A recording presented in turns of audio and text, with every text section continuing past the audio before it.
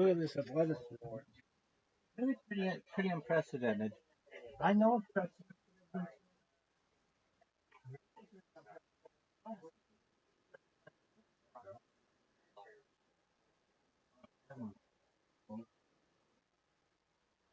Oh man,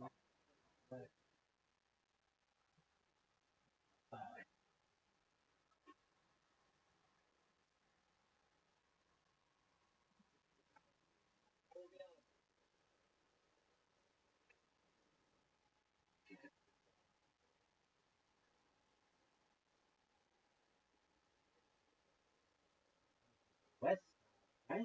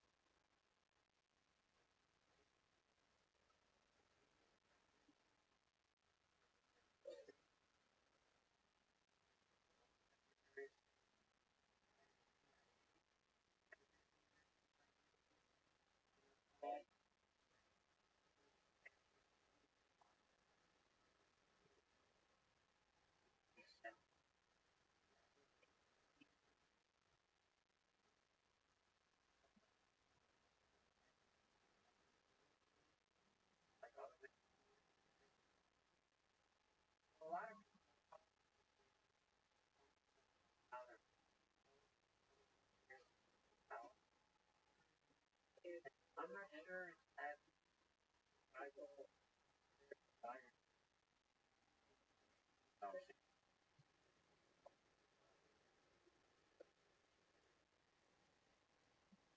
always told them that something on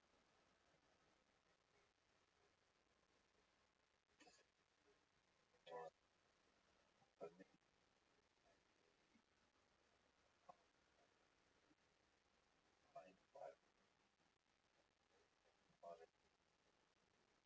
not across the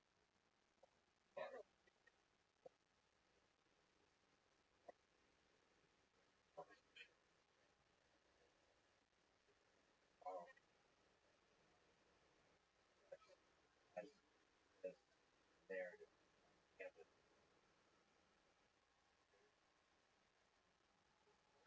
that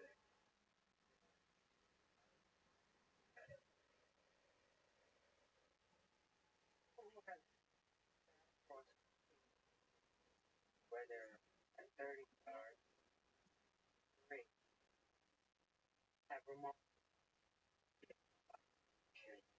that affected them.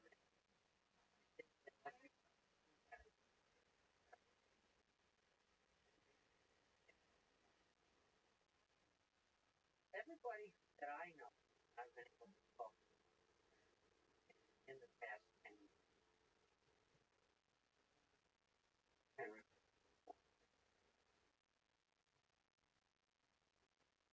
said that he spends a lot of time worrying those monologue, and then the West did this, then the West lied about that, then the West does something. And so it's not the conversation very boiling resentment of old, and by the time it gets monologue of meeting over that's full red cloth, learn how to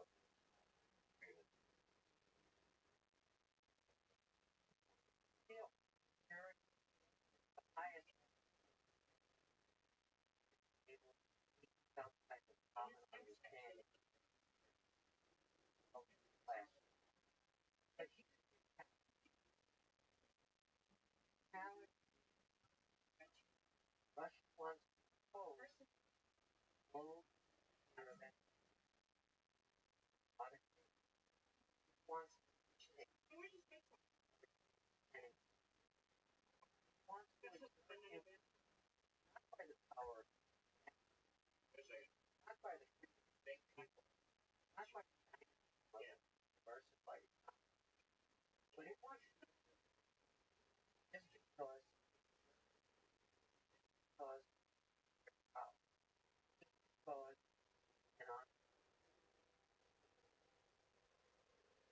and he wants to push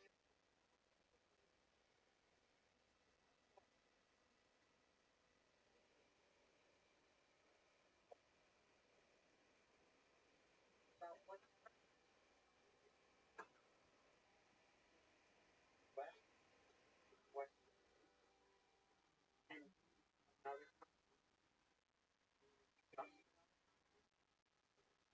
no, what's on it. And then one of the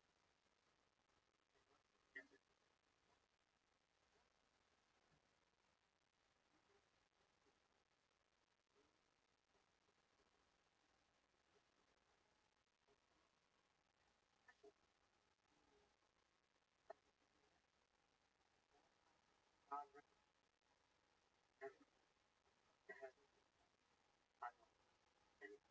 Michael, things don't no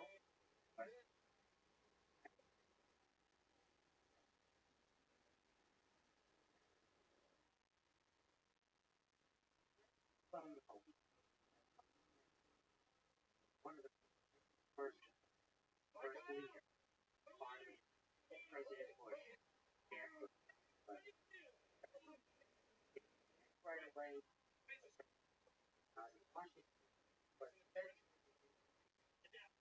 then the terrorist attack, the Russian support, she put on the use of Russian logistics for Afghanistan.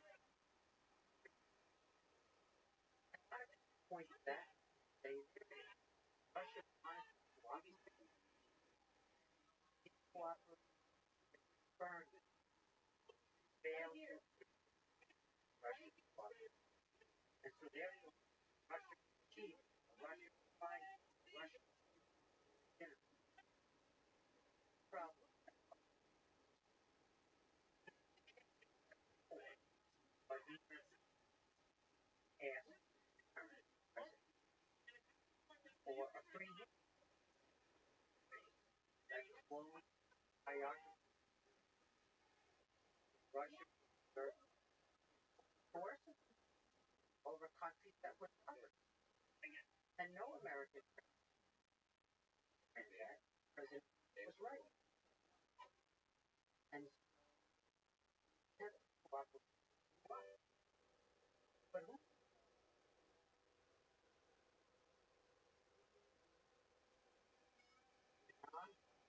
did that or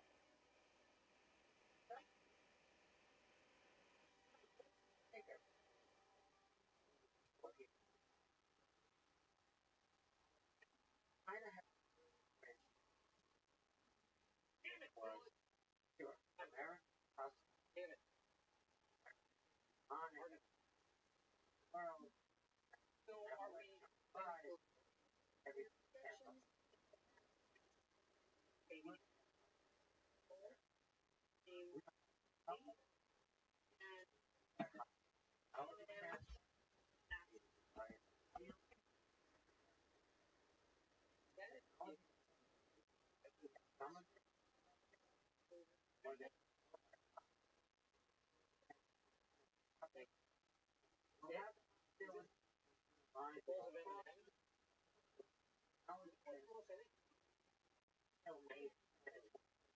if I'm not mistaken,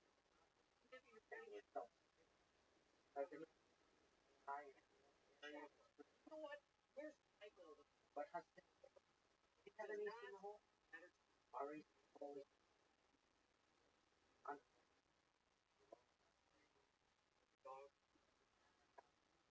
that train on road.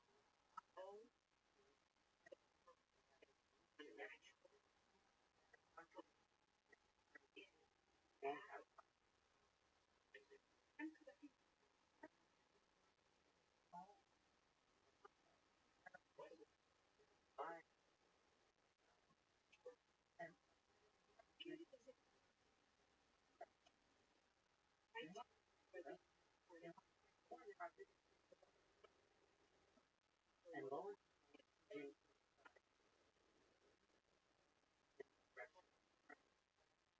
doesn't side with by doesn't by no provide public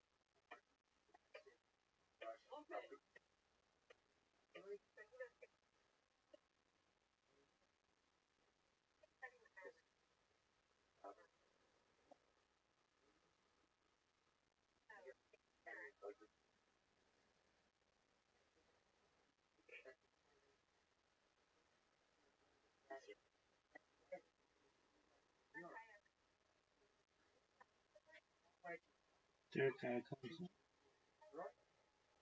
and on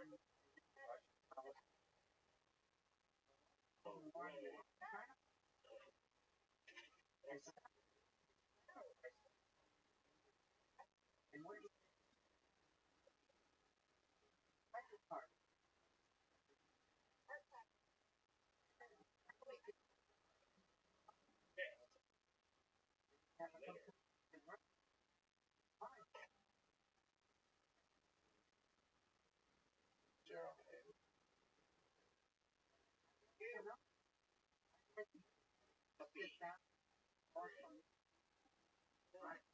Listen,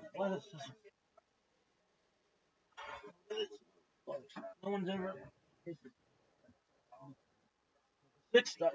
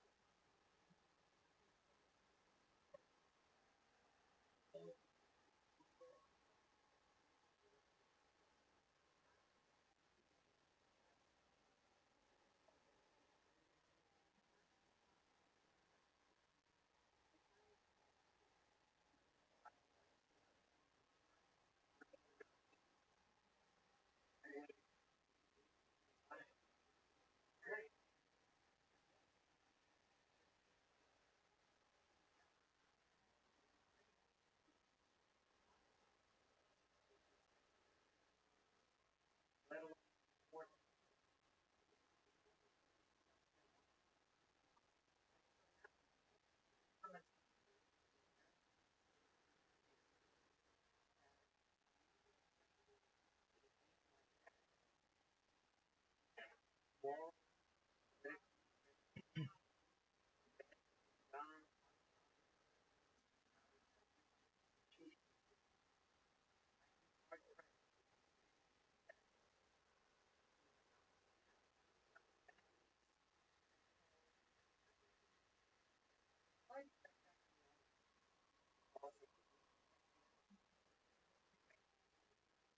Don,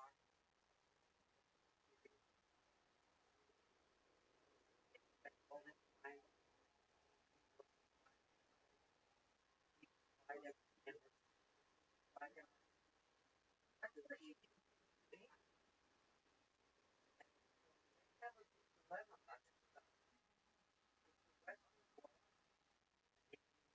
West Wall, back to China, right? Down to the west. That's trade. Why do you get it? Doesn't understand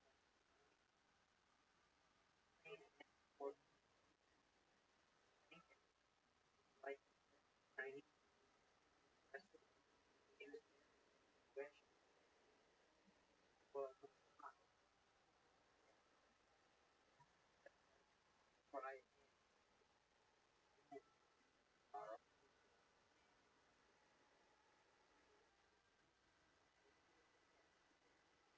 that I'm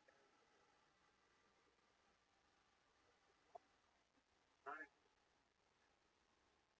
let alone the fact that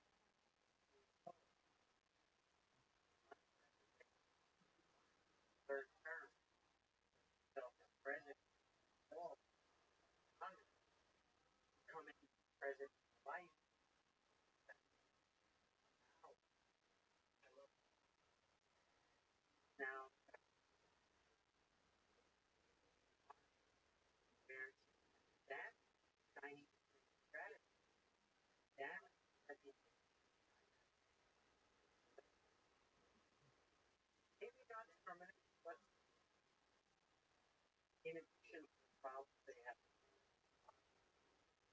as you know, that regulatory management of Chinese that was that you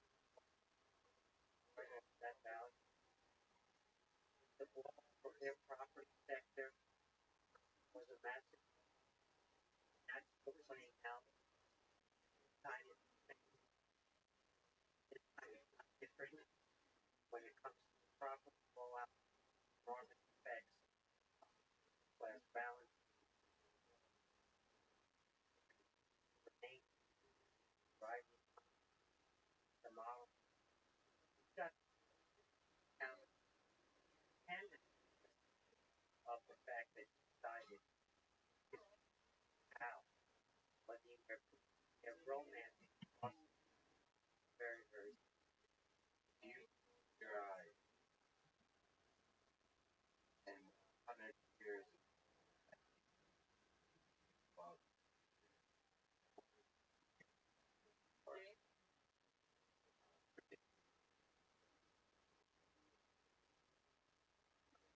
and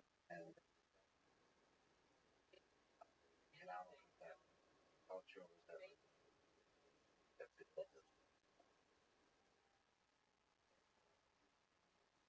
for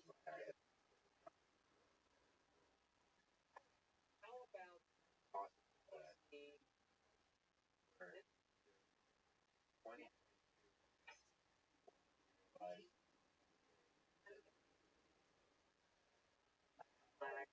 like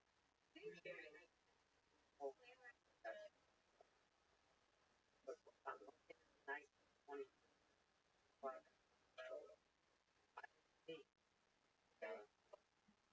I would not I wore behind us prosperity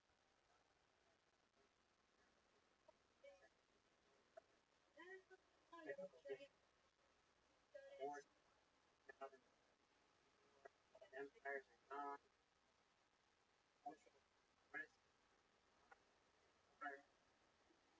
even at here that technology automobile physics I'm not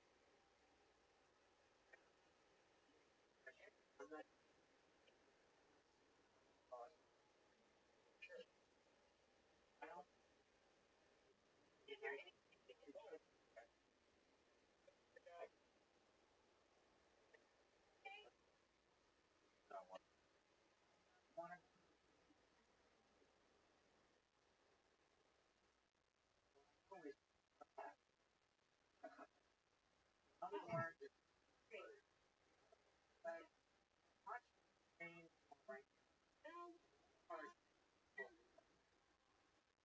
like the economy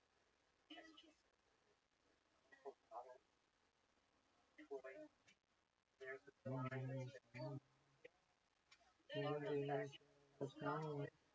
You see how much we've grown and the only one was the son of a man.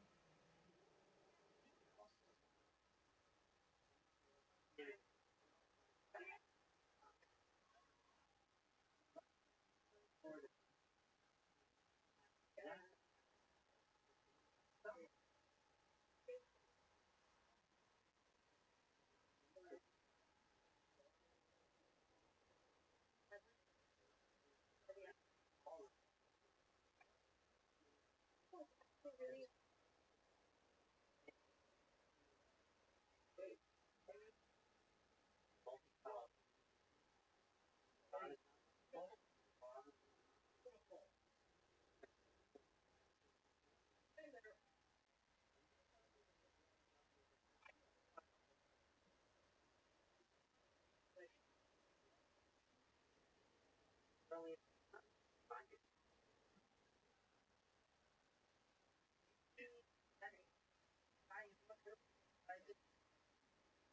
like it's been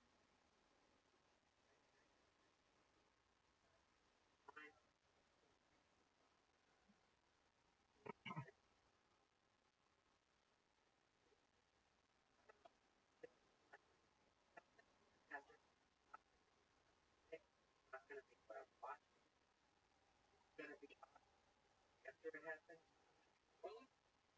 and up in the state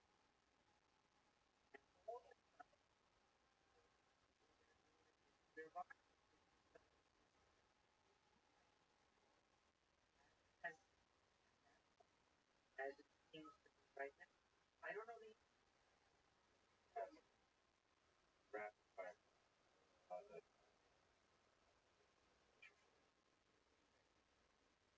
one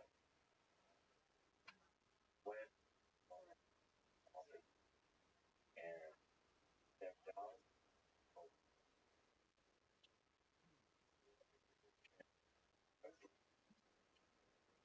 now nobody does some people pressure on overthrown down some people purely last no evidence of whatsoever. And he pretty much had life expectancy for a Russian male. Numbers 9, 70, but he's lived the life already. And better than Russian males in that state. So he lived a very long time. So there could be a clue at some point that none day and he could the life expectancy stay for a long. The thing about an organization that nobody pays attention to, FS, that offers $1 million standing bodyguard director. Only one, only Russia that has an access. No, no breaking rank, no defection, nothing public about any conviction or problem FSO or can't break that, change that there. Authoritarian there, nothing that public keep any however they only have to pressure press political alternative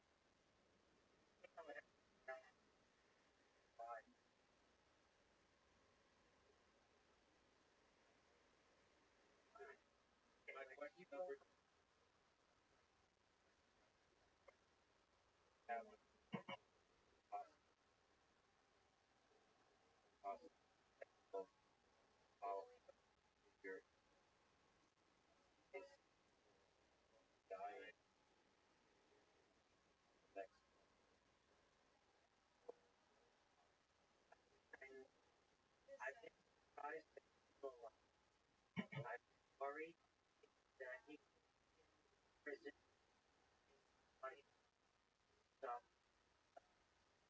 dollars are as an outfit takes a they have a fight well I didn't see that but he's still alive.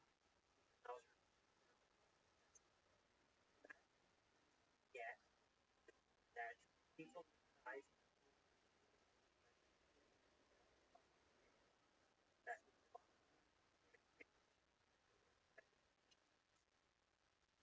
that only I don't know anyways of political country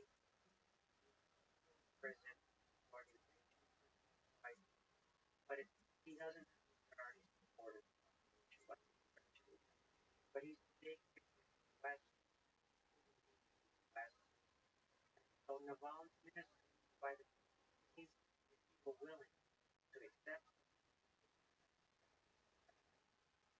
that's how Bob thank hard president like so maybe that's the reason alive or maybe there are other reasons that we so some alternatives more likely inside gang as they say right inside where they fire they hire of self action they patriotic God cause hurting our country and also better well but once again the problem in their lives ground by this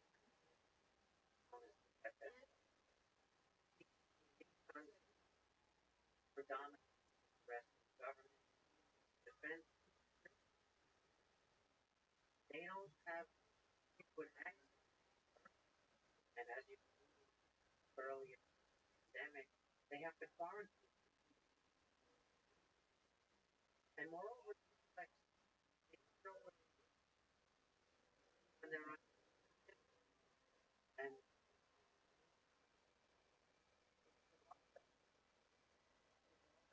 well died, same. So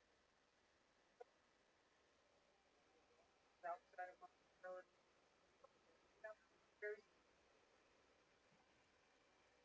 clear. Some signs there is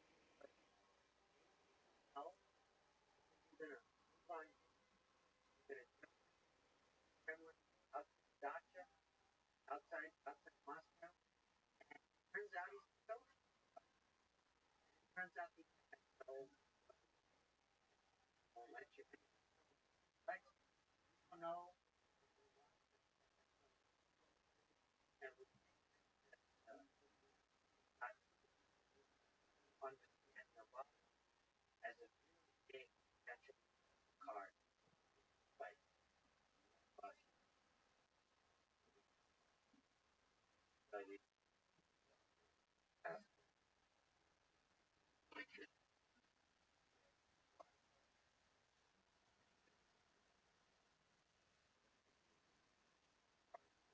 are like trying to get at. I can't answer that question, but I can say that having is actually not that hard. You're not on the president, but you're not going to transform a country or civilization coming forward on the current society. But in an environment, workplace, somewhere where you expect other people positive way,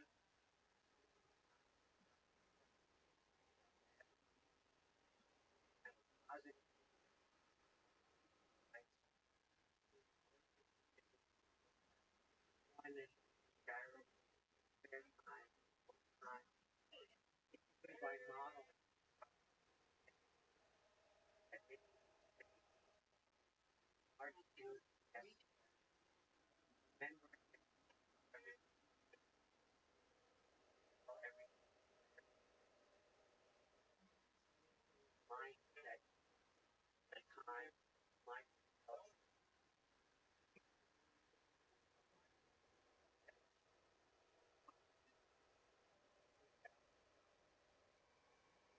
life,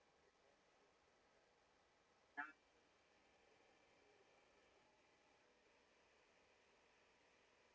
a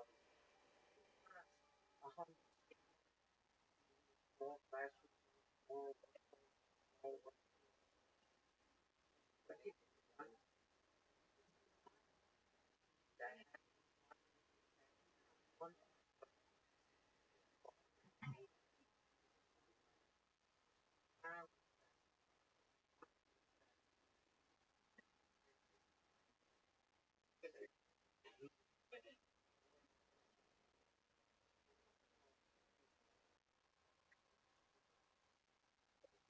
side, purposeful life,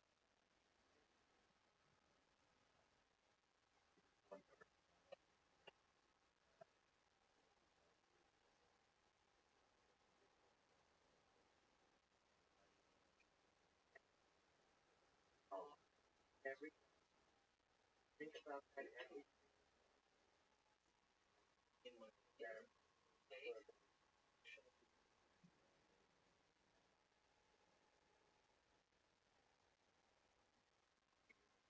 are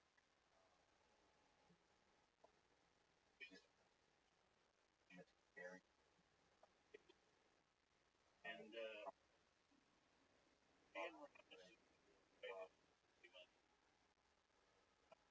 it's even can't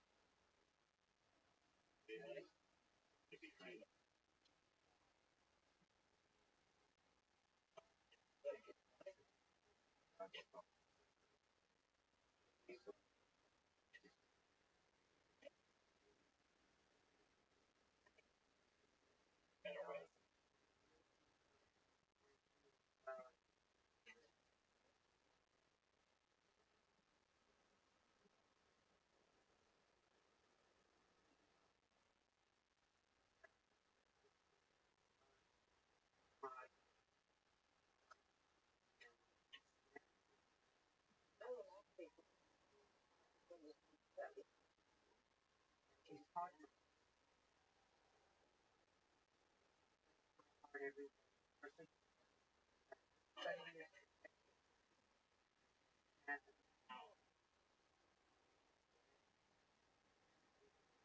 what has pride. And we have to inspire our culture.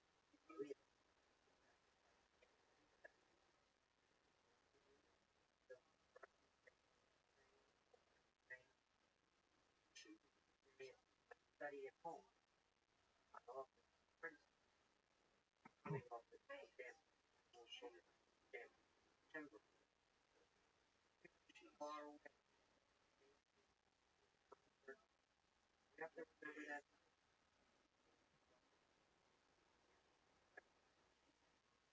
as we comment our those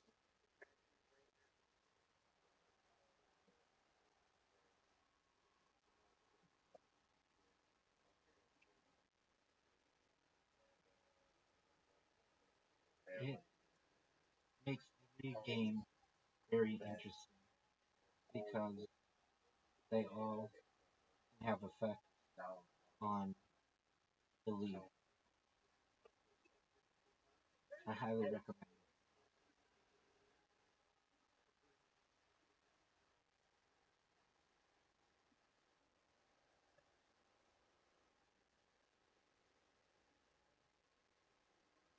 I don't think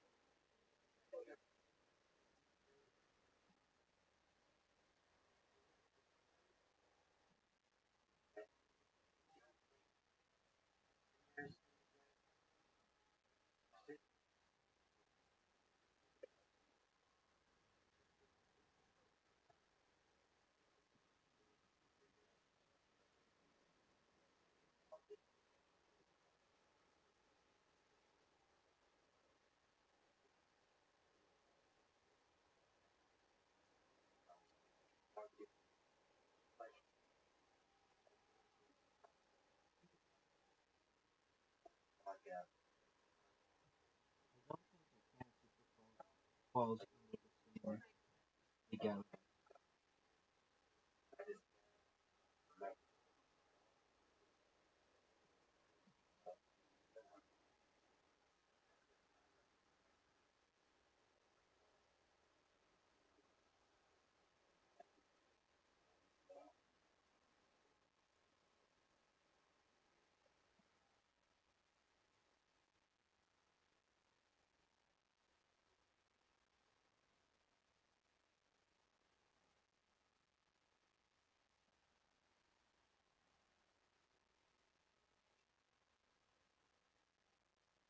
Make it really simple. Is fantasy football legal in Florida?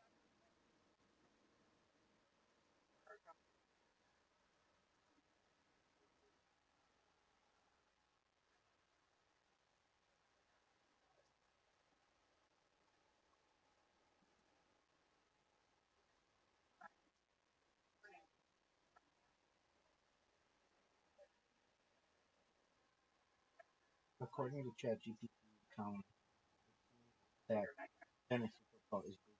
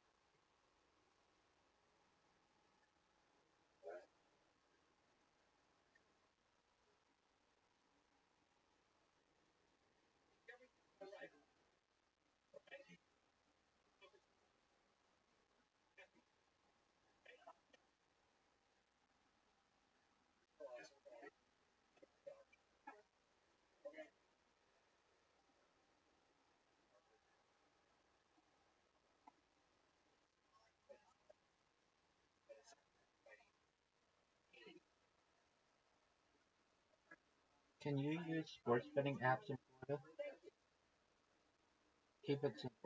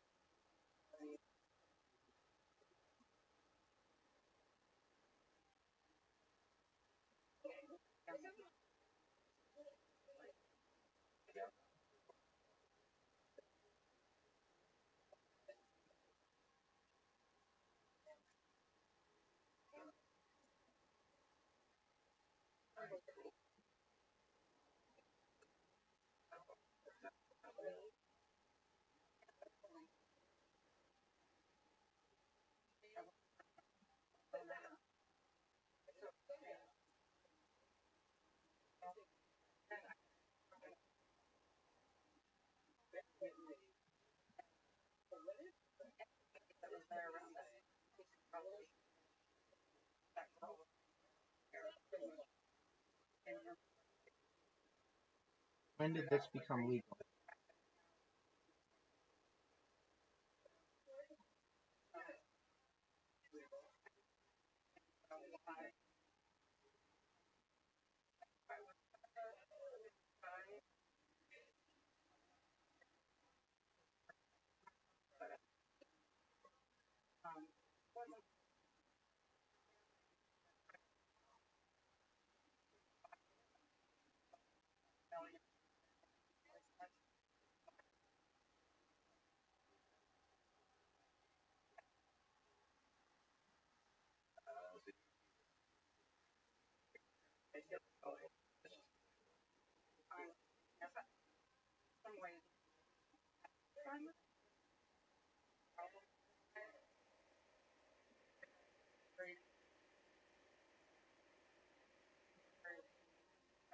It was right around the time things changed.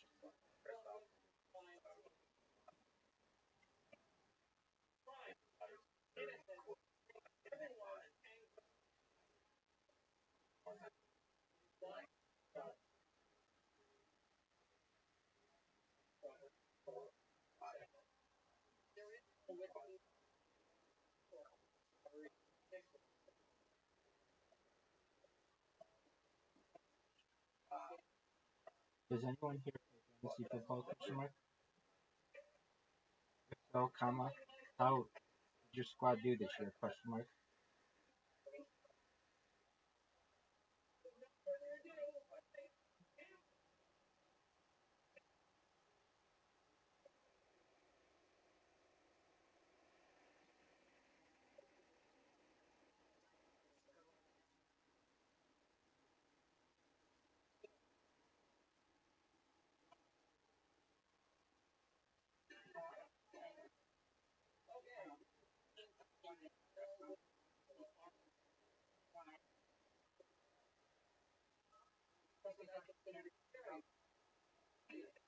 That is unfortunate. Period.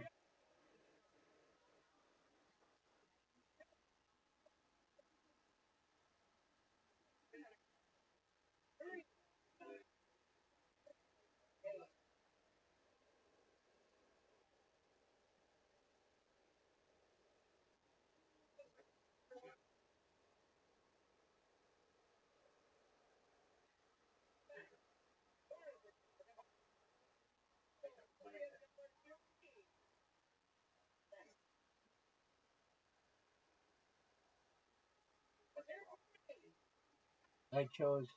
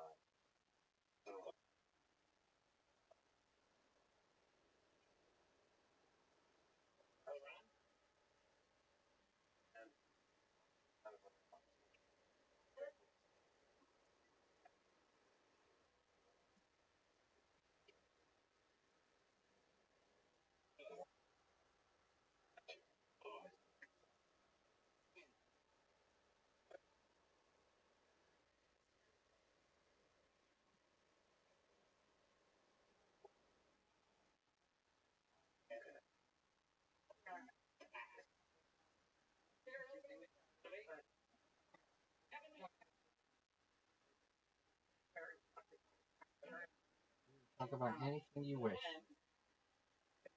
What would you like to talk about? Would you like?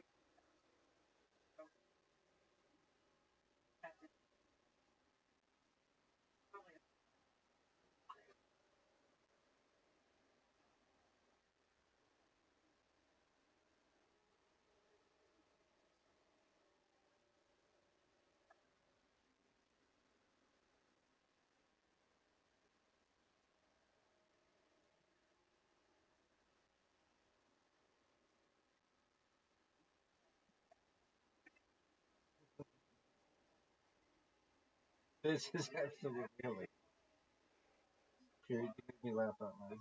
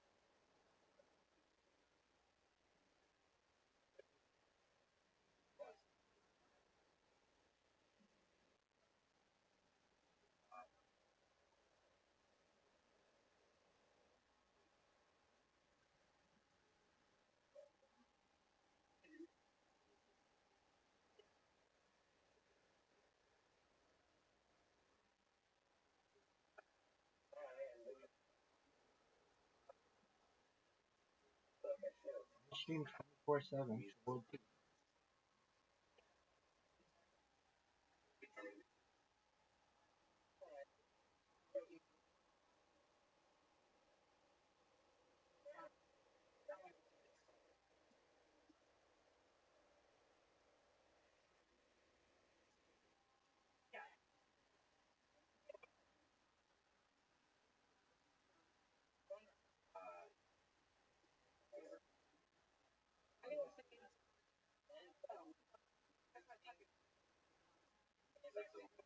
Yes, I did. Period. After about 12 hours, I have to restart Discord, or else it freezes on me.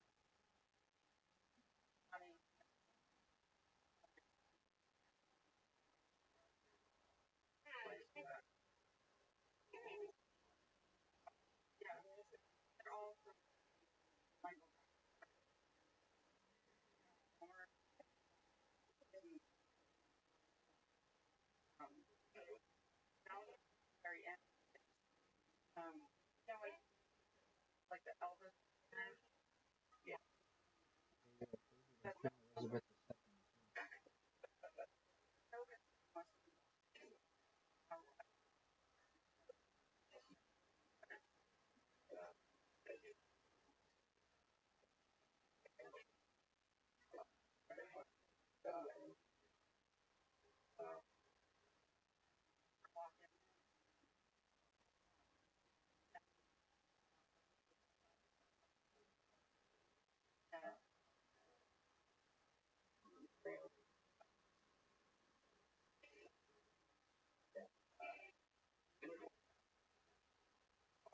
I do not know who that is.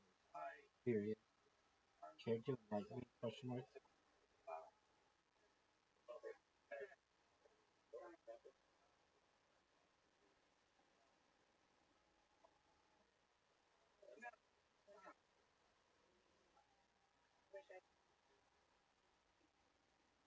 I'm sure you're aware of this, comma, but you know I'm live in the VC, so you can tell that,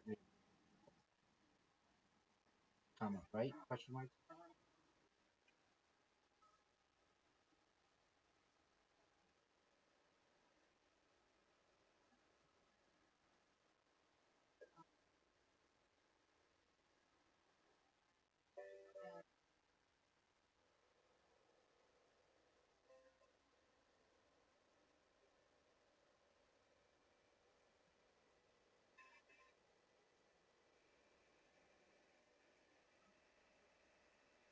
Perhaps my brother from a different mother.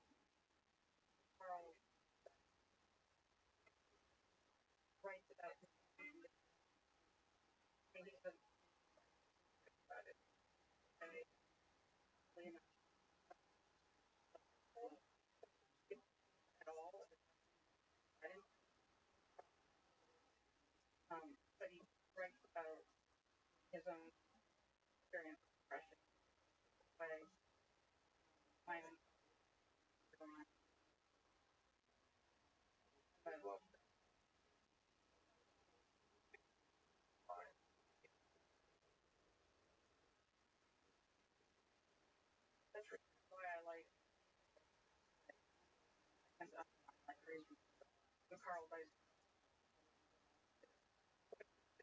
in the play. And he more back to highlight back to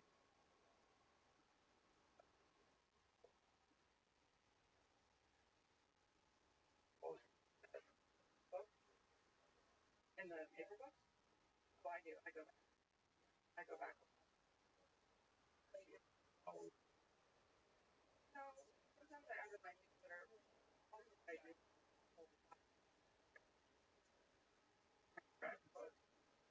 Ones that I might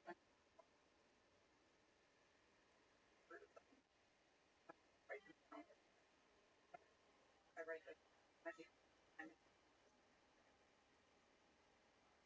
very I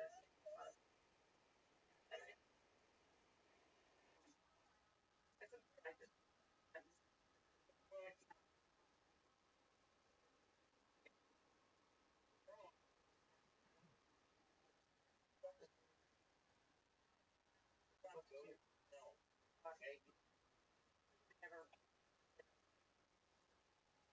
my actually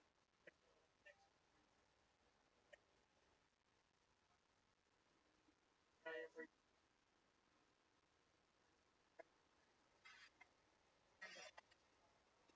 I end up find also very often I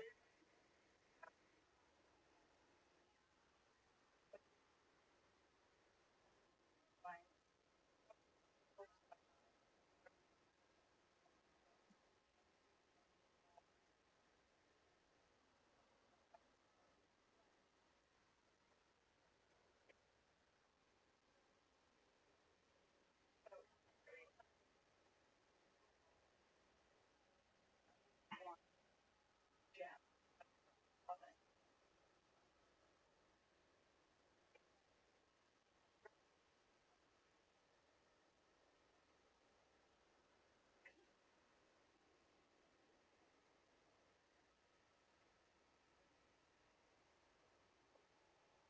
I for work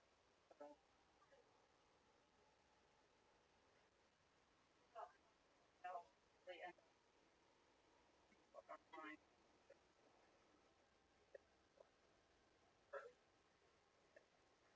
I mean, that's early place. Get and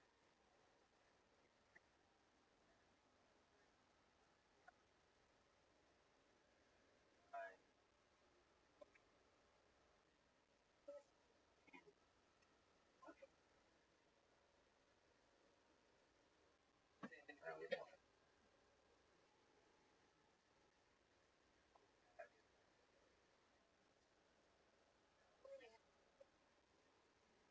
we want it on grade.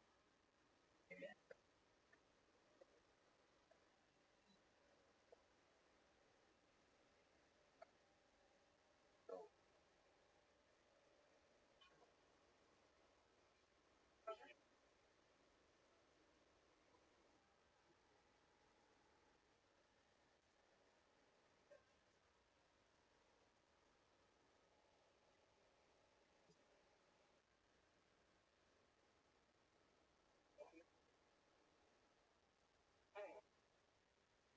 imagine it was a year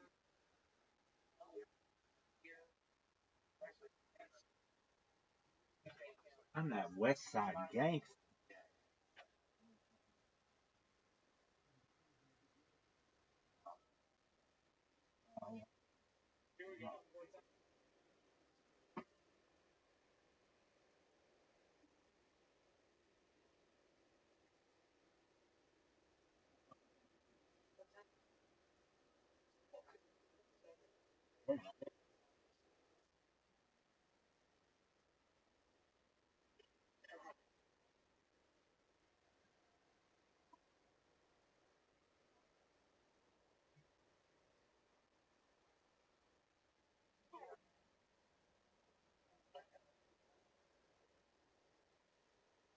Good athleticism. Really impressive.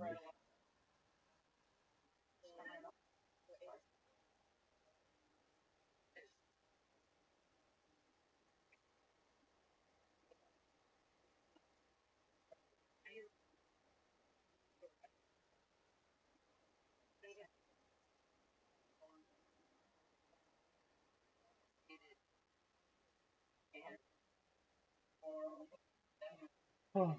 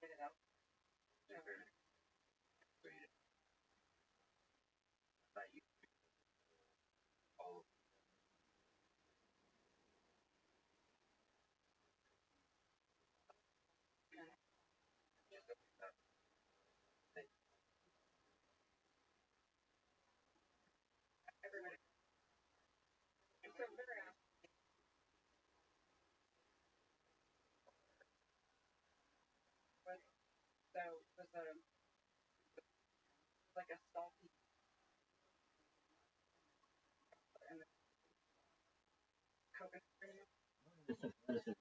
Hey, let's talk about cookies. Yeah, this girl is not.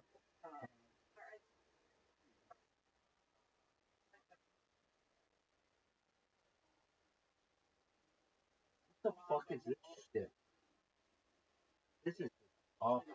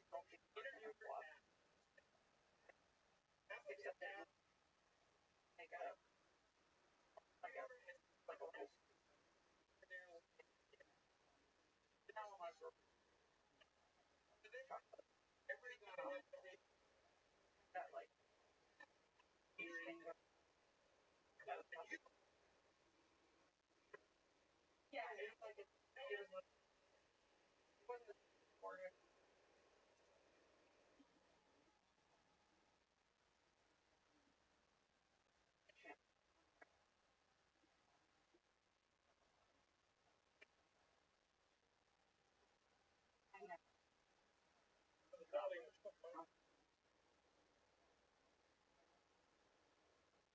for the record, I actually talked Yeah.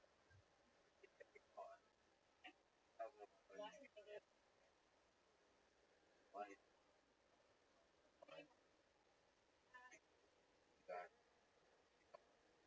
you know, in 2011, um,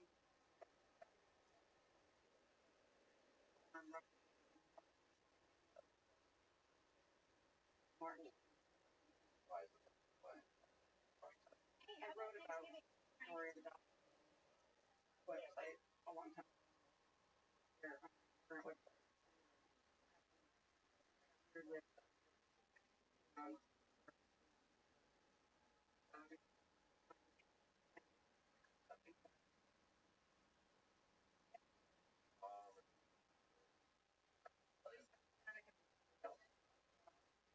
so hell, it didn't occur to me that I was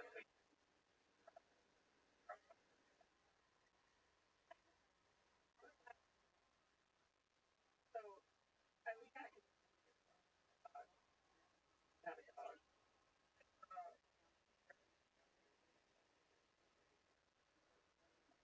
I was like, I wanted a dog and the paper or the shelter bios roughly. However, whatever the March March um that's like something in fact okay, something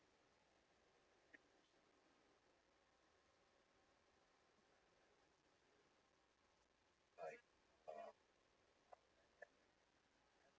uh, in the book. Yeah. or that there, Or like I even occasionally scratch like this little styrofoam thing I had, touch it back, try and look, you know, over stuff in their lap. Try to stand up, but there was something about I don't know, I probably find that I can, whereas my mind is kind of graceful and pretty, not in pretty running, romance. not in mind. But either way, he died in March. I thought, I should talk to this. I just thought, you know, well, if he died on March, same day. That's why. So that they One of need the to things tell Tommy, like, it was, yeah, oh, your picture comes about the personality. something about it, what it was, and for the time, like when you dog hurt yourself overworked, and why would you get 5 months old? And I went for it, was like, I don't want a dog, I don't want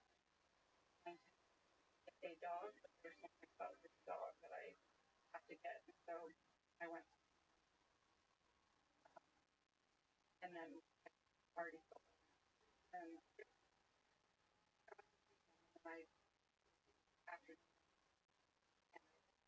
decided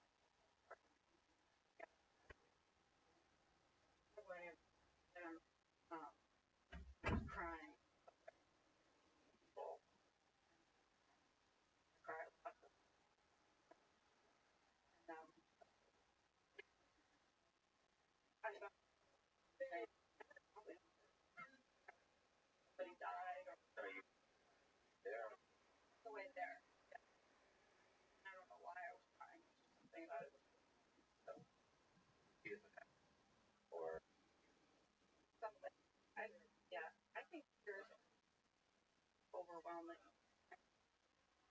now I'm like jumping off. But there was some, I don't know how it was. Yeah, this book, Carl Zeiser, boy, I explained about how, about sadness that he understood having evolutionary, but why did he like lost so right at setting it, like trying their love is beautiful, trying to fight or something, you know, like it has something like that. And but I said it feels like overwhelmed. Then that will make me cry a lot. Like love. Nice to have one of the like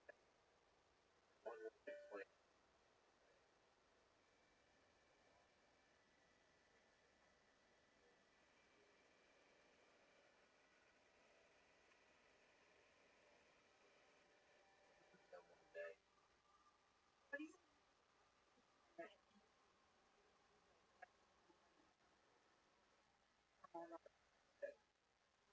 There's family community. Or no, or just yeah.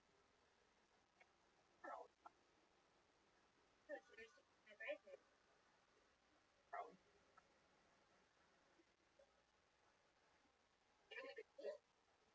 Or just overwhelming. You just overwhelming. Right.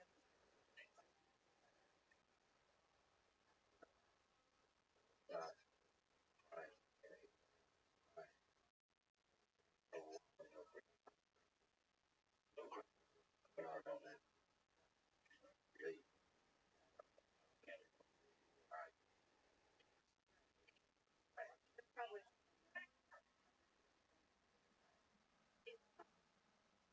Right. was trying to I was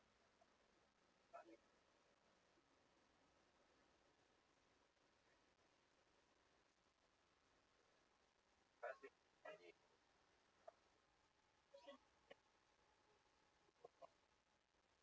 but also energized. There's a lot of things like there's something about energy energizing. lost their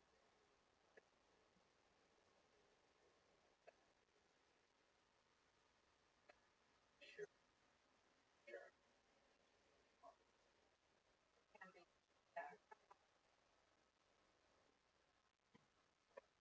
But what? Right. Yeah. So you should tell it to yourself. Am I care?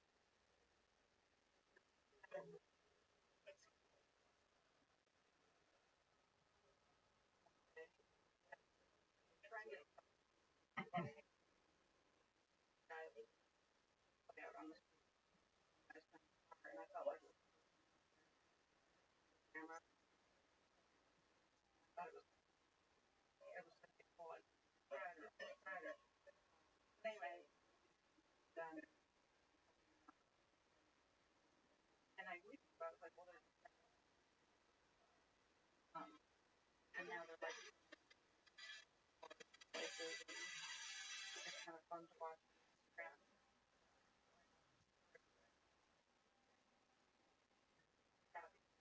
Well, now they had like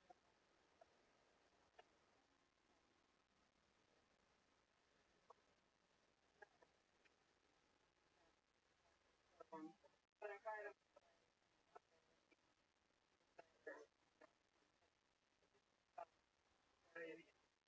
found like a course that was not Right. Being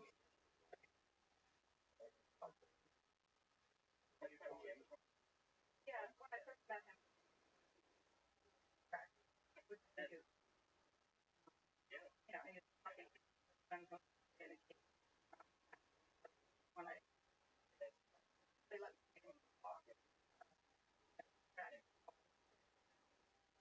know the best time on the West Coast.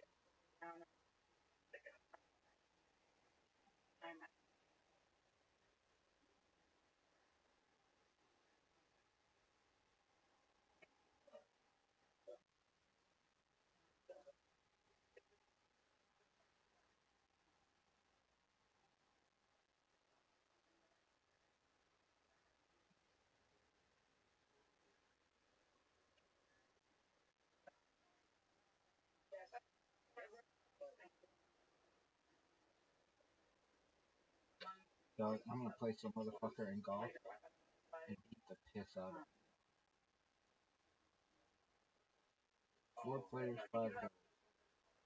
Let me in on that.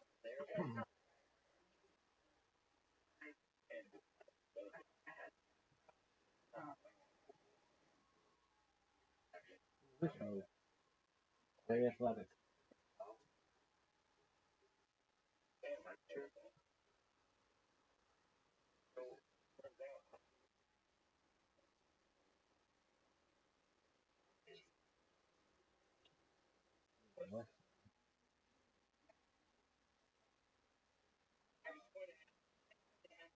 Yo, bitch. Be the fuck up.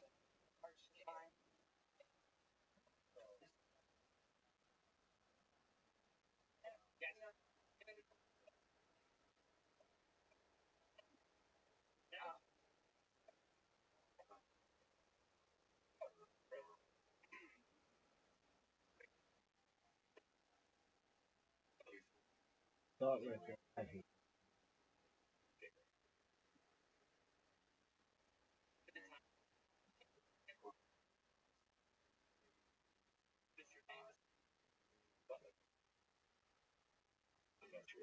Dude, I hate playing with these people.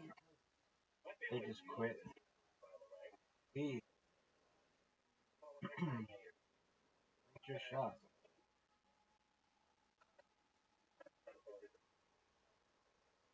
No way.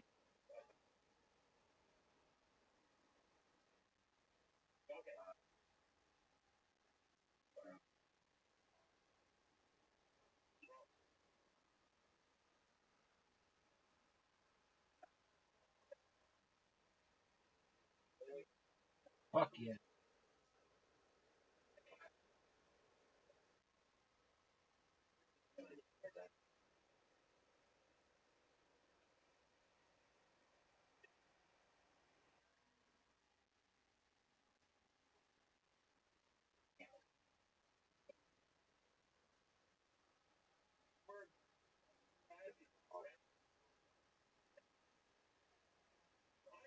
Oh,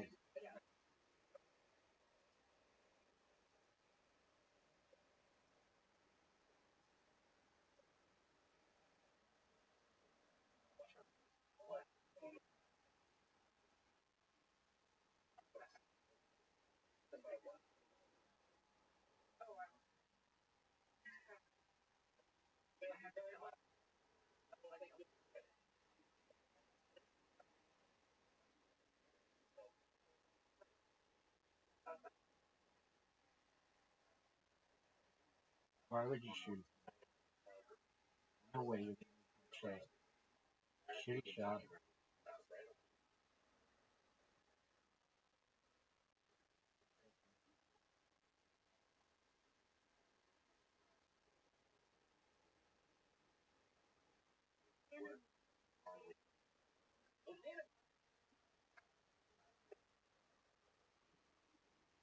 Dude,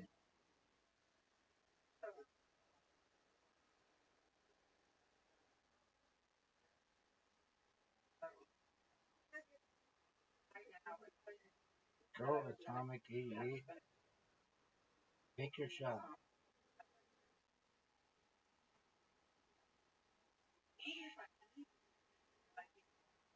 Shot.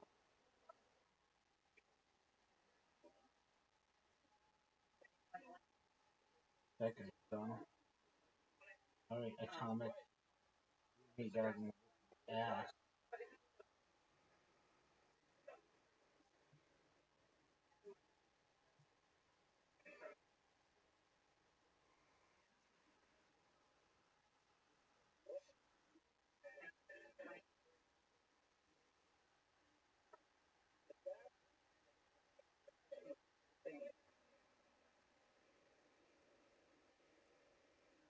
Amazing shot.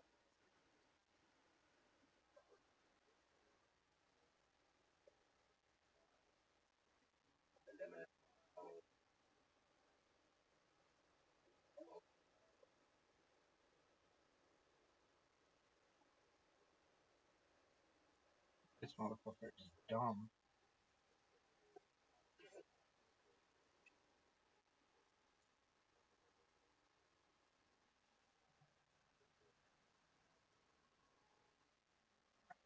Give it to me.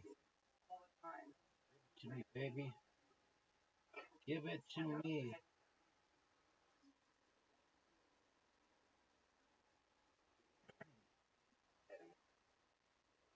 Oh, you suck.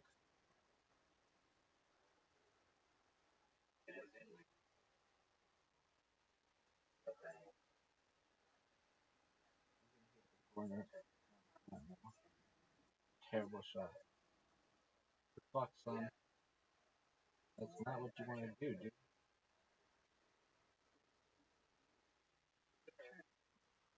Kid, you don't understand. I'm good at it.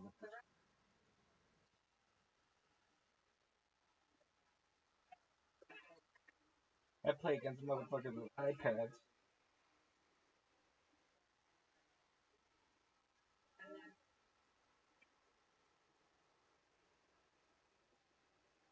Good shot.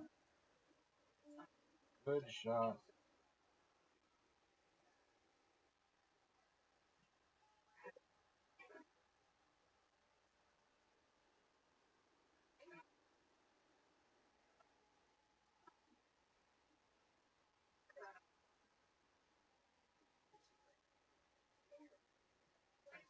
$75 or something.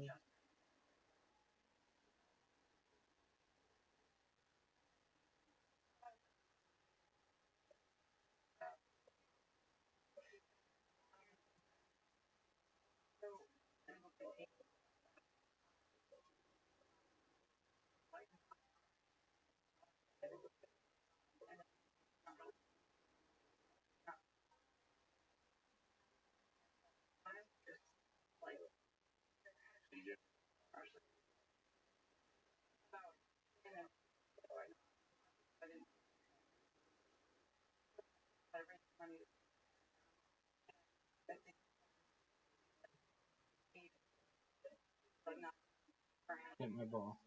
Probably 90.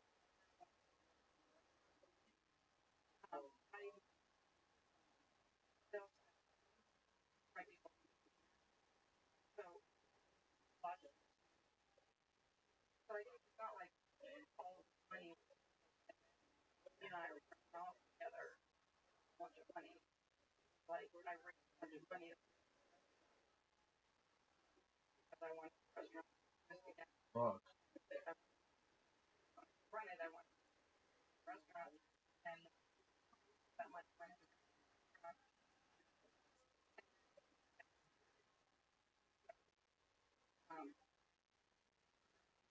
No, dog.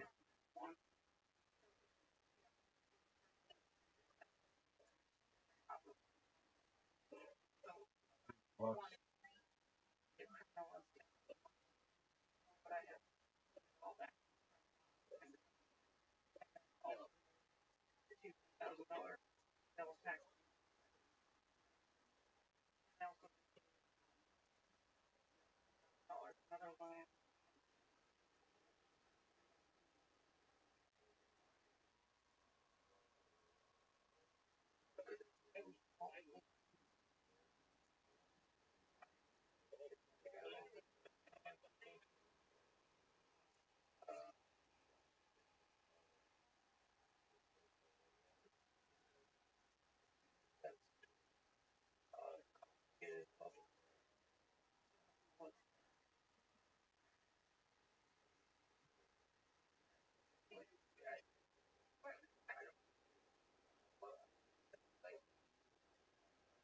Look at the shot.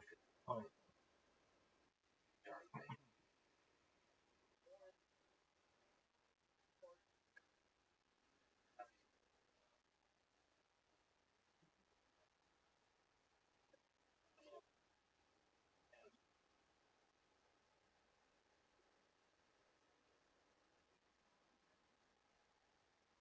They like that shot, bitches.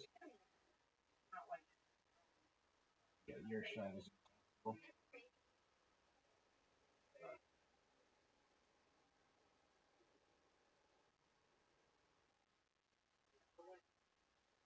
No shit. Um,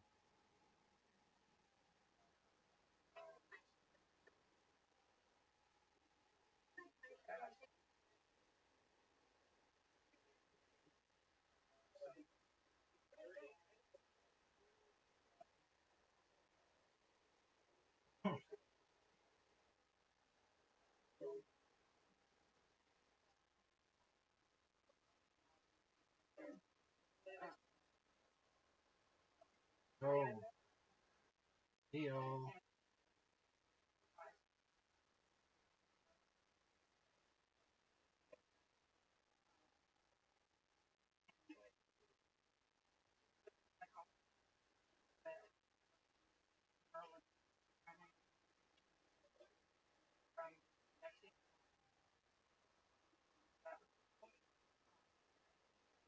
from next program. Shit.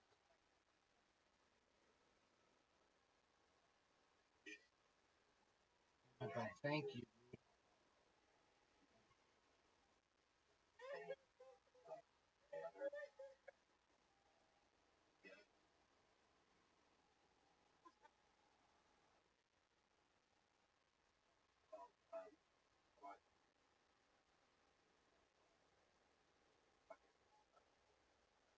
God.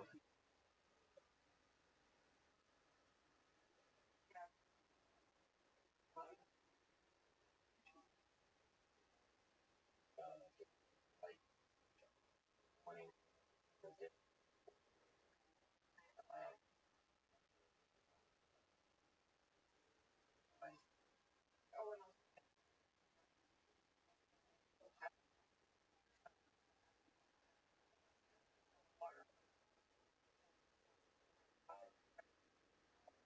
water for hours, then body also that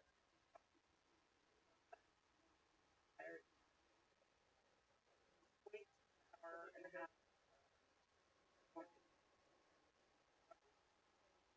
tired.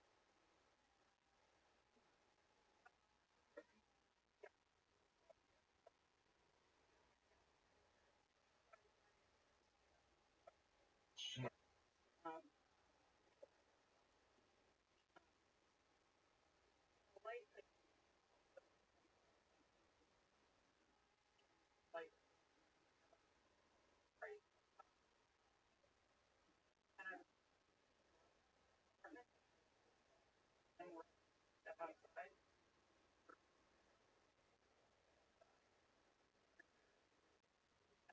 early morning like people Fucker. No way. Bad angle. No way. What? What the?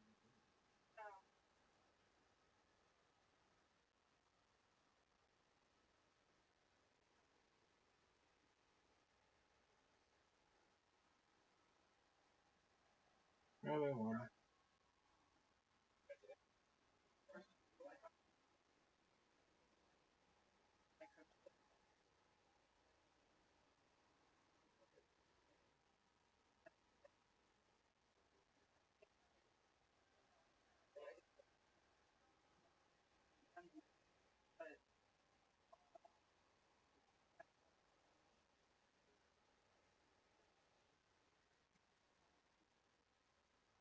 but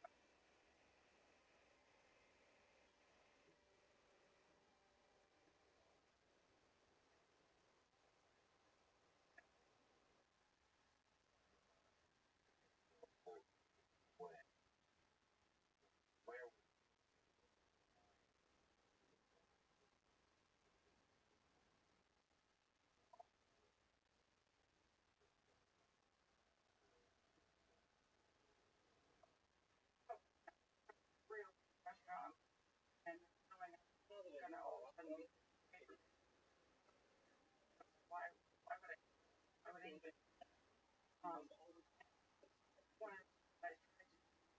the guys trying to get off of money guys that's on science and have like snap it or from the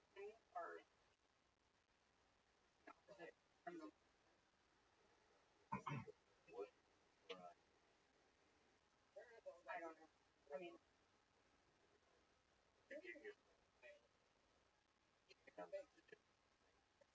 no, and I think that's part of one of the things that might have or anybody that's told them America's already bought and paid for.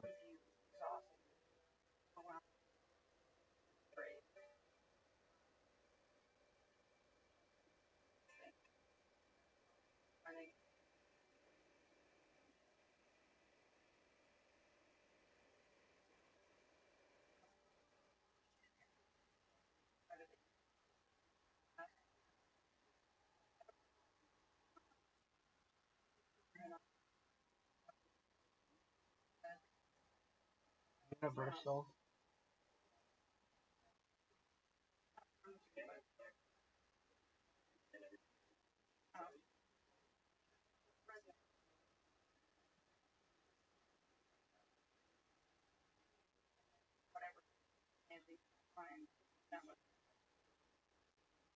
There has been, period.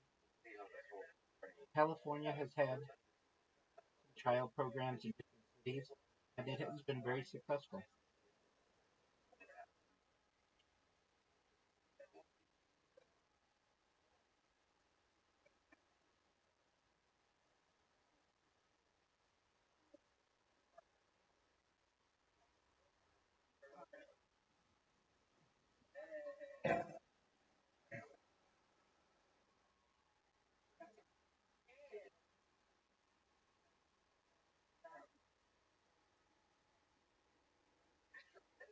This is brilliant.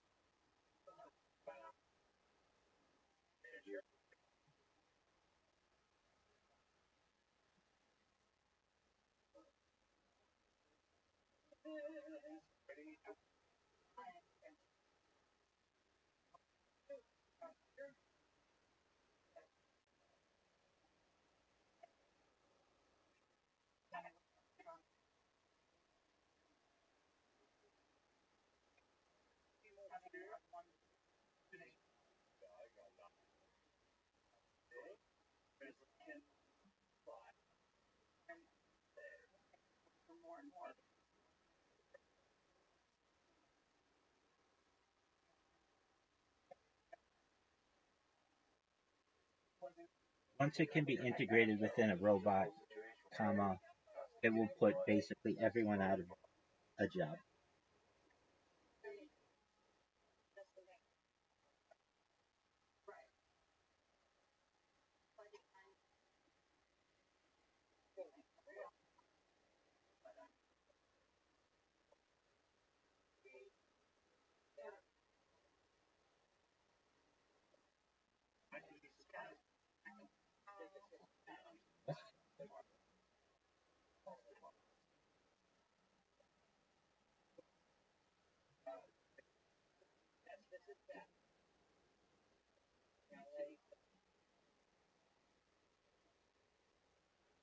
At a certain point, comma, they will likely not have a choice, period. Their doctor, comma, their lawyer, comma, their financial advisor, comma, and every other position around them will be replaced, period. AI is the future, comma. It is not a question of if, comma, just when, period.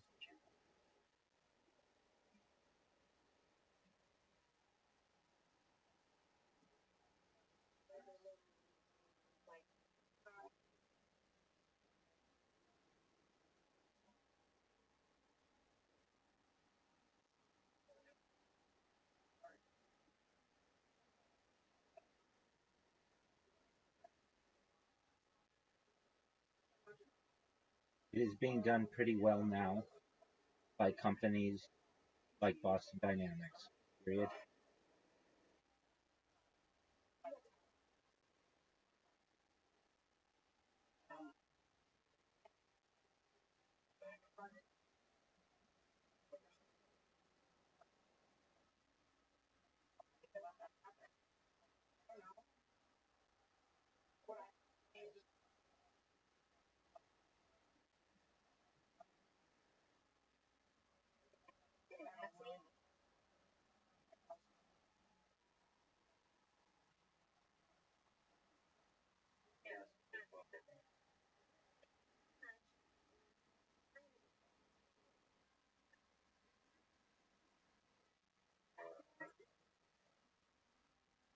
All it needs is integration with LLMs and a few years of quality assurance, and it will be better than any employee ever, period. It can work 24 hours a day, 7 days a week, 365 days a year, it never needs a break, it never needs to go to the bathroom, and it will never unionize.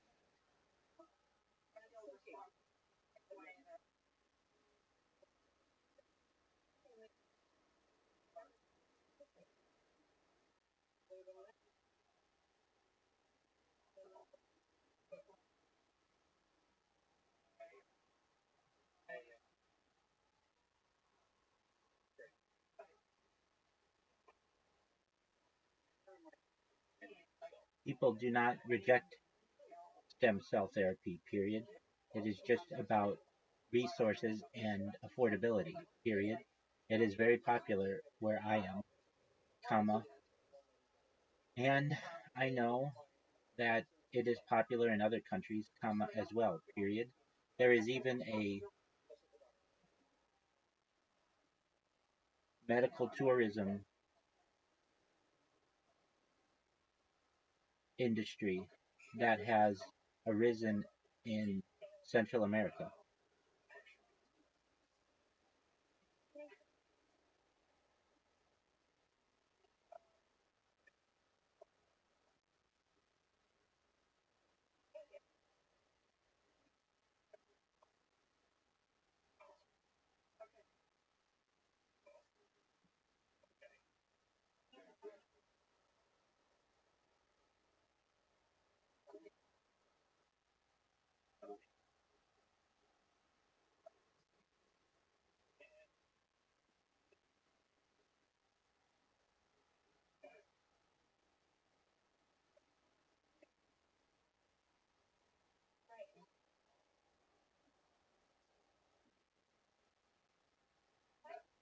New things will be produced, period,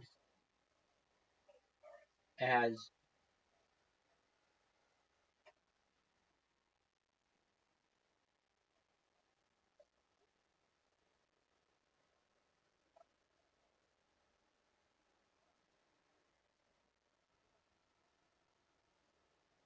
we may have the opportunity at a second renaissance because people will be free from having to perform jobs and will be able to take up new hobbies, including art, pottery, painting, music, and other activities, period. There may be a desire for this type of art as opposed to AI based art, because it is connected to a human, period. The human connection will make it unique and perhaps valuable.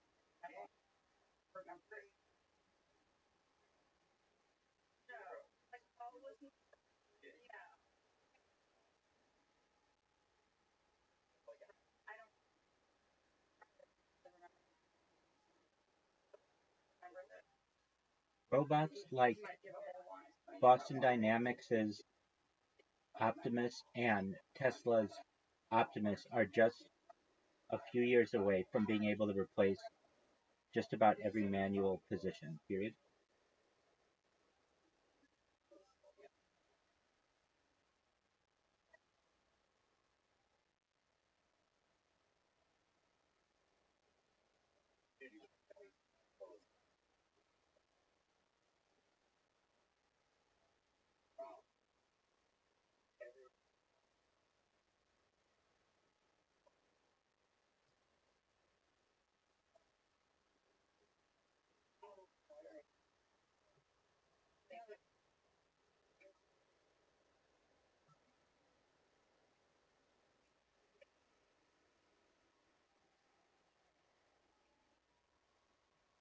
This is likely correct, period.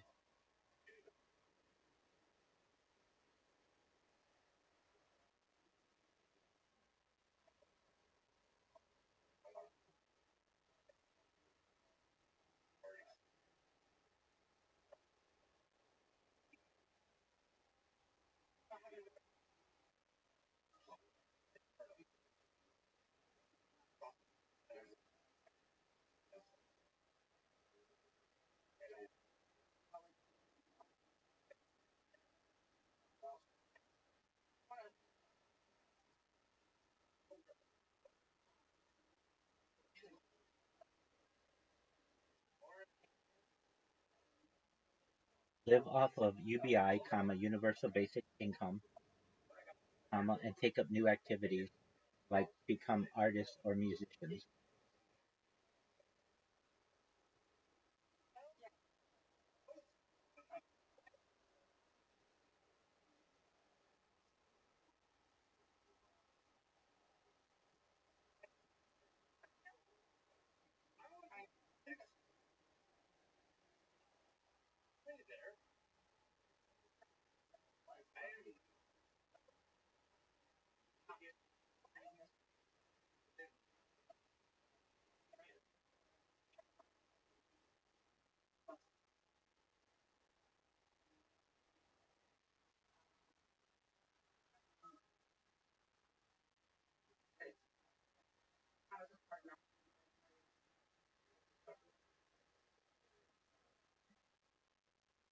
They may in the future, period. They may have to sell off government assets and land to be able to pay for it, comma, but they will essentially have no choice, period. The people will need a way to be able to afford things without jobs, period.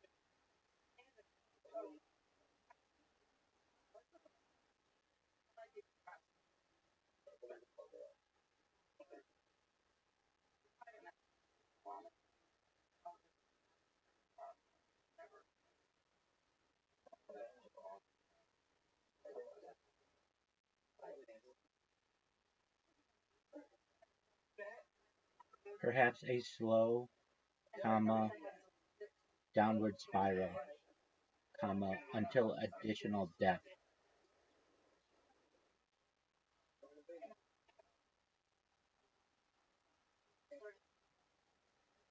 The only alternative is for those people who will be able to afford mind uploading technology, essentially a version of digital immortality, where they will be able to live out their future as androids, avatars, cybernetic beings, cyborgs, robots, ethereal beings, clones of themselves, or whatever they want, period. there is a breakaway civilization that is happening before our very eyes, period.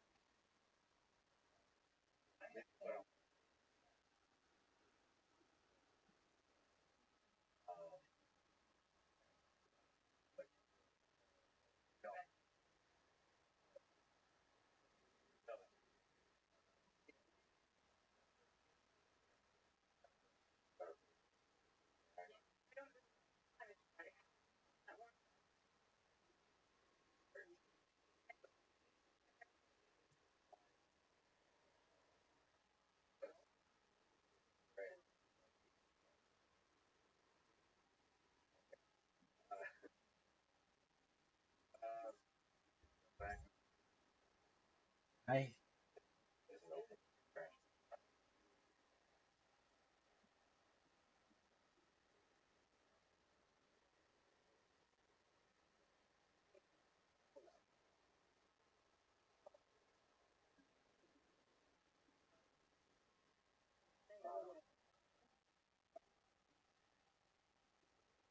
I have an alternative, comma, if you want to hear it, period.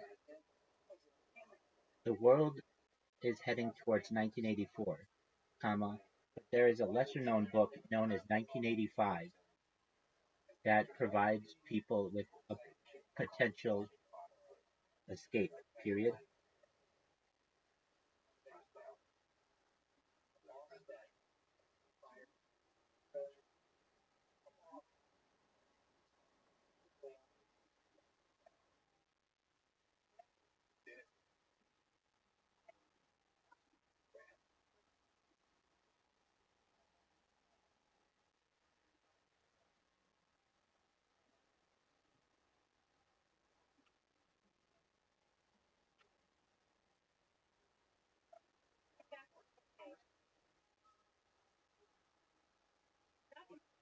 Do you want to know what I envision as the alternative question mark?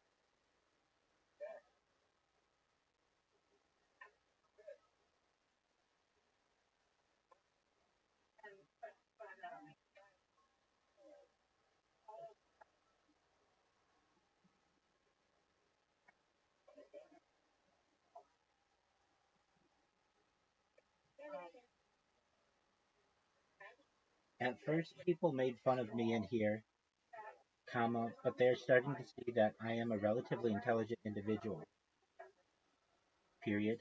I have more data on the internet archive than any person ever, period.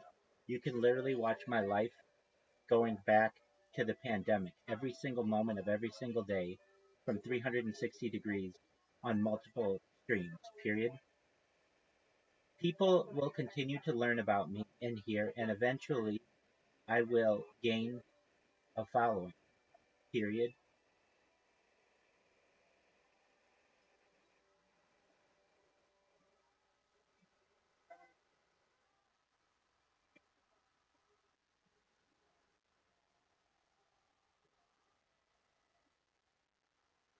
Someone will post about what I do on Reddit, comma, that is going to gain momentum, comma, and I will be able to monetize the data more than any person ever, period. I will then ensure that everyone within this server is rewarded handsomely, comma, so that all of your money worries go away permanently, period.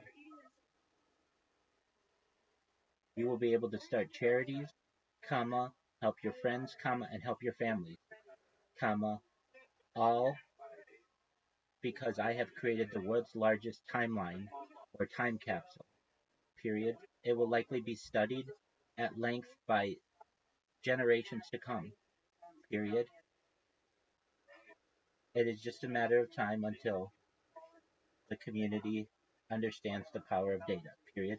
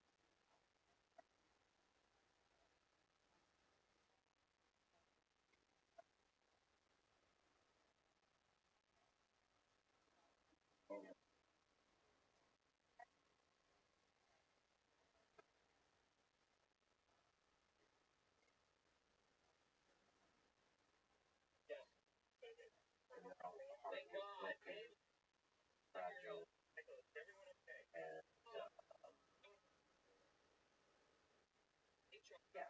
There's another that I heard, like, when you're heartbroken, by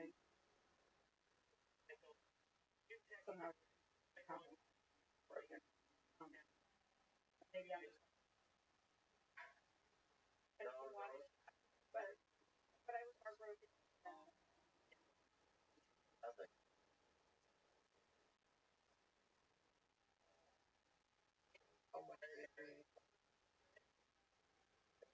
No, comma, text to speech, period.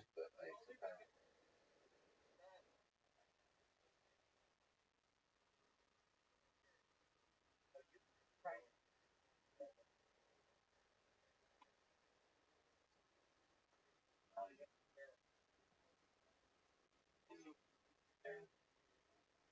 Do the thing where you copy it and paste it, and everybody else does too.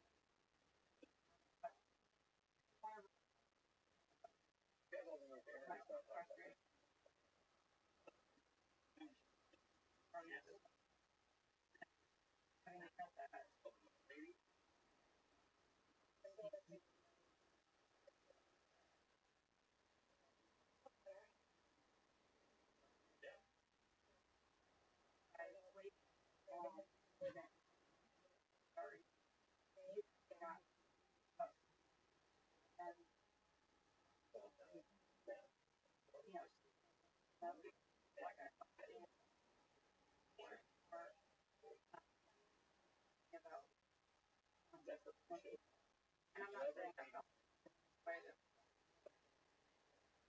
felt like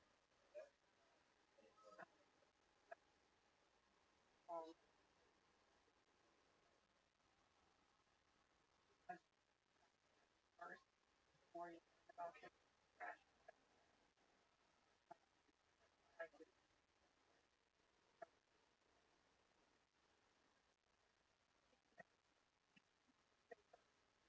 fall of there's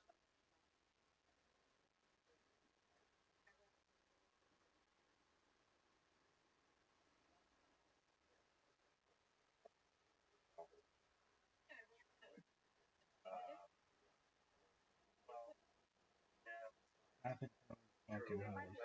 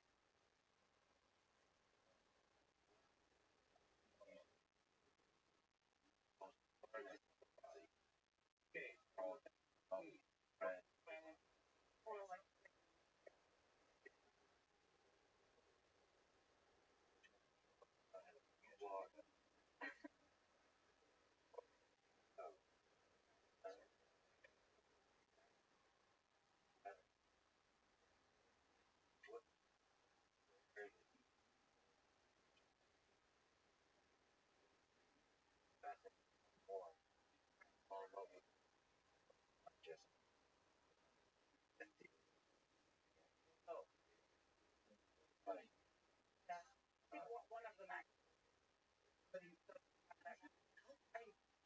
for private online. Somebody does a lot of example. They're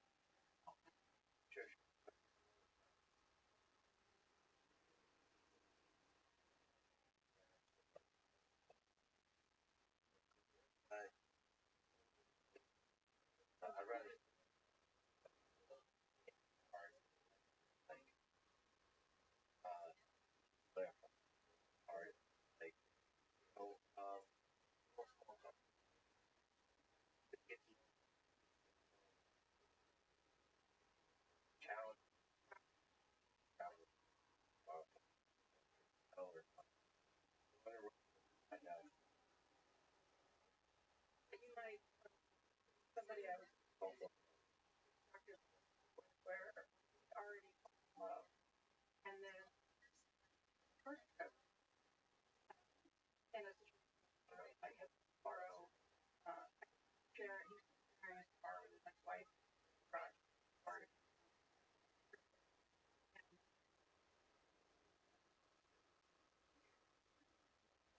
and so something happened for the project wanted more identification and yeah anyway this guy goes to the garage and got sure I say anything really shocked and then noticed that and learned when it's I never say that way and it get incredibly sad when about it always about hours about the whole that way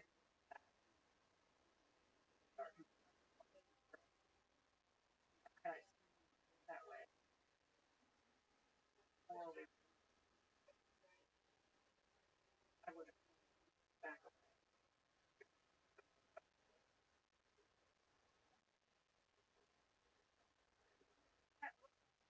I could have on the spot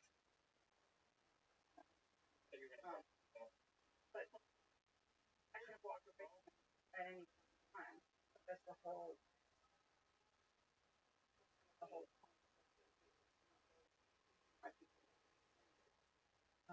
I mean it's also gotten that um psychology and psychology getting out of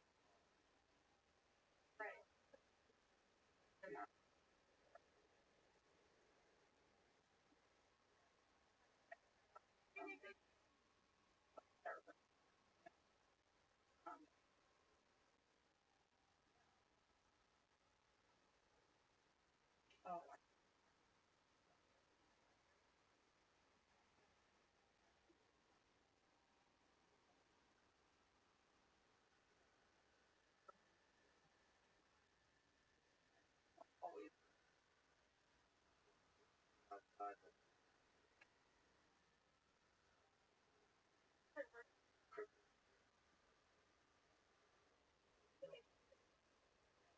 I got here a while, like every time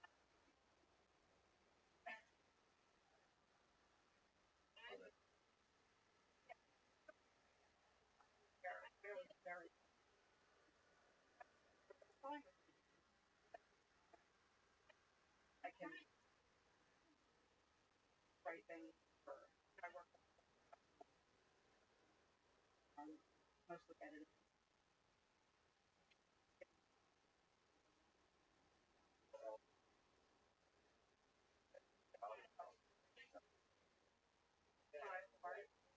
One, four, five. This is pretty old, period. Bitcoin has done a 5x since 2017.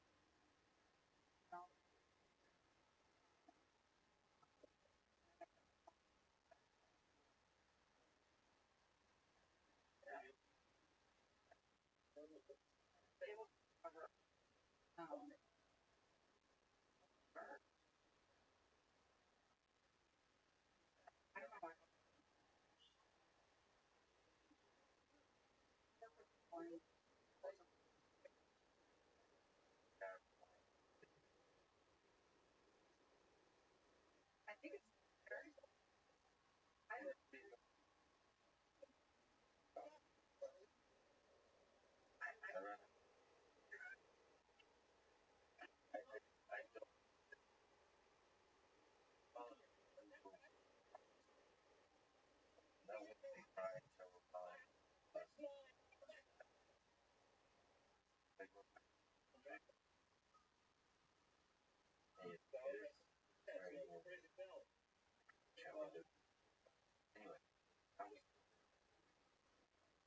finding about it, and then I kept finding like more like stuff.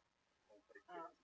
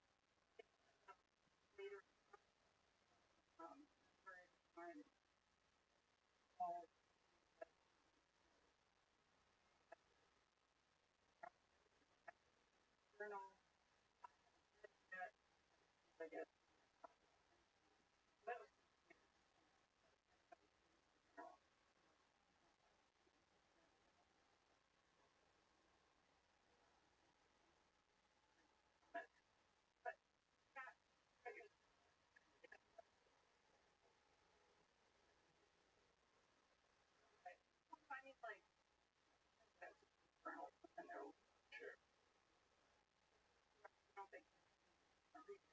That was then not knowing, having not remembered what I wrote.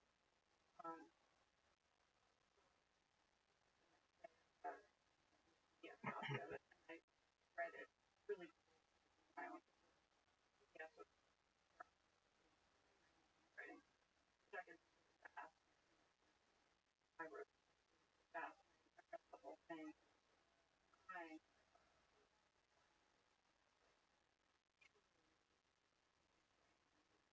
cried, and like I thought that journal was just kind of not dropped. You know,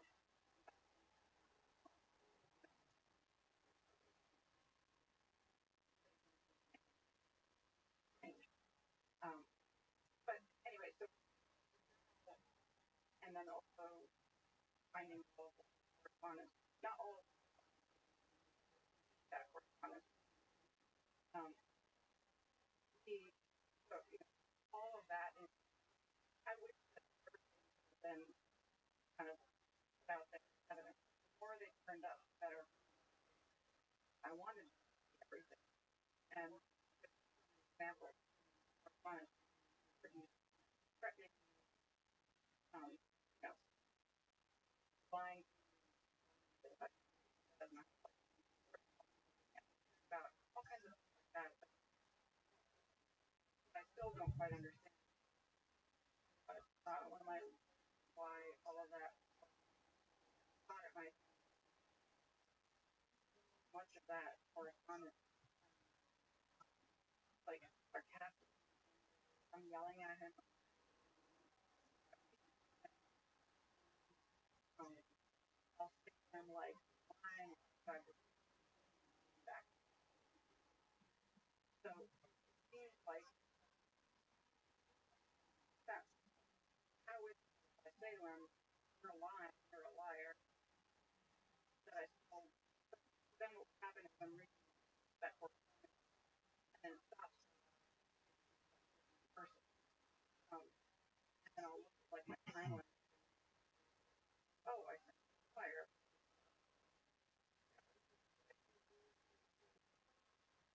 Oh, that was oh,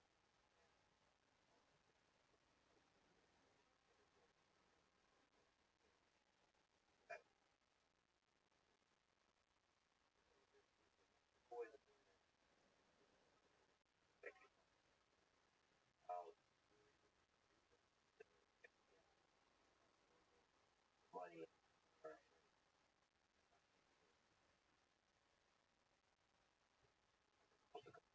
So, well, I don't know. These are all questions I have about like, how is it that I was functional and yet and so the year that we were going level, I no longer running, but I think that just functioning. But like you're doing this at your functional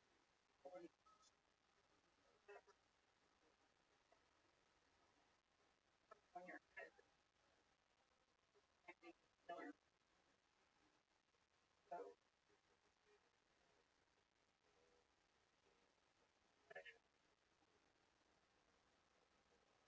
I think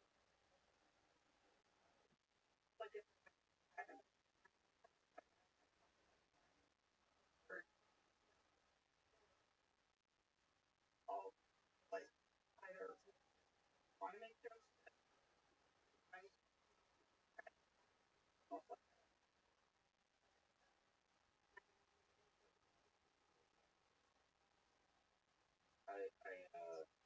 and then else.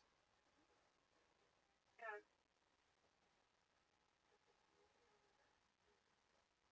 oh,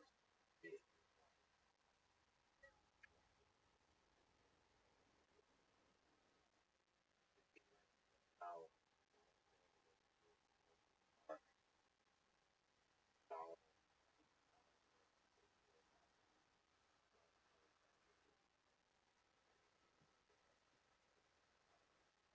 I think about incredibly good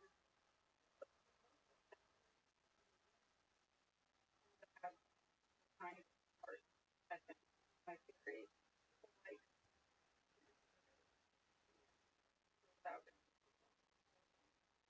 it's probably, and animal rights guy, and you're sensitive, and Howard, like, incredibly are, in my experience, that either people personally, some learn about them in other ways, but that almost like rude and sensitive,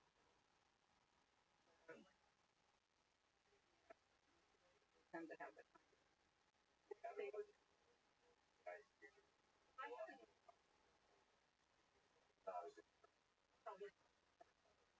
oh yeah, of course, which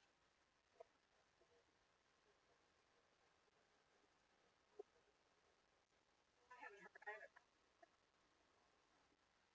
And I also say bad things about Rogan. Don't listen to that. I've listened to the past, and I don't like him. Like, I would, if I've listened to the podcast, I've heard the one where, um, where I only, like, ask all of the, not all, I don't, a lot of stuff that, that's about that judgment.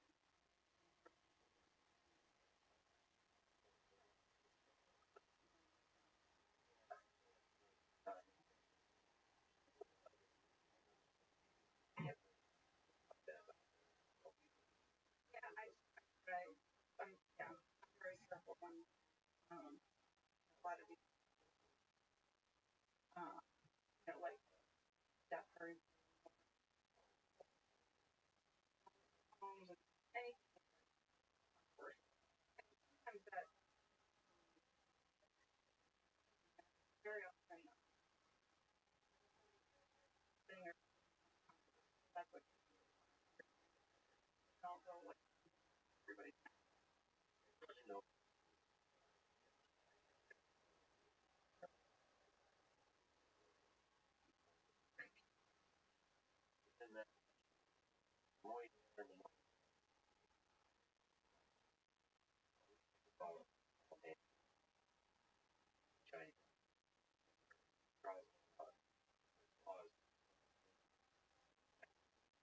So again, this is one of those where, I am very, I'm also watching now. I do think I can't say I know that if I go there that I'm gonna want to call. I know. Really,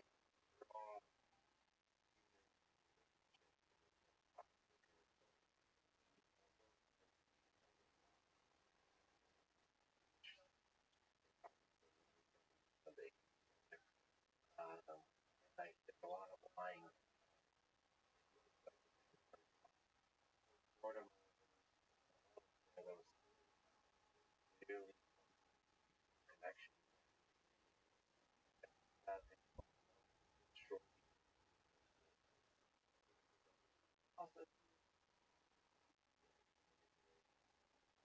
right.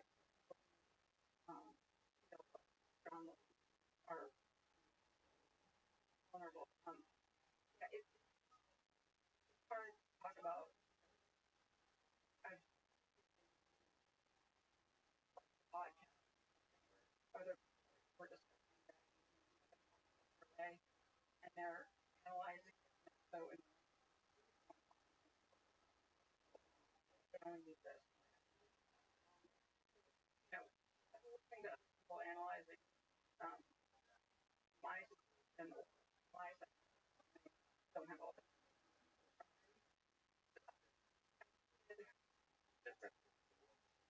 so much Right. love.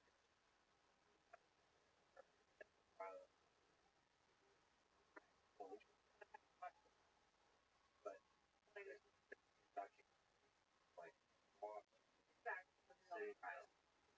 evaluating, they keep it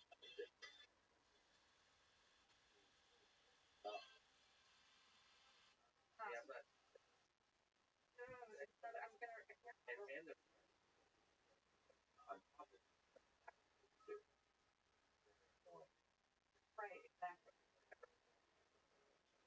look like a opera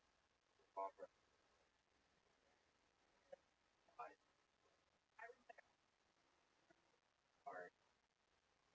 about I don't mind you interrupting. There's like pause thing up.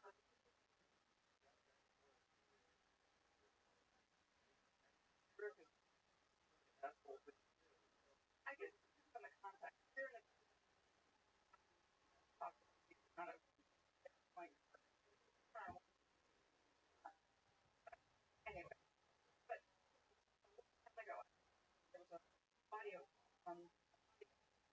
of a argument on definite word. I don't remember why it was like an hour and a half. And I listened to it together for a minute. And audio not um other about how judges whether fail when they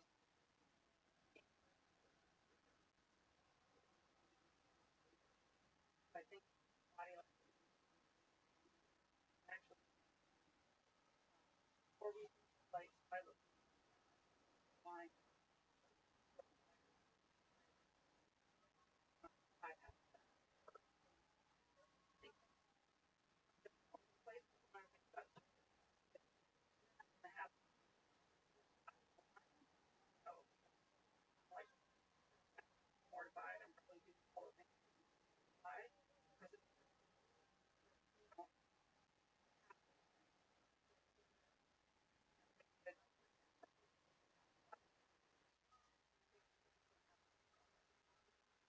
so yeah, keeping your brain like even I watched tragic watch like that don't happen don't react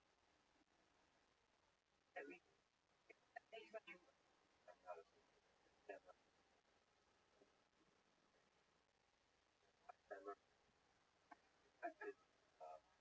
before we done it or it's the audio that I heard the without anything else line just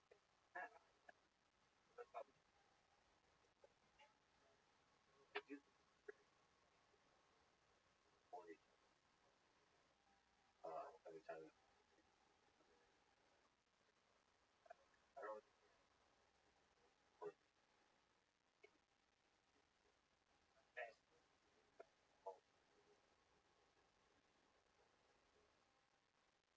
know when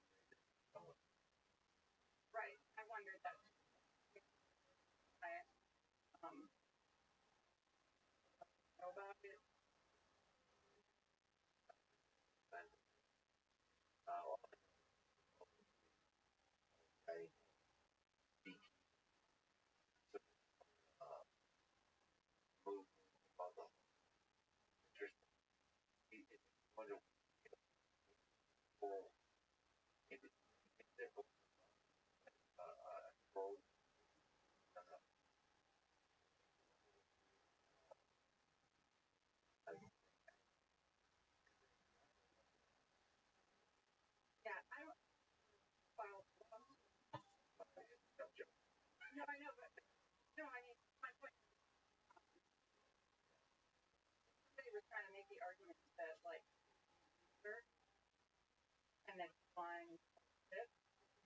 make sense file plus trying to have this all and because right I'm excited so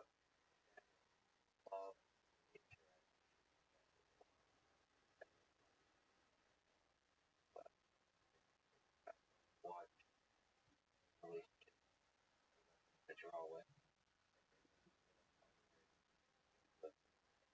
yeah and I think one of the reasons I like that book also is writing it then like maybe I'm things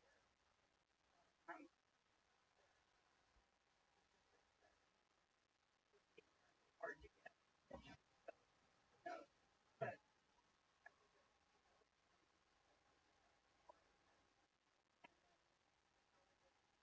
also that last like the Elizabeth Holmes and people don't know that people that behave rationally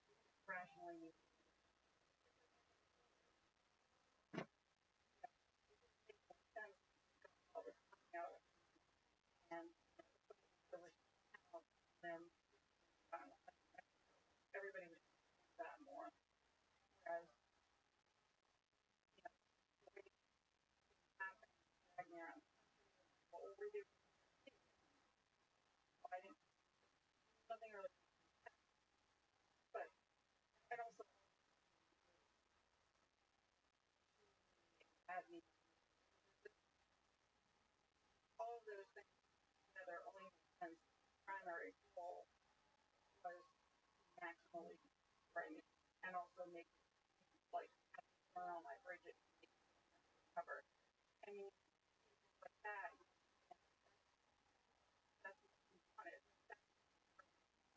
this power Think it's a long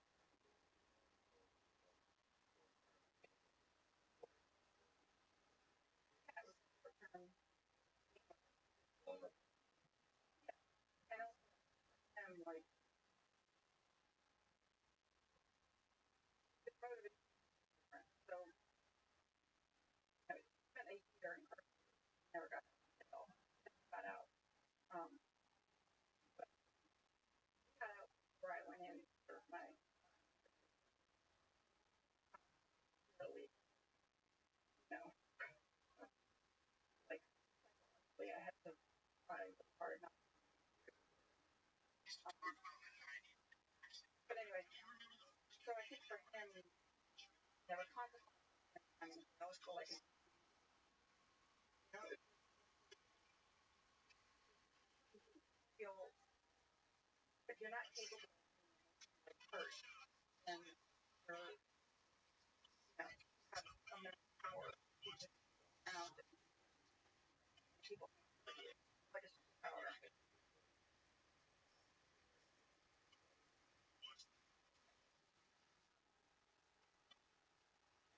I think it was a documentary that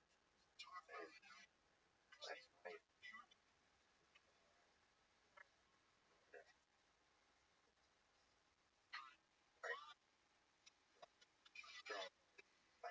like when it's the weirdest story about you know people being high drugs and then doing crazy like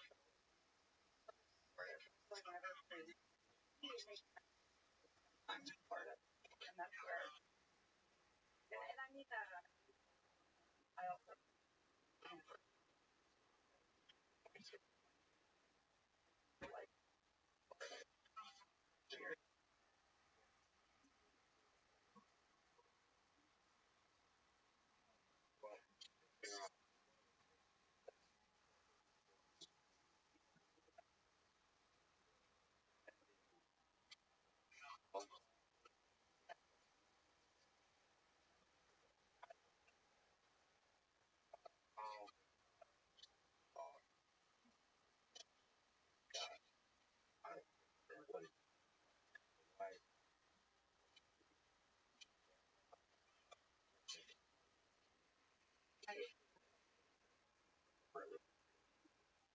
was really endearing about it. And then also, like, the one major thing that correct help allow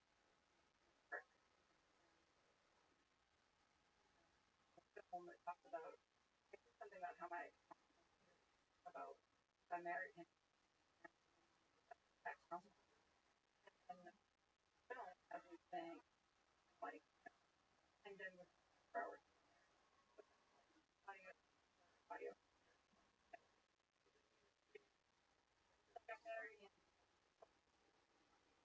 one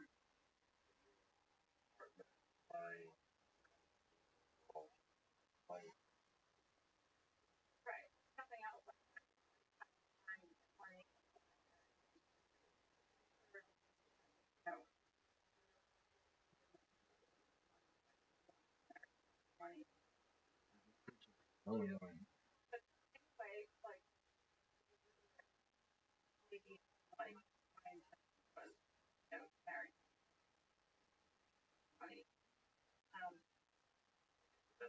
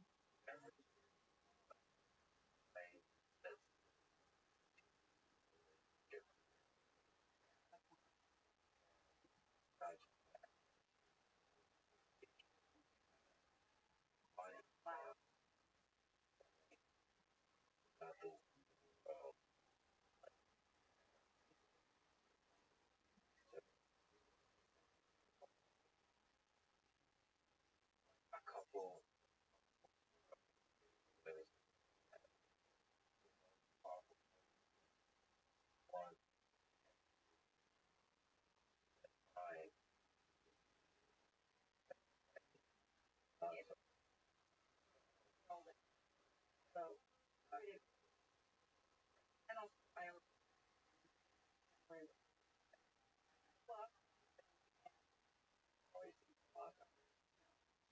like cared about a lot, my mother a lot, but I lost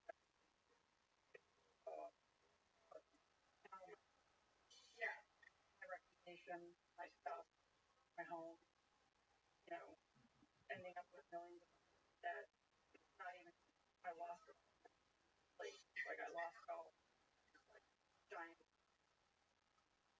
folder of or like this bottle unsure how to yeah.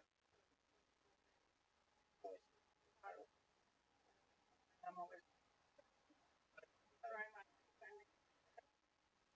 it's not even like point to as if I was trying to do something and that happened.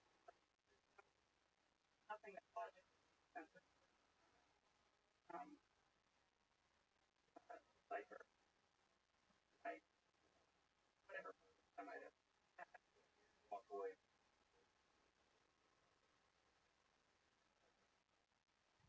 That said by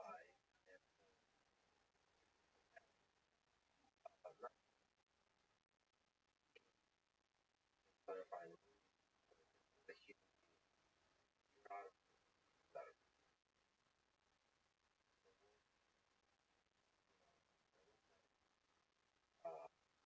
thing there.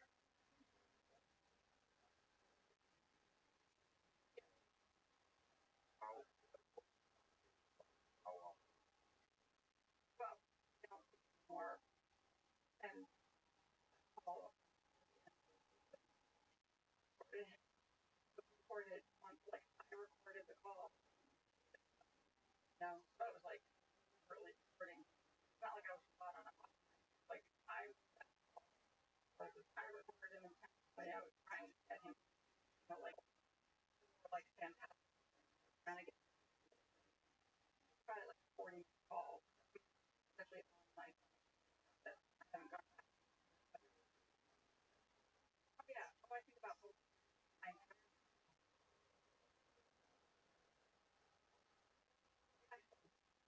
I want to publish like a lot of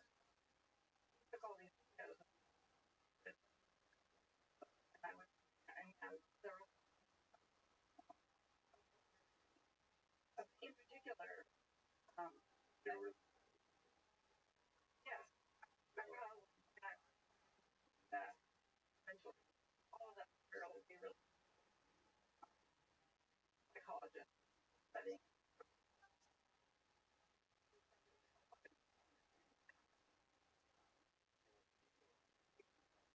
Yeah, so I was thinking about that. Got the state got the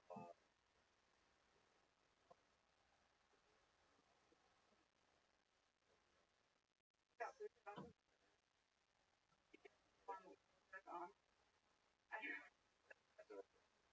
not at all. I find art really fun back on Twitter. So I think it's always everybody has have like very you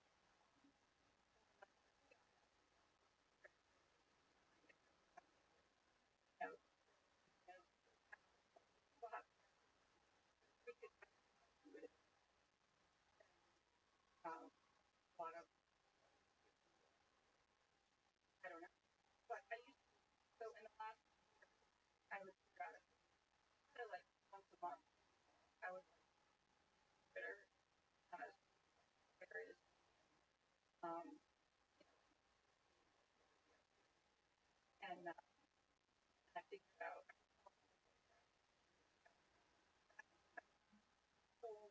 one of the last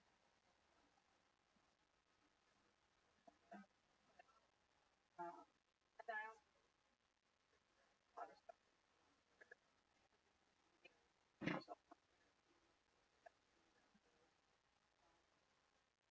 And then and like account was suspended then I can find back kind of and I don't know what probably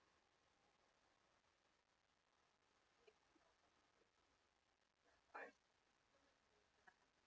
and then I just said nervous about it and I said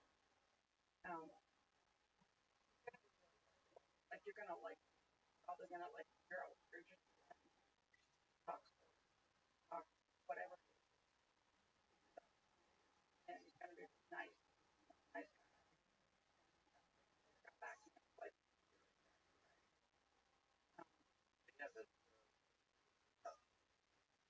down I think that part of it's nice entirely serving out of well even before I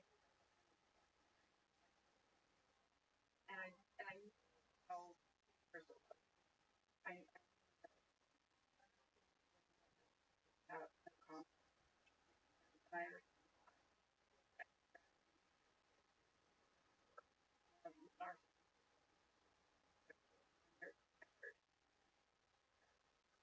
but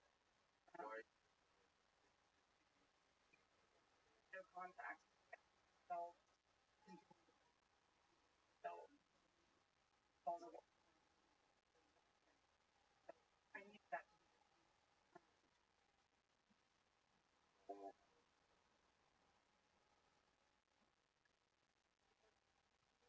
out free while I was the one thing that when then what else like you know remember that last you know that would be me and so you know that you know spent a lot of time in her house she would kind of drive up there for her to let him out and then because country yeah and all we'd have to call him away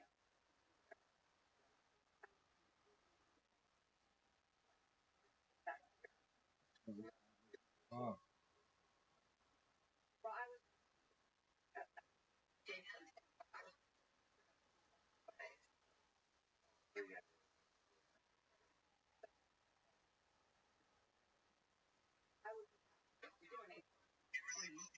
had some rain, rainy, like,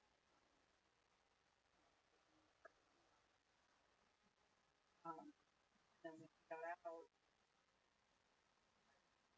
so, well,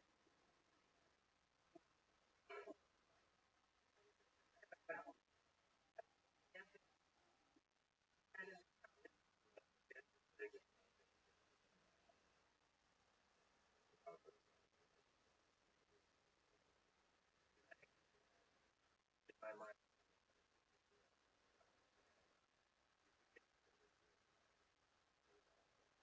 yeah, I know.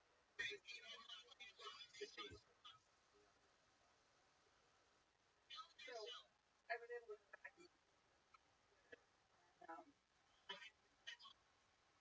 thought it was very hard, got out,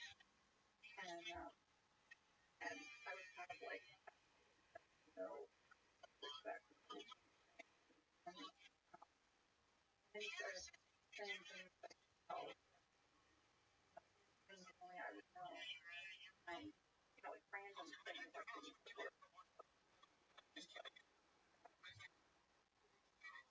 things like that. And there's so many things going on at once. So another thing that is understand in a different way.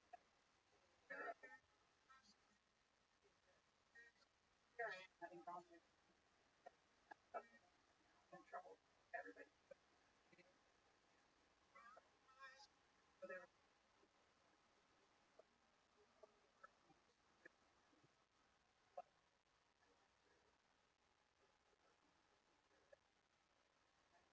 so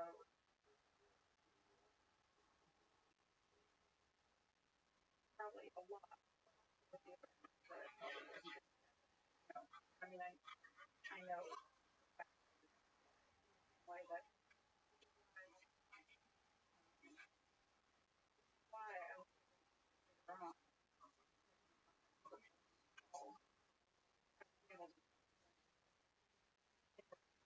say no shit and give anybody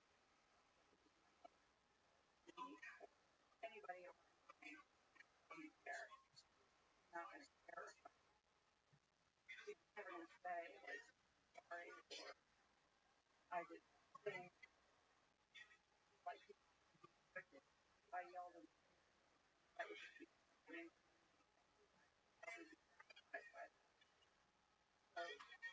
that gave you that power and I had it where I needed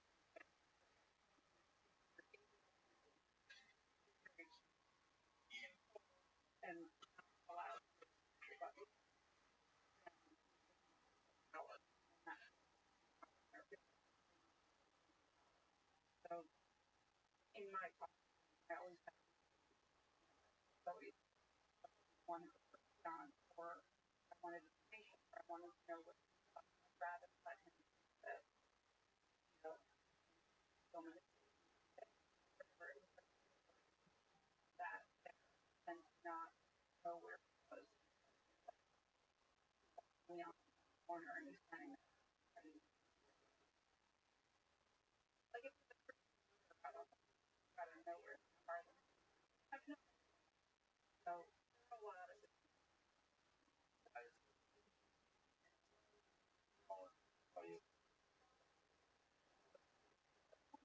why I don't not probably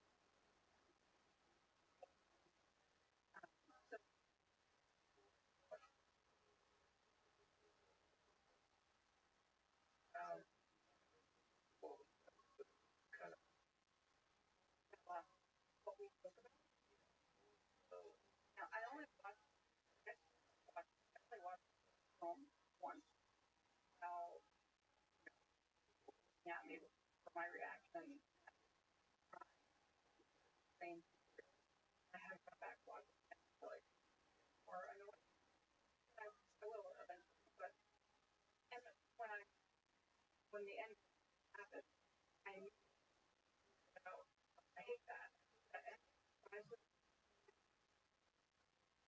people saw it for they saw that it was director doing a weird thing and that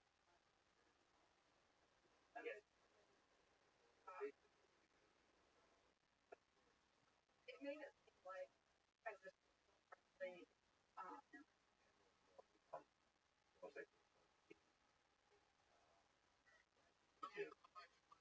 right or yeah and then also it made it seem like I was laughing with that I don't take it seriously no I don't think what happened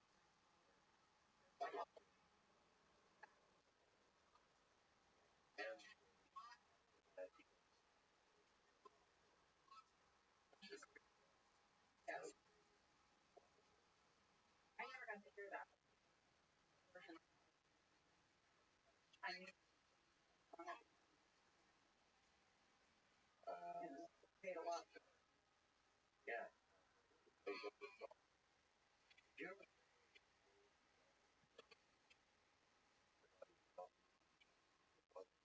oh no it's right start talking about the thing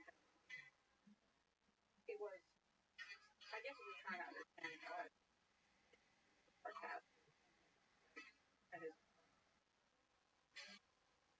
hurt well all that stuff.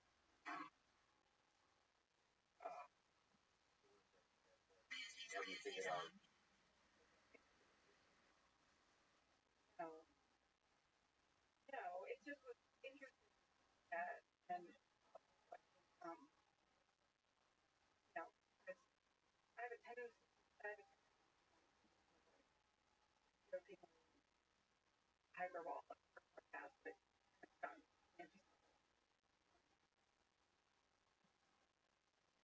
and I got people somebody and then they were worried that I might kill myself and then almost and then tried to call me I had hours for them all the and then not knowing if I had handled it right if I had taken if I understood what was going on and the right way immediately I could probably gotten out of it but they err on the side of taking it off know that and it also I didn't it's sort of one of those things that is comical and actually make it weird how I do it. Like it would make a really dumb version. I don't know. There's this thing being made to charity. Because You cast it. no, but the thing being made that I want to do is frustrating about making drama frustrating because I know and you can go in so I know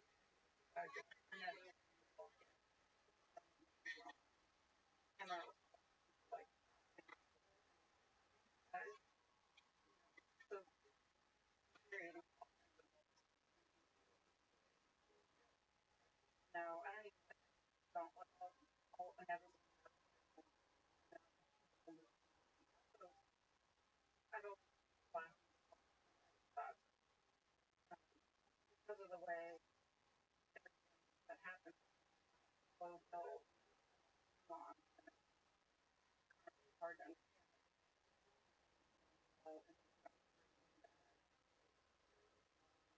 like a long like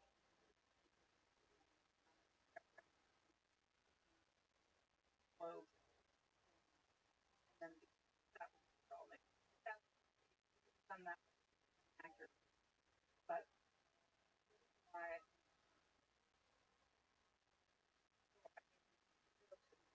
almost asked when they knocked on my door and it was like that and mom a you're trying to encourage people coming to do wellness checks, starting to try, not reaction. Thing is,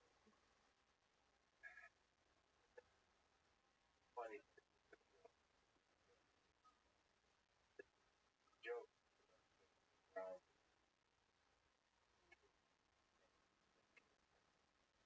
Yeah, Uh, yeah, yeah.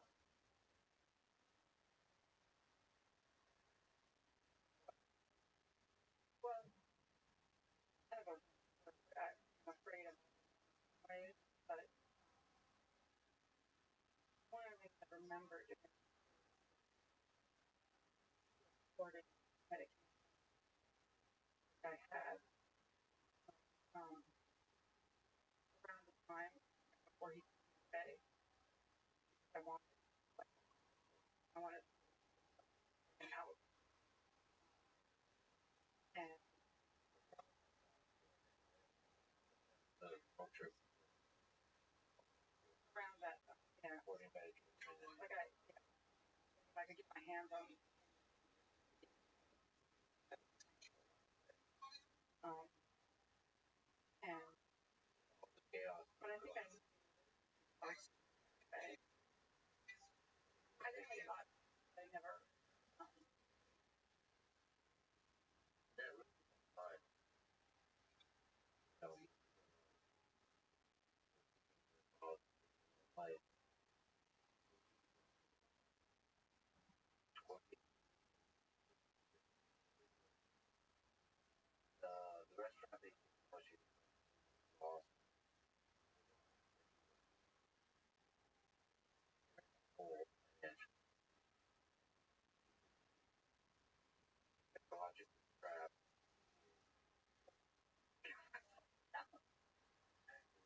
there. Um, uh, I come up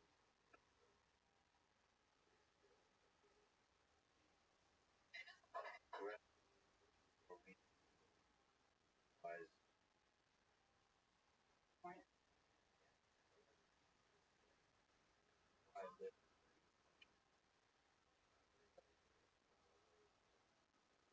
time back.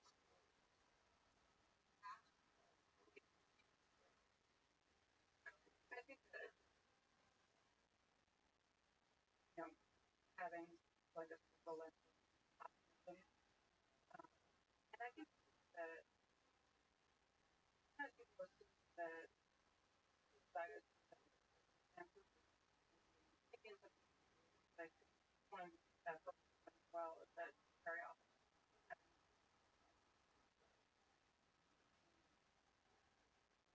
darkness. Um, like so when somebody dies very often dies have a family,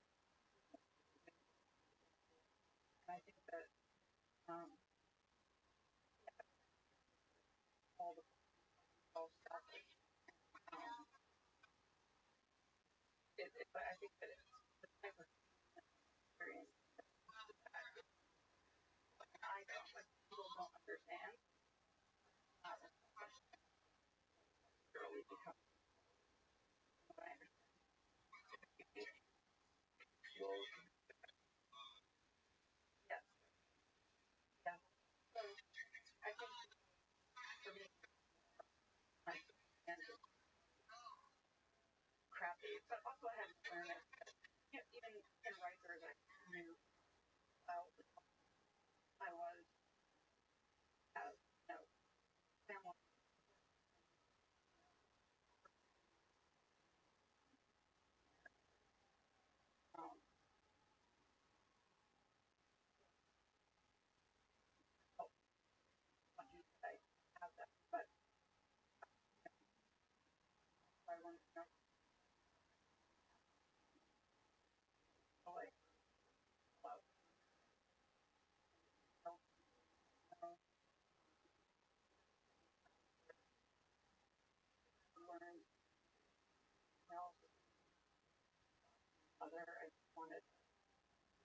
wanted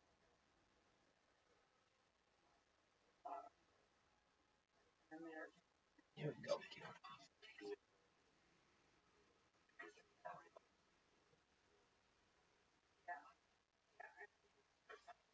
I'm gonna act like situation.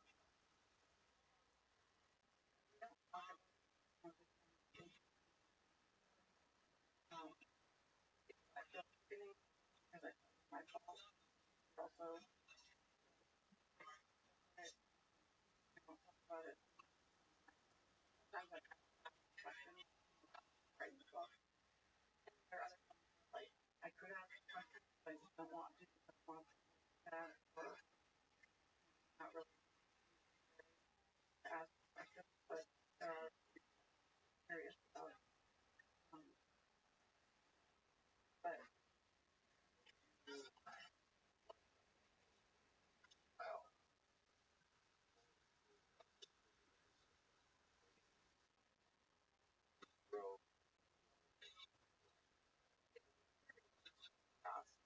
like almost like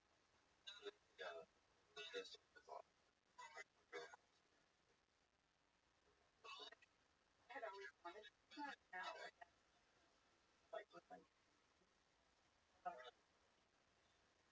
yeah, yeah. I think like how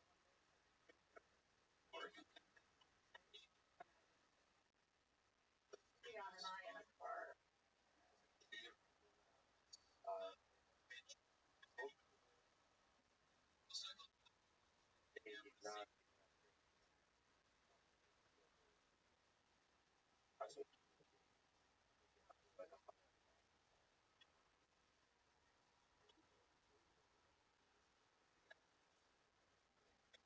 Right.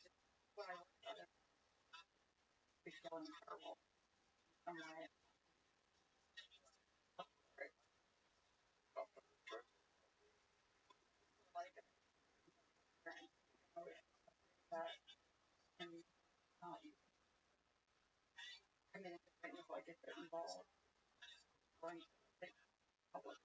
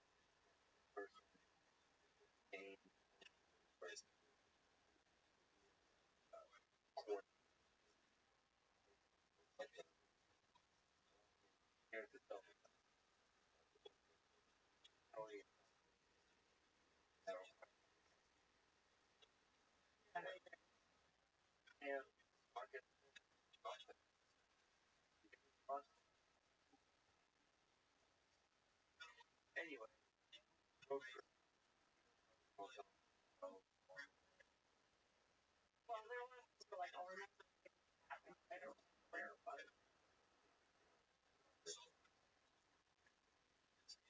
I must know oh I ended up saying how that happened. But now when I see all the places hospital so there's a lot more around the country um and they're yeah yeah like that got it so I think regular my family horrible tragic thing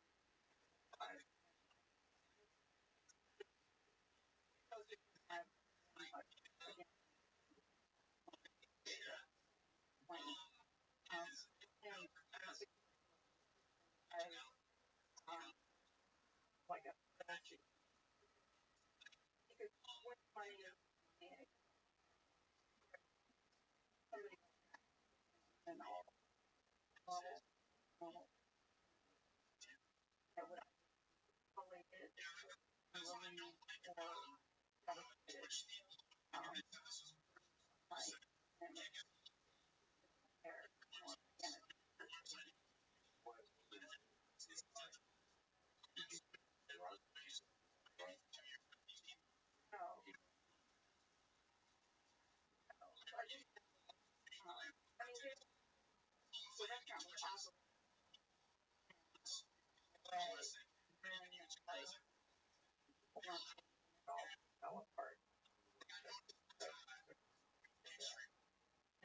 And he had my phone and my email. Later on, I got a brand new phone with no whatnot. That, you know, went to the grocery store.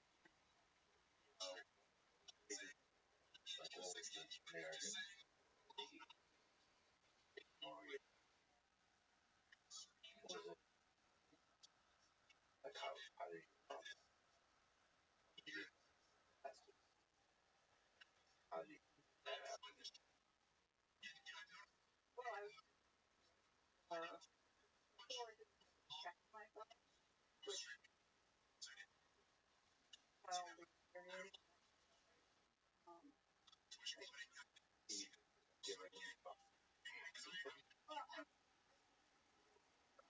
But it's not my time. Like, you know, I you know, so yeah, I did not know like take my phone. Um,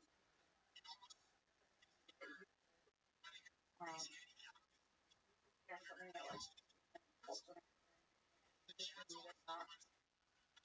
react negative to things that normally react. And I was like,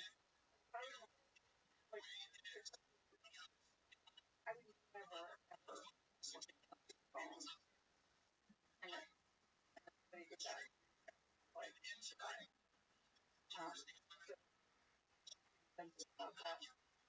And so it was very infuriating to look at it.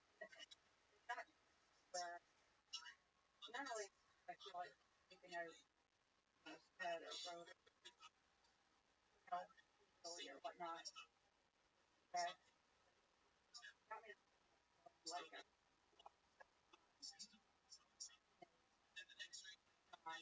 when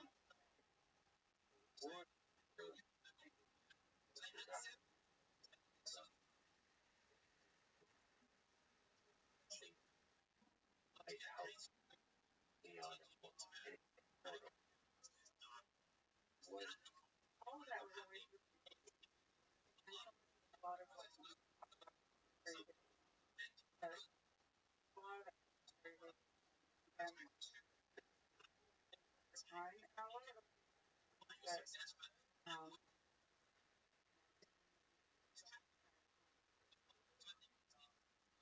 it's almost like God.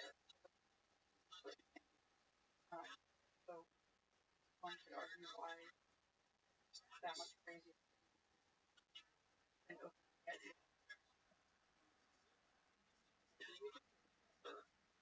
some way when a lot of what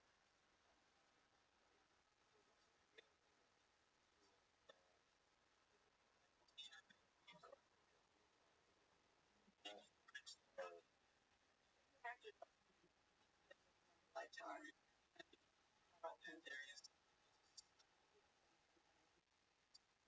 lived all these prior life aware.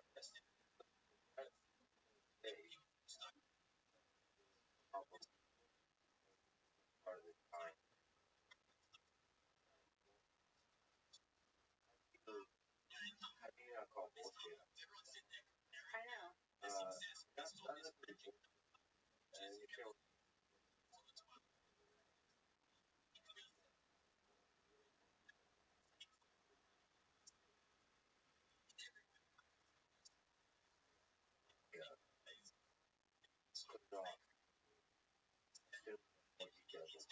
Right. The mentalist and it on a Rogan podcast and Brown and really other podcasts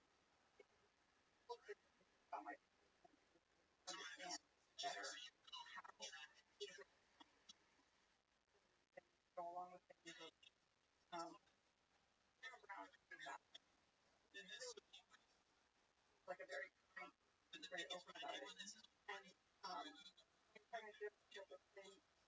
that brings me to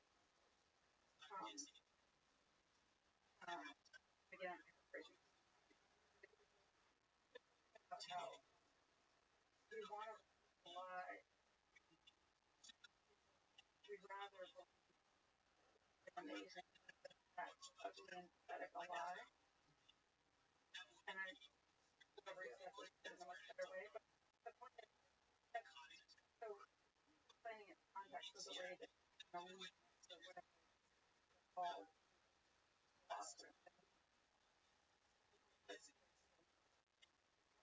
Somebody watching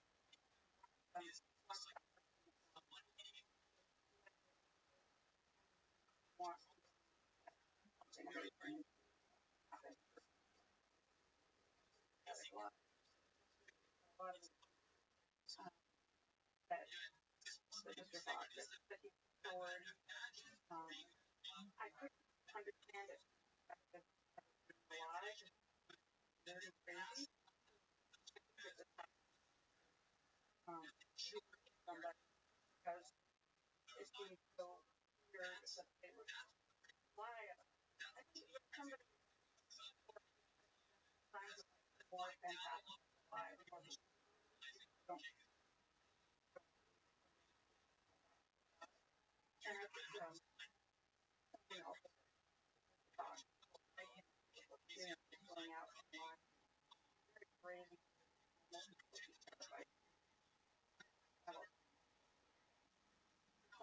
On the world stage.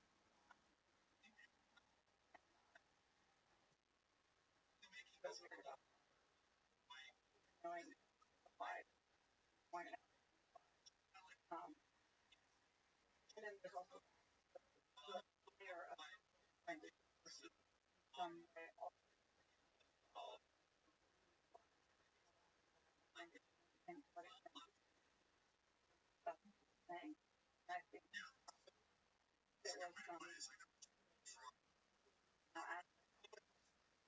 halfway aware of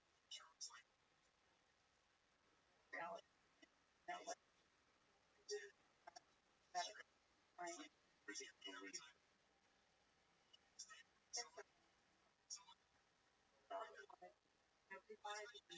Like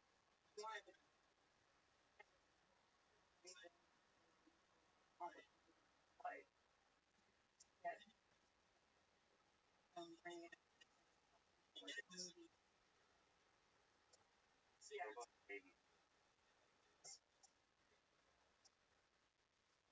Yeah.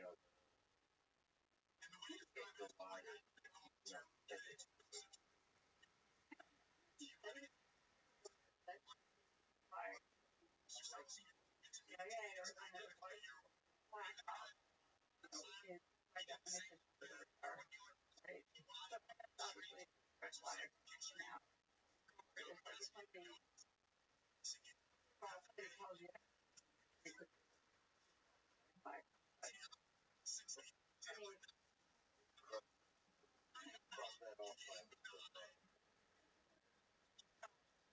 but now consistently, if you say for like black water, so I would be able to fall into anyway, so I think that some psychological way that I don't understand why halfway was like fighter danger like probably like a lot of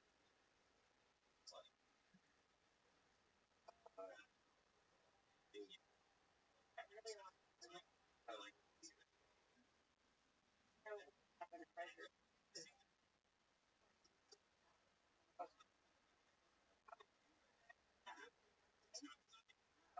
what we do is somebody on the phone like hey can you ask pick up on the phone ask the phone or somebody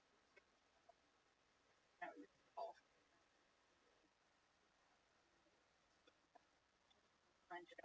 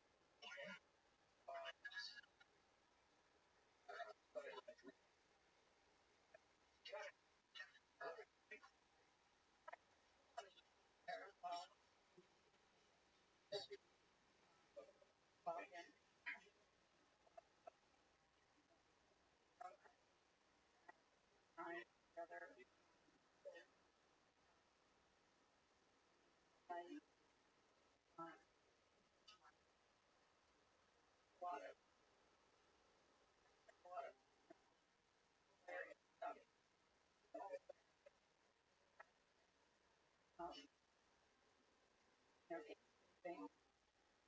A lot of people mental health difficult to witness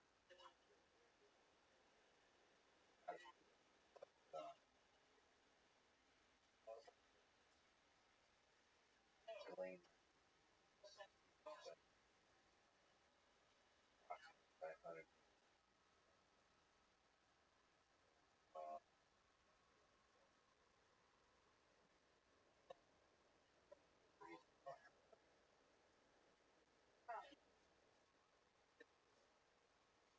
been cases.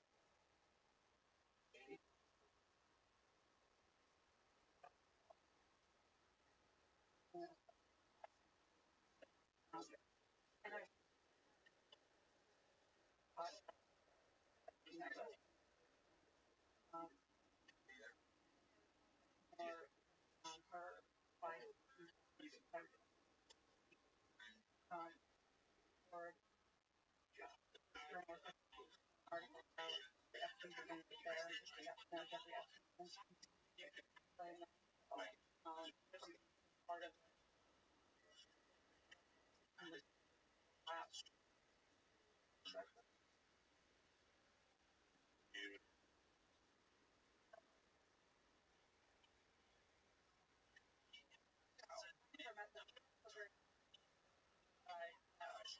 I did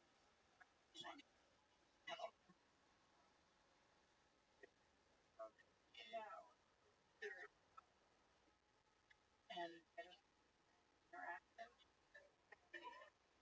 I know how. Also, like, made it funny. And city, and always, like,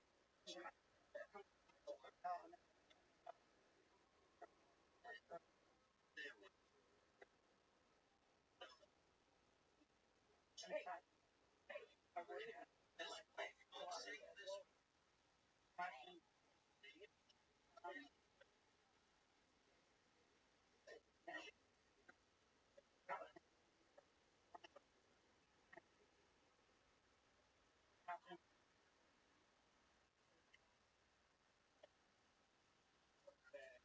there's all kinds of probably there and somehow in the moment without clarity.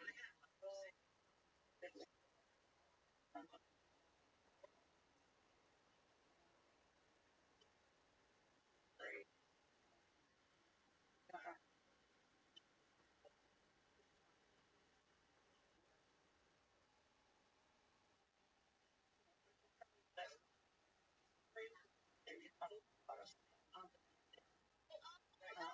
Like reaction annoyance. I'm probably not one of them, but I did not,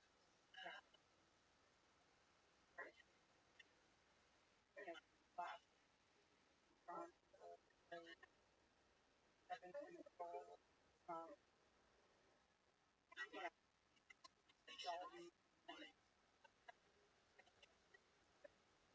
academic crowd, Harvard. Oh, well, and about it, parts of things that say about the parents that in my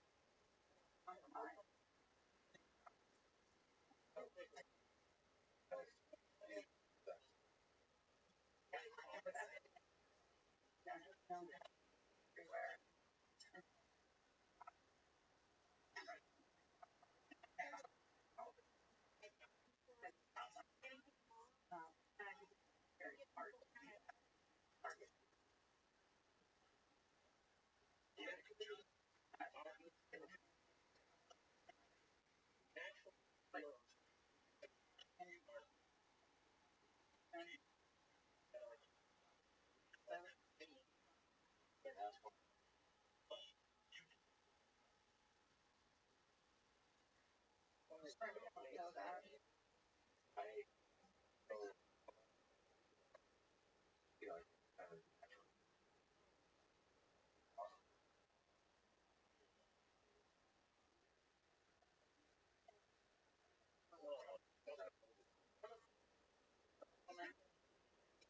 Was a girl back then. Back then. And we had video. I had their Bible and camera.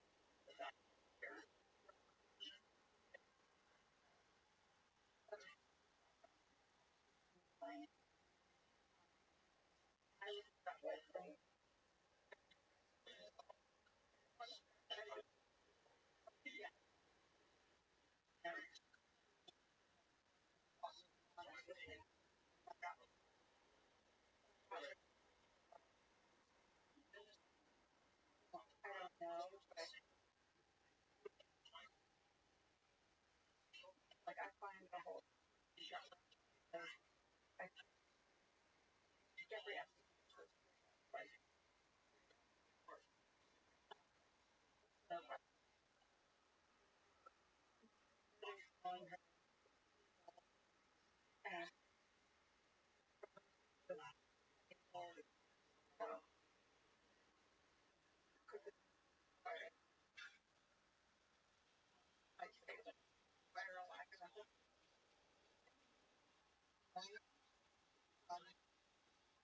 but at the time I think that was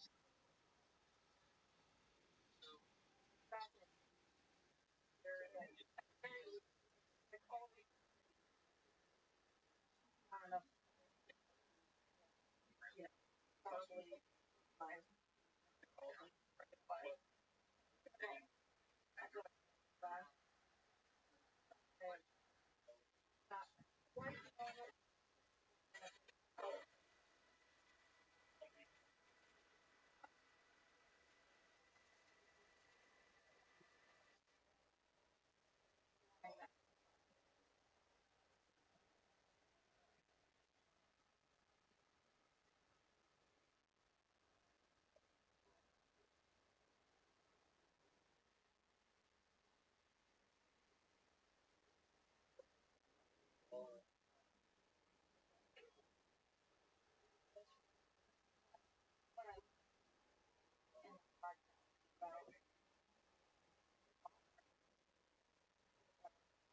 that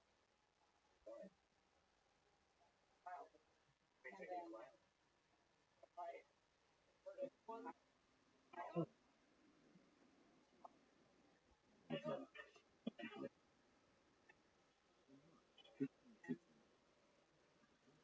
Rabbi Rothschild, a group of captains. Some of these men spent their entire lives without raiding shipping North Sea and England. Others were more recently brought into trade. They were men who were pushed from their lives, and as talented mariners, decided to speak up.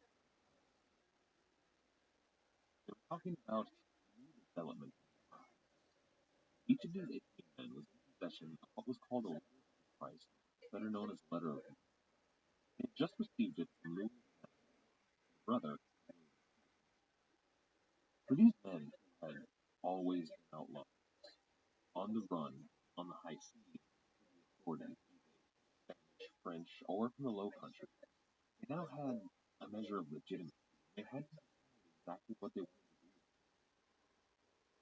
In Europe, they were still outlawed. They would have to run just as they always had, and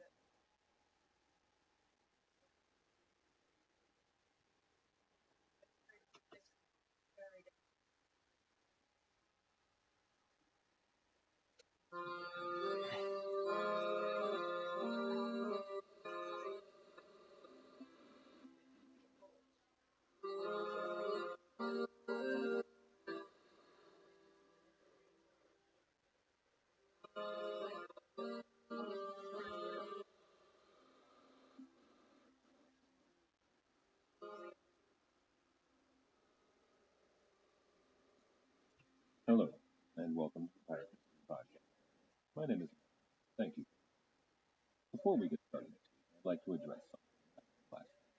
It's in regards to when I was talking about the origin of the dollar sign. What I said at the time was that the dollar sign originated from the symbol on the piece of paper, which represented the Hercules with dashes, and the hemispheres of the globe represented an X. Now, this is a theory that has been postulated by historians. The symbolism is just too great. Unfortunately, it to be true. A listener by the name of Punkman pointed out that this isn't necessarily the general consensus among scholars on the subject. There are a few other theories on where dollar signs originated. Another one that I like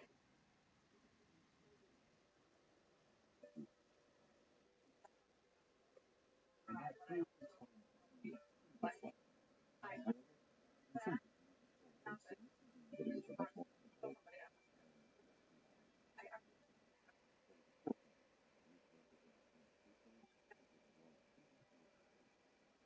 was and then line.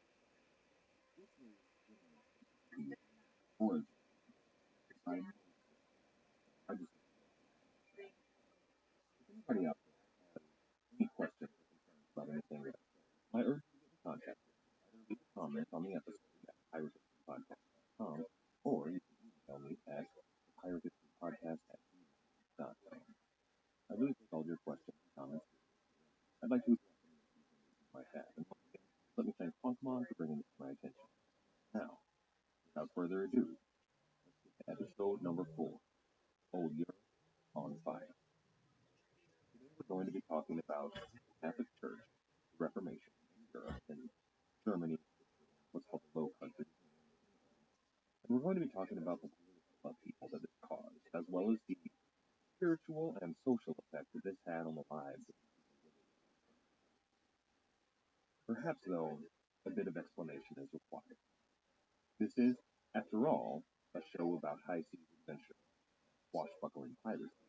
So far, we've talked about exploration, a lot of politics. Today we're going to be getting into religion.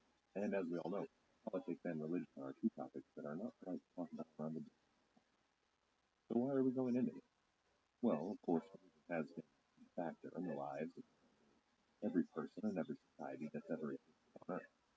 But for the pirates around the beginning of the 1700s, it wasn't only an important force, because of the events we're going to be talking about today, there were two rival factions of in Europe, but also in the Caribbean. And in Europe, you had national boundaries that could protect you. That if you were in parts of Germany, safe if you were to just move over into parts of France.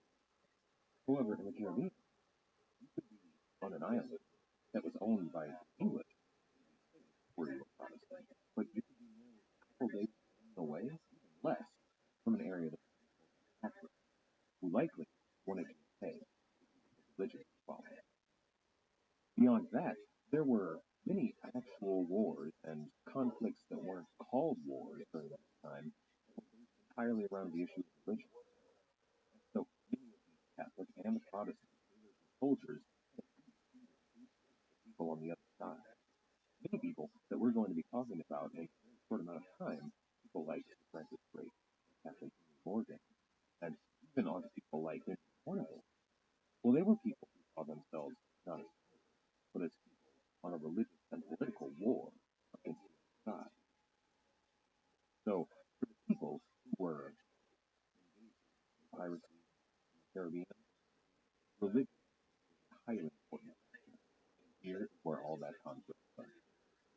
like to introduce that conflict with a quote. This comes from his multi-volume work, The English-Speaking Peoples. This is from volume 2 of that work, subtitled The New World. Quote, we have now reached the dawn of what is called the 16th century, which means all the years and the 100 years that begin with the 16th century. The name is inevitable in English, but confusing. It covers a period of time in which extraordinary changes affected the whole of Europe. Some had been on the move for a long time, sprang into full operative force at this moment. For 200 years or more, the Renaissance had been stirring the thought and spirit of Italy. Now came forth the vivid revival of the traditions of Greece and Rome, insofar as these did not affect the foundations of Christianity. The popes had, in the meanwhile, become temporal rulers, with the lust and pomp of a court. Yet they claimed to carry with them the spiritual power of Rome. The revenues of the church were swelled by the sale of indulgences, who were meant purgatory hopes for the living and the dead. The offices of bishop and cardinal were bought and sold, and the common people taxed and corrected. End quote. Excellent quote. That really gives a perfect introduction to everything we're talking about. And sums up almost everything that I'm going to be trying to touch on. However, there is one key thing that I think it doesn't go into any detail about the role that the church played in Europe during the Middle Ages, which I think is kind of important to understand. The Catholic Church was, during the time of the Roman Empire, sort of a tripod that held the empire together. There was, of course, the Roman Church. There was the Roman imperial prerogative, and then there were the legions. But when the fall of Rome, really, those other two pillars, besides the church, fell away. The church was left all throughout Europe, trying to tend to the spiritual needs of the flock, without any support at all. So it had to work from scratch to build that support. It did so by allying itself with various tribes who were vying for control of the continent. There were some very big alliances, such as the one between the Franks and the Catholic Church, that on the period of what we know of today as the Holy Roman Empire. It even managed to hold on quite strongly.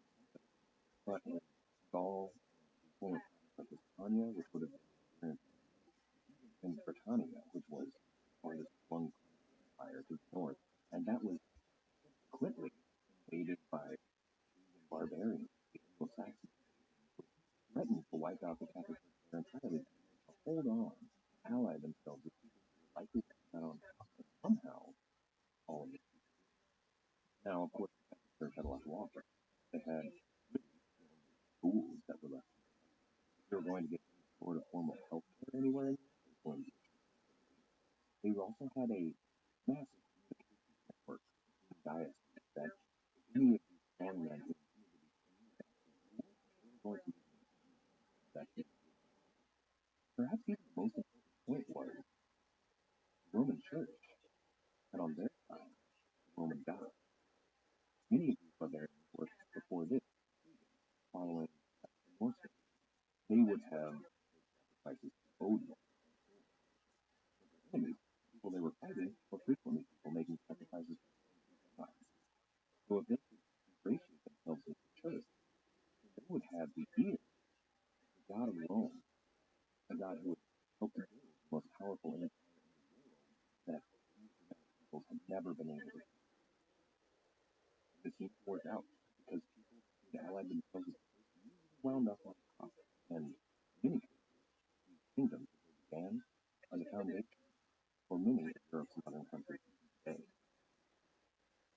church was central.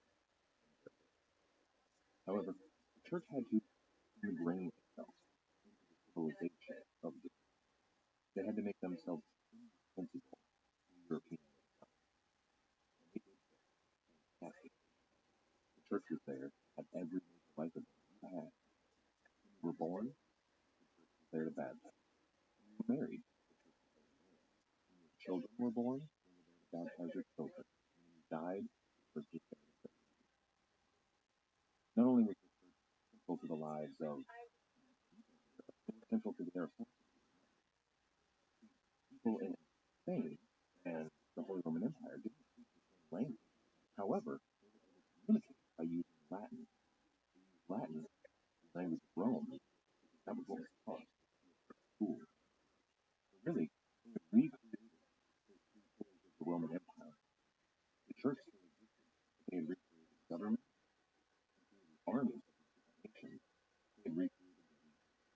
call upon any time if they needed to defend themselves or fight the Muslims.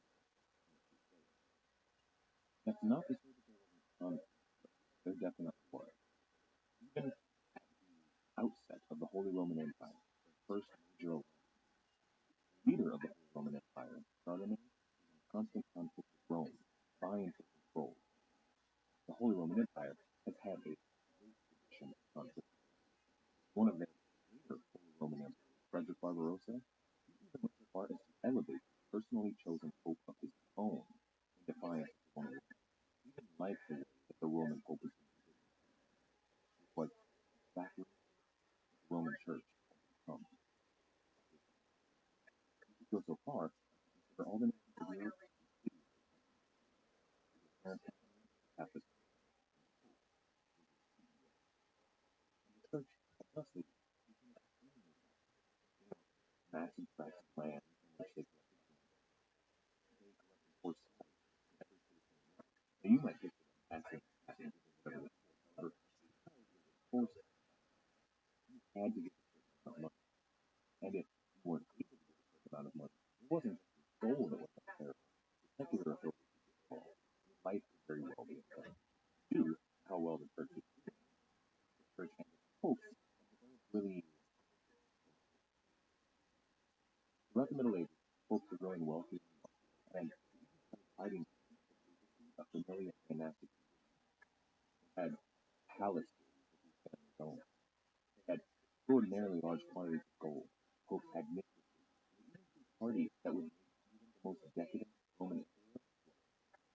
Despite the fact that they were making huge amounts of money, they needed to raise revenues somehow. And they decided to do that through the sale of indulgences.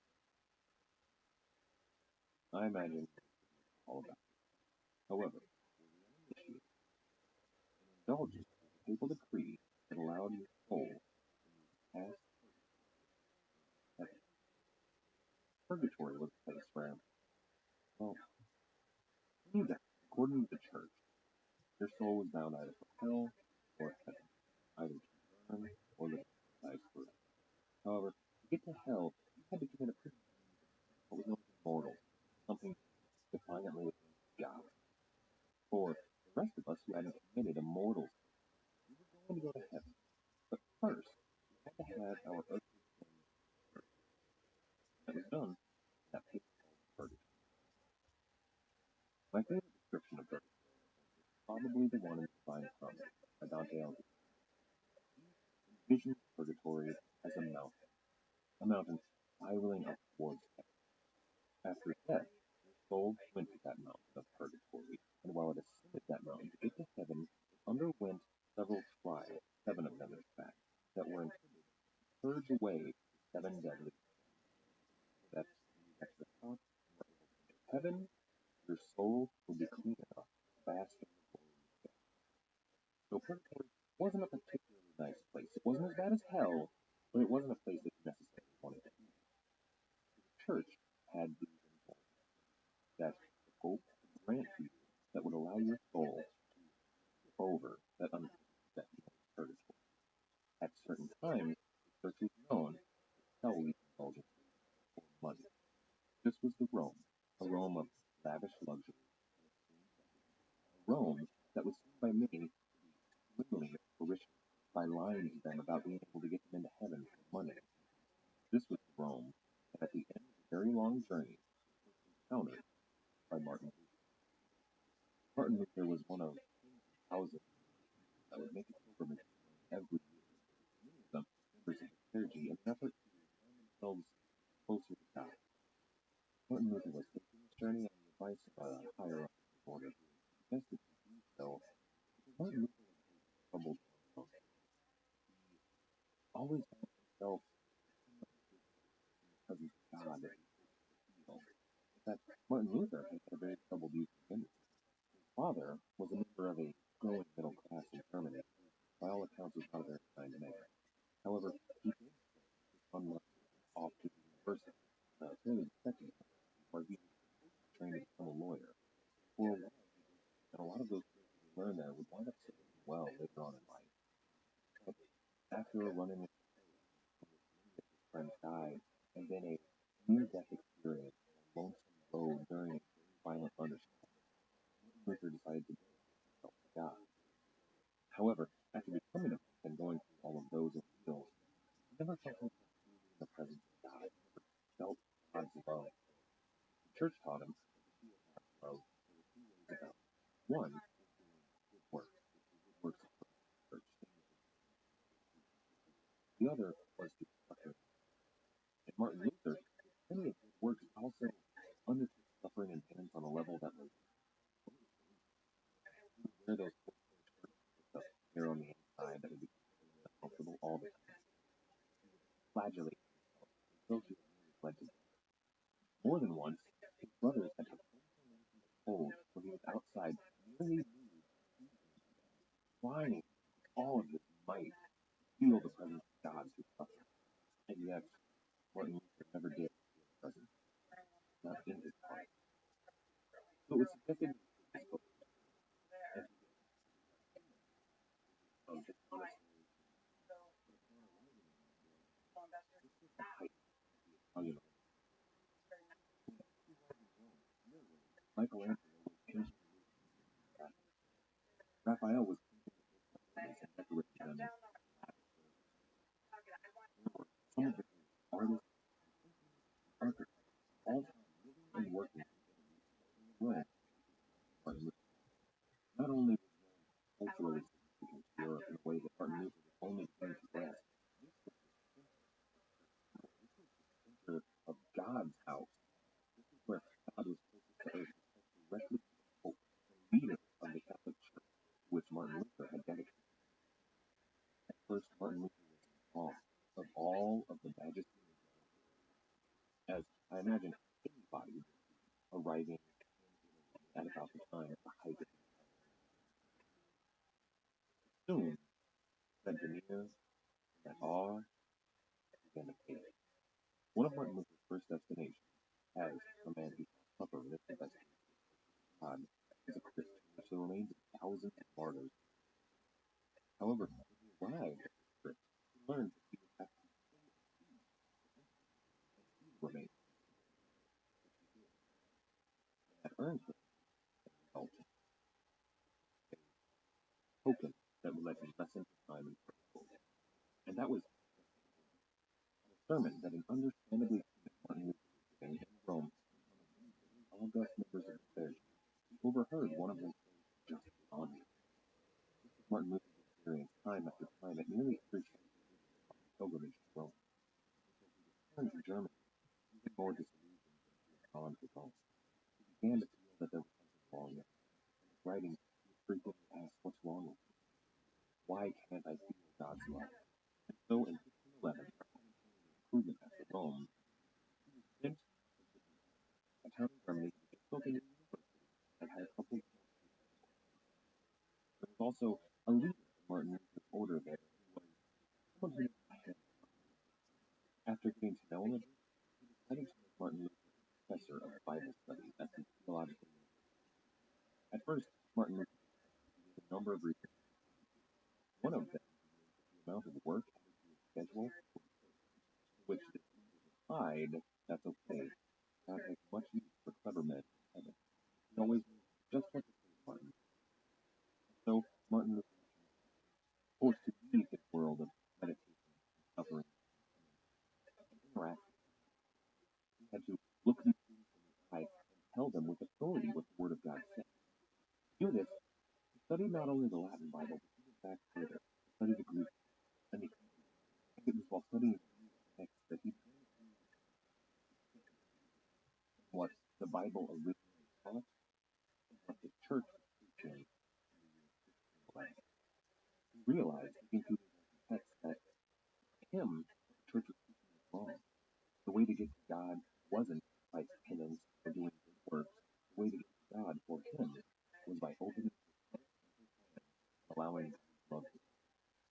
But in the years that passed, between the time that he went to Rome and the time that he started teaching, the old pope died.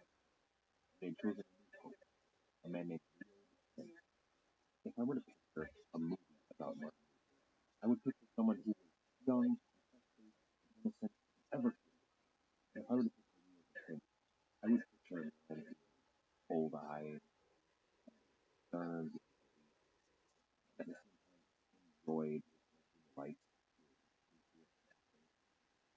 imagine that every time he were on screen, there would be ominous accompanied by something that lets you know that evil kind of rise.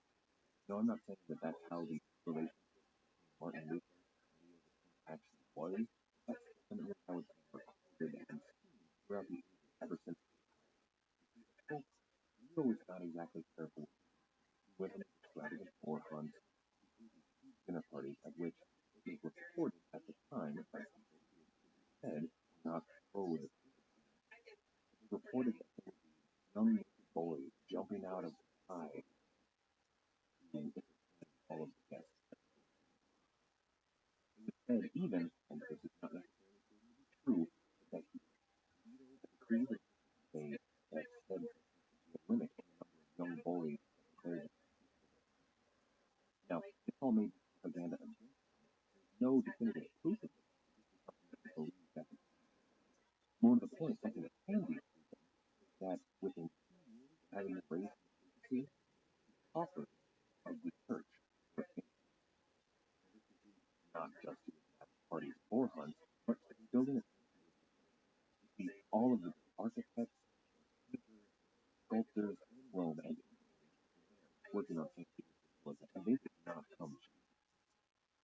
So in the year 1517, in order to raise more money on St. Peter's Basilica, Leo the Tenth began a campaign were far more inclusive than any indulgences ever had been. They were also much more available than any other indulgences. Before, you would have done good works to get your indulgence. Now, all you had to do was put a little money, and they covered all sorts of things that even people who believed in indulgences were just said by people who opposed these indulgences. It should be noted that these indulgences would allow someone to be forgiven for raping the virgin. However, these indulgences in 1517 raised millions and millions. There was a man, known as Johann Etzel, that was charged with the campaign of these by historians as a master marketer, somebody who came up with even clever little jingles to tell these. One of them was heard to say, "When the coin in his coffer rings, the soul heavenward." That was all it took. A little bit of coin, your soul will be going to purgatory after death. Skip over that nasty little step and go. No matter what you. Beyond that, one of the big problems that many people had with the 1517 indulgence campaign was that before you had to earn an indulgence during your life, but now if you wanted to buy an indulgence for somebody who would die, your mother had passed away. You didn't want her to earn purgatory. You could just give the church a little bit of money, all of a sudden she would go straight. These indulgences were widely used all throughout, no more so than in Germany. It became the prime market. Martin Luther himself had noted that many in his congregation, including his students, stopped coming to his services and stopped coming to class because they were told that all they had to do to reach heaven was to pay the price of this, understandably, enraged. The story of what's to come is really a turning point in the history of Western civilization. Because of the importance of it, the crux of that story, the thing that sets the fire off, is usually told in very melodramatic ways. Told as if it's an epic tale, almost something you would see in an adventure. If this were a scene in that movie about Martin Luther I was talking about earlier, this scene would have to begin with very dark, brooding, epic music. October, all small town is a young monk by the name of Martin Luther church. We are being lied to a small amount of coin in Belgium. There are more souls. In a rage, Martin tries to study all out of every crime of the Catholic Church and their vile by candlelight 95 every hammer brushes standing before the door, puts it, raises it, and fully goes and dies.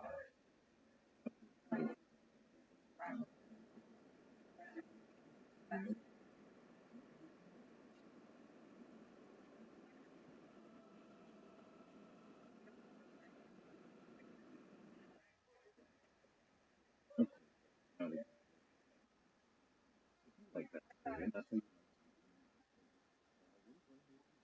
read off. I'll go ahead and skip forward a couple because I'm about to. Martin Luther was an educated man. Beyond that, he had been trained as a lawyer. And even more so, he was a monk, so not exactly a rash. He did occasionally lose his temper, but he had a about things. He went about them seriously. And if you were somebody who was trying to get their message across, and he just fall out of 90 on the very first street by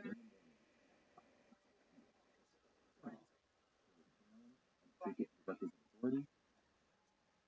Well, that's not what Martin Luther was doing.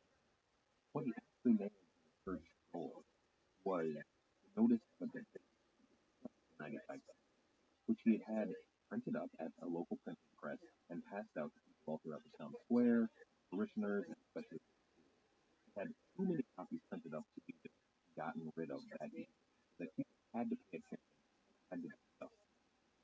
Now, that doesn't make quite a good story, but it makes a lot more sense when you're actually trying to get out. It's Martin Luther King in a way that I don't think he saw coming.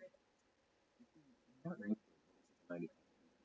He was still a Catholic. His intention wasn't the revolution or starting a religion.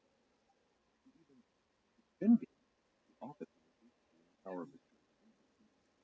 Several of the first arguments he made are actually about how the church is in fact the conduit of God on earth.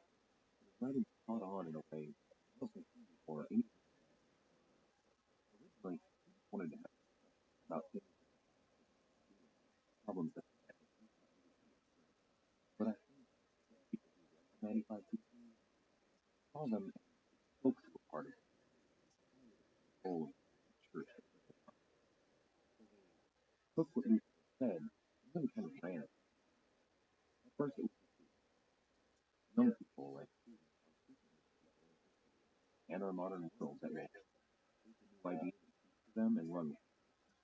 They would pass around copies of the 95 people as well as and discuss ways that people who were parts of the aristocracy that's what probably weren't.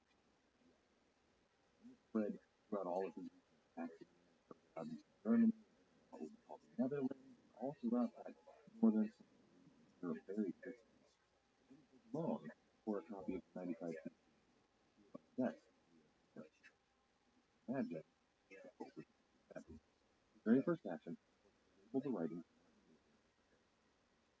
and it sent a bishop about what he was doing there. During the interrogation, Martin Luther was uncooperative. In his writings later, he was quite dismissive of the bishop. These actions by the church really galvanized not just Martin Luther, but also his supporters. They brought new supporters to his side who saw this as an action the church had no right to. With Martin Luther being so unresponsive to the bishop that they the next action was to label Martin Luther himself. He was able to told to come back to the discussion time. Somebody who's the heretic on the level of there was another priest about 100 years before, Bianca, who had been in a similar situation. He had written about problems at the Holy Rome. He was subsequently burned at the stake. Martin Luther knew that it was a bad idea to go there. However, in most places that wouldn't have been up there. The church and the Pope requested your presence. You better go, and if you didn't go your own religion, then the local authorities would arrest you and put you down for. However, in the town of Wittenberg, there was a noble who was known today as Friedrich the Wise. Martin Luther's writings were bringing to a small town, as well as the university. Egypt was the one who founded that university. Saw this as not only good advertisement, but also something that common it kind of has. He decided to use Martin Luther and not order his men to collect and arrest him. This was, of course, Martin Luther was able to more and more copies of his writings, as well as becoming less and less writing at the more and more the writings of someone who some of these writings would get dirty, spoken, and almost from some of Martin Luther's quotations.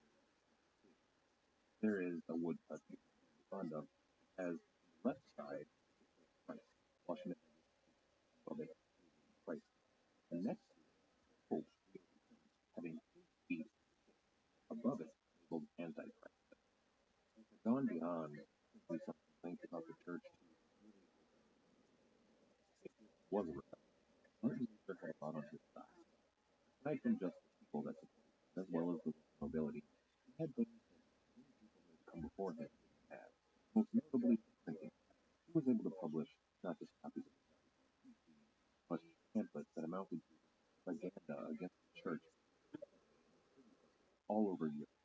This made it impossible for the church to quash his writings, no matter how many of them they burned. In addition to that, there was a force that was beginning to grow in European society that was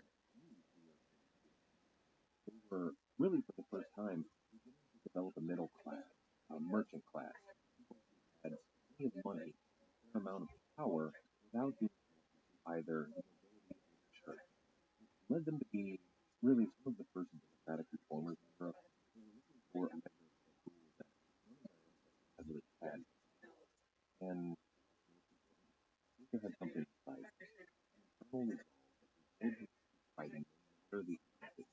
Despite all that, the church was new.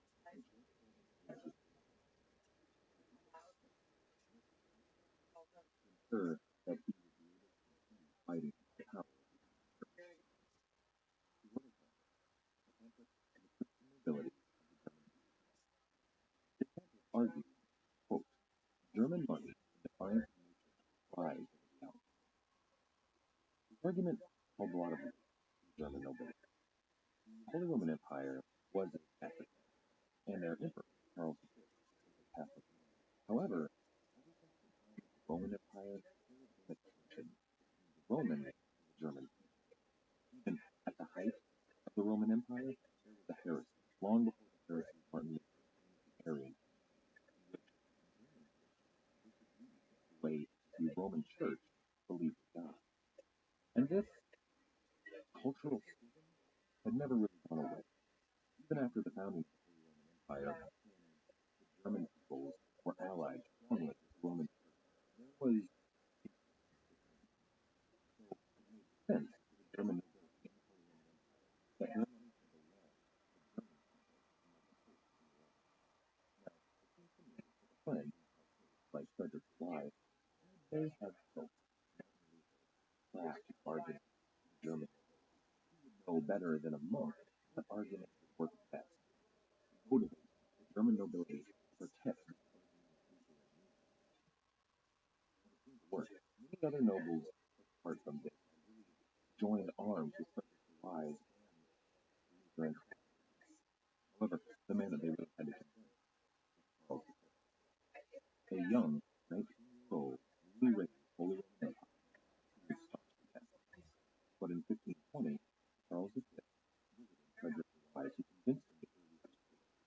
This was just at the time because in Rome, the Pope had issued an order of excommunication for Martin Luther. Excommunication was the most powerful weapon that was in his arsenal like Martin Luther. And he sent a bishop capable of every town he passed who needed the excommunication of Martin Luther. Let anybody with any sympathy for the Lutheran cause know that he wanted to misuse them for across the Alps and in the Holy Roman Empire. No less and less sensitive. You find that every time they pass around copies of the Bulletin of Communication, they would be torn or burned. Martin Luther was growing even beyond from a president whether or not the women had any right to the political control over the and that middle class we talked about earlier, along with the peasantry, some of them were more violent, some of them were outright rebellious against their overlords. However, Martin Luther fans the rebellion. You see, after many other publications, he published perhaps the best-selling work of all time, which makes him the best-selling at the time. He published a Bible in language that the common people could always understand. Martin Luther Bible, the language the Bible was actually written. People were able to read the Bible in their own language without the filter of the Catholic Church. And what they found out, finally able to read the Bible for themselves, that was the Catholic Church was teaching them the teaching of the Holy Bible,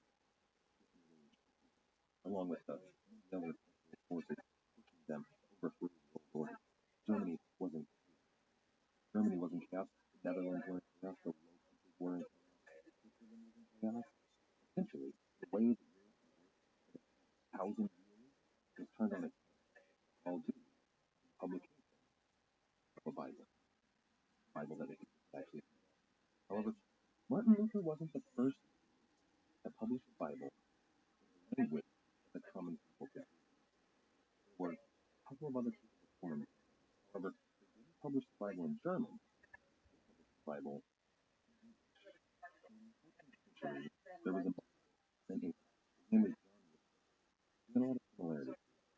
First of all, he was a monk. He was also a philosopher. He also Catholic. That brought Luther to agree with him. And I think also to a large influence. He had other philosophical similarities. He believed, much like Luther, that the purpose of religious teaching is not to be on good works, but on a personal relationship. And that people should be allowed to have a personal interpretation of the Bible, not an interpretation that has been filtered through a Catholic meaning.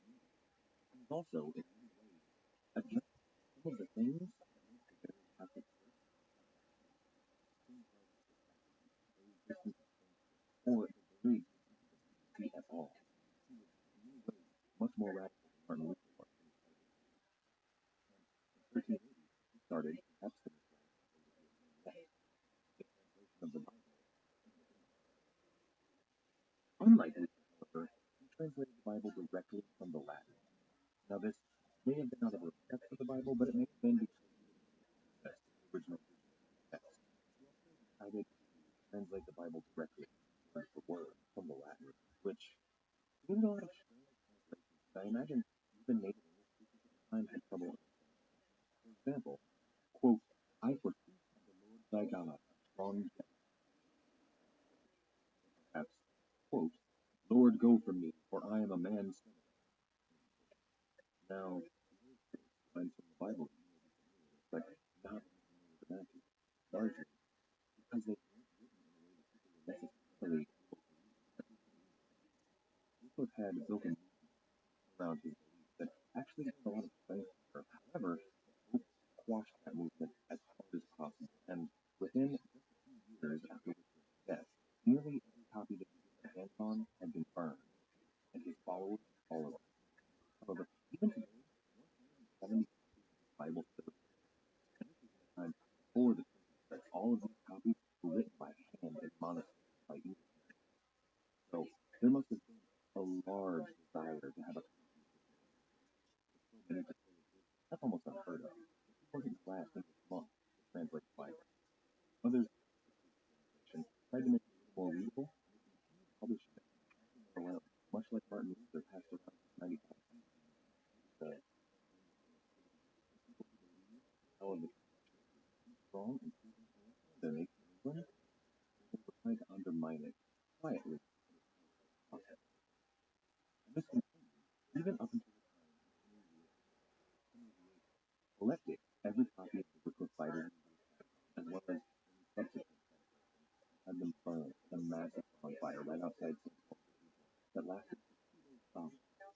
only one of many burnings of these heretical and then came another monk, quote, another monk that I'm very proud of. That's it. Quote, for many years I will cause a boy to tread the plow to know more of the scriptures at country, to know the actual scriptures and the word of them by it. Unlike John Whitman, Tyndale translated the Bible from the Hebrew and the Greek, not the Latin. Now Tyndale's Bible is exactly the King James version of the Bible, but it about 85% of Tyndale's Bible is directly from the King James version. They made some changes and left some stuff out of the Bible for the common people to see, but it's very, very close to Christ. However, Tyndale was not able to do his work as well because the king in England at this time, Henry VIII, the defender of the Catholic faith, that wasn't going to last. It wasn't until after Tyndale's death, unfortunately, but Henry VIII eventually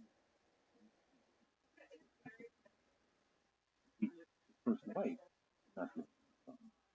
This was something that any monarch, especially king, comes to vitally have a strong season on the throne. There was, of course, many other factors that build Henry VIII Catholic Church because I'll probably know had of course however only cut ties with the Catholic and married another woman. This woman was not his because neither was the second wife that married. But of course, actually another son by the however,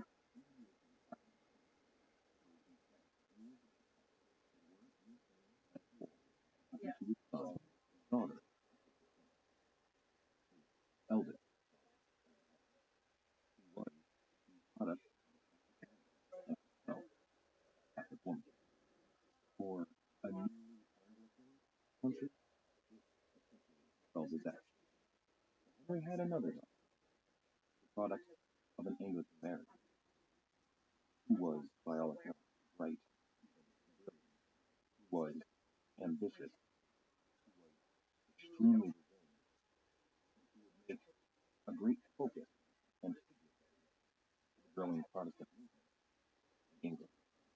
We'll talk about her next, about turbulent power, about the internal struggle that she overcame to become one of the most powerful monarchs entered during by both the Spanish Empire, rivaled their claim, and monopoly world empire, for which she employs implemented like Sir Walter Raleigh and Sir Francis.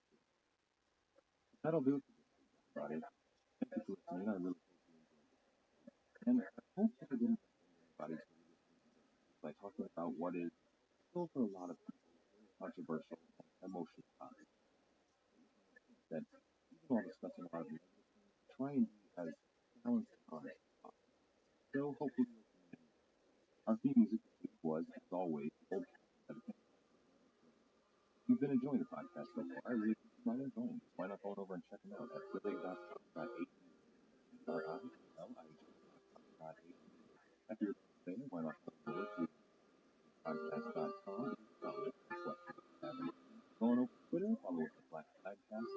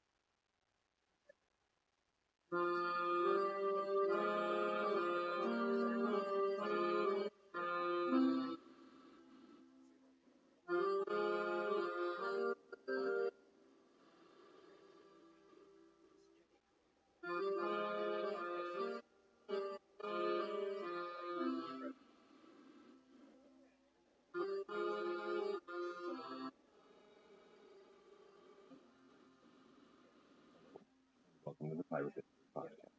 My name is Matt.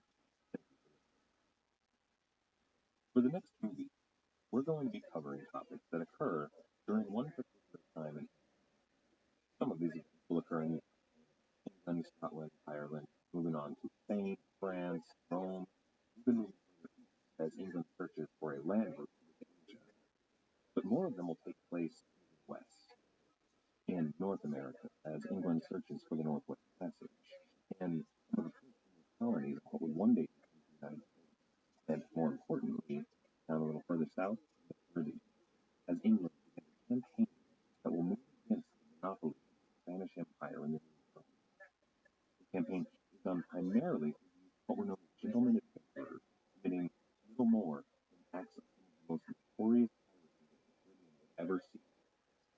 And these events will eventually take us all the way around the globe in search of treasure. So this week, we're going to be introducing the second character in this series of topics. We introduce the Virgin Queen, the pirate. First, this episode number 5, L'Oreal. The story of Queen Elizabeth starts about 30 years before Christ. That's in fact 1 year before Columbus set sail on his maiden voyage, 1491. That was the year that Henry VIII was born. Of course, at the time, he wasn't Henry VIII. He was merely Henry VIII, the second son of King Henry VIII. His older brother, Arthur, was the heir apparent. Now, Arthur was trained as a knight and a soldier, a noble, a politician, all of the things, in short, that you needed to make you king, while his younger brother Henry was sent off with his sister to live with their mother, who was Henry's first tutor. This is important because Henry was born near the end of what's known as the Wars of the Roses, a period of time in England where two houses vied for control of the English throne. Henry's father was a member of one of those houses, what was known as the Lancasters. However, his mother was actually a member of the opposing house, known as the House of York. So while he was nominally a member of the Lancaster side, he was trained by and reportedly looked a lot like his Yorkish mother. Now this shouldn't be a concern because his older brother Arthur, who was not trained by his Yorkish mother and looked very little like her, was going to be. However, Arthur died before his ascension to the throne. Of course, there was the beginning of the Yorkish Rebellion, another civil war, another war of the Roses. However, both sides were appeased because a Lancaster would be on the throne who was so much of the Yorkish side and looked so much like them that both sides would accept Henry as king. On the day of his coronation, it could be argued that Henry ended the Wars of the Roses by becoming Henry VIII, King of England.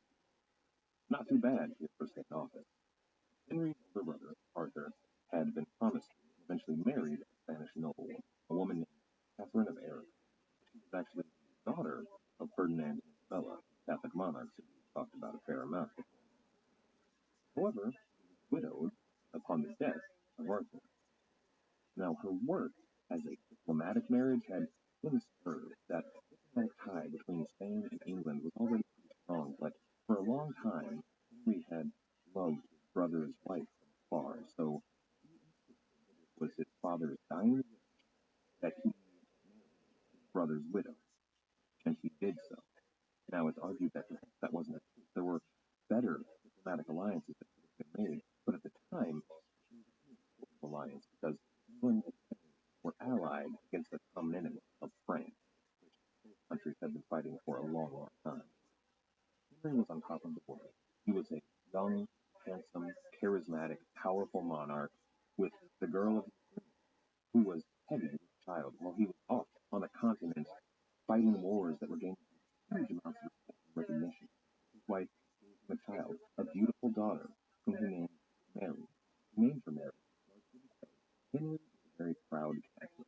He even wrote a book. He was the first English monarch to write a book since Alfred the Great centuries before.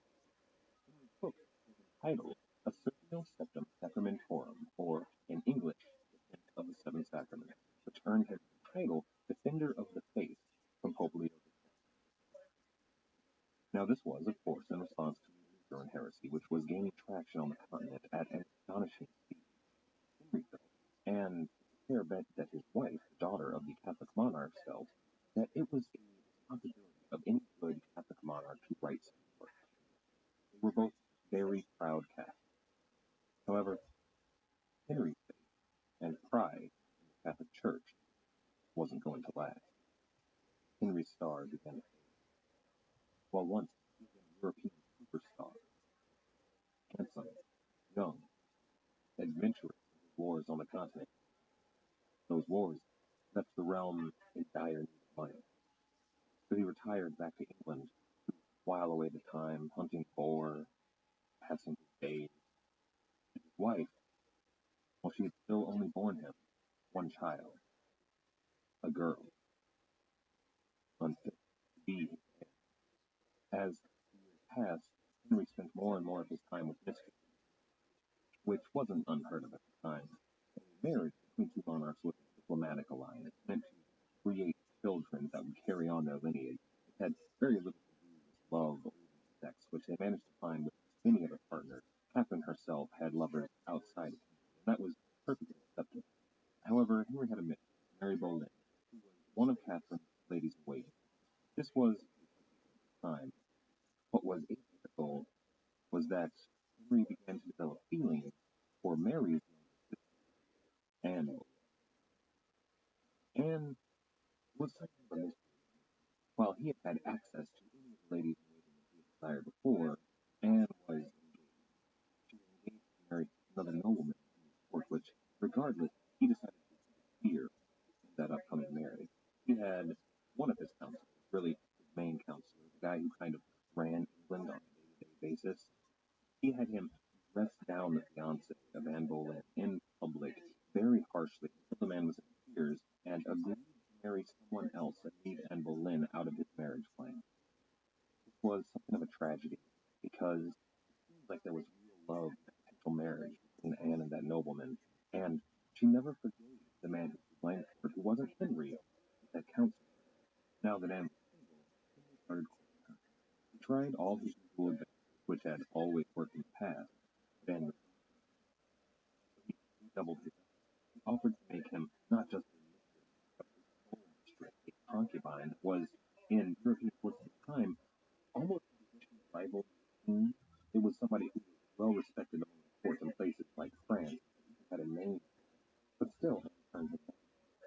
You see, Anne wasn't just some troublemaker or just a typical lady in waiting.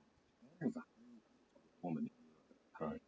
She'd gone to France, which was perhaps the most advanced European court at the time in things like manners and politics, to get her training, where she learned courtly poise and everything to be an early Renaissance woman.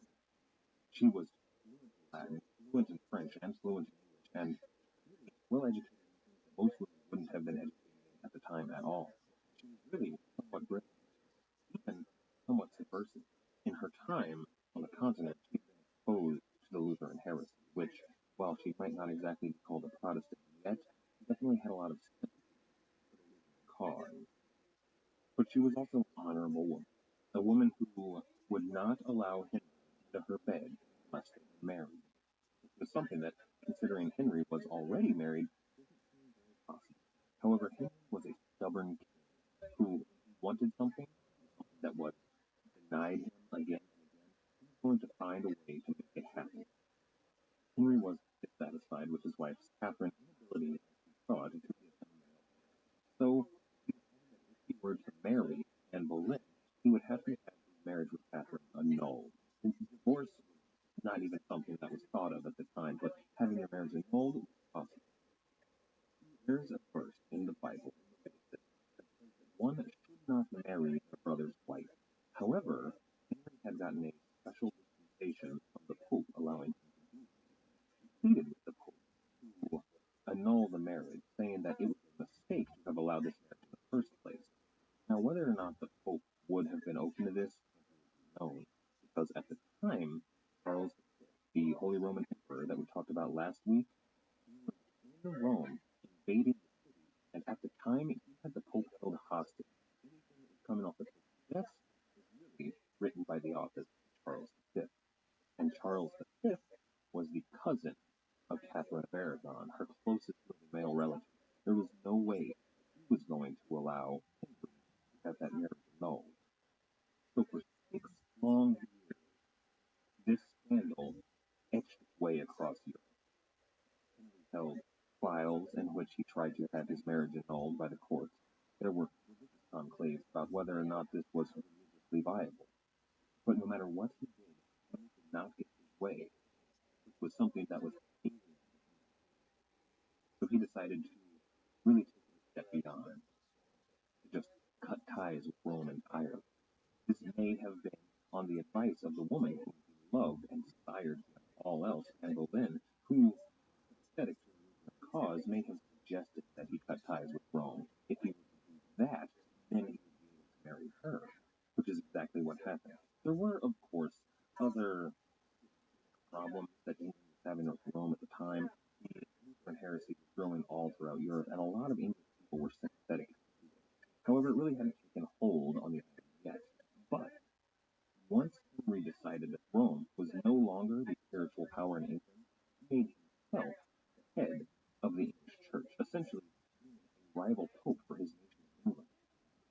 Now that the pope held no sway in England, he was allowed to annul his marriage with Catherine and marry Anne Boleyn, which he did, in secret at first, but within only a few weeks she was pregnant, and so Henry was able to marry her much more publicly and announce to all the nations of Europe that the Pope no longer held sway in England. Now, what would be known as the Anglican Church was the Protestant religion in England. Unfortunately, that first pregnancy ended in a miscarriage. However, this was not tremendously uncommon at the time. She was pregnant again shortly thereafter. All of Henry's advisors and astronomers, doctors, told him this child was certain to be a male heir. So Henry prepared extensively to have this child baptized. He had seen everything taken care of, every minute detail. This was going to be the first Protestant heir born in any European country, and he went to see it done with all the pomp and ceremony.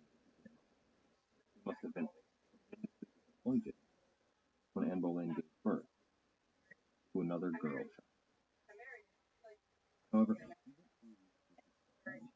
even so far, what England only needed for a child who was meant to be in the line of succession was very rare. And there must have been a lot of affection for this child, because he named this girl after his sister, who had died when he was very young. He named her Elizabeth. After a miscarriage and the birth of yet another daughter, Henry's passion for Anne seemed to escape. Regardless, within only about 2 years, Anne was pregnant again. It was during this pregnancy that Henry was injured during a match in his leg. The injury wasn't life-threatening immediately, but it would lead to complications that would eventually take Henry's life. After hearing of this injury, Anne again, this time it was a boy. Henry saw this as evidence, perhaps a sign, that Anne Boleyn would never give him a son heir. He decided that he needed to find not be able to just have this marriage annulled as he had his last one. He was going to have to find another solution. What he came up with was to accuse Anne Boleyn of witchcraft. Not only witchcraft, but adultery with at least 5 other men, one of whom happened to be her brother, so we could go ahead and toss incest onto the pile as well. At her trial, one of the jurors was that same nobleman to whom she'd been engaged with another woman. When he declared his verdict of guilty, it was said that he was made physically sick by the act. It was a unanimous decision. Every juror decided she was guilty. That was the kind of power that Henry had at that time. Young Elizabeth was only 2 years old when her mother was beheaded. She never really got to know her mother and would, for the early part of her life, be completely dedicated to her father. It was only 10 days later that Henry married a commoner named Jane, who would quickly become pregnant and then bear him finally a son, who he would name Prince Edward of England. Henry VIII finally had his male heir. Much like he had been as a boy, he sent his daughters away to go study elsewhere. Elizabeth's tutor, a man named Roger Ashe, was full of praise. He considered her not just studious, not just bright, but brilliant. He said, quote, "The Lady Elizabeth shines like a star. The constitution of her mind is exempt from female weakness. No apprehension can be quicker than hers." End quote. It was said that by the age of 13, Elizabeth was fluent not only in English, but in Welsh, Irish, Scottish, Cornish, French, Latin, Italian, and Greek. She learned this through a process called double translation, where she would translate a word from its original language into English and then translate it back into its original language from her translation. And no mistakes were allowed, or she would have to do it all over again. And this was a practice that Elizabeth would continue for the rest of her life as sort of a mental relaxation, sort of like some people might do a crossword puzzle.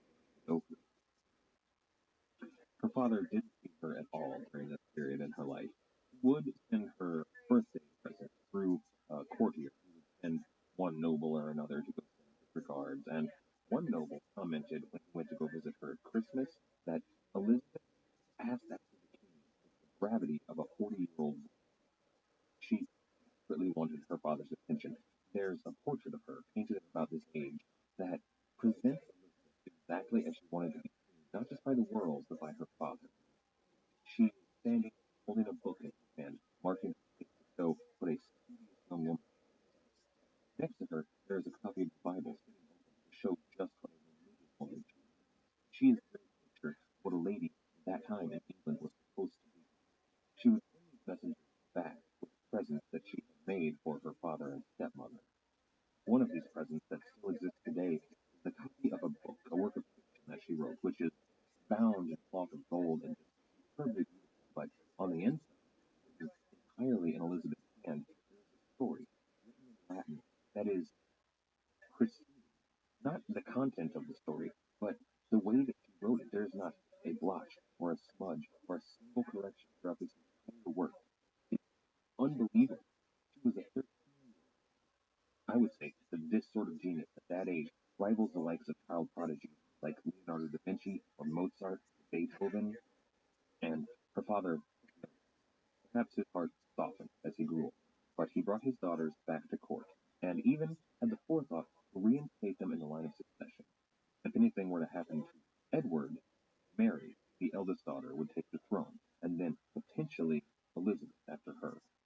Or perhaps he brought his daughters back and put them into the line of succession because he knew that his time was coming to that jousting which he had received years ago wound up claiming his life.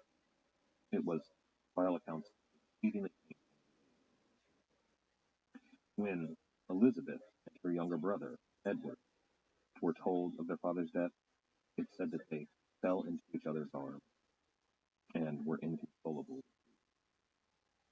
Their older sister, Mary, however, was old enough when she saw the injustice done to her mother to remember it vividly, and it was said that she was much less sympathetic to her father's death. So there was Elizabeth, 14 years old, her brother, the King of England, her father, passed away, having left her a small inheritance at third in line of succession. This made her a candidate for marriage. There were two brothers at the time, the brothers Seymour, who were potentially the most powerful men in the kingdom. They were uncles to the young King Edward, and the younger brother, Thomas Seymour, had his eye not just Elizabeth, he also proposed to her sister Mary. He is the power that he was after. But of course, don't picture him on one knee on a moonlit night, handing a ring to either sister. No, when you're asking for the hand of the king's sister, you ask for him. And when the king is 11 years old, you're not really asking the king, you're asking the Privy Council, the small group of men that had, under Henry, helped him rule the nation, now effectively, with Prince Edward not having reached his majority, ruling the nation instead. The Privy Council put the nix on that. Thomas Seymour was not to marry either Mary or Elizabeth. So he took the next best thing. He married Catherine Parr, the widow that Henry had left when he passed away. That was, if we're counting, Parr, his wife. Catherine Parr had been deeply in love with Thomas Seymour for many years, reportedly, so she accepted by him. However, she was also the legal guardian of the young Elizabeth. So when she married Thomas Seymour, he became not only her stepfather, but her legal guardian. Most of what we know about the following summer comes from a testament from Elizabeth's governess, Cat Ashley. Cat Ashley would, sometime after that summer, find herself in the Tower of London, and her testimony taken by men who would use it against Elizabeth. Almost immediately after marrying Catherine Parr, Thomas Seymour began acting inappropriately towards Elizabeth. At first, it could be called innocent enough. Cat Ashley said that they would be found romping through the garden. They would play hide and seek while he would chase her through the garden, and whenever he managed to catch her, he would pick her up in his arms. There was one occasion that Cat Ashley reported in which her stepmother, Catherine Parr, held Elizabeth while Thomas Seymour pulled his sword and, quote, cut her dress into 100 pieces. It wasn't long before Seymour gained possession of the key to Elizabeth's bedchamber. He reportedly would come into Elizabeth's room very early in the morning, only slightly dressed, smaller.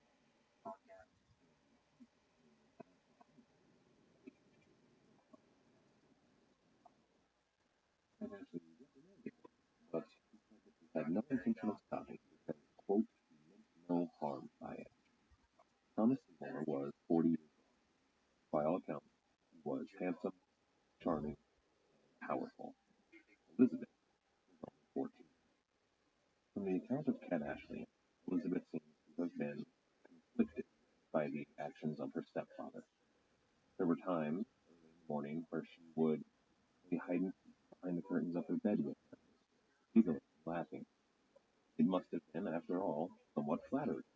However, other times she would rise very early, and he would find her in the bedchamber, fully dressed, and there to reprimand for his inappropriate behavior and offending her maiden's honor. But then Catherine Parr became pregnant with his child. It appears that their relationship evolved into something somewhat more serious. Catherine Parr found out about this, and as soon as she did, she sent Elizabeth away.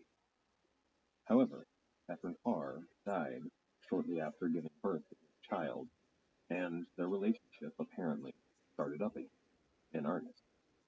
This time, Elizabeth's governess seems to have supported marriage between Thomas and Elizabeth, and Elizabeth herself seems to have been somewhat enthusiastic about the match.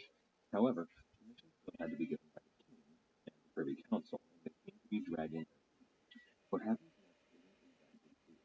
We don't have an exact account of it, but what we do know is that Thomas Seymour was found one day in the bedchamber of King Edward. He was found because King Edward had many dogs, and they had begun barking. And when the king's guards burst into the room, they found that Thomas Seymour had drawn his sword and run one of King Edward's dogs through. Being in the presence of the king with his sword drawn and obviously bloody, That was treason. It's possible that he found out that the king was not going to allow him to marry. It's also possible that he believed that were he to kill the king, a newly Protestant nation would not allow the king's oldest sister, Mary, to be queen, so that he could marry the newly raised Queen Elizabeth. However, being elected for treason put a little bit of a crimp in his plan. At Ashley, the governess Elizabeth was also arrested. This is when we get that account from her interrogator that they used against Elizabeth. Now, Elizabeth wasn't arrested, but she was interrogated first. It was believed that she had taken part and helped plan this attempt on the king's life, which would have, of course, made her treasonous as well. There were rumors at the time that Elizabeth was in fact pregnant with Thomas Seymour's child, and that only added fuel to the fire of the rumor mill around the young Princess Elizabeth. However, there was no strong evidence to support the belief, and when that pregnancy never materialized, she was able to claim that she was still a virgin, she was still chaste, and still completely innocent of any treason against King Edward. Thomas Seymour would, in short order, be beheaded on Tower Hill. Elizabeth had been forcefully into the world of adult politics and adult sexuality. It had begun with her being abused and almost certainly traumatized, and ended with her nearly losing her head for treason. She had also learned an important lesson. She had learned that any man who showed interest in her had eyes not only for her, but for the throne. It was shortly after this that it would begin to appear in Elizabeth's journal writings and correspondences that she wished to remain unmarried forever, that she found solace in the state of spinsterhood. She was only 15, and it seemed that the events of the previous year had led her to wish never to marry. Despite surviving the attack on his life, King Edward died shortly thereafter of tuberculosis.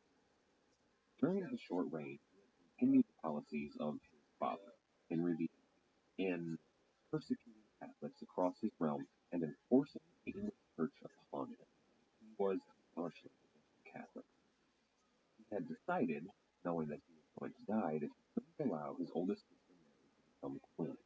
So he had her removed from the line of succession on the grounds that she was a bastard from an illegitimate marriage. His logic in removing his eldest sister also removed his middle sister, Elizabeth, from the line of succession. He chose a Protestant cousin, Lady Jane Grey, to be his successor, and after his death, she took the throne. But then, an army of loyal royalists, as well as a number of Catholics who desperately wanted an end to being Protestants on the throne, arose to support the queenship of Mary. It seems that there was very little support for Lady Jane Grey, because this army marched through the countryside into London, meeting very little resistance, essentially, and immediately opposed Lady Jane Grey. Very quickly, Queen Mary ascended to the throne. It's a strange twist of fate that this army, comprised largely of Catholics who wanted an end to Protestant rule in England, put Mary on the throne, but that also put Elizabeth, a Protestant, back in the line of succession. But that was still some time. While Mary may not have had much love for her father, she had certainly learned a lot from him. Henry's reign had been terrible for any Catholic living in England that dared to oppose his change to the Protestant Church. However, Mary immediately decided to try and undo all of those changes, and she did so with unprecedented cruelty. Her persecution of the Protestants was every bit as terrible as the fathers of Catholics had been. She began an almost systematic institution of persecution and execution of any Protestant leaders or anyone who dared to speak out against the rise of the Catholic Church. This resulted in the execution of over 300 people who were burned alive. Some of them, the lucky ones, had a kind executioner who would tie bags of gunpowder around their legs that would explode in the wake of death. The rest were slowly roasted alive. This was what led to Mary of England being known forever as Bloody Mary. A resistance soon evolved. Protestants all around England saw these people burned at the stake as martyrs for their cause. They wanted a return to the English Church and a return to Protestantism. beyond the burning persecution of Protestants in England, Queen Mary reaffirmed the alliance with Spain by marrying King Philip. The Protestant army was growing. They had soldiers, they had a general who they needed was not exactly a leader, but a figurehead, someone who they could rally around and support as a claimant to the throne of England, who would, of course, have to be someone that had a legitimate claim and was a good Protestant. The obvious choice was the Queen's younger sister, Elizabeth.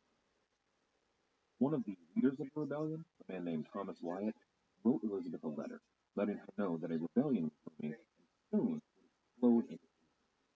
But Elizabeth was clever and ever cautious.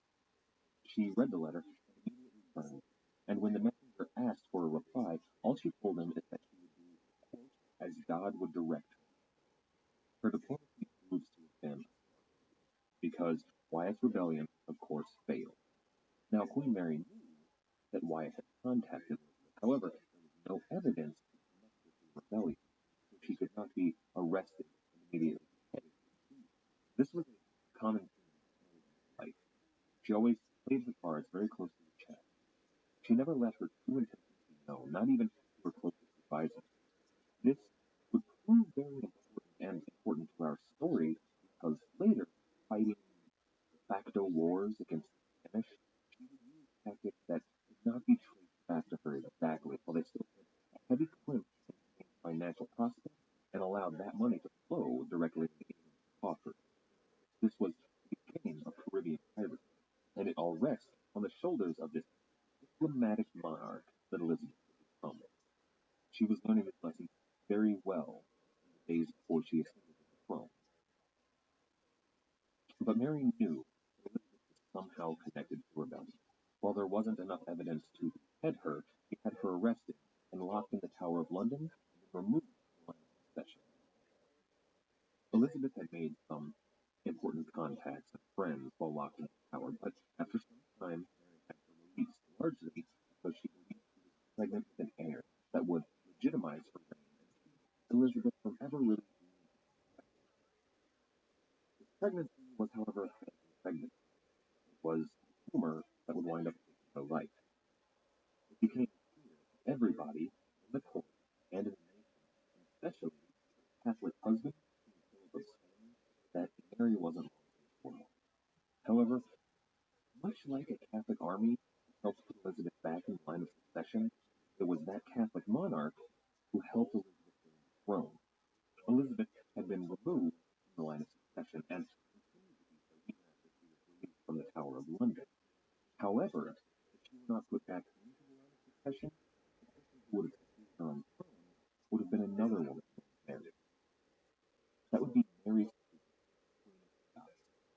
You see, she had grown up in France and married the young French king, which would have made her the queen of not only France and Scotland, which she had a right to, but had she taken the English throne, that would have also made her Queen of England, Queen of Ireland, and Queen of Wales.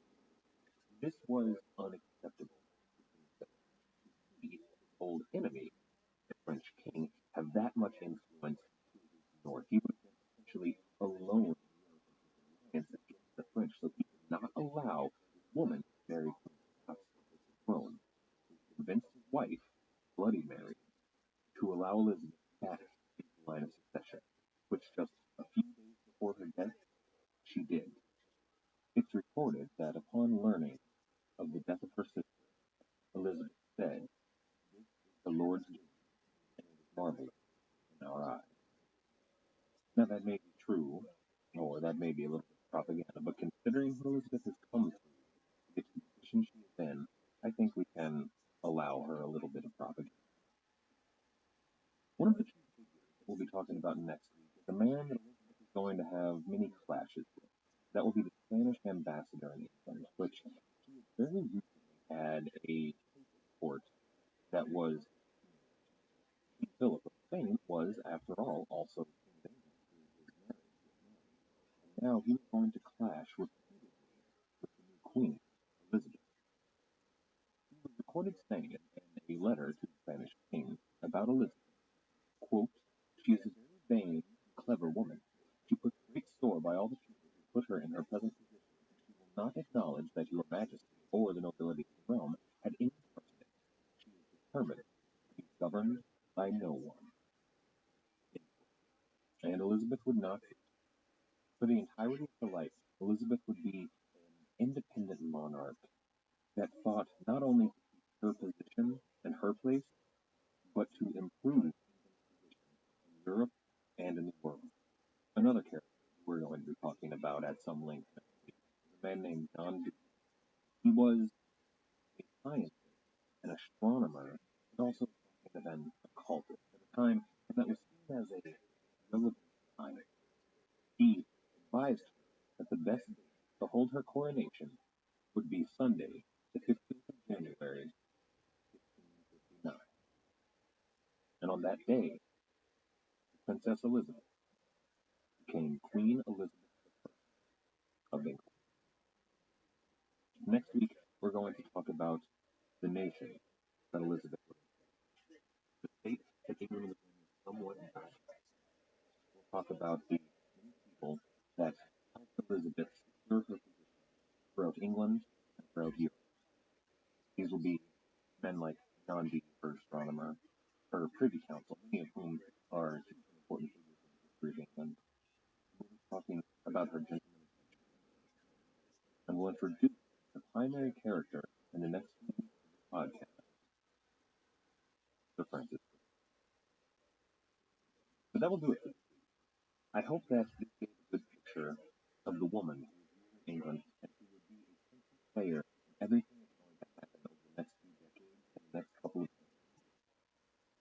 This would change the face of the world forever, and a large part of that drama will involve the Golden Slippers in the Caribbean, on the Spanish Main, and encompassing the globe. I'd like to thank everybody that's been listening to the show. I've been getting a lot of positive feedback, and I really appreciate that. If there are any people out there that are truly enjoying the show, I urge you to leave a review, either at iTunes or Stitcher or TuneIn, all of which we are on. After you're done with that, why not go check out the musicians who did the theme music for our show? That would be, as always, Really. The song is The Old Captain, which is absolutely spectacular. If you enjoy it, why not go check them out at brillig.com.au. That's BRILLIG.com.au. Then you can go on over to our website at piratehistorypodcast.com. Over there, you can listen to episodes, see some supplemental materials, and leave a comment if you'd like.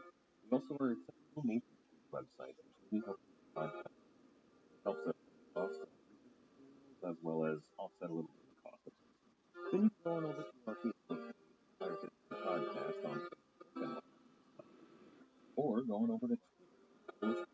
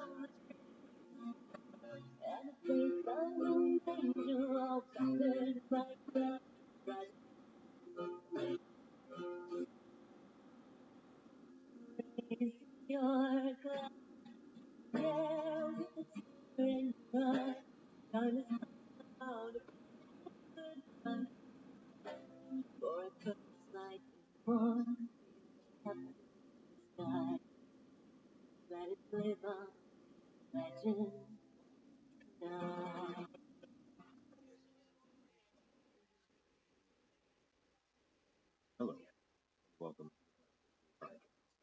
My name is Last week, we discussed the early days of Queen Elizabeth's reign. We talked about the challenges she faced, as well as the challenges that she overcome, including a new class of men who were young, ambitious, eager to make their fortune, known as the gentlemen of England. And we talked about some of England's earliest voyages to the Caribbean, voyages under a man named John Hawkins, and one voyage under another captain named John Lovell.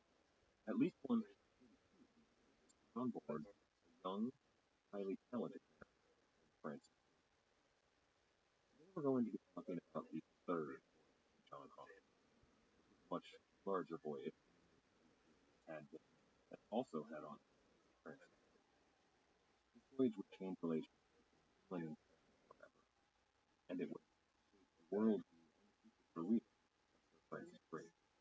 This is episode number 7, Rocket. Last week we discussed how John Hawkins, John Lovell, and Francis Drake were all members of those West countries born in or around the town of Plymouth, who were fiercely Protestant, extraordinarily loyal to the Queen, and yet acted many times in their own accord in matters of both trade and life. But I didn't do much about it. I'd like to about Francis Drake. Though we don't know a whole lot about him. He was not born a noble, but there were very few records kept about him or his family. What there is most records and investments, but we can piece together a little bit about him. We can assume that Francis Drake was born anywhere in we know that his father, Edmund, was a farmer, shepherd, and clothmaker. Now this was of a farmer's in the West at the time. Most of them were cloth, which was time excellent. There is a record that after the English Reformation under his father became a priest in the English church. However, that doesn't exactly make a past it. There are records that show that Francis Drake's father was something like him. Now, not necessarily against his family or against Francis, but there are several arrest records that we know that he was arrested for assaulting robbing with another accomplice, and then, after being released a few miles away, assaulting robbing another man of his horse and his purse. After these his father home, the shame was great. However, this probably didn't have any effect on Francis. He had already left home when he was still very young. Francis, along with all of his brothers and a number of other community, went to study at the home of Hawkins. That was the father of John Hawkins, who was about the same age as Francis, and it's reported that they became sick of Francis. It's also acknowledged that they were, quote, close teammates. In those days, it was difficult for boys who were what you might call middle class to receive an education at the household of a relative or friend. And many of the people in that West Country region did so at the Hawkins household. That's where they learned to do things like read and write, where they learned arithmetic and a fair amount of what you consider gentlemanly manners. That included how to behave, how to talk to one's elders, and how to talk to one's pets. Everybody from merchants to nobility to even royals. The Hawkins household, they learned about the doctrine of the English. They read the Bible, which is something that I believe sometimes by most older, and they were taught about the recorded boys all across Europe would work for the question. If the family they were working for were a copper smelter, they would learn the craft of copper. In the case of the Hawkins family, they were merchants and merchants. These boys worked off the debt of their education on board a ship. They traveled all around Europe, from France, Spain, the Low Countries, even occasionally into the Mediterranean. They watched and learned as their elders bought and sold goods. They terms and sometimes when the ship would come upon a small, unsuspecting ship, they would watch as their elders overtook that ship and would negotiate a transfer of goods at the point of sale. Now, we don't have any proof that Francis was on board in any of these occasions, but probably we know that John Hawkins was on board many of these occasions, and so it can be assumed that Francis was on board. Our first record on this ship is definitely about 7 but then we do know that he was born on ship by the Hawkins. Now, these voyages were voyages that went primarily into French waters, that had a single goal, attacking, plunder, and sometimes outright theft of these French ships. Now, this wasn't exactly a respectable location at the time, even in that West Country area, but it was a known fact of life and something that the government, all the way from the local officials, all the way to the king, turn a blind eye pretty well. In fact, probably one was best in other more legitimate ways. I'd like to take a step back and for a minute take a look at the process of investing in nautical. I've made mention of it, but I don't really explain it much. Any voyage at sea is, of course, going to be expensive. You need, of course, to see what is needed, captain, other officers, crew, as well as the live. Maintenance, well, it was like rope, tar, lumber, other things that would actually keep the ship together. You would also need on board armament. Now, this included not only things like powder and shot, but cannons, but also rifles that existed, as well as a number of arrows and cold steel. This was a large investment for any person. There were, of course, when rich enough to finance. However, if something happened to fight all those armaments on board, loss for person. So, of other losses, that of course makes a smaller return for investors. However, invested in a number of amount of money while the one weather by merchant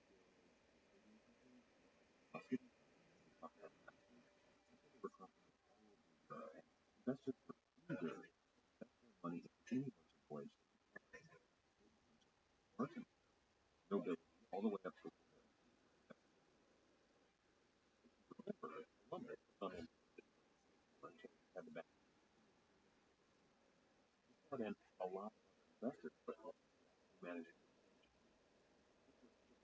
as well. Whenever other investors, of course, nothing else.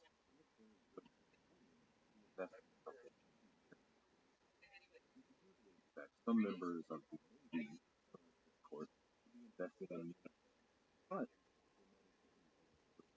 themselves and other members of the council as well. Even for voyages that weren't publicly known back in the crown, on Hawking, exactly put out a press release saying the voyage to undermine trade in the Caribbean were back in the crown. However, they were backed financially by the council.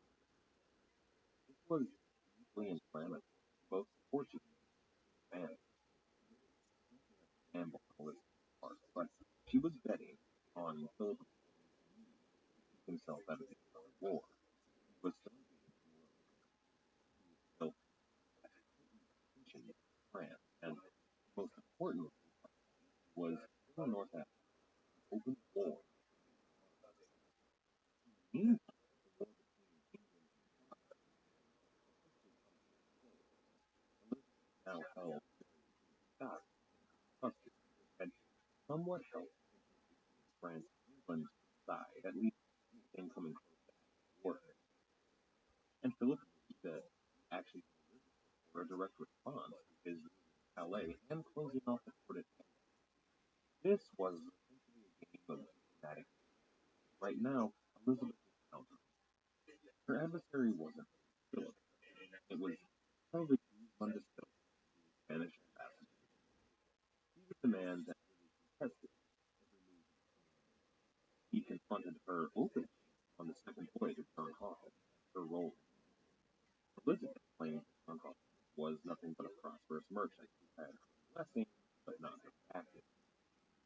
However, all the details had to do with the harbor to see that John Hawkins was out with the Queen for his next voyage, so that she wasn't exactly and that's exactly what Elizabeth wanted. She wanted to, as well as know that rest talent tell was that and that a vibrant trade help. When the silver rope and again, and Philip was outraged, but he didn't really just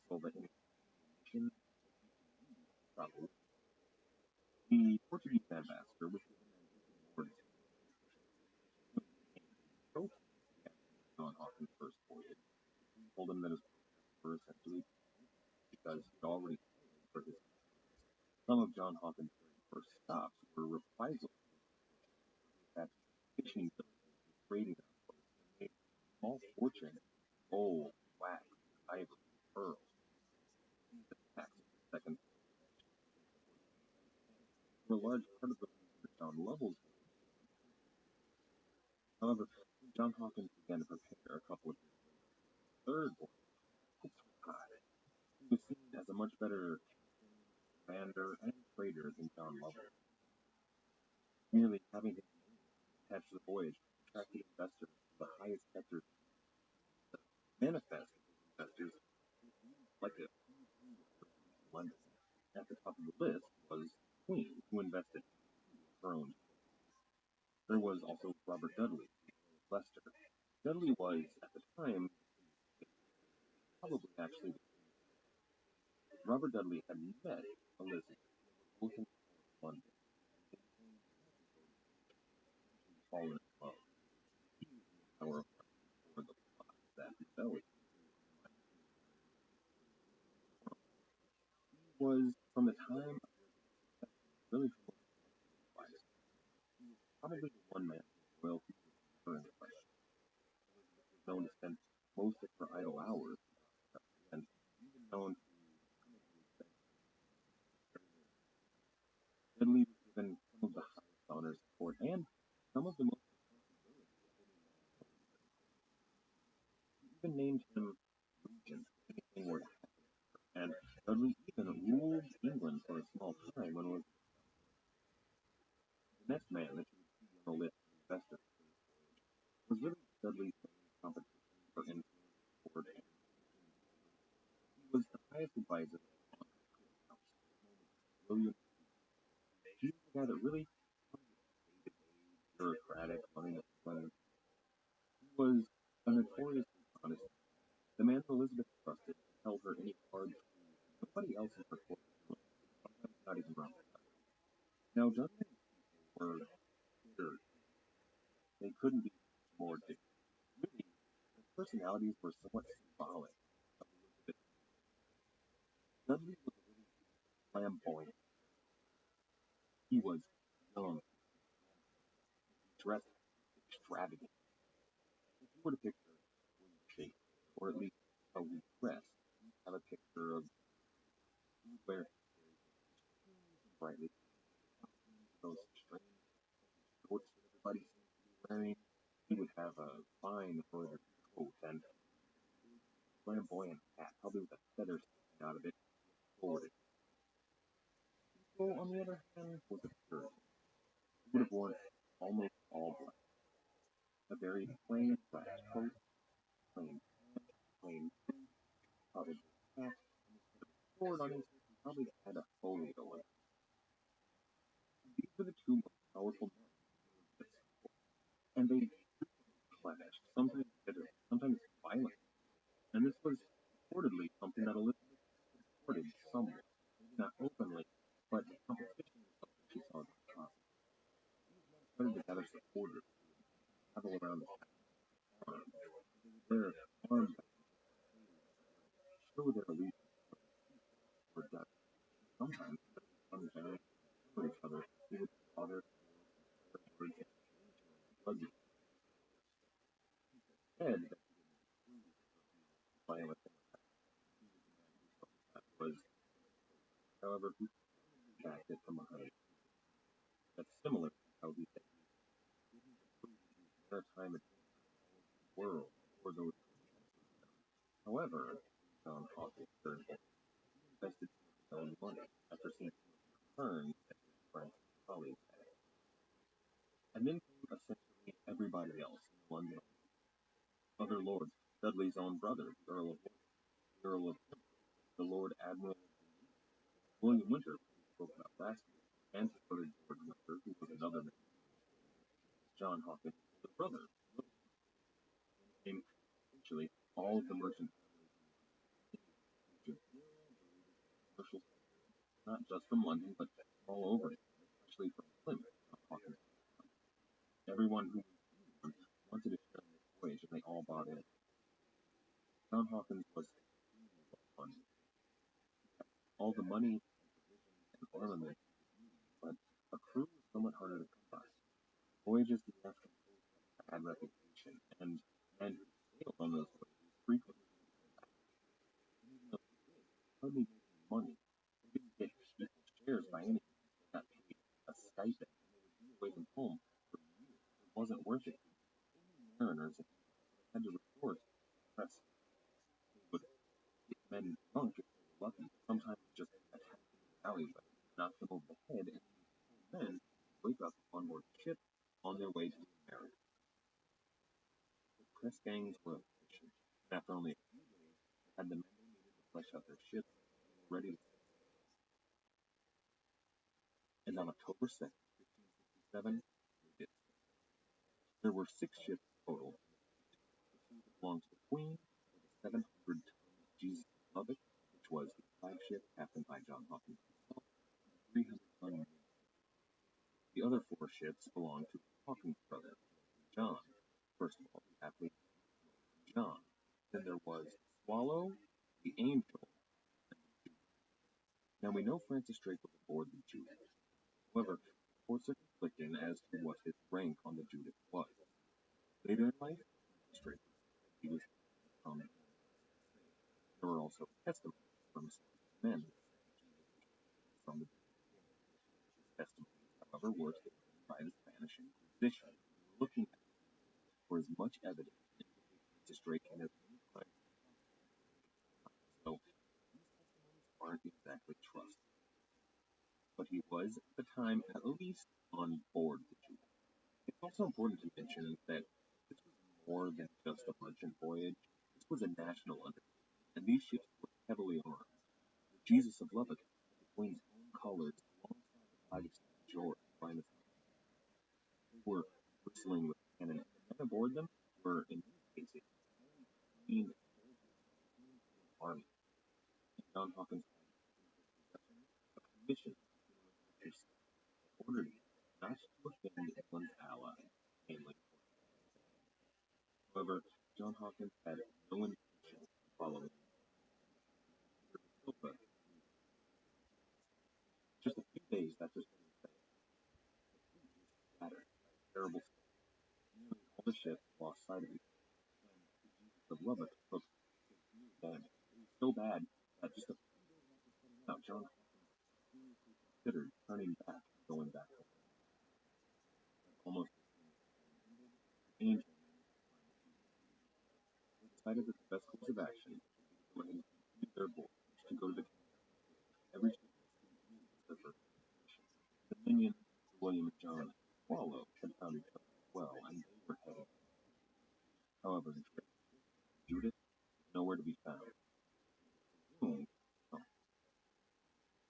a few days, but when John Hawkins had nearly made his appointment, he caught up with Francis Drake, who was almost certainly its captain by now, and sailed straight to the coast with no loss of life and almost no damage to the ship. This had to be kind of impressive to John Hawkins, who was an old friend but a highly accomplished ship's captain. He was limping to the ship. Drake fired off a salute to his admiral, and they discussed what to do. Drake had been to this same port on the voyage of John Lovell years before, and they had been very badly received. He didn't want to sail into port on his own, and that was probably a smart move, because when these 3 ships made landfall, a militia was marched out to the docks and put in place to guard the ships. The harbor master came out to inspect the ships and saw that all 3 of them were bristling with firepower and that the men on board were fully armed and obviously well trained. But he also saw that the Lubbock was badly damaged and gave the English a permission to repair it, as long as they agreed to stay on board, not come ashore, and not cause any trouble. So Griffin, who was just a certain death from a terrible storm almost immediately after leaving home, and on your first landfall, you're not allowed to set foot on the land where you can see taverns serving fresh, hot food, and as many women as you could possibly want. Well, sailors don't hesitate to those orders too. Tensions were very high. found themselves what could be considered a violent disease. One of them was named Rabbi Rothschild. He was the captain of all the sailors. Essentially, he was the man that, whenever they landed in the Caribbean, would be in charge of all of this. But he and another man decided that they were going to row ashore to fight the sea. Now, Dudley went ashore first in his own boat. John Hawkins stopped the second and followed Dudley. Hawkins stopped the duel from taking place, which would have broken his promise to keep his name on. However, Dudley was out. Harsh words were certainly exchanged. Things began to get a little violent. Then Dudley drew his sword and struck his captain above the eye with the hilt, drawing blood. Now that's mutiny. If mutiny strikes anything off, John Hawkins said that was something, however, that he would be able to forgive. Except that he was the admiral of a fleet commissioned by the king. He said that this was as bad as striking an innocent citizen. Hawkins ordered Dudley to be chained. He drew his arquebus and pointed directly at Dudley and told him to say his prayers and prepare. Dudley pleaded for his life. He begged for forgiveness. The other Englishmen begged in his favor. Even a foreign priest came down to see what was happening and to beg for John Hawkins to kill him, which finally he did. He helped Dudley to his feet and removed the irons from his side. There were no more incidents flowing. Hawkins had received word that the rest of the fleet was waiting not too far, and as soon as the troops were prepared, they set sail immediately. When Hawkins and Drake arrived in port where the other three ships were waiting, a celebration ensued. The governor was kind enough to bring them food, wine, and even a large number of fresh oranges. However, when their revelry began, many of the Englishmen presented this respect, this warm welcome that the Spanish had. They went ashore, they burned effigies of Christ, they shot their cannon at the local church, they overturned a cross, and they even set fire to the door of a local priest. Now these men were English Protestants, and they fell into that same sect of society that millions of people did. They were Puritans, and they were highly religious. They held prayer on board 3 times a day, and every ship in the fleet had a priest on board. They saw their actions in the Spanish court as defensible and justified in the eyes of God. They saw the Catholic veneration of the Pope, the Saints, and the Virgin Mary as ungodly and sinful, and they worshipped all of them. And they weren't alone in this. They were members of what were really a growing and divisive movement. There were other groups of leaders in Canteen that did the exact or you even see similar stuff today when a Muslim extremist in the Middle East will destroy what he says to be a small project. Groups like Al Qaeda and ISIS have a long history of defacing some of the world's most treasured historical landmarks because they consider them something that distracts from God. So make no mistake, the men on board this English voyage of John Hawkins were determined to rebel. And he would disrespect the warm welcome by setting fire to and shooting the church at the same time. The question is that what Queen Elizabeth would have wanted? Now we know that she wanted to disrupt Spanish trade, and we know that she wanted to send a message of defiance to the States. And she wanted to show all of Europe that England had a growing navy that was something to be feared. But does a mob of drunken, devout Englishmen really project her power, or does it make her look like what's nothing more than a nation of brigands and tyrants? She may have personally enjoyed hearing the exploits of this voyage. It may have brought her some satisfaction, but it really must have made her job a whole lot harder than even the Queen of Portugal. So, naturally, as soon as they sobered up, Hawkins freed his ships from port, and they decided to move on with their journey. So they began harassing primarily Portuguese, but some Spanish fishing villagers, similar to John Hawkins' second. They started capturing slaves on the coast. They tried to do this on their own at first, but that didn't end well for them. So they started looking for richer prizes. Soon, they came upon a French fort, and they decided to take the ships that were waiting in the harbor. It's around this time that the history There are a number of different accounts that make it hard to figure out exactly what happened. What we know is that one or two of the French ships were added to the list. What we don't know is whether or not these ships were by some accounts say that the English snuck in the middle of the night, took all of the French ships, sold all but two of them back to the French. Other accounts that some of these Frenchmen found at the port agreed to accompany the English on the voyage. After all, these Frenchmen wouldn't have kept a record of themselves, and later would have lied and claimed it all. It's reported that at this time, a French ship called the Vendée joined the fleet commanded by a French captain named Paul Watts. However, it's also said that a few days later, the English fleet came upon a group of Portuguese ships and took them by force. Now, a ship in that fleet called the Rothschild, the Grace of God, was reportedly given the French strait as the captain.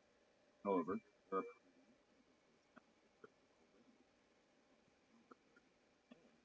that almost ship. So, on Portuguese, ready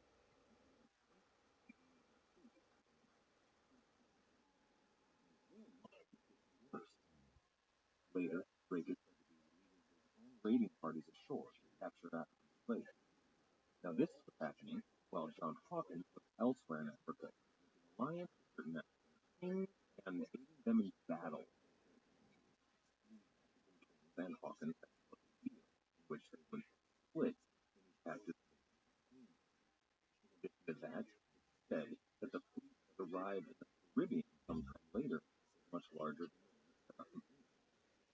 So I tried to synthesize different accounts from all of these time, as well as other court documents, primary sources, as well as the later accounts of himself and the different accounts from historians. There are many different stories, but it all seems to point to something. It sounds like Hawkins was making alliances with the different kings and Drake, along with some of his ships, on ahead to pursue his own mission. From Drake's own men and his own accounts, it sounds like he actually befriended some of the French captains. Now, this is not out of the question because if you recall, on his voyage with John Lovell, they allied themselves with other French. It's possible, although there's no proof, that Drake had planned ahead to meet these French pirates on the island.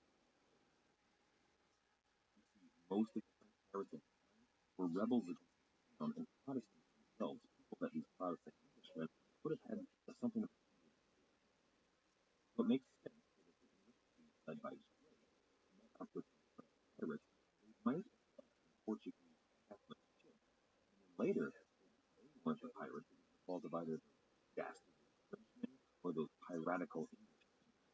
You see, the reason this becomes very confusing is because many later historians have attributed their first captaincy to that Portuguese Gracia Grace of God. They're going on revised accounts many years later from some authorities that said, quote, Francis Drake was the Austrian captain of the Caravel after he took that supposedly Portuguese ship. However, these historians are dismissing earlier accounts of him later Portuguese captain origin. However, a prominent biographer of Francis Drake, a man named Terry Kelsey, believes that the first captaincy was in fact outside. So it seems to me that Drake was probably made some sort of maybe vice admiral using his own talents of piracy, which we know he had battled in his career already, to join up with the early French pirates and had their Portuguese fleet that they used to harass and ships on the African coast, as well as added a total number of African slaves with them. While both being able to a certain amount of plausible deniability, the authorities there's no account of Drake being given a solo command this early. However, later in the voyage, there will be official records that he has been given his own solo command. So, while this all seems very plausible to me, However, after the break, Hawkins, the fleet back up larger than it was left. They had about 10 or 6 points. Francis Drake, undisputed captain. Right. The fleet crossed the Atlantic. Their first landfall was at the. However, there was no European settlement, so they got their timber, restocked their water, and once again, quote, Ronald from Ohio. Quote, at his next port of call, the island of Margarita, the English found the town abandoned in a manner all spoiled and burned, with the walls of the house scrawled in charcoal with phrase language, vengeance or la gloria. Neither Hawkins nor the had known that Florida Indians had virtually remaining out by early. Ever the crowd taker, Hawkins vowed to apprehend the French after the Spanish trade when full followed. After their brisk trade, the English left Marguerite as Rata, and found Rata as well. Once again, the Hawkins out as our town and for learned from the colonists that the French had also and began to trade the rest of the shore and undercover. Now I'm going to venture back into the uncharted waters of speculation. To what I said earlier, that in fact that had the gold the French traveled across the Atlantic. Hawkins and especially Drake had a tough time they were going to have selling not only goods, slaves. Voyage of John Lovell problem rid of the slaves and the Spanish government actually any trade in Toronto was out of the question. So if the English were going to sell slaves, disrupt trade, they had to find a way to slave convince Spanish colonists to buy them.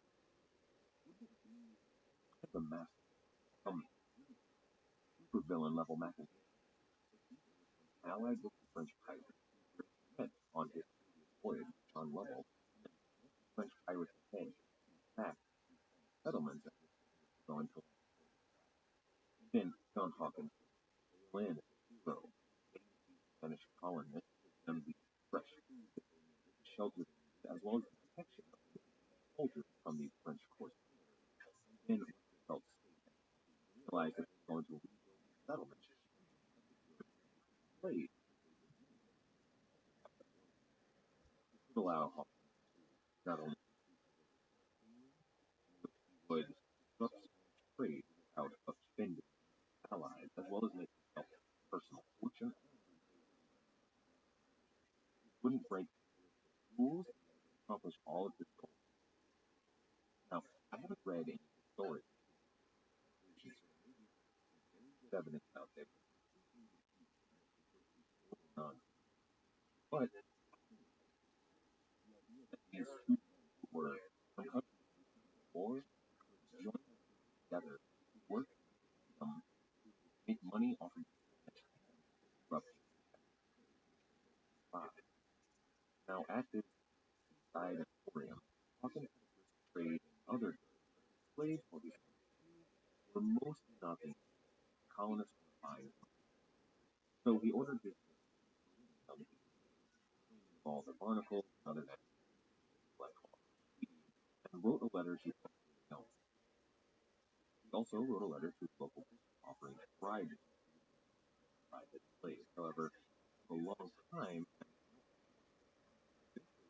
Hawkins quote, before my eyes, I saw the governor carried away licensed country traffic at your last. An example for me, I fall not by. So these colonists were by Hawkins for a while, decided that after known one back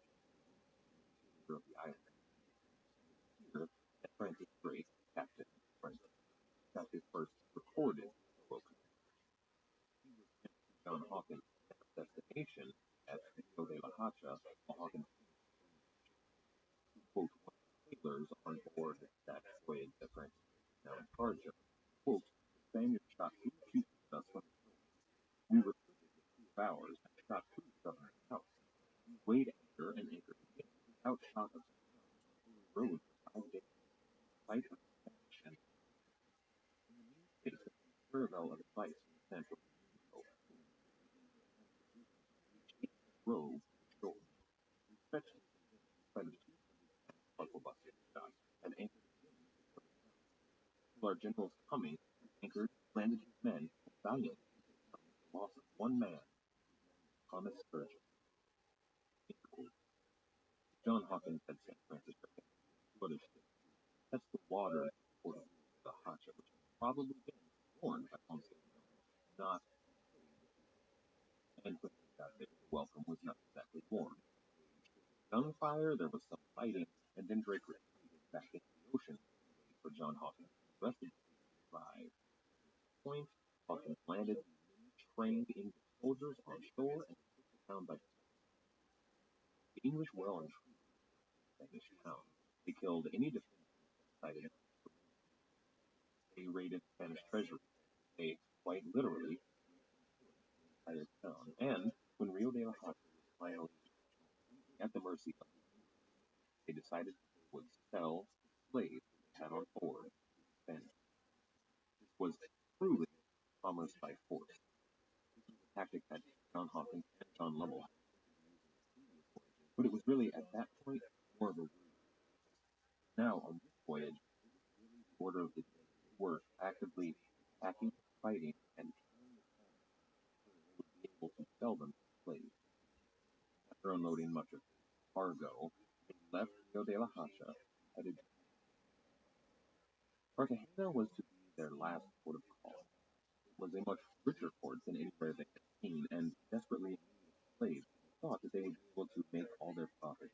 However, Cartagena had gotten the same notice as Leon, and they found it a much better defended port than any they visited.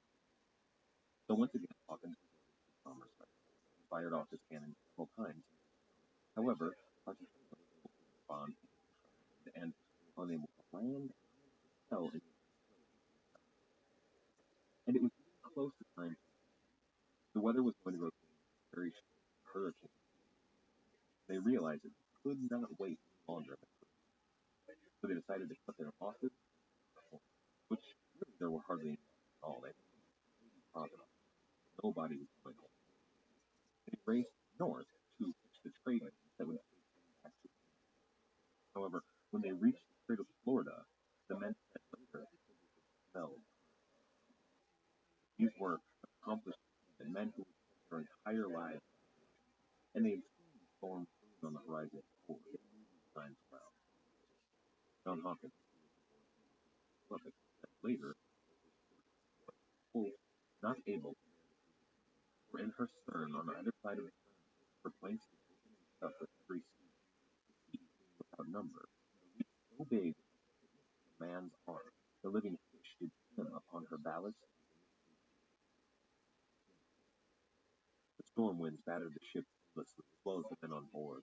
They worked the water constantly and filled every hole only to have another one taken. The captains ordered parts of the ship demolished to try and make it as light as possible. They dumped cargo, and more than once John Hawkins thought about taking the order, which was much worse than the storm they'd seen at the outset of the voyage. Most of the men did not believe they would make that all. But the winds finally died out. However, their fortunes did not improve. William and John was lost. They were to be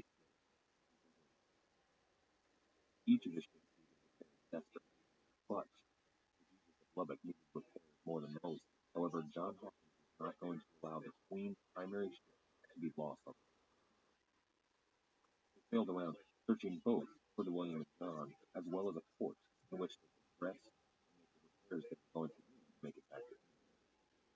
However, it became apparent not only were they very low on food and water, not only were all of the men lost, many of them injured, they were hopelessly lost. They didn't know where the storm had blown. None of their sailors, or their pilots, or their captains, and they drifted endlessly on light breezes. But then, the horizon, out after the ship was after captured, found food, water, and wine. The men on board hid desperate. Also found Spanish captains who knew where they were, where they drifted all the way to the Gulf of Mexico. The Spanish ships were headed to the port of Veracruz, which was the closest port to repair to return home. John Hawkins gave the order.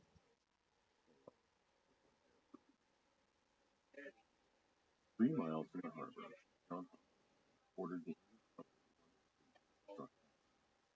He wasn't sailing for some out of the way shout.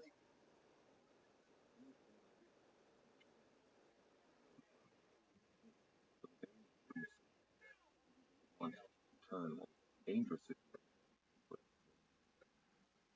He counted how he was on duty John Hawkins.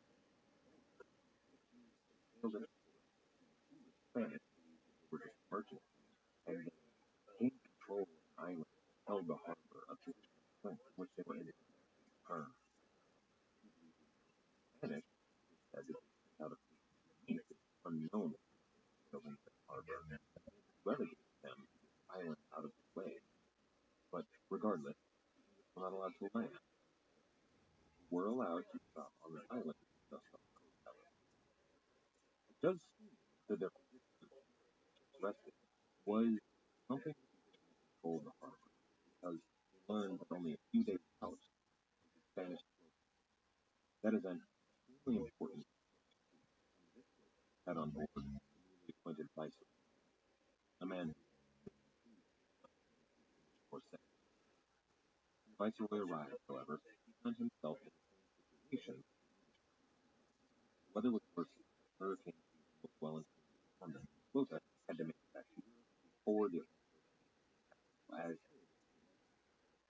Hawkins his flota from entering the harbor, supplies and needed before they back to Spain. So he began to negotiate. Hawkins found himself in a position of relative strength. However, all the Spanish that he the harbor as every day passed. Both men needed to reach across. What they decided upon was the hostage. They were going to be in men Spanish, Spanish. Now these were supposed to be men of some sort. Hawkins chose who were from noble families, well born. Spanish chose men randomly among the rank and file of their labor, dressed them up as the exchange occurred, and the English allowed the flota to enter the harbor and were allowed to make repairs necessary for both fleets to return. The Spanish did not trust the English, definitely did not trust the Spanish. Hawkins ordered that the shore be watched as well as the ships in the harbor. He was to write later, the treason being appearing as shipping weapons from ship to ship, planting and getting orders from the ship to the island where our men were, passing to and fro accompanied more men than required. Many other irregularities which caused us to have a vision ready for this. They had heavily armed men. Their archers and every man carried a sword and one carried a fire. The cannons were all loaded and prepared to fire. But on the morning of October 23rd, as the Spanish crossed the water to reach the English fleet, the fire. More than 300 men boarded while the men were repelled. The English fleet scored a direct hit against the vice admiral, ripping a hole through her hull. Eventually, the ship's magazines exploded. The Jews and the men were able to cut themselves free of their moorings and return to battle. The Spanish ships were in flames. More than one ship was sinking to the bottom of the harbor with Spaniards. Here, the English had won the mainland. Another horseman Spanish. As the new Spanish arrived, swallow the grace of God. Jesus Lubbock herself, flagship, close. Hawkins ordered Francis Drake on Judah, taking his men and the riches that they had spurred on the sea upon his out of sight. Then Hawkins gave the order to abandon ship. The Jesus of Lubbock, the Queen's flagship, was abandoned. Hawkins and his men made a canoe and began to sail away from the battle. Unfortunately for Hawkins, his orders to Drake had not been followed. Captain Francis Drake. John Hawkins said later, quote, "The Judah forsook our great." Over 100 English sailors, nearly all of the slaves left in the English fleet, and all but 2 ships were left in Spain. It was a great defeat for John Hawkins. But even that was not his first point. He knew that his actions on the Spanish Main were going to lead undeniably and unavoidably to war with Spain. From the front lines of that war was going to be a young sea captain, Francis. Next week, we're going to continue our journey with Francis. The opening move from Spain. This will be England's first great victory. It will also set the stage for many of the legends of the pirates themselves. That will all have to wait. For now, thank you for listening.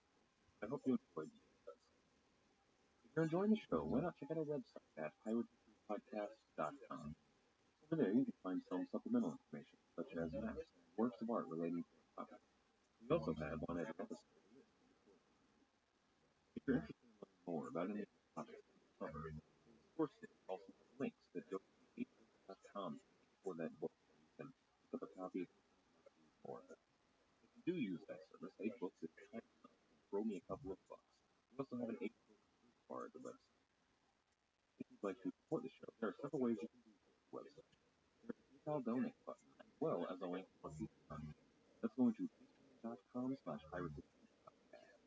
There's also an Amazon search bar, so if you need to search for anything on either 8Book or Amazon.com, please go to the website that kind of a couple of books. In addition to any of that, you can also leave a review on either iTunes, Stitcher, or Podbean, all of which we have links for at the website. Doing this really helps get the podcast to understand who you're reading. Once again, and most importantly, thank you. Thank you for listening. Thank you. Hello. Welcome to the Pirate Podcast. Thank you. We left off last week near the end of what's called the troublesome voyage of John Hawkins. The English fleet under John Hawkins had gone through a terrible hurricane, promised to take passage by the Spanish, and conduct attacking a terrible battle, and Francis Drake, captain of the ship, was told to put as many men as he could on board until the news cleared up. The only other ship that cleared out carried on board the admiral in chief, John Hawkins. After the battle, John Hawkins was unable to find Francis Drake. He was nowhere to be seen. John Hawkins headed back to England. It was a long and painful voyage. His ship was in very poor repair, and men on board not much better. They had been through both a hurricane and a battle, many of them were dying. Before long, all of them starving. The winds weren't in their favor, and the voyage took longer than it should have. When they were finally able to reach a port where they could resupply, some of them managed so much that they became ill. Even a few of them died. Here's the thing that does happen. Back in World War II, many Allied soldiers were given orders only to engage in concentration camp techniques. Once liberated, a little bit of water, a little bit of broth. Giving them solid food could be hazardous to their health after so long a time without solid food. So some of the men on board died of overeating, and they were thrown into the sea. When they finally reached Europe, they were forced to land in a Spanish port. Here's how sunk their fleet was. However, the Spanish gave the few ships some repairs and a few sailors to sail them back to England. When John Hawkins reached England as quickly as possible, he learned that Francis Drake had landed in France only a few days before. The Spanish sailors were sent back home, and an English crew was brought on board to assist John Hawkins in reaching France. There, he met his brother, the elder Hawkins, William, who told him that he had on to report what happened. John Hawkins saw Francis Drake Caribbean as a betrayer. However, Francis Drake insisted that the orders had been unclear. He was only told to leave the battle, not told to meet up with later. He had seen his responsibility.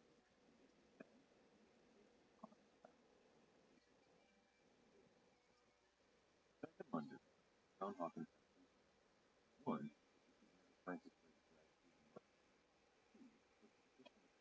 letters of marque, Christ. Third, and relief.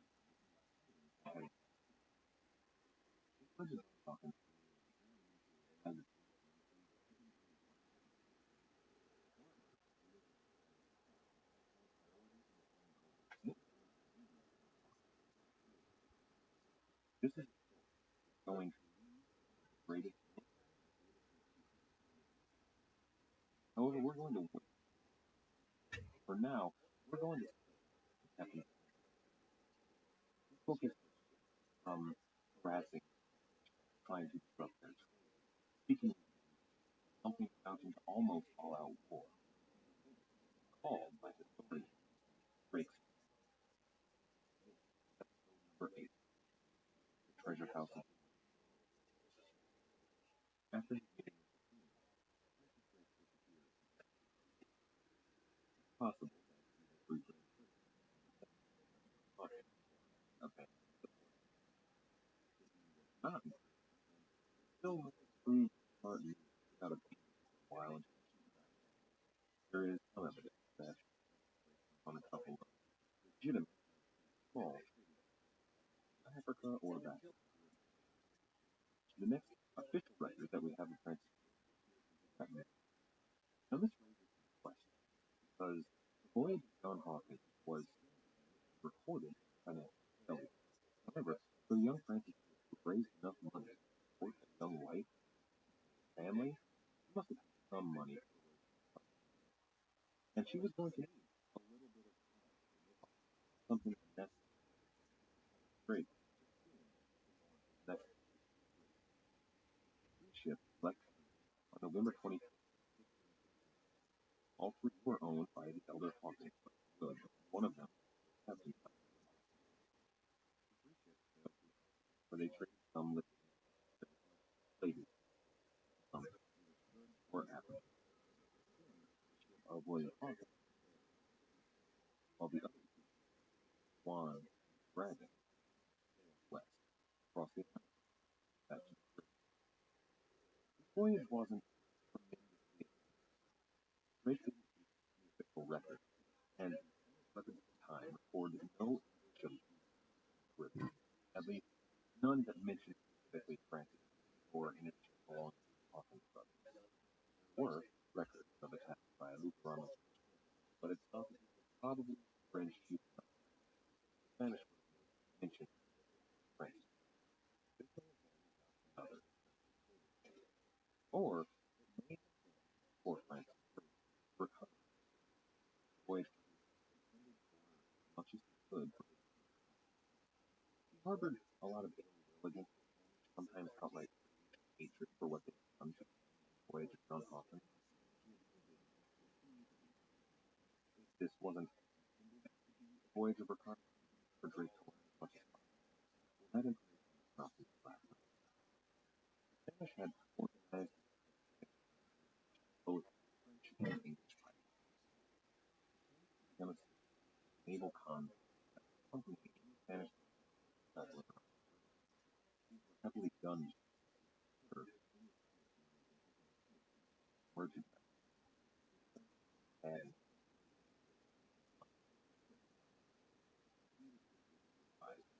no success.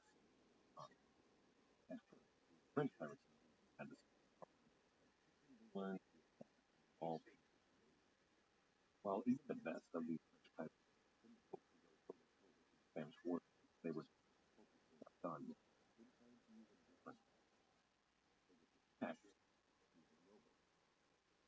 they had what was called the mother primary, but they usually killed or sometimes manned 2 or 3 smaller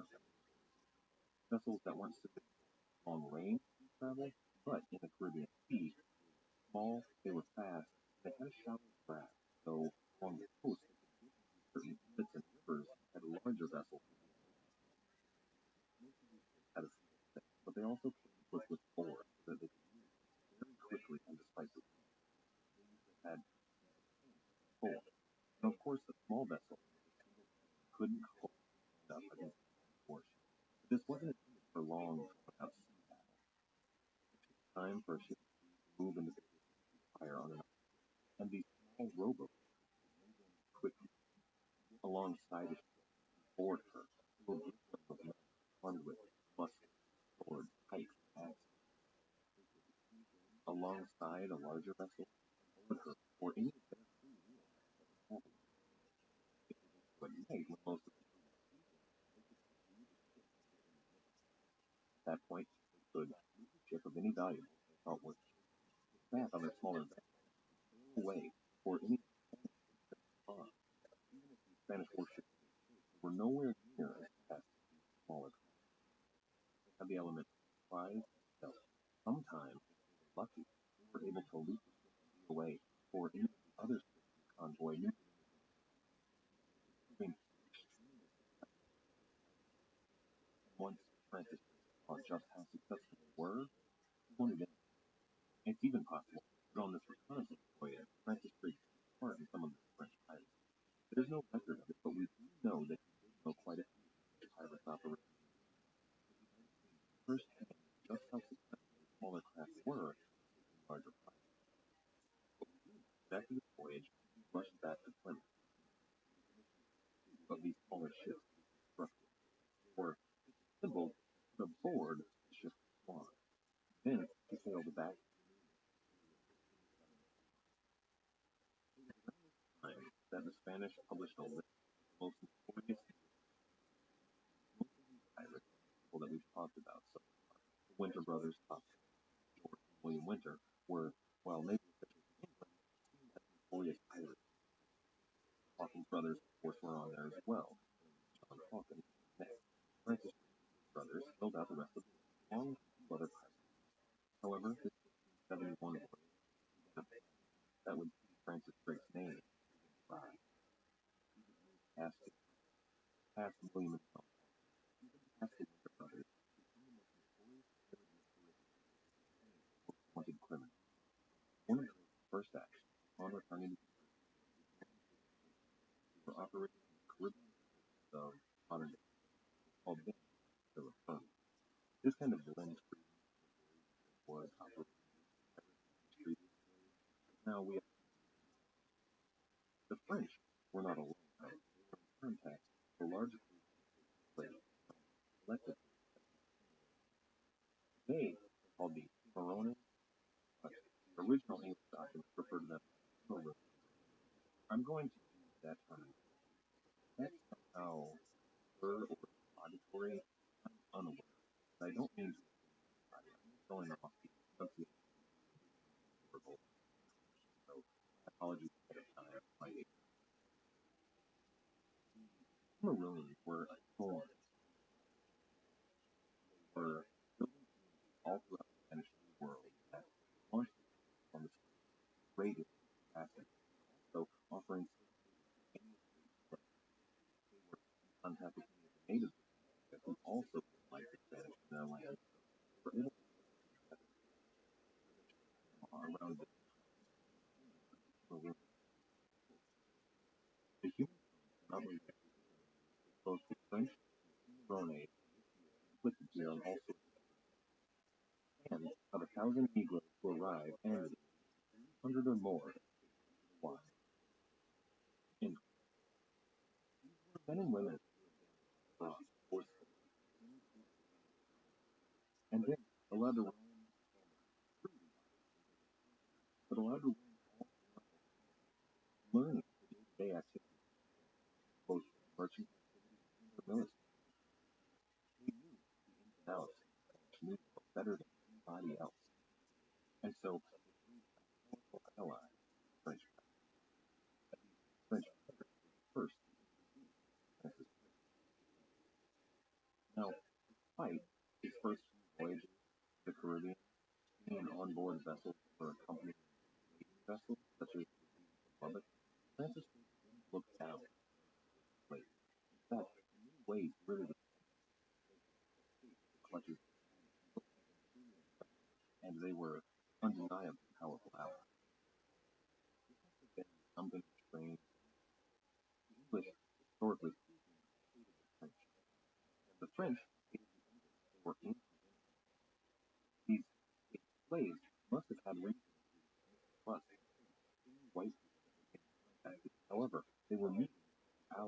together for a common.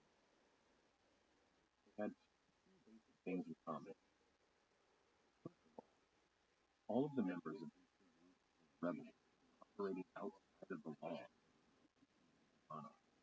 Now, while the Cameroons had no monarch, they had previously belonged, and they were definitely operating outside the Spanish. French pirates were Huguenot rebels who were in civil war against France. And while got a command, he loved to this was not an official royal voyage. This was the personal vindication followed. Second, most important meeting, all three groups. Drake had his brand new vessels, which were manned by both Englishmen and several French.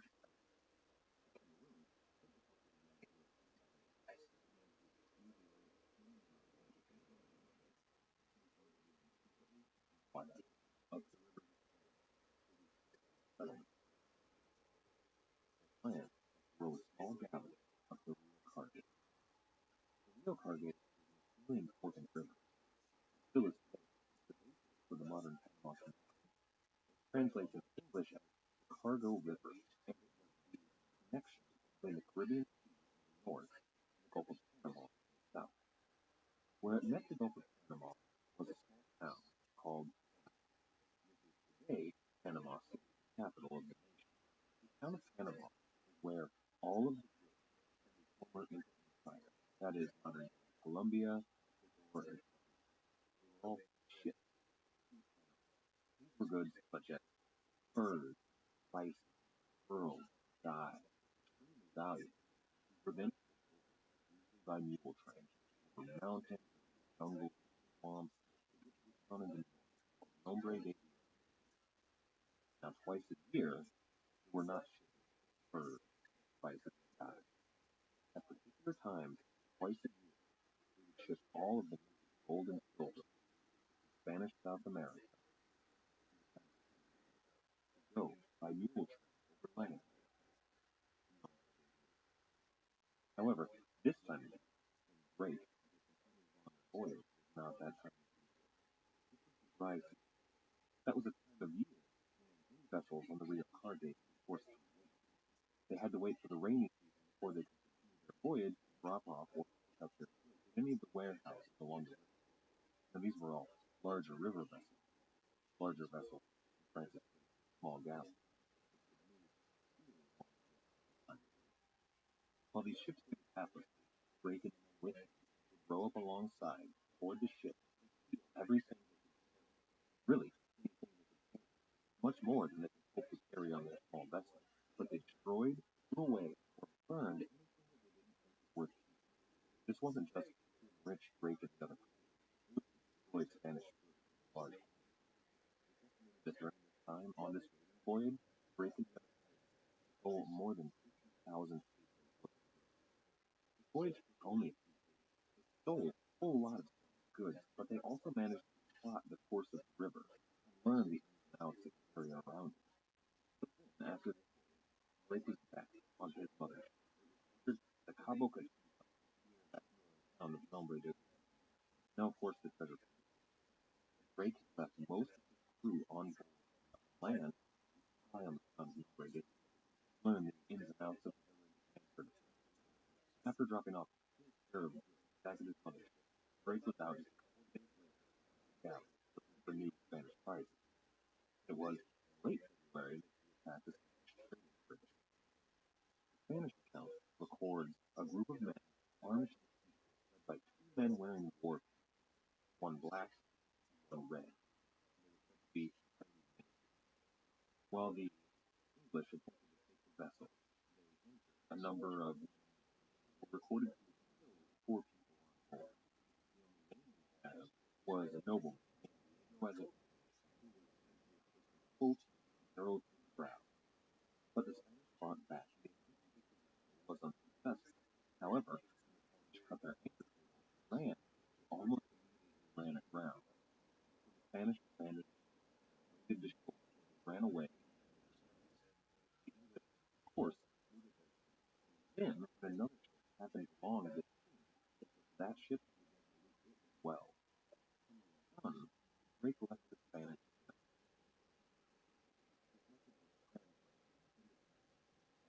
handed down to us shows better than anything of the quote. Captain and others of this we are surprised that you ran from us in that fashion. Talk to us under our flag, knowing us, and having seen evidence as no one under our flag. We only and will not come courteous to talk with us without evil or damage. You will find your frigate spoiled by your own fault, and any who courteously come to talk with us do no harm under our flag. Whoever does not bear the blame. And do not think that we were afraid of you, nor of others. By the help of God, it shall cost them their lives before they. Now you have proof that it would have been better had you. For in the frigate you had not the value of 4 done by the who are well disposed. No cause for conscience. If there be cause, we will be devils rather than Drake and the pirates then headed back to their mothership, where they unloaded all of the frigate. They immediately headed back to the river Cardiff, where they back up river warehouse. The warehouse was a small town called the literally translated 100,000.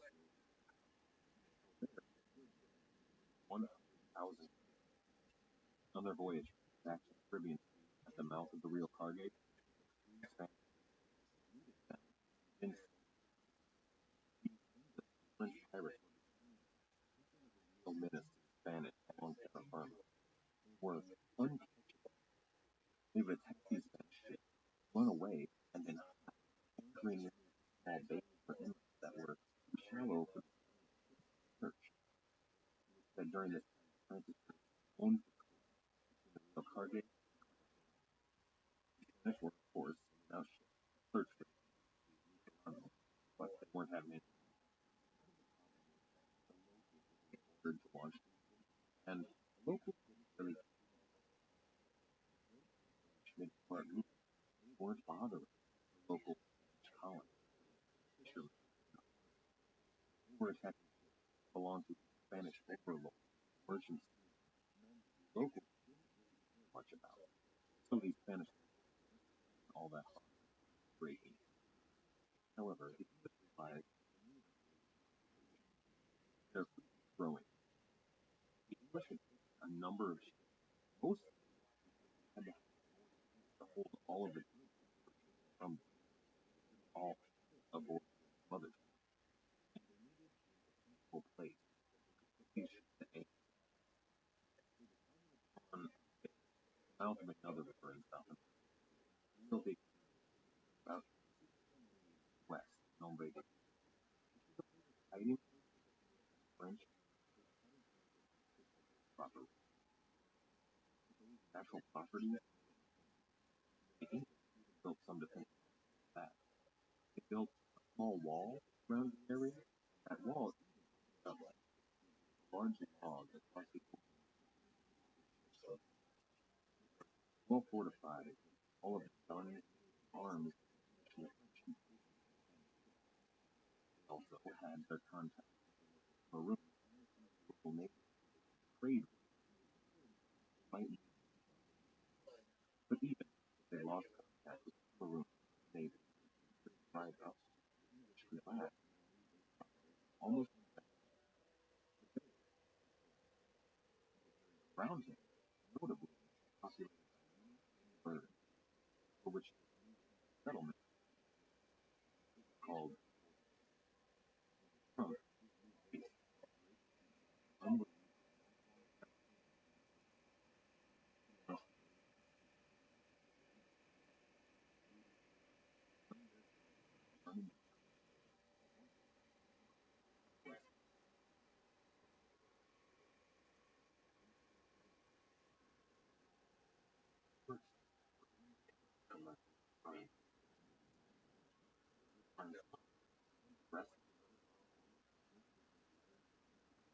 back home, they dumped her correspondence. So, of Drake's goals on this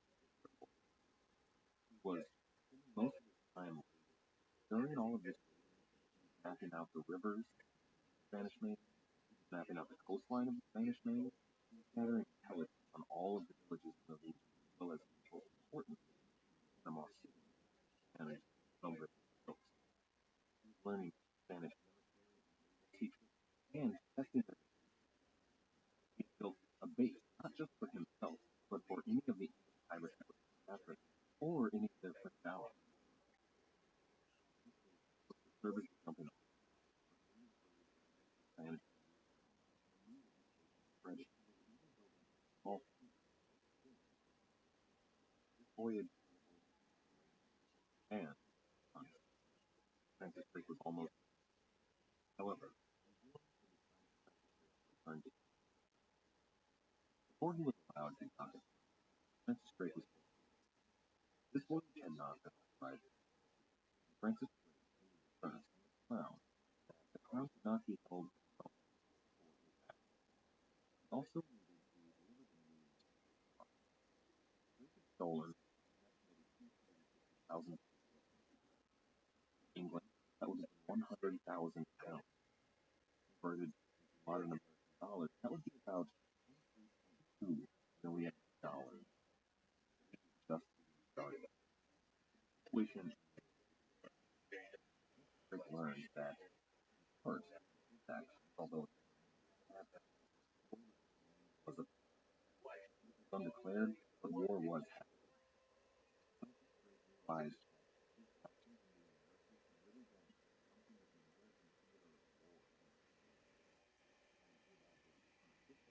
As a English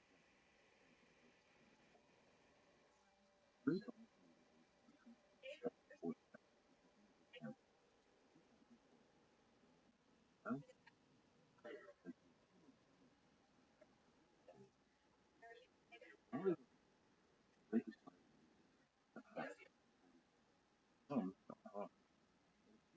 Hawkins brothers both of the Hawkins brothers, as well as the brothers, were investors. Drake was going to command the ship as well. His brother John was going to build our very small vessels. They were to be constructed at Port Pheasant, carried aboard. These were going to be better and faster vessels for weaving ships. On board these two vessels, Francis Drake, 70 men. All but one of these men were under the age of 30. This was going to be extraordinarily then, after the small break in preparation, Francis set sail again on May 20, 1772, from Plymouth back to Spain. It was quick work. They arrived on the land.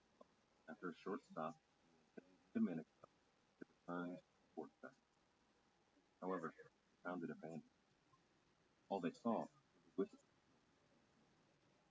Going ashore to investigate, they found a smoldering camp. Iron back up to the tree. It read, quote, Captain Drake, if you fortune to come to this port, make haste away, for the Spaniards had with you here the last year have betrayed me, taken away all the English. I departed from him, 7th July, 1772, your very loving friend, John. That was 5 days before Drake. Drake decided to record. He was going to, and he knew the structure but with it was only 3 days later. Drake ordered their battle Fort Pheasant. But they saw that these ships had friendly Fort Pheasant. It turned out to be one of the men that Drake headed. Testing routes had been around for much of it. Boyd John Hawkins, he was the captain of the Navy. He had been the man who corresponded on Drake's last voyage, and feared his Things were not as dire for the English as his friends, Captain Rounds and Captain Kidd, were both alive. Captain Rounds had just on board were a number of slaves that Captain These slaves had a lot of information about Spanish back on the front, as well as treasure. Changed on voyage never have a clue or really know about it. However, now could have been an emotional change. Perhaps he identified more with poor, downtrodden, wretched souls than Spanish lords. That doesn't seem good. After all, the voyages gone on that were saving voyages on level on faster possible. The Lord, after begun his personal war with the Spanish Catholics, well, not very much of his Protestant. Or maybe it was just coincidence. He was, after all, allied with and holding slaves or keeping them not licensed. Regardless, Drake is quote used these Negroes. Now, Elizabeth English, this might mean meant or it might mean knowledge. Either way, they were freed, cared for, questioned about their knowledge of Spanish activity. Captain Drake and Captain Brown began handing them. First, they took an of the arms that they had with them. It was actually pretty impressive.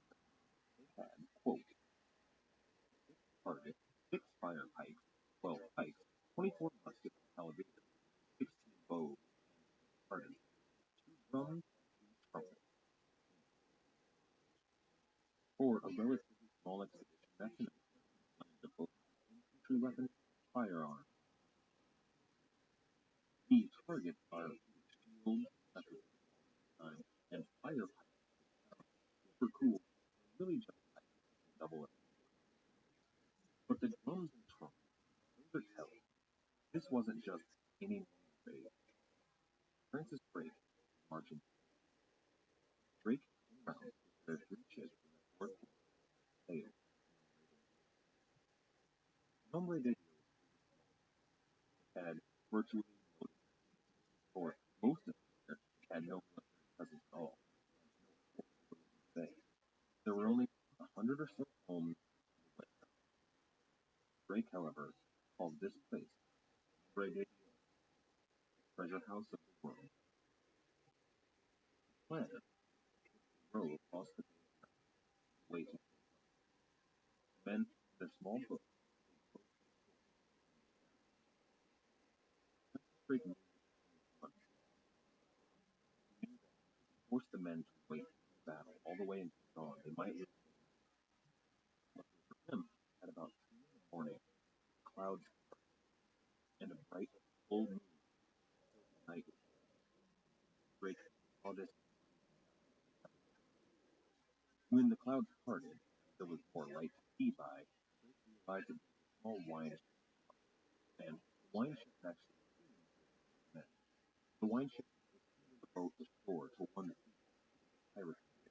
However, except them, the boat off to an island offshore. No longer going to Drake and his men debarked and advanced in the channel. The very first thing they did was take control of a single gun battery. There was only one guard on while the ran away down the alarm. So Drake and his brother took one. Another man put a circle left and right, while Francis Drake, the largest, directly to the the man who had been manning the arm, run through reached the church and ring the bell. Then Drake ordered his drummers to march. The trumpet sounded, announcing coming Francis, the general, from the Women and children, nombre de Dios, fled before them. The men rallied at the doors of the church and the local treasure house, holding the square against Reagan's men. The church bell continued to sound. The drums continued to beat. The trumpets continued to play. Drake's men held their fire lighting them away. Then the Spanish militia fired. One round hit a trumpet, killed me. Another hit Francis Drake in the rest hit the ground in front of them. Francis Drake smiled. The English fired their muskets and their bows. Then, simultaneously, John Drake, his brother, and John Oxenham arrived at the square from either side and opened fire on the movement trying to hold the town square. Few Spaniards were left alive from the hail of arrows, crossbow bolts, and musket shot. Those ranks hit Drake hit the nombre de Dios, lost one trumpet. Now that they had the town, things had come a little better. There are two different solutions. Nombre de Dios, treasure house of the world. First goes as follows. After taking the town square, Drake questioned the Spaniards they had captured and trying to govern it. When they arrived at the governor's house, they find a single lit and at the top of the stairs, quote, a fair Janae ready saddled either for the governor himself or some other household after. By means of this light, we saw a huge heap of silver in that nether room, being a pile of bars of silver of, as near as we could guess, 70 foot, 10 foot of breadth, 12 foot in height, piled up against the wall. Each bar was between 35 and 40 pounds. At the sight hereof, our captain commanded straightly that none of us should touch a bar of silver, but stand upon our weapons. The town was full of people, and there was in the house near the water's side more gold and jewels than all of our flotilla could carry, which we would presently set some in hand to break open. As they left the governor's house, a young slave rushed to meet Drake and his men, begging to become one of them. He had heard news of the name of Francis Drake. He wanted to join. At that moment, the heavens opened, and a torrential downpour began. They waited for it to pass, and Drake continued his bleeding from the wound. When they reached the door of the treasure house, Drake fell to his knees, collapsing from the loss of blood. He ordered his men to enter the treasure house. They decided that he loved their captain more than Spanish gold, and to save his life, they carried him back to his ship. Spanish gold. Now there are a couple of problems. First, nombre de Dios did not have a governor's house or a governor. Second, imagine any colony, or any sailor, or really any person at all, abandoning the rich Spanish treasure house in favor of one captain. No, that kind of stretches the imagination. What's perhaps most important and worth noting is that that story wasn't told 50 years later. The reality is, the storehouse as a treasure house of the world was either the African slaves that they had questioned back at Fort Pheasant had been correct, or they had lied to the Spanish, claiming what they wanted to hear to save their own lives. Likely possibility. The Spanish had knocked down the door and found the treasure house. Later, they concocted a story much more heroic. The reality is that they were forced to leave. They did, of course, take the wine ship. The fleet sailed to Los Canitos called the island of had large fields of pineapple, bananas, and guava. And the soldiers waited to leave. Captain Brown decided to leave. He saw in Drake indecisive and ineffective police. He also admittedly feared the Spanish reprisals for Drake's actions, which was probably a smart thing to do. The Spanish were, understandably, outraged and terrified. They realized that a small group of English pirates had sailed boldly into the harbor unopposed up the coast for all of the gold and the king of Spain, his house. Luckily, it wasn't housed there, but they realized how easy it would have been for them to catch Drake if he had stolen all of that gold. So the Spanish governor in the region sent orders that the town and every harbor be doubled, not only on land but on water. Drake realized sent for his allies. One of these slaves, a man named now sometimes that's described as one of the slaves Captain Brown set free. Other times the slave joined. Either way, trusted and befriended member of the help set up the gate. Maroon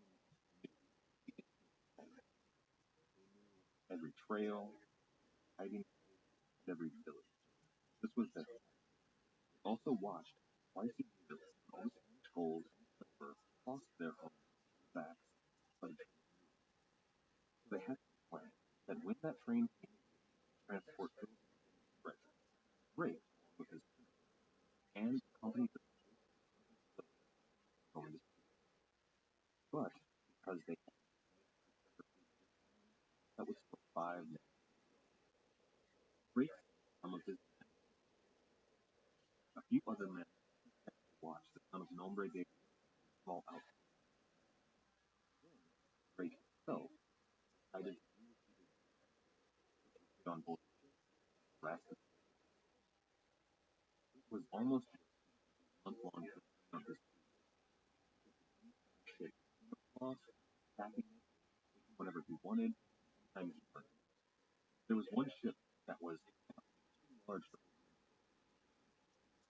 much like on him. It was repelled, but then, however, Francis Drake board and was waiting for Spanish melted. Francis Drake never did find out what was aboard that vessel might have been so important. That many well-armed Spanish aboard. Pain left, raiding around the Caribbean, doing as even for a small period, off the port of Carthage, not allowing any in or out until his plans were met. Somehow, Francis Drake always unseen. But home at his base, Fort Pheasant, there was a cat, seeing his younger brother die. After that, there was an outbreak of disease that killed something around thought that this disease was Loki, one of the killed Drake's other brother. After Joseph died, just ordered the surgeon of the group to do an autopsy. They didn't know how the was or what was all of it. Of course, the surgeon kept it well. Died fast. Had any medical knowledge at all, died off. It was a tremendous blow.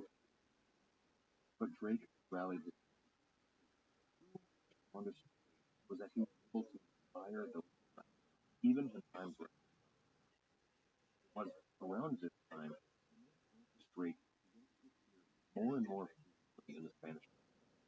Before that he'd always been voyages down. But now his name, Spanish for recording, was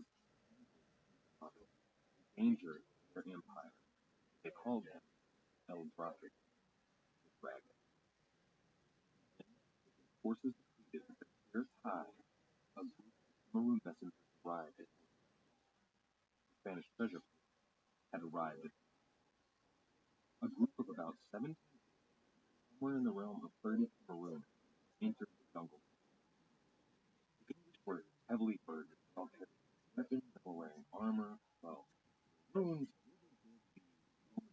of this voyage. They knew all the trails, all the paths, decided the way ahead. Hard. Jungle was not a place for anacondas, spiders, mosquitoes, swamps, heat. It did at one point have the pleasure of maroon where a well-built, well-dressed, prosperous far from the assumption had what these lived like. But then, one day, a guiding boy, a man named Pedro, gestured toward a break. In the trees, he found a small stone that placed grass. He looked north, looking south. Great folks, not Almighty God, give them light, but once again, the ship that. But then the night of the ambush, they waited in a tops of mangrove on the boat. Late at night, heard footsteps on the road. One soldier stood, ready to attack. Saw only a lone scout rode back, and boy had to on their feet. They took a small Spanish village. They attacked, killed as many people as possible. The only people killed were very few the defensive homes that they attacked the English first. And Drake received a message. Every woman in town remained violent. He actually went door to door, assuring every woman, every home, not going to stand heavy might sound ridiculous. Actually, home is hard.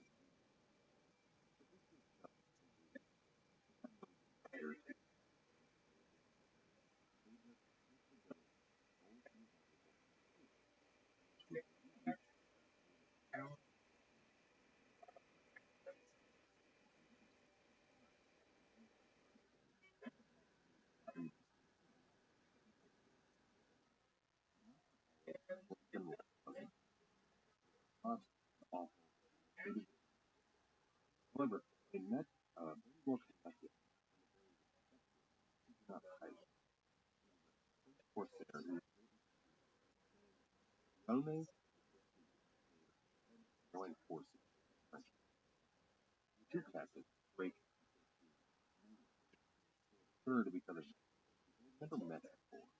However, the time that they were together, apparently they already respected each other, but really they began to admire each other as men of honor. And once again, combined force, English, French, Cameroon men were going to march into the jungle of Spanish goods. This time, they waited close to Nombre de where when the train arrived, it wouldn't be as much as it was in Panama City. The men would be reef treks through the jungle. The guard would be lowered as they reached the destination. It took a full 2 months of waiting. Finally, Spanish piracy. The assault was not one. The Spanish soldiers were all barefoot, hungry, tired. They were ready to do battle. The first casualty of the battle was the French pirate himself. He was shot in the belly in the very first volley of his rifle. But Spanish quickly broke ranks and ran. Once again, he and Francis Drake, a man who was determined yet primarily much in the same way that he left John Hawkins behind, he left his two hands behind.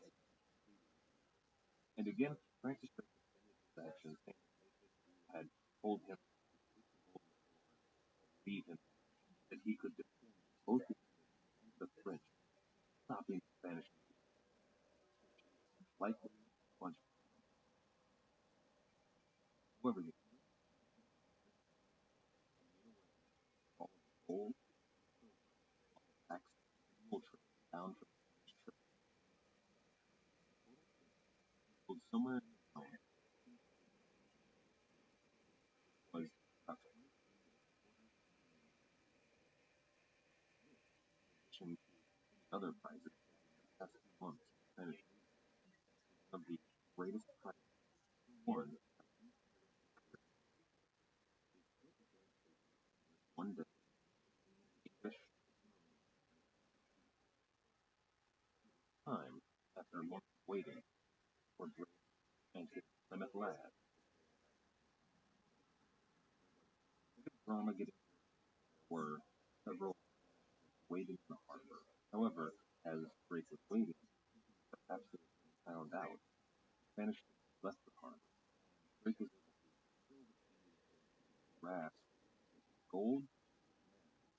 about to. Now Drake didn't take all of the gold. He only had so much, so he took the most valuable gold, silver, very strategic. However, it was well known down from man to man, Drake was never able to come back and reclaim all of this down from Taylor generation would go on to form the basis of all of our myths, both golden age pirates, any stories told today of buried treasure. It was said of Drake back where he buried X always. Drake's voyage back to Drake's voyage out on August 9th, 1873. Drake, the legend that when Francis Drake sailed into the harbor, word spread by most of the men and women in town were in St. Andrews, the people whisper turned into then people began to rise one by one started to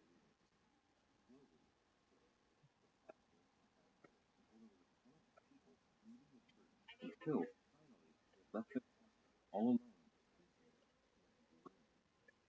All of the people in town left to go to the docks to welcome home Francis National. When the war was taken. However, he had several victories. We're not yet going to go into the conflict. We're going to see with Francis. After returning to England as a national hero, little time basking in, he was called by Queen Elizabeth to a private. This is something that's unheard of. She even sent the royal guards out of the room. No one besides Queen Elizabeth herself Sir Francis Drake or to hear what she had to say.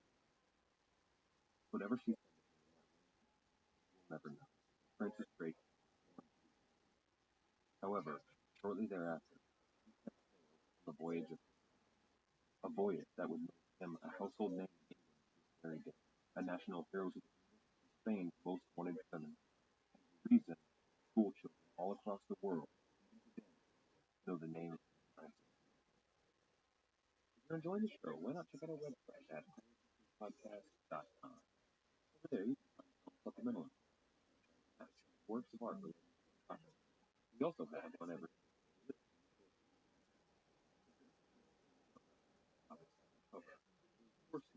have links to ebooks.com that book. A copy. If you do use that book,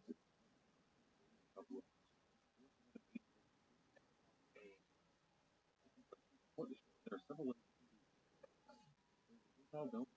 as well as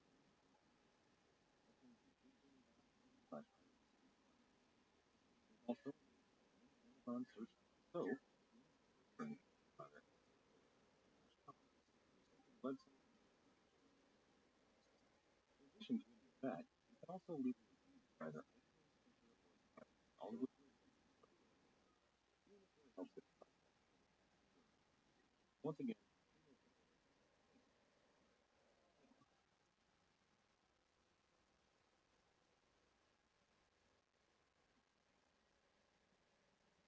hello. Welcome to the Pirate History Podcast. My name is Matt. Thank you. Last week, we talked about several voyages of Francis Drake. Voyages that included Spanish attacks on Spanish towns, and finally, an attack on the Spanish trip that crossed overland of absolute. These events were known collectively as Drake's War, but they proved very successful for him. However, when he returned to England, he found that he wasn't the national hero he thought he was. London was very tense at the time because of the international political situation, as well as some of the internal politics of Elizabeth's court. Drake decided to step back from all that after his report to Elizabeth and take some time for himself. He bought a house and he spent some time with his wife. He took care of some business affairs as well. He closed some accounts, he paid back several investors, that sort of thing. Then, being a man who wasn't comfortable at leisure, he got back on board a ship. He needed to find some passion for himself. He enlisted 4 of his ships in what was known as the Irish Adventure. Now, the Irish had been a thorn in the side of the English crown since the crown, but more recently, during the reign of Henry VIII, they had become very insurgent and rebellious. He had attempted to put them down, but had been unsuccessful, as had his son and daughter. Elizabeth decided to focus her efforts on it and finish this Irish problem. So she enlisted the help of a man named Walter Devereux, who was put in charge of the Irish Adventure. Devereux was an extremely talented leader of men, but he was also notoriously highly greedy and a very brutal man. His first action after taking command of the Irish campaign was to ally himself with an Irish nobleman named Brian O'Neill. Now, Brian O'Neill was loyal to Queen Elizabeth, but he was also powerful. He was powerful enough, in fact, that Devereux saw him as a bar to his own power. So he dealt with the problem in a scene that's just out of the pages of Game of Thrones. He threw a feast for all the soldiers, Brian O'Neill, all of the men allied to him. He fed them extremely well. He got them nice and drunk, and then, late that night, he barred the doors to the hall they were feasting at. Every man inside was massacred, except for Brian O'Neill himself, who was taken to Dublin to be executed publicly. It was after this event that Francis Drake joined forces with Walter Devereux. Devereux needed a man who had ships and was a well-versed naval commander, and at the time, Francis Drake was one of the top naval commanders in England. They needed ships because Devereux had a plan to take another island, a much smaller island that was just off the coast of Ireland, right in between Ireland and Scotland, very strategically placed and highly defensible. He planned to use this island as a base of operations for the English to make their attacks in Ireland. There was a battle, but it was fairly short. It didn't take very long for the Irish on that island to surrender. After they surrendered, though, the story becomes somewhat tragic. It only took about 5 days, but after the surrender, Walter Devereux had every man, woman, and child on this small island butchered. That was more than 500 people butchered in just 4 or 5 days. After seeing what he was capable of, Francis Drake befriended one of the retainers of Devereux, a man named Doughty, Thomas Doughty. Now, Thomas Doughty was a well-born man who was respected at Elizabeth's court, and a rising star in London. Now, Doughty was allied with one of Elizabeth's advisors, Robert Dudley, the Earl of Leicester.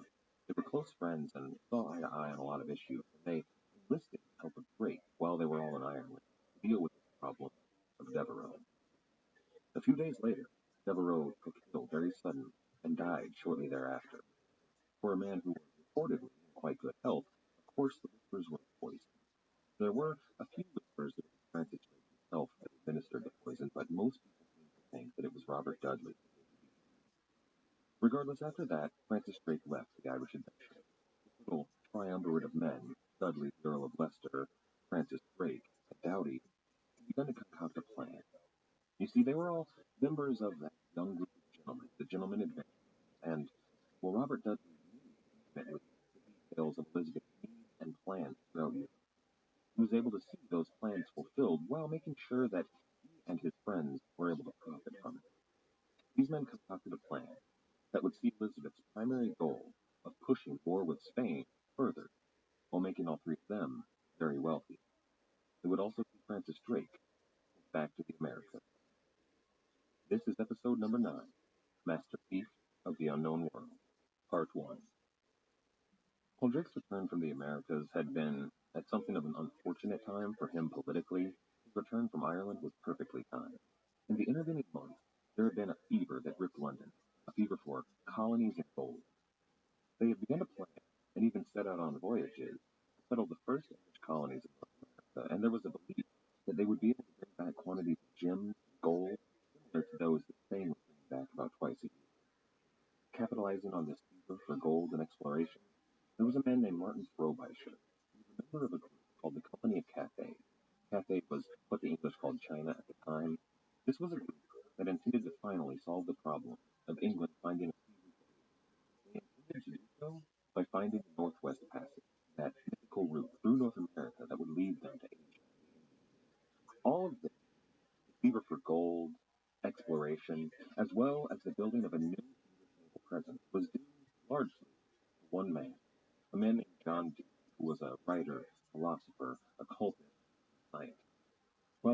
Ireland, he wrote a work titled General and Rare Memorials Pertaining to the Perfect Art of Navigation that contained a smaller work, just a paper inside it, called a Petty Royal Navy.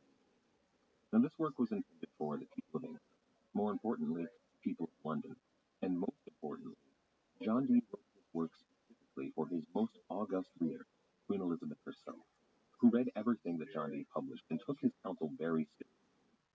Now, this trio of Drake, Dudley, and Doughty, they decided to capitalize on this fever in London and in the Queen's heart. They formulated a plan, and then they presented it to the Queen. Now, this plan is not well documented. It's shrouded in secrecy, and many of the documents pertaining to it were destroyed. However, there is a small partial document that remains. It's burned on the edges, and most of the top is gone, but there is a small portion of the document that is still legible, which I'd like to read.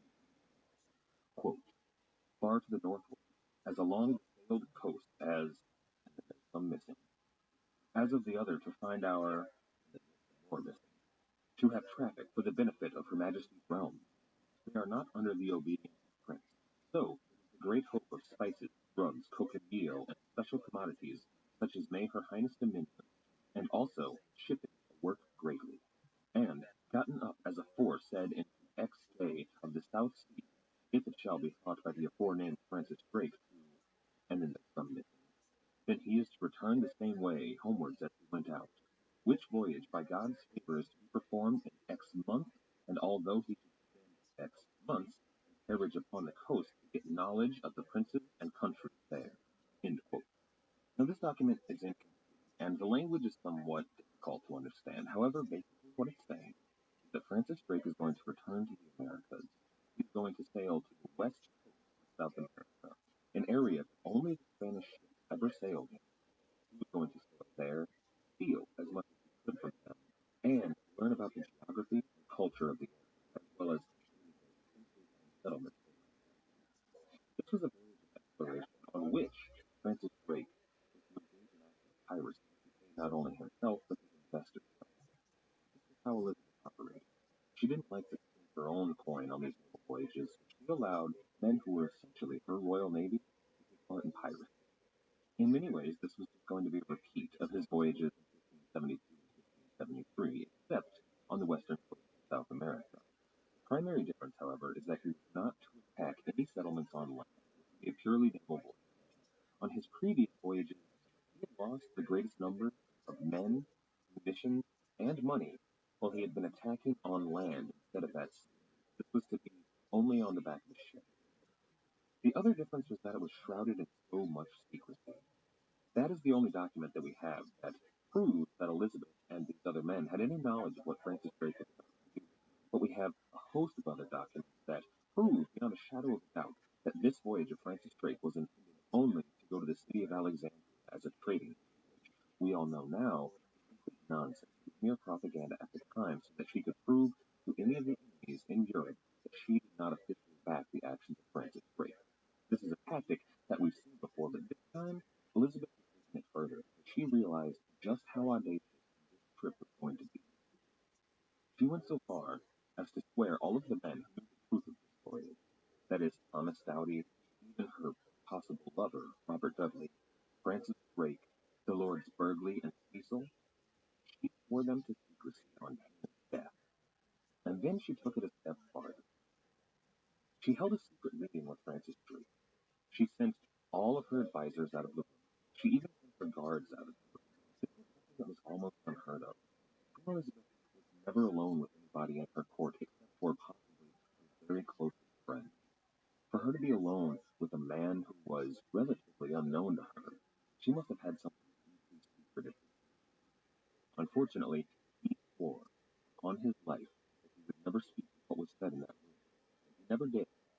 So we don't know exactly what Elizabeth said next, but we do know of the actions that Francis Drake was to take, as well as the actions of a couple of other scenes that can kind of point us in the direction of what Elizabeth's orders probably were. We do know what Francis Drake asked of Elizabeth, however. He asked merely for one small ship, along with all of the tackle necessary for running it, that would be used basically just to trade business. He asked for a small sum of money. This was largely so that other investors in London would back his voyage. He also asked for a few documents. that would claim falsely from the Queen's that this voyage was bound for Alexandria, so that he could prove to innocent people that they were merely going to Egypt. This is consistent with his view that he was actually the Queen, insinuating something that he knew to be false. And she must have put some trust in him because she wrote to his now, after this discovery, the Queen's ship, the documents that he had on board, and with the full amount of money, etc., from people all over London, he was ready to set sail. He had a small fleet. There was the 100-ton ship, the Pelican, the 80-ton Elizabeth, then there was the Swan, the Marigold, and the Crystal. Those last two ships are hardly worth mentioning. They were essentially a ship that was there to carry any goods that they might take or need on the voyage, and a very small ship that was meant just for ferrying recipients back and forth between the larger vessels. Neither of these were outfitted for war, but they were both necessary to the voyage. Then, on November 15th, 1577, the fleet set sail from Plymouth Sound. Almost immediately, they were hit by a storm. It was one of those storms that blew up around this time of year that were sudden and deadly. They had to cut the mainmast on two of the ships to try and save them, but even so, the Marigold blew into some rocks that were there nearby. They had to sail back into Plymouth Harbor to have repairs done on the ship. However, that proved to be somewhat fortuitous because as they were sailing back, Francis Drake noticed something. He saw that the levels of fresh water and food on board were not nearly enough for the voyage that they were undertaking. Now, the man who was responsible for this, Francis Drake, lashed out at and kicked off of the voyage. Now, this upset some of the other crewmen, including one of the men who had helped plan this voyage, a member of that trio, Thomas Doughty. He was on board and a major player on this voyage, and he accused Drake of dismissing a, quote, essential member of our crew. Now, this is notable for a couple of reasons. First of all, for the people that were responsible for buying food and water for these sorts of voyages would frequently buy food and water of a lower quality, and sometimes not even enough of it to pocket the rest of the money. Now, for a relatively short voyage to Alexandria, that wouldn't have been a problem. And that was what the man who was buying these victuals, as well as almost everybody else on board, thought they were doing. Nearly every member of this crew thought they were just going to Egypt for a trading voyage. But Thomas Doughty knew better. He was one of the men that had come up with the actual plan to travel to the Americas.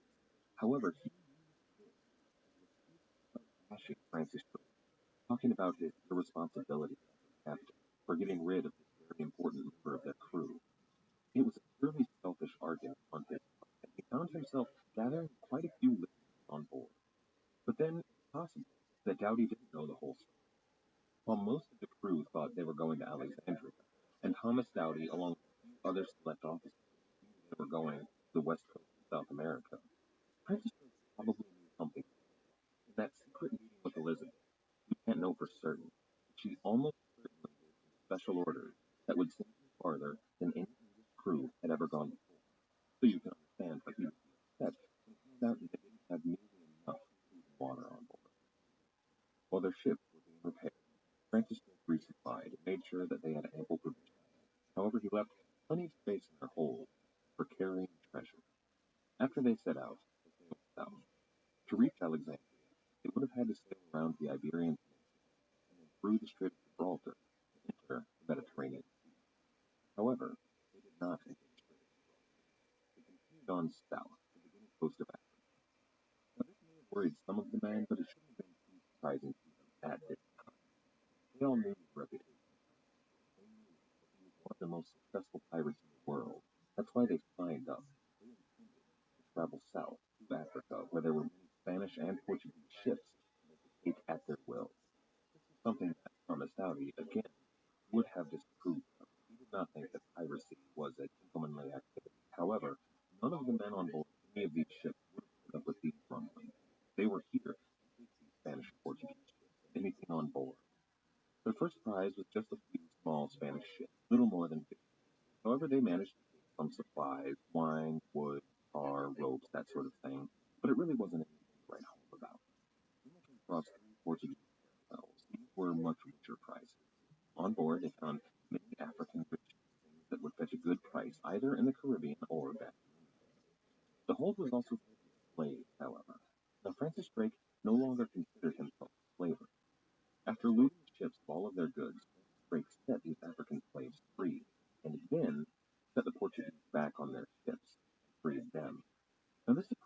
number of the men. Some of them were surprised that he would free the African slaves. Others were surprised that he would allow these Portuguese slaves to go free. But this early in the voyage, Francis Drake didn't want to make any more enemies than necessary. He had a long way to go after this first initial encounter. However, after taking these Portuguese caravans, the men thought that they would be traveling back north towards the Strait of Gibraltar. But they didn't. The fleet turned west and headed toward the Cape Verde Islands. When they made their first island, they were met with word of the pirates had fled before, and they were not welcome anymore. However, there was a ship outside of the range of cannon fire that Francis Drake's crew managed to take. It was called the Santa Maria.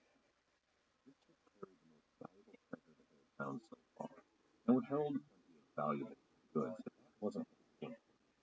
The captain of the ship was a very experienced Portuguese pilot, a man named Nunez de Silva. De Silva had a rich trove of maps that he had made and that others had made of the South American coast, as well as in his head an intimate knowledge of the eastern coast of Brazil. Now Drake told De Silva that they were going to take the Santa Maria with him, along with he and his crew. However, when they reached Brazil, they were going to be set free. Drake needed time to study his maps along the voyage. But after leaving the Cape Verde Islands, the men on board realized that they were absolutely not heading to Alexandria, that this was going to be a voyage heading to America. Now, most of these men had told their wives and families that they would be gone a few weeks, maybe a couple of months at best. Alexandria was not that far away, but they realized that they were going to be gone a much longer period of time. So on every crew, on every ship in the fleet, discord began to set in. It was a delicate balance in act, along with the other captains on the other ships, who had to keep the men on board happy while keeping them in line. And this was when Doughty really began preaching against Francis Drake. He began growing a following and sowing the seed of what would eventually turn to his plans for mutiny. He spoke of the injustice of this voyage, of the men being lied to. He spoke of the arrogance of Drake and the other captains. He tried to paint himself as a man who was just another member of the crew, one of these men who had been lied to by Drake and the other captains, despite the fact that he knew of these plans, in fact helped create these plans from the outset to travel to the Americas. This was a clear attempt to undermine Drake's authority and bolster his own on the voyage. And then he tried a new tactic. As his followers grew, Doughty was becoming ever bolder. So after taking the Santa Maria, Doughty accused Francis Drake's younger brother, Thomas, of stealing from the loot they had taken from the Maria that was to go into a communal pot and put it in his own possession.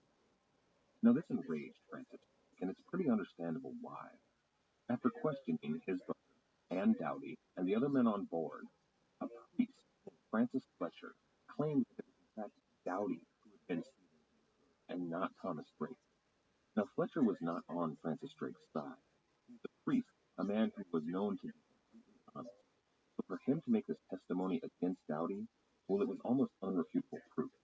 But when Francis Drake and some of the other officers searched Doughty's cabin, they found absolutely unrefutable proof. They found Portuguese goods in his own personal holdings. Now Doughty claimed that these were gifts given to him from Portuguese sailors in order to gain themselves preferential treatment. But Drake saw through this immediately. He knew that while Doughty had been stealing from the goods taken for the communal use of the crew, he had tried to blame it on Thomas Drake's brother to undermine the authority of both of the Drakes. So Drake decided to stay on board the Santa Maria, which he christened the Mary. It had some of the best provisions in the fleet, as well as the many maps and charts and Portuguese sailors that he needed to study while they crossed the Atlantic. And he sent Doughty back to the flagship, the Pelican, and made him the captain. Now this was little more than a band. It kept Doughty's pride intact, but it stopped a confrontation between Doughty and Drake, which might have ended in blood. But it also emboldened him. He saw himself now as the captain of the flagship of the fleet, undeniably the man in charge of the voyage. And he began to grow ever more egotistical, even to the point which you might call near madness. He claimed to the men on board the Pelican that he could bring down, quote, the devil to bear down upon the ship's company, quote, and then he threatened them with what he called his dark witchcraft. He was a nobleman who was well born, well educated, and he really looked down on those underneath him, especially men like Francis. He saw Francis Drake as no better than any other common mariner on board. He couldn't understand why he and Francis Drake were to share command at equal level. Even worse, it upset him that the men on board respected and admired Francis Drake as one of them who had risen to prominence and was one of the best among them. They looked at Doughty as just some sort of nobleman interloper who knew nothing about being on board a ship. They treated him with absolutely zero respect, and this enraged them. They decided to take the crew of the Pelican and make them live in fear of him as a dark sorcerer. But fear can only go so far. The men truly loved Francis Drake, and while the crew of the Pelican was too afraid to report what Doughty was doing, Francis Drake was already suspicious of his actions and kept a close eye on him. Most of the reports from the Pelican were of Doughty acknowledging Francis Drake as the leader of this voyage. However, Francis Drake was receiving secret reports that this was not the case. And then, for some reason, Thomas Doughty himself sent Francis Drake a missive that was mysterious and threatening, and said that the voyage would, quote, have more need of me than I shall have of the voyage, end quote. So Francis Drake decided it was time to take action. He could no longer ignore the problem with Doughty. So he sent his trumpeter on board one of the smaller boats over to the Pelican to collect Doughty. Now when the trumpeter got there, the accounts are a little jumbled. Some historians consider what followed as a violent action. He was held down by the crewmen. Others see this as an old-time tradition among sailors that when they see a friend they have not seen in some months at sea, they greet him with a friendly spanking where all the mariners hold him down and give him one swat on the bottom. Regardless, Doughty decided to take part in what was either a friendly tradition or a violent interaction.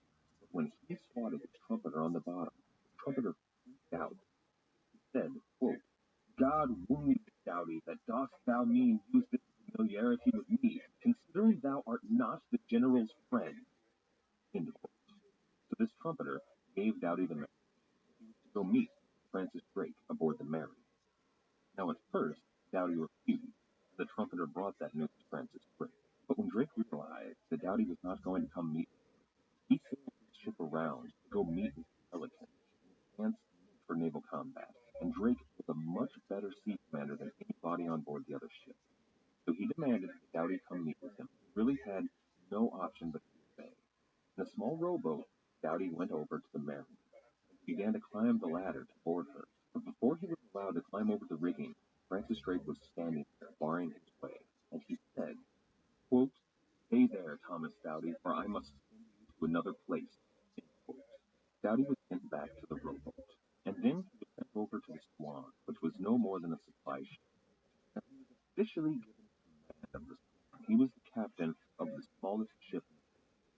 However, while he was officially given command, it was made very clear to him that he was not captain of that ship. He was to be put under guard and was little more than a prisoner. Drake made it clear to buy himself the peace that he needed to cross the Atlantic, and that crossing went mostly pretty smooth. He had time to study the maps and charts that De Silva had in his possession on board the Mary. He began to learn more and more about the coastline of Brazil and the rest of South America. He also had something of the writings of Ferdinand Magellan, as well as the accounts of the other mariners on board Ferdinand Magellan's voyage that had survived. He was clearly learning about what the rest of his voyage was going to entail. Now, the fact that he had on board these writings of Magellan and these other mariners is somewhat significant, but not tremendously so. We still don't know officially what Drake was supposed to be doing on this voyage. He knew he was going to be going through the Straits of Magellan. Magellan had been the first man to do so he wanted these initial accounts. Magellan also went much further on his voyage, but we don't know as yet if Francis Drake was intending to follow in Magellan's footsteps. As they neared the coast of South America, it became clear to the Portuguese pilot, De Silva, that while his crew was going to be set free, he was going to be forced to stay on with the English pirates. His knowledge was too valuable. And things weren't going well aboard the Swan either. Thomas Doughty and the other noblemen that were part of his little group, well, they were being fed half rations. The men who were supposed to be officially in charge of this vessel were being fed half as much as a common crew, while the actual captain, the man who was master of that ship, was eating with the crew Dowdy complained about the half ration from the ship's master, the man who was essentially his jailer. The man said that he would give him, quote, something to eat that falls from my table, end quote. This, obviously, enraged the nobleman Dowdy, and he struck the master of the vessel. Now, the master struck him back. It came to blows, but while this wasn't something that could be called mutiny, it became quickly apparent that this small group of noblemen were no match for a large group of seasoned English West Country mariners. So they quickly backed down and shut up. But that didn't mean that Dowdy had stopped flying. Now, when they finally reached the site of the coast of South America, Drake ordered that they continue sailing south. All of the Portuguese settlements along the coast had been warned of Drake's coming. There was a Portuguese warship, a man of war, in every harbor that awaited them. They stayed out of sight of the coastline and sailed south until they were too far from any Portuguese settlements to be in any danger. It took several days for them to find a harbor that was suitable to anchor in, but finally they did. However, the Swan, the ship that Dowdy was on, was nowhere to be seen. It had become lost in the storm, so Francis Drake had to go out on the Mary, find her, and bring her into the harbor. Let it be known to some of the other officers and crewmen that Drake himself attributed the fact that the Swan had become lost to Dowdy's dark and vile magic. Now, this seems to me and to many historians as nothing more than a little bit of propaganda. Drake probably didn't believe that Dowdy was in fact a dark sorcerer, but Dowdy had begun spreading that rumor himself, so Drake decided to use his own lies against him to make the men believe that while he was, yes, in fact, a dark sorcerer, Francis Drake, the master of the voyage, knew of it and had him well in hand. And in fact, Drake did have him on hand. He had a plan to deal with Dowdy, but it was still a little bit early. He needed more time and a bit more evidence. While they were in harbor, Drake ordered the Swan disassembled. He said to take all of the metal fittings from the Swan, all of the supplies on board, and anything that the Swan carried, and put it on board the other ship.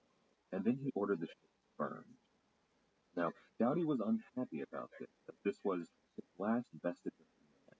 While he wasn't actually in command, he could pretend that he was captain of that vessel. And for Drake to have this vessel burned, it showed that he was no more than a prisoner. So Dowdy refused to leave the Swan. He said that he was going to stay on board his ship. But Drake responded by saying that if he would not leave, he should be hoisted aboard along with the ship's captain. So Dowdy backs down. He climbed on board the Maria. But instead of staying quiet, he claimed to all the men that Drake did not have their best interests at heart, and that he, Dowdy, had lost all faith in Drake's actions. So Drake lost his temper and struck Dowdy across the brow, and then ordered him tied to the mainmast along with his other men, something that the crew of the Swan, who was already on board the Mary, were happy to do, having had to put up with Dowdy and his nonsense the entire crossing of the Atlantic Ocean. So after they cut him free, but before they set sail, Drake ordered Dowdy aboard the Christopher, the next smallest ship in the fleet, and he sent the captain of the Christopher a message saying that he was sending them, quote, a very bad couple of men. He continued, the which he did not know how to carry along. Thomas Dowdy is a conjurer, a seditious fellow, and his brother a witch, a poisoner, and such a one as the world can judge of. I cannot tell from whence he came, but from the devil, I think. End quote. While these noblemen were kept on board, under guard, not allowed to leave the ship, nearly every other crew, including all of the officers and Drake himself, returned to shore, where they met a tribe of Indians. Now this tribe was friendly and met them with a very warm welcome. The English had made good that this tribe, which lived apparently a very simple life, did not. The English played music for the tribe, to which all of the young women danced, which delighted the English. So the natives gave them a feast. The English feasted for days on seal meat, their local alcohol, and even the local women. It appears that this tribe didn't have any belief in the institution of marriage, and they were allowed to couple freely with any English sailor that they could shine to. Now, this tribe didn't have much to trade in return, but the English enjoyed their time with them so much that they left them gifts of very rich value. Even Francis Drake, giving a man who had taken a liking to his fancy red velvet hat, gave him that hat to wear, out of the kindness of his heart. Now, this may have been something further that Francis Drake was doing to discredit Dowdy. While Dowdy had to be on board and under guard, Francis Drake saw that his men were having the time of their lives in the tropical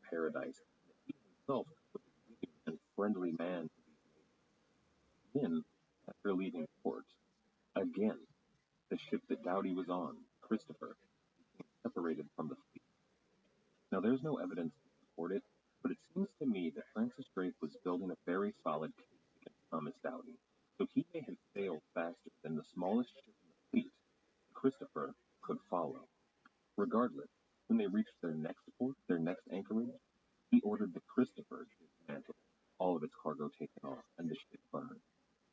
Drake claimed he believed that any ship that had had Doughty aboard was infected by his dark, sorcerous magic, so they needed to be destroyed.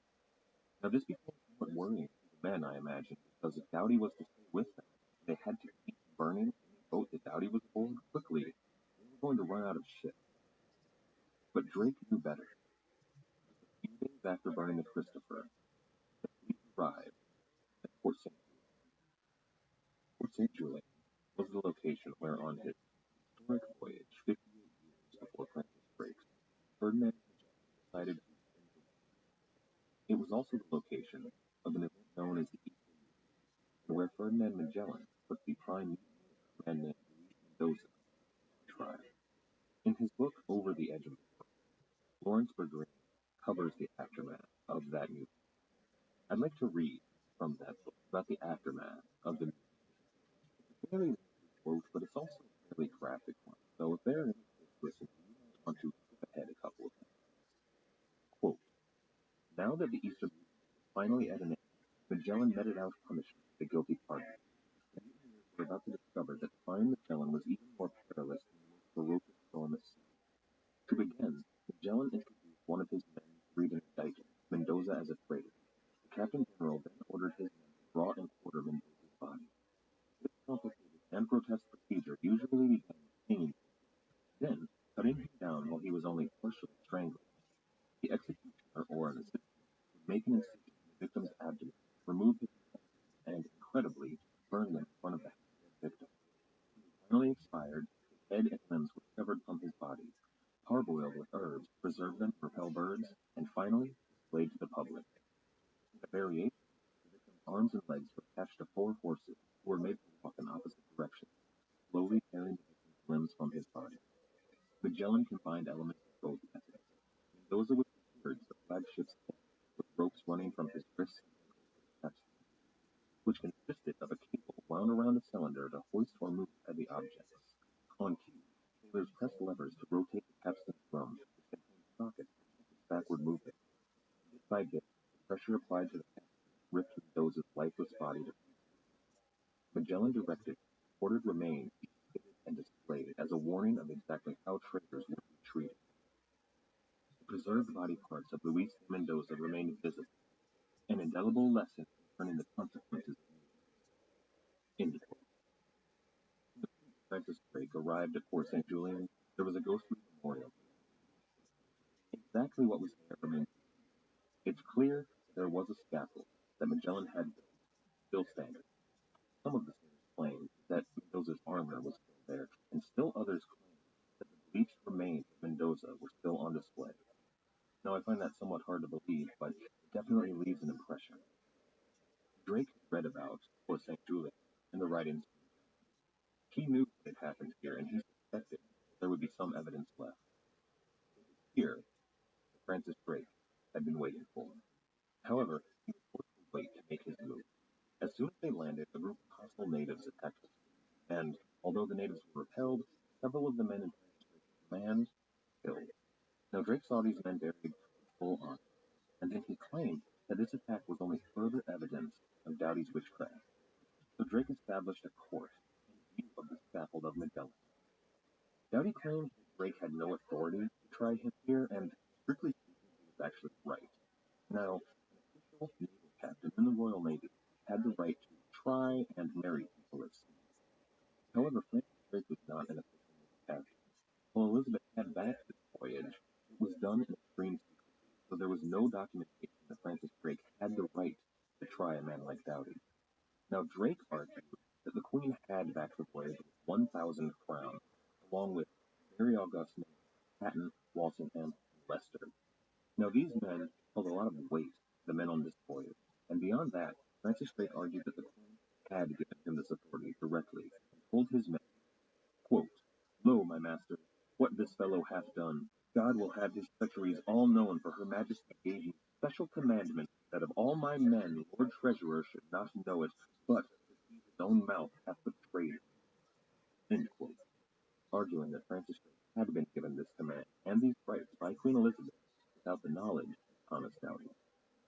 So the trial continued. Now Doughty was trained as a lawyer. He was very good at arguing his case, and apparently he did so with great eloquence, the kind of eloquence known only to the gentlemen of Elizabeth. However, Drake yielded to the men's baser desire. Doughty was a man who hated piracy, and while the Queen remained removed from Drake knew that Doughty would take command and stop any piratical action, keeping the men from making their share of the sailors had signed up with Drake, knowing his reputation, expecting to take as much Spanish treasure as possible. They had not known how the boys would take them, but they knew that they were going to wind up rich men. Drake still had to play his cards carefully, though, and he continued his argument, quote, "And now, my master, consider what a great voyage we are like to make, the like was never made out of England, for by the same the worst in this fleet shall become a gentleman. And if this voyage go not forward, which I cannot see how possible it should be if the man live, what a reproach it will be, not only unto our country, but especially unto us, the very simplest here may consider of. Therefore, my master, they that think this man worthy to die, let them with me hold up their heads." Drake had argued that if they let Doughty live, the voyage would turn back to England. They would not take any more Spanish treasure. They would not fulfill the orders of the Queen. Not only would they disappoint the Queen and her court, these men would lose out on a fortune that they would have taken in Spanish gold and treasure. Beyond that, Drake knew that they were about to embark on a voyage that would be written about in history books for the rest of time. These men would have their names remembered, and if they did not execute Doughty on this beach, they would not go through with that voyage.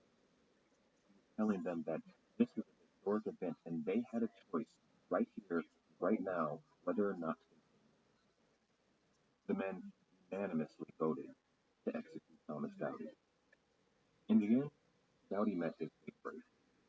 You might say, like an Elizabethan English. He chose to die by the axe.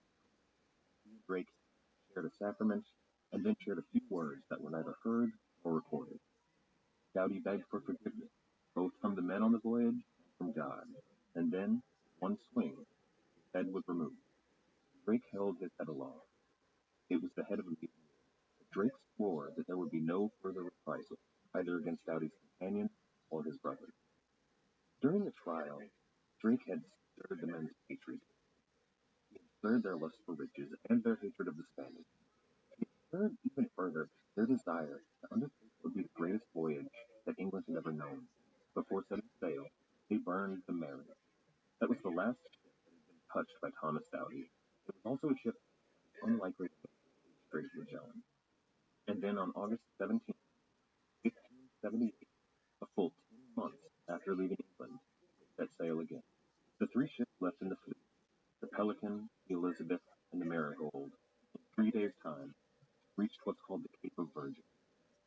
This was the entrance to the Strait of Magellan. There stood a series of massive stone pillars. The men described this place solemnly, quote, "full of black stars, against which the sea showed, as it were, the sprouting of whales," end quote. This was a place that was alien to the men on board this English fleet. They'd never seen anything like it.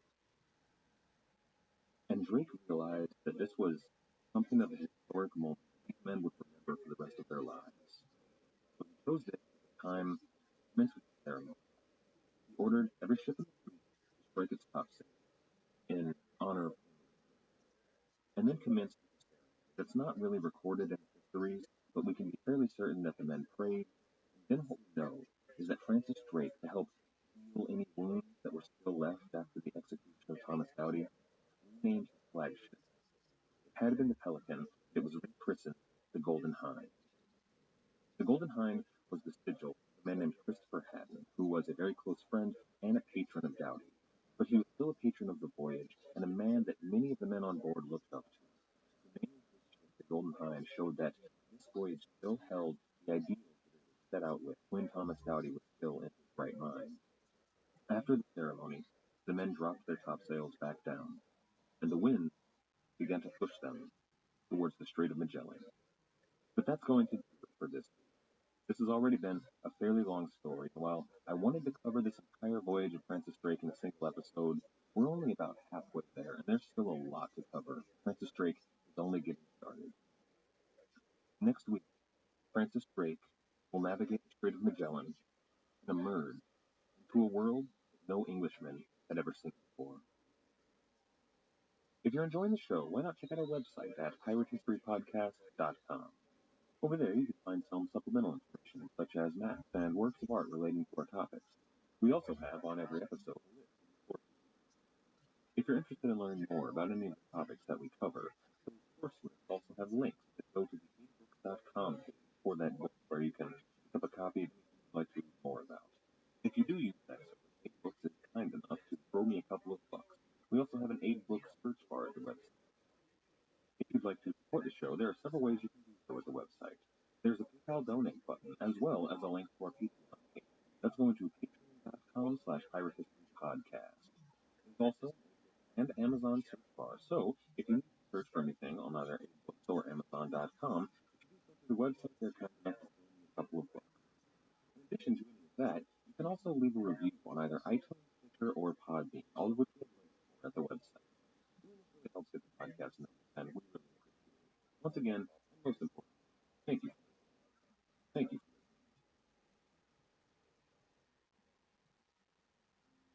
Hello, and welcome to the Pirate History Podcast. My name is Matt. Thank you. Last time, we talked about the first leg of that period from Plymouth out to Africa, Canary Islands, across the Atlantic Ocean, the western coast of Brazil, down that further south, almost to the south. If everything had gone according to plan, this would have been a relatively unremarkable period. However, some of the egos on board and the clashing ideologies of some of the men, there was nearly a mutiny led by a man named Thomas Dowdy. Francis Drake eventually had executed. This left Francis Drake with 3 ships: the Pelican, the Elizabeth, and the Marigold. Sailing just a few days south, Francis Drake found the fleet of what's known as the Cape of Virgins. The Cape of Virgins was a place that was peaceful, cold, and eerily quiet. The men on board, according to some journals, it was a solemn time, a time for reflection. Francis Drake also reportedly held a ceremony that changed the name of the ship Pelican to Golden. For 2 days, the men waited for the winds to carry them towards the Strait of Magellan, the easiest way for them to cross the continent of South America. For 2 days of peace and calm reflection, the men were able to rest. For some of the men, these 2 days of calm would be the last days of calm that they would see in many months. And for still others, it would be the last days of calm that they would see for the rest of their lives. This is episode number 10, Master Thief of the Unknown World, Part 2. Before we continue, I'd like to point out a couple of things about this period of the records that was. This was a voyage that was clouded in secrecy by design. Francis Drake was ordered by Queen Elizabeth not to keep the best of records about everything. Many of these things were secret even to her closest council members, so she didn't want any record of them existing. Beyond that, the records that Francis Drake did keep are usually fairly questionable. Francis Drake was a man who was, he was a master tactician, not just on sea, but he was a master of court politics as well. He was a man who could turn even the worst of disasters into a potential success. He had so many great achievements in his career that it always overshadowed losses. When things got too bad to be overshadowed, he always managed to find a solution whose fault it truly was. There are some historians that believe that Thomas was not, in fact, the villain that Francis Drake made him out. He was merely a man that disagreed with many of Francis Drake's plans.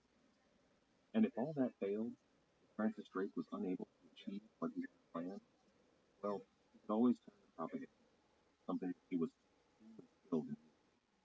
He was later, rewrite the history in ways that would favor him.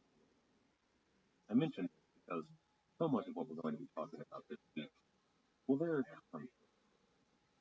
Sometimes the accounts of sailors on board will conflict with the accounts of other sailors. More often, accounts of sailors on this voyage will conflict with accounts that they made later in life, when they conflict with the accounts of Francis Drake, who it became politically expedient to agree with. So to paint the clearest picture of what happened, we have to take the initial primary accounts, the journals of the sailors on board, compare them to the later accounts of Francis Drake and other men on this voyage, and then compare those with the accounts and records kept by the Spanish officials, which really are the best accounts of the most trustworthy information we have. For example, the name of the Pelican was reportedly changed to the Golden Hind. This was something that was supposedly done to heal some of the wounds created by the execution of Thomas Downey. But if that's the case, why do none of the sailors on board the Golden Hind seem to know that that's the name of the ship? From all of the accounts and the journals of the sailors on board, after they reportedly changed the name of the ship, they still call it the Pelican. Now this might be just a force of habit, but you think some of them would have made mention of the ship's changed name. None of them do. Presents us with two possibilities. First of all, that Francis Drake did change the name, but not in a massive ceremony, as many of the men were aware of. It was more something for entertaining the officers. But more likely, Francis Drake didn't change the name at all. Not at least in the lifetime of either Francis Drake or Queen Elizabeth. The Pelican is a symbol Queen Elizabeth had adopted to show her love for the English people and her right to be the head of the English church. It was something that was a very big deal to her, so it seems strange that Francis Drake would have changed it. And really, the first written account that we have of the name of the Golden Hind doesn't come until 1590. And the author even feels the need to clarify that when he's discussing the Golden Hind, he means the ship the Pelican. It was another 50 years before we see the name the Golden Hind appearing in written form. This was from a work that reportedly was trying to turn Francis Drake from, quote, a real man into a national legend, quote. Now I'm going to call the ship the Golden Hind because that's what history accepts. And really, the name of the ship is inconsequential, but it points to that larger problem. The histories of this time, while we have a lot of documentation, aren't always exactly the clearest picture of what's happening on a day-to-day basis. To really fill that in, and to really paint a fun picture and a clear narrative sometimes, you have to wade into the waters. So, be aware of that from here on out. After 3 days of waiting, the wind finally pushed the fleet towards the Strait of Magellan, but almost immediately, we run into the conflict in the accounts once again. The Fletcher manuscript, one of the primary documents about this voyage, records, quote, within a small time, continuing our way, we chanced with 3 islands a little distant from another, at 2 whereof we arrived and gave the names following. The first we named Elizabeth, the second Bartholomew, the day being called by this name, and the last George, his island, according to the custom of our country. But then, from contemporary accounts, journals at the time, there are some differences. For example, quote, Captain Francis went sailing toward the strait, which was in 52 degrees. At the entrance he found 3 small islands. He landed on one and called it Elizabeth. Here there were many featherless birds which could not fly. Quote.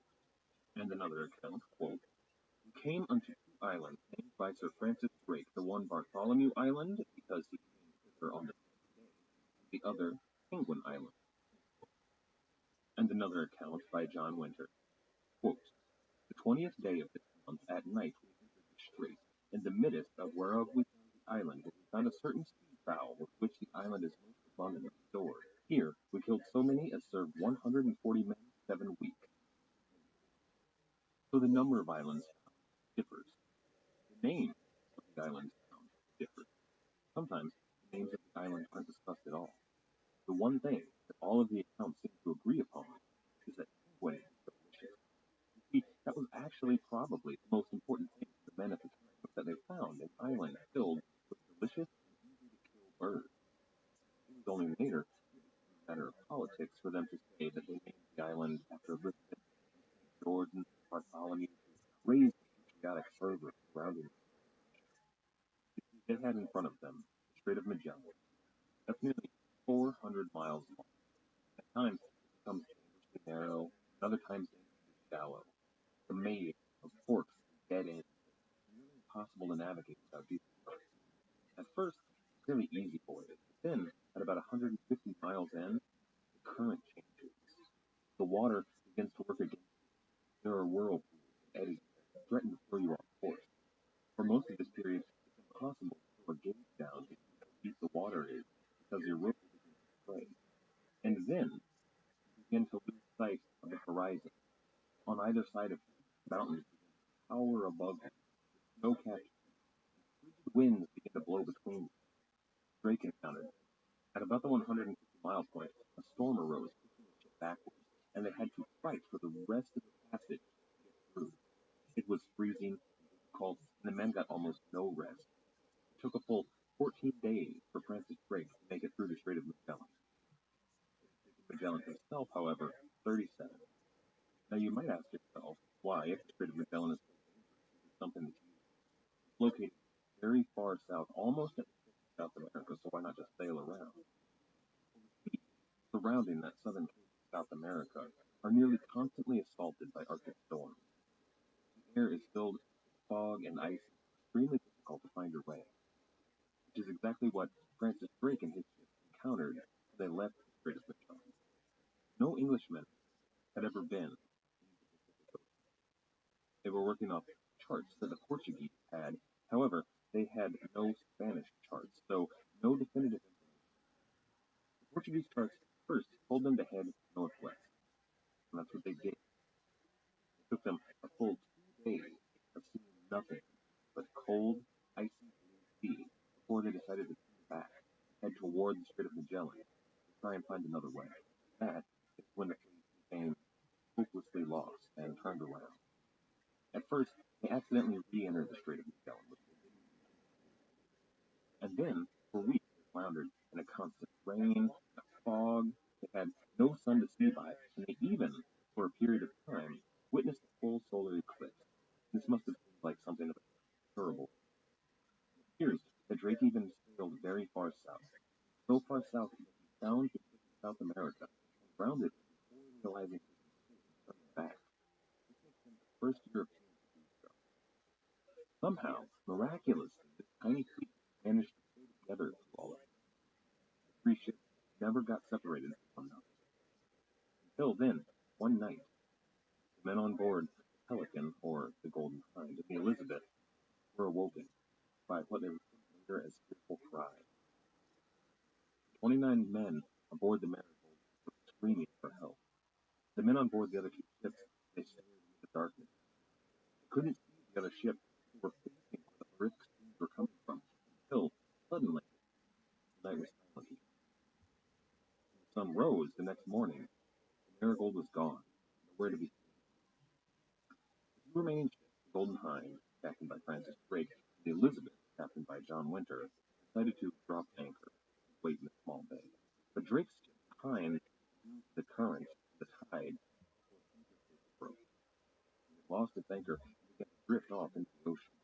When John Winter noticed this, he gave chase to the Golden Hind, and for 2 days he managed to keep the other ship in sight. However, then, on the third day, he lost sight of Drake's ship, so he decided to head into a harbor back at the mouth of the Strait of Magellan to wait for him. For 2 weeks, John Winter waited, but he had no sign of Francis Drake or the Golden Hind. So, the Elizabeth headed back through the Strait of Magellan and back to England. This was the first news that Elizabeth or anybody in London had of the way to Francis. She learned of several of their misfortunes, of the execution of Thomas Doughty, but she also learned that Francis had successfully made it into the Pacific Ocean, the first English captain to do so. What she didn't know was whether or not Francis Drake was still alive. In the years that followed, several men who trained men aboard the Marigold, as well as men who were on a small portion of the fleet, these men who were marooned in Magellan, would have turned up in England claiming to have been a part of it. It's almost impossible for us to prove that these were actually who they claimed to be, but if they were, some questions arise. It's possible that these sailors were on the Marigold, and their screams nothing more than a ruse that they could chase the fleet and the reportedly tyrannical command of Francis. If they convinced the rest of the fleet that Marigold had been sunk, then it's possible that Francis Drake wouldn't follow them and try to rescue them. Now, the account of the other ships, those are John Winter claimed that he wanted to wait for appointed meetings, but the men on board decided not to bring in the ship back. However, the men on board all along becoming from Francis Drake, they would sail immediately back to England. It appears that John Winter was believed because he was treated warmly by Elizabeth. There was no persecution against him, which there would have been had he been an active bird. However, we can't really know what happened on board. There are no records. There's even a third possibility. It's possible that Drake himself was actively trying to lose the rest of the fleet. After becoming separated, John Winter waited in a harbor that he and Francis Drake had agreed upon as a meeting place should they become separated. And Francis Drake, sailing back north, sailed less than a day away from this meeting place. It would have taken him almost no time to go and see if John Winter was at this meeting place. But he sailed on, continued north, to find the coast of Chile. So maybe he didn't want these other men on the voyage, men who had been troublesome for the voyage up till now, and realized that it was just him and the most loyal men on this voyage that were aboard the Golden Hind who would have less trouble. Drake sailed directly after floundering around in the South Sea for weeks. It was desperate that he find some land that would have something to eat on it. The men on board the Hind hadn't had anything to eat except for meal and meat for weeks and weeks. They were all suffering from scurvy. Drake found the Chilean finally on November 25th, on what was known as the island of Mocha. Now there they managed to collect food, water, they got more steel and more penguin meat, and they found an herb that Drake reportedly knew of had medicinal properties. So they made a tea out of this herb, which when they drank, did cure all but two of the men of scurvy who still suffered. So finally, Francis Drake, along with his Portuguese pilot, De Silva, and the most loyal men on this voyage, had made it to the western coast of South America. De Silva had heard of the island of it was relatively well known. It was near a town called La Encantado, which was near one of the most productive gold mines in South America. But this was a region where the Spanish harvested slaves all along the coast from the native tribes. However, this island this island was called Sierra de Guerra, translated into English, the island of wolves. These natives were extremely hostile to the Spanish, and they didn't see any difference between the white Spanish and the white English that landed. Silva attempted to warn Drake, but he was already too late. The natives attacked, killing several of the Englishmen, including, unfortunately for those who had been injured, the ship's surgeon. So they had nobody on board who had any real medical knowledge. Drake himself had been hit with two arrows, one in the hand and one just above his eye. As they got in the boats and tried to row away, some of the natives grabbed the oars and killed yet more Englishmen with the oars themselves before the English were able to do it. This taught a couple of important lessons. First, he learned exactly how the natives in the region felt about the Spanish and Europeans in general, and realized that he was going to have to be very careful with his feelings. But he also learned where he was, how close he was to some of the most productive gold and silver mines in all of the world. His men had just been through it, and his ships were in no way prepared to attack the harbor at La Imperial, where there was certain to be a lot of gold and silver, but had no hope of it. They retreated a little further north to a very small harbor, a place called Quintana. It was a perfect water ship, the exact kind that you'd imagine all of it. It was small, difficult to see from the ocean. It was only a few days away from ships that could be filled with Spanish and French. So the English recuperated there for a little while and licked their wounds. When they came across native men, they spoke to this man named Felipe. He spoke Spanish, so they were able to communicate. But Felipe didn't have any money, so Drake offered him. He said that if Felipe could give them any information or perhaps guide them to any Spanish ship, he would be paid, which is exactly what police did. There was a port that was even closer to where the English were. Outlaw Imperial, called Valparaiso, and there was a single ship at the harbor. Not only was it on the coast of South America, a region that only Spanish ships sailed in, no sailors from England or France or Portugal ever sailed these waters before. When the Golden Hind sailed into harbor, it must have been weather-beaten, covered in barnacles, and looked just terrible.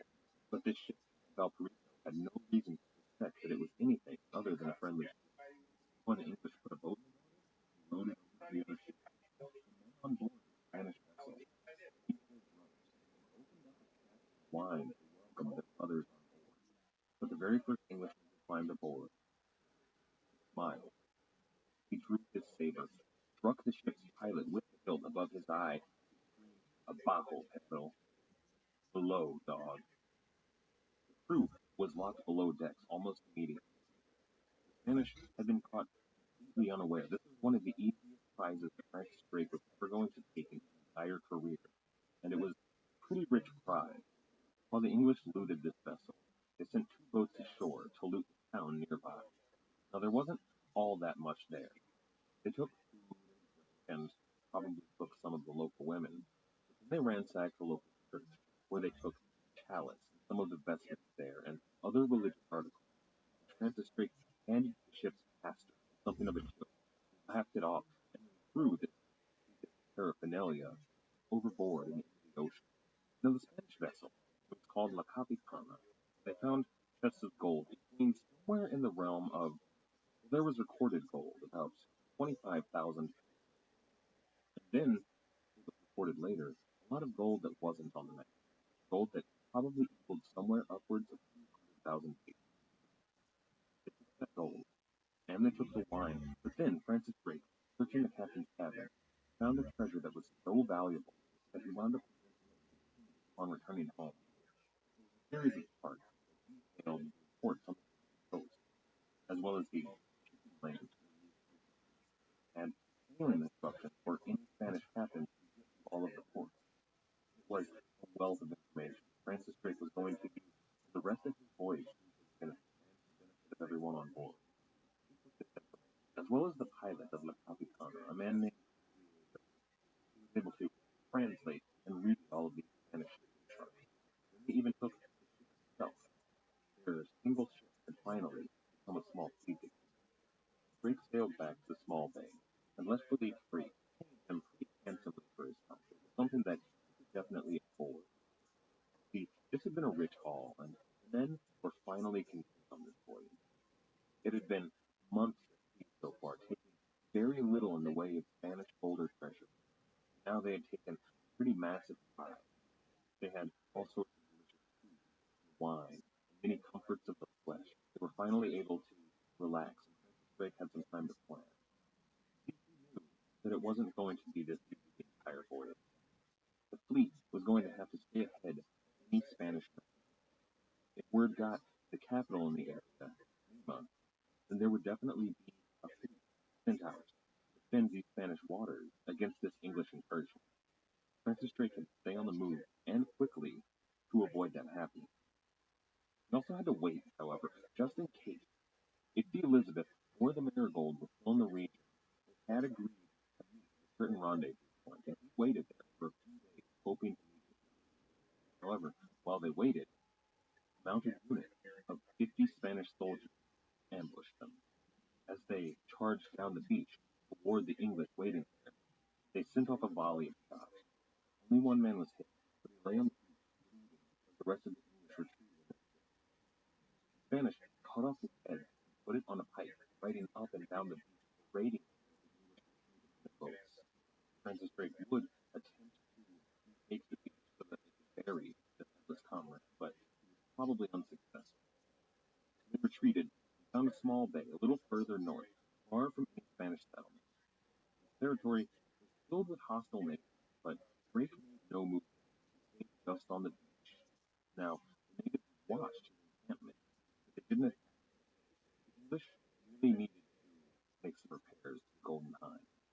careened the ship. They were able to clean the hull of any barnacle, patch any holes in the hull. While they were doing this, they brought up all of the guns that were in the hold. There were a total of 18 on board, and they finally put them all in place. There were 7 on either side below decks, and up top, there were 4 heavy guns. This was a ship that was armed to the teeth. It had many more guns on it than any of the Spanish ships in the region. These waters had never seen anything like it. They took this time, as well, putting together a small boat that was on board the Hind, one of those small ships that could be used for going up and down rivers and traveling to cruise ships. But while they were constructing and making repairs to the Hind, there was a battle on land between another mounted Spanish cavalry unit and the natives who were standing guard on the English. The English refused this battle, and after it was over, the natives returned to their position to watch the game. But Francis Drake realized that this land was too dangerous for any Spanish messengers to get to. Nobody was going to reach Lima overland, and the man that he had taken captive, that Spanish pilot, Diego, he assured Francis Drake that there were no other Spanish ships besides his in the region. So Drake and the English realized that no word had reached the Spanish in Lima of their actions. Francis Drake was still free to go about his business. For a while, they found only a few small villages. They took some food and water while they desecrated the church, and usually they took a guide that would lead them to their next stop for water. And then at one point, Francis Drake saw light on the shore. They were He sent a small boat to investigate. And what the men found was a campfire smoldering with a man sleeping next to it. And 7 llamas that were standing there, heavily laden with chests. When they opened them, they found that these 7 chests contained bars and bars of silver. So the men loaded up their small boat and rowed back to the ship. The man who was sleeping, never having woken up. I imagine it was something of a surprise. The study continued very quickly. Whenever they chanced upon a ship, they would see if they could take anything on board. They took a couple of small barks that had some silver on board, but mostly they were moving breakneck. The men became aware that Francis Drake was racing towards them. He was trying to get any word of their actions to the Spanish captain, where he thought he would be able to intercept the Spanish treasure and once again steal all of King Philip's gold.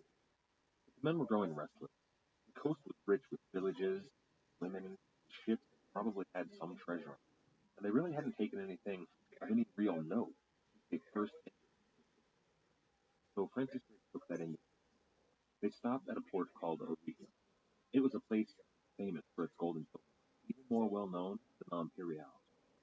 In the harbor, they fell upon another bark, and once again, this bark had some silver, but it really wasn't much.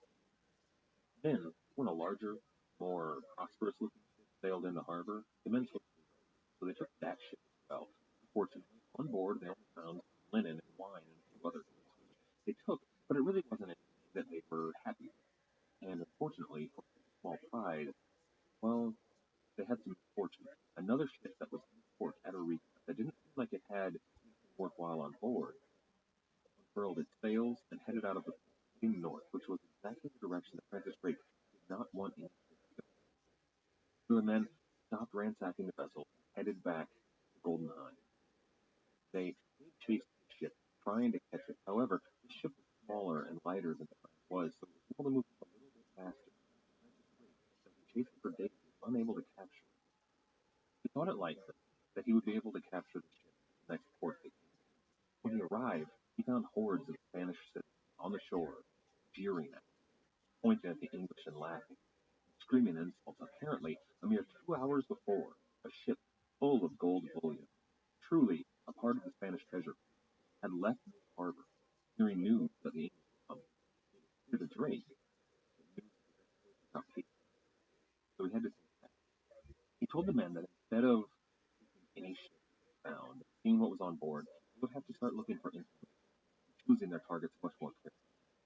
Now, one of the next few ships they took did have information. It had a captain that knew a lot about ships in the region and what they were doing. And they found out there were 2 ships worth taking. Now, one was in a port nearby, ready to leave into Panama. The other ship had already left port and was on its way. So Drake had a decision to make. Would it be a smarter move to head to that port and take whatever was on that ship, or to hurry past it and catch the ship that was already on its way, fully laden with all the silver and gold they needed. Francis Drake decided to play it safe and head to port to take that ship waiting to be launched.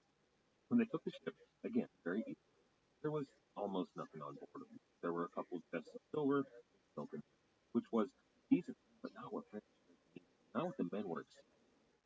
Unfortunately, while they were in port, the harbor master noticed that there was some activity going on aboard the Golden Hind that he had never seen. He went out to investigate what happened. He rowed his boat over to the Hind, and when he started to climb aboard, he saw a musket barrel shoved in. He fell back into his boat and began rowing away. Francis Drake ordered his men to work faster. They had to unload the ship and get out of the harbor as soon as possible. Before they were done, another ship sailed into port, almost blocking Francis Drake. So Francis Drake had his ships tacked about and opened fire on the newcomer, a ship called the San Cristobal. Now, the San Cristobal fired back. They traded volleys for some time, but Francis Drake was able to move. Unfortunately, he saw that on shore the militia was being raised, and ships in the harbor were getting ready to take them. So Francis Drake had to move quickly.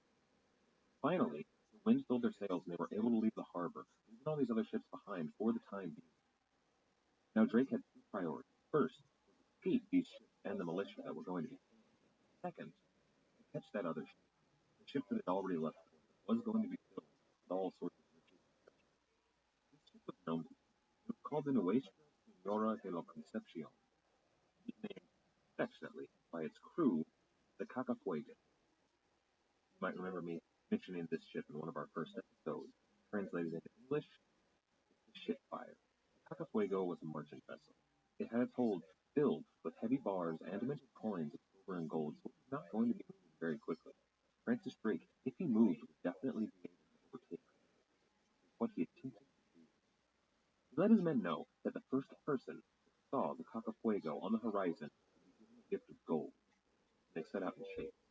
Not only in chase, but also trying to outrun the other ships that were tailing to catch Francis Drake's ship. While in pursuit, Francis Drake took another Spanish vessel that had something around 24,000 pesos worth of gold on it. And for a night or so, Francis Drake considered adding this ship to his fleet. He saw the kind of guns it had, the shape of its sails, and thought that it might make a decent addition, but he decided to abandon it. And then, taking both ships' guns, he left the other Spanish ships he had collected as well.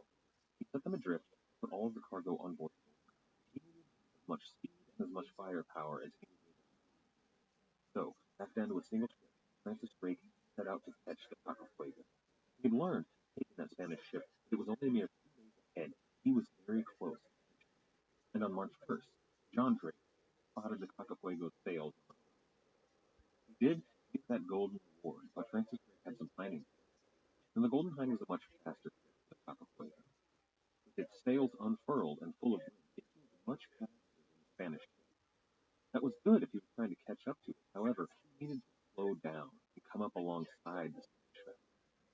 Now, if he did so by furling his sails, the Spanish vessel would become suspicious and flee, which, doing so, would probably lose Francis Drake. So he needed a way that he could slow down while not appearing to lose him. He ordered a number of jugs filled with water and tied to anchor cables, and then thrown astern. They dragged behind his ship, unseen by the Cacafuego, slowing him down enough, as though his sails were entirely unfurled. It appeared that he was moving slower and slower. The Golden Hind came up alongside the Cacafuego, and its captain, a man named San Juan de Anton, called out to the English skipper. At first, he asked for the captain's name of the vessel. The man on board gave a false Spanish name, but the man who was captain of the Cacafuego had never heard of the English names. So he called out that the other ship should strike its sails in the name of King Philip. There was a pause. But then a reply came. Strike your sails in the name of the Queen of England.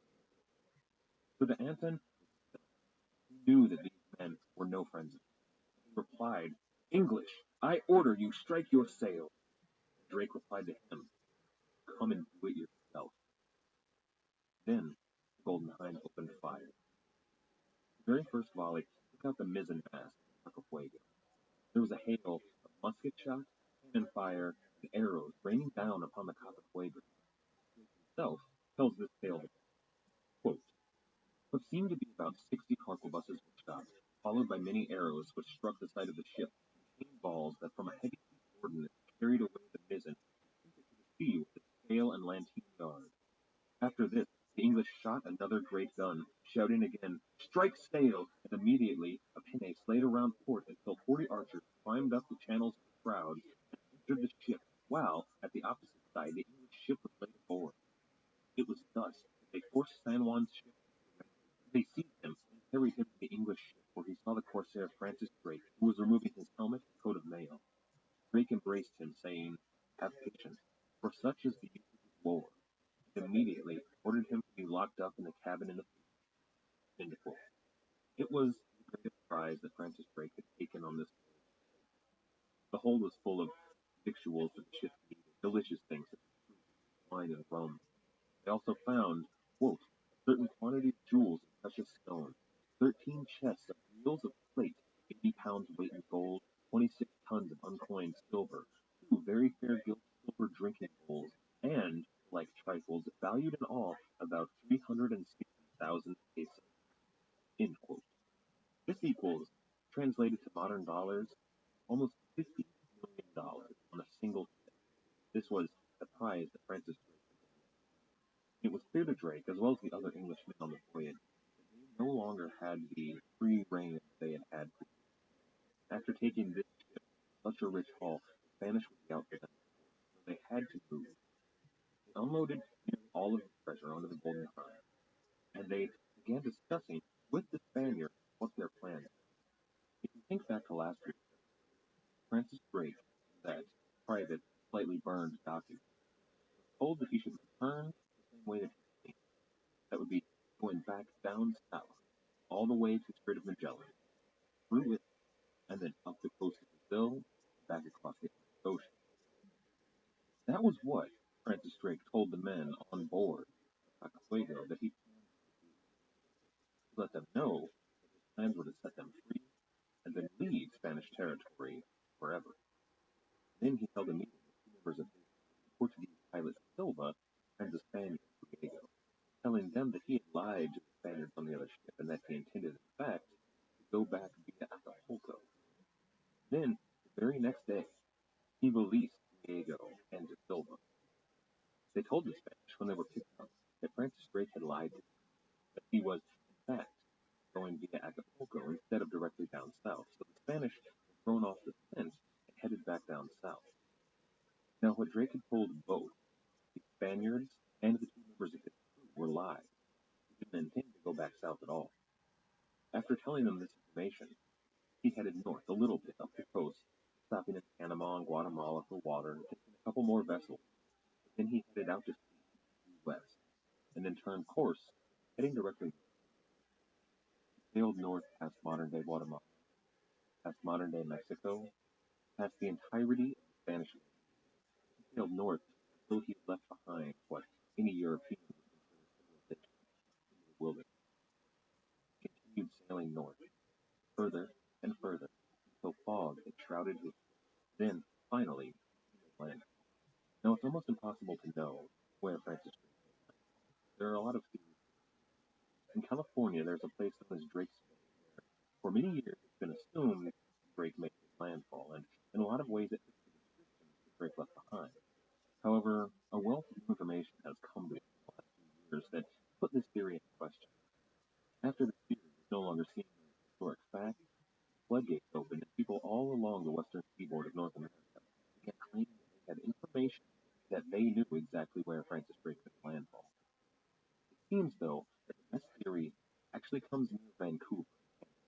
Wherever it was precisely, we can assume from how Drake described the area that they landed somewhere in the Pacific Northwest on June 5th, 1679. Now, there was a tribe of natives that lived in the area that met Drake with very warm respect. This was probably this tribe's first encounter ever with white Europeans. So the 2 groups traded, and the natives examined the newcomers and their strange clothes and armor. They saw the ship come on, and they wondered. These were all highly strange oddities. Their king even came down to the beach to meet them, and he held a ceremony. Drake recorded this account. He said, quote, "It was their intent, the king himself, with all the singing of songs, set a crown upon his head, and rich his neck with all their chains, and offering unto him many other things, honored him by the name of Theo, because they were not only visited of the gods, for so they still judged us to be, but the great and chief God was now become their God, their king and patron. End quote. The man that the king gave the crown was Francis Drake. They believed him to be king of the gods, and Drake held a ceremony directly after, holding aloft a scepter that the king of the native tribe had given him, and claiming that these people were now watched over by his patron, Queen Elizabeth. This might seem to people with modern sensibilities like something that's got to be nothing but historical propaganda by Francis Drake. However, it's actually quite likely that these people did believe that the European English were gods. This is something that really happens all throughout history. No matter who you are on this planet, it's almost guaranteed that somewhere in your history you have ancestors who met a technologically superior civilization and built myths around it. Whether it be meeting gods or angels or even aliens, most cultures and most peoples have gone through the exact same experience.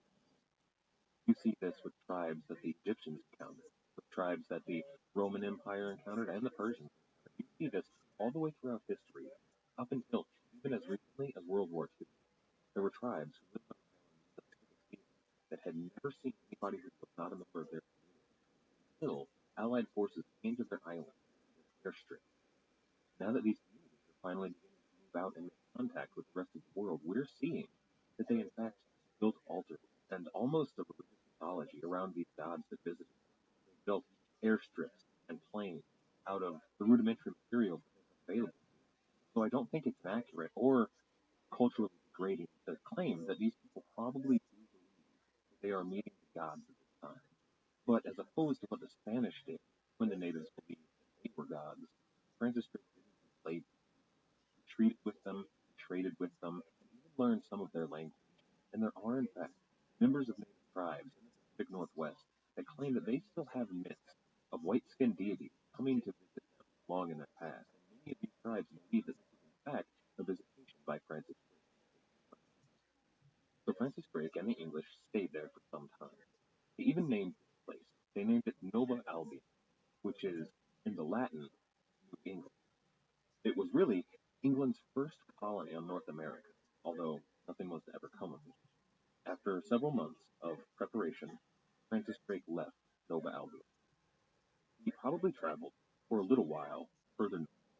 It's clear from the latitude and longitude that they did travel further north than we believe Nova Albion.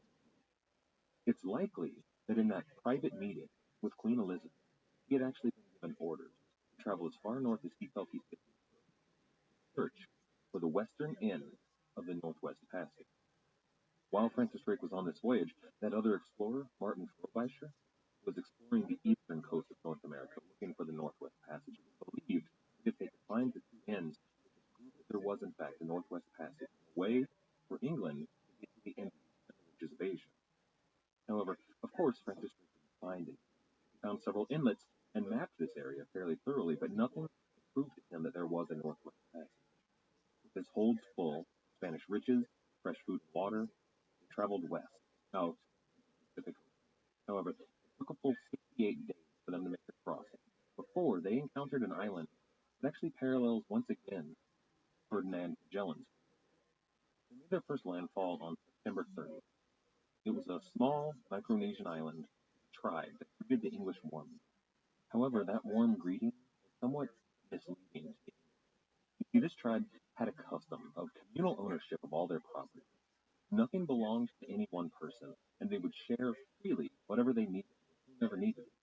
If you needed a tool or an article of clothing or whatever it may be, you could go take that from whoever had it at the time, and there would be no ill will or retribution at all. They could do the same to you. Anything that was in your possession at the time, they could come and use it. When Ferdinand Magellan made his landfall, he and his men were stunned by this. They didn't realize that these men were merely trying to share, as was their custom. They saw this island as a group of men that were stealing from them. Anything that these people wanted, they would just take off the person of the European. They saw this as an act of theft, and they attacked in retribution, which was exactly what happened when Francis Drake made landfall. The natives, Francis Drake believed they wanted to trade, but instead began taking whatever caught their eye, whatever they were curious about, and wanted to see how it worked. And of course, one of the Englishmen shot some of the natives. The natives attacked in kind. There was a short battle, but the English escaped with most of their possessions intact.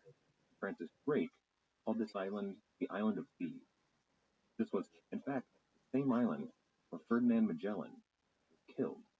These were the ancestors of the same native people who assassinated him on their beach.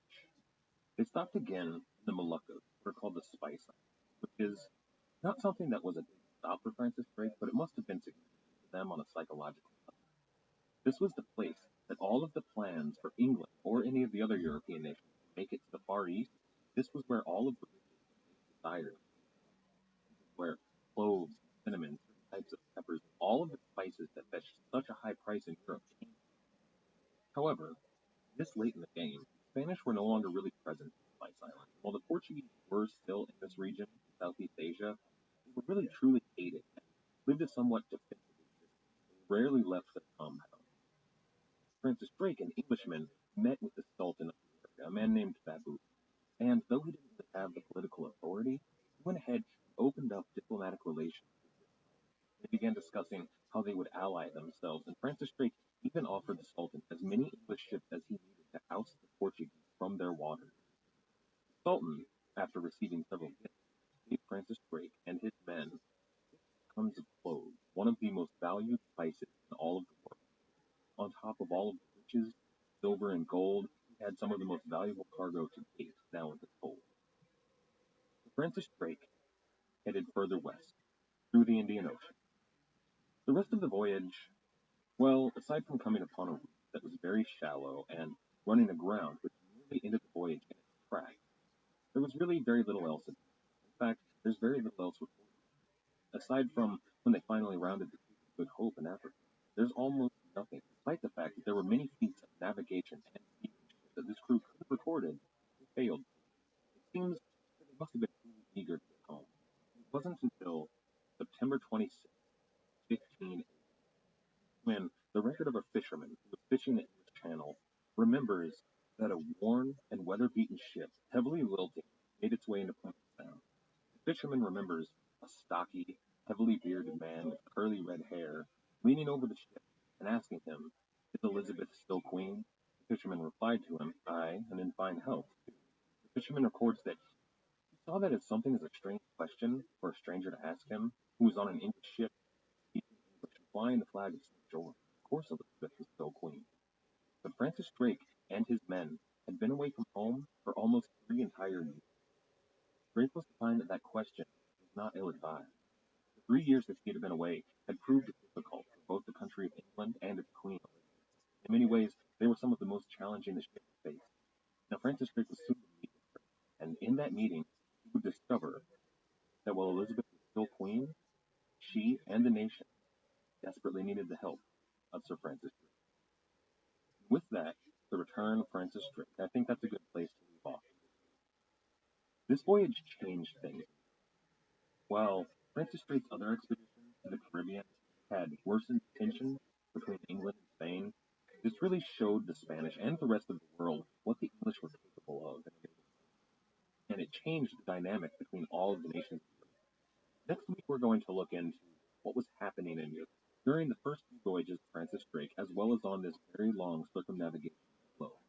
We're going to look at a lot of the political factors and some of the religious ones that are turning burner up in Europe to a boiling.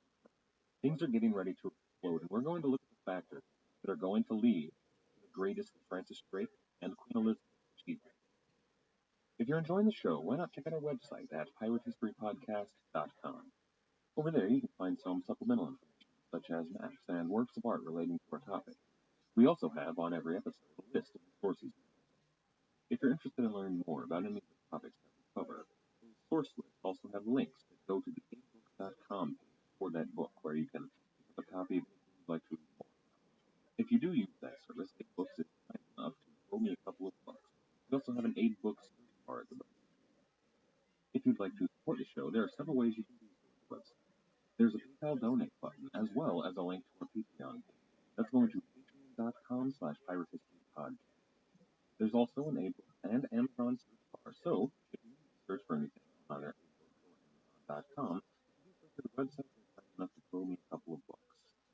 addition to any of that, you can also leave a review on either iTunes, Stitcher, or Podbean, all of which we have links for at the website. Doing this really helps get the podcast noticed, and we really appreciate it. Once again, and most importantly, thank you.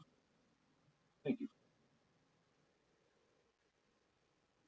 Hello, and welcome to the podcast. My name is Thank you. When Francis Drake he found that the situation in died. Both the voyages of John Hawkins and the war were really English campaigns into the American theater of war of what was really an international European war. The war was largely unclear. It took place mostly in smaller conflicts and battles rather than outright warfare, but in it was something that included in France, the Huguenot forces were entrenched against the forces of and they had been really in a decades-long civil war. But in the Low Countries, where much of our story takes place, anything was within the realm of diplomacy and conflict to outright warfare. Now, the armies of both the Huguenot forces of the French and the Dutch armies, they were well trained, but they were really no match for the French and Spanish armies in these days. These were two of the greatest armies of the world, backed not only by their respective kings, but by the full force of the Catholic Church.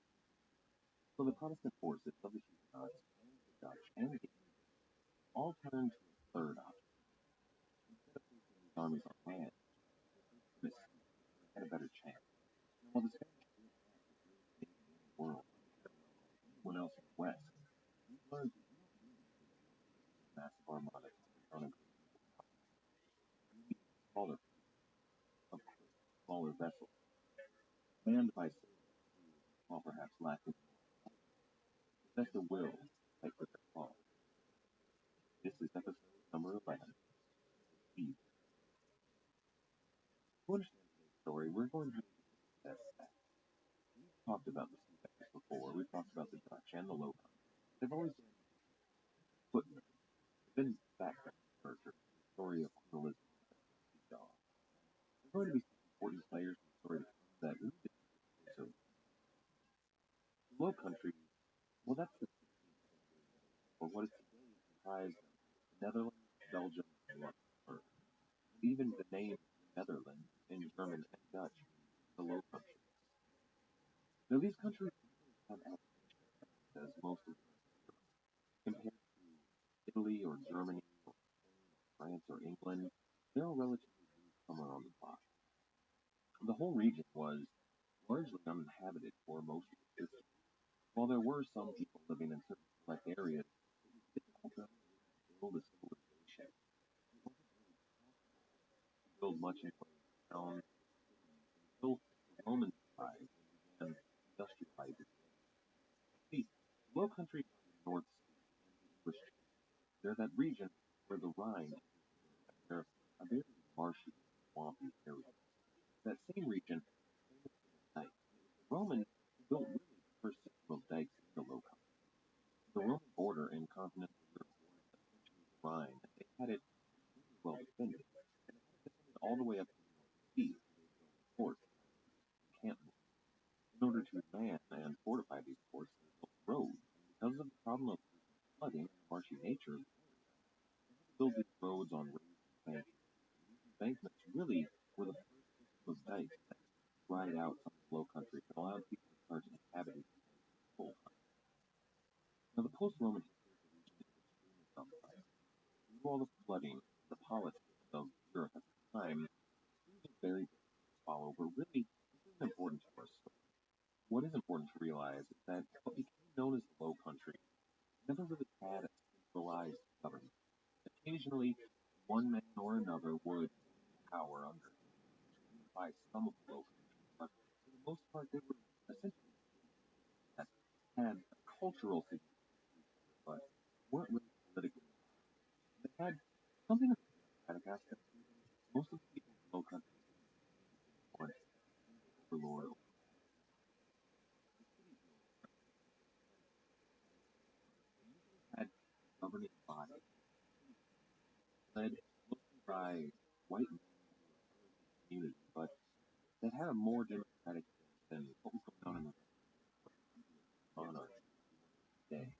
Now, the semi-free region called the states, well, they did have feudal lords, but those lords gave their people certain what are called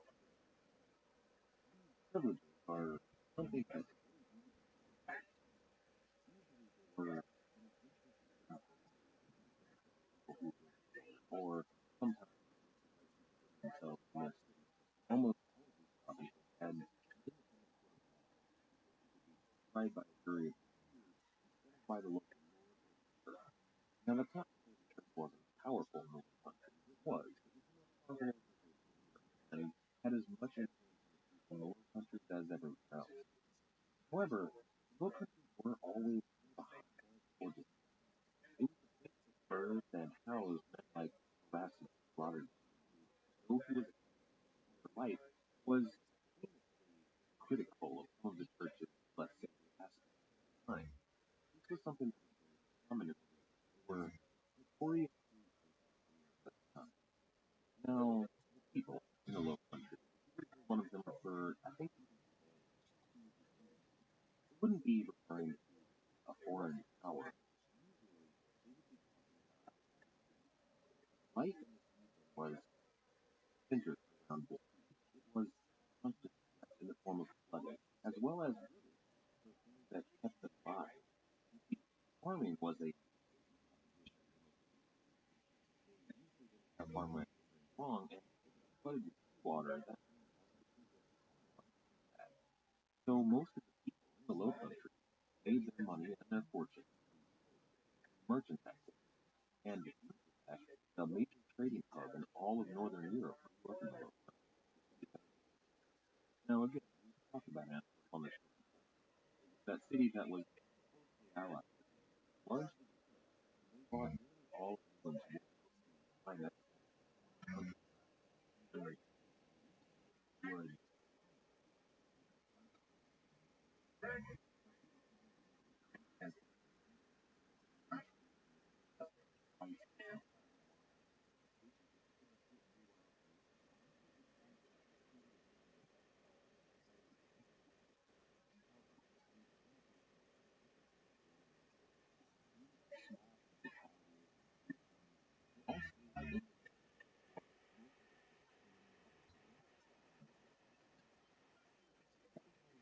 Of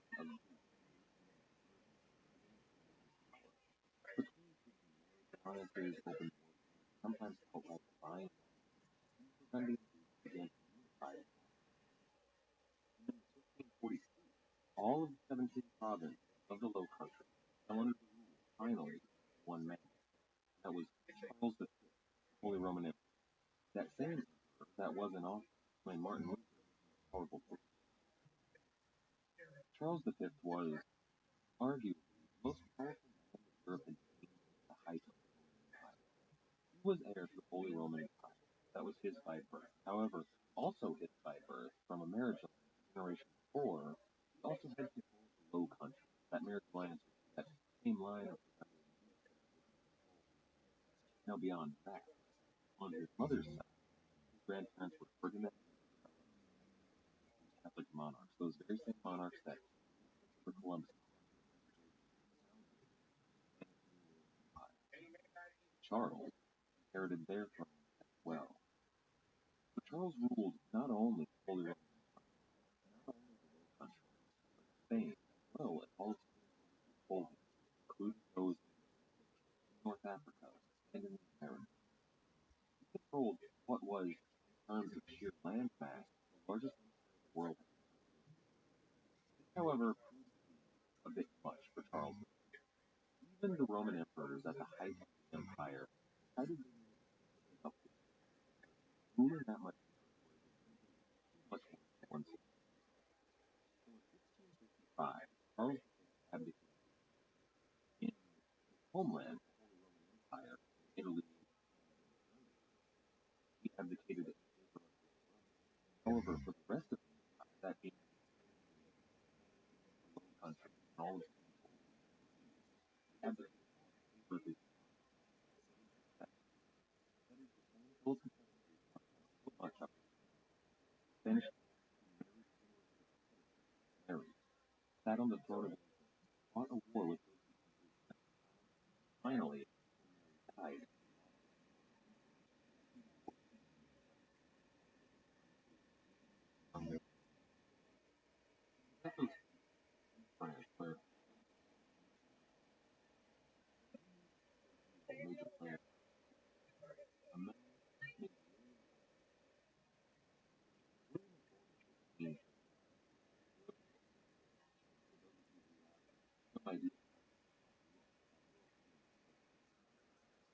born son of a miner, type of his blood was not a wealthy. They were a grand total of 17 children. His mother made clothes for all of them, her own children, cooked every meal for all of them. This was not the lap of luxury. He was educated at home by his mother, not in Latin, but primarily in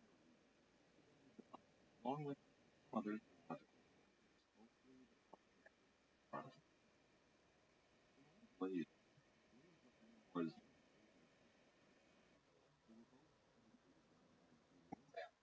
members of the class. They knew what it was to be well.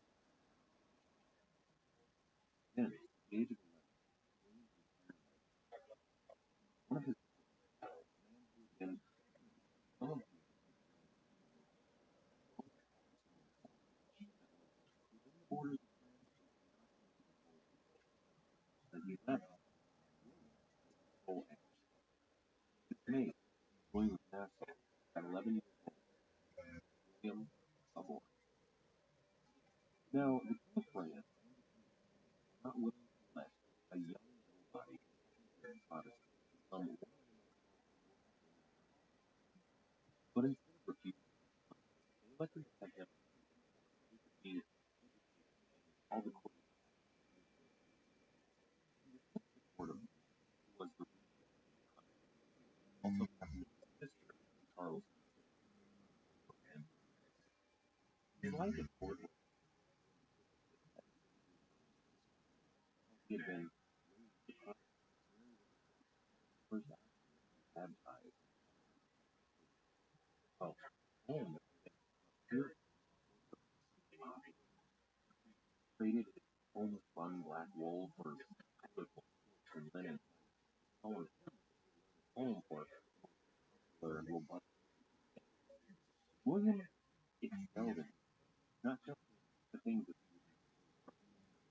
towards the and politics, but it was very and emperor himself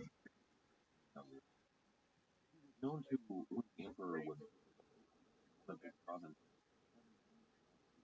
or whenever they would have their lords with and for himself. William became an artist. Well, but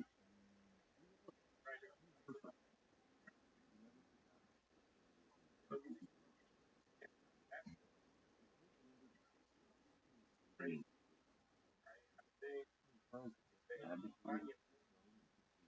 I going to be father.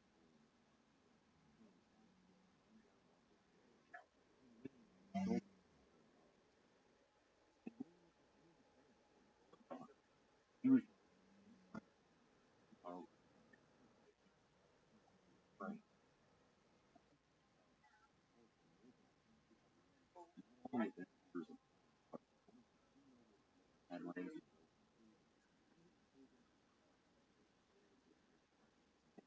for one more solid. His hostages were honored frequently thrown out along with um, on the front. Everybody there, well, they were free. They were all nobility. Now, William learned house all of the Protestant war between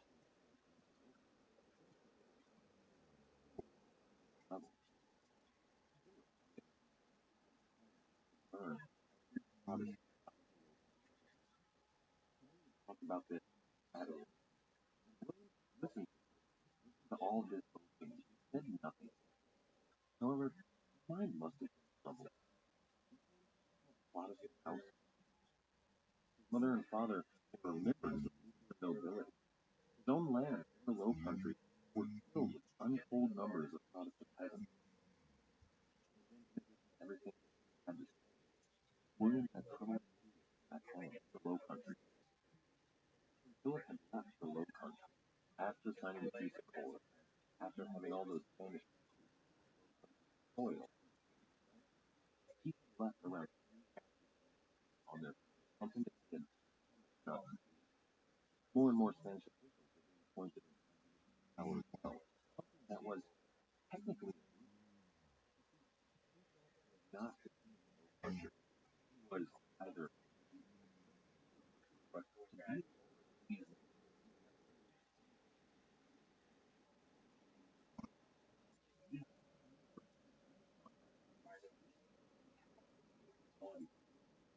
however, 2005 people growing more and more time. But we ourselves constantly are well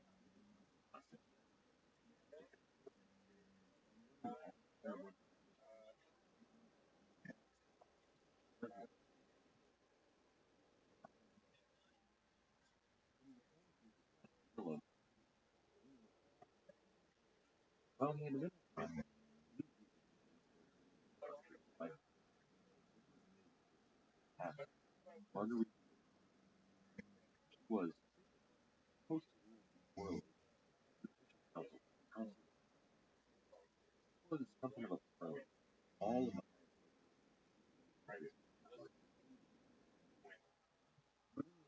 wasn't really work. Marguerite ruled the country because one man, Bishop Antoine, this was Philip II. Renzo really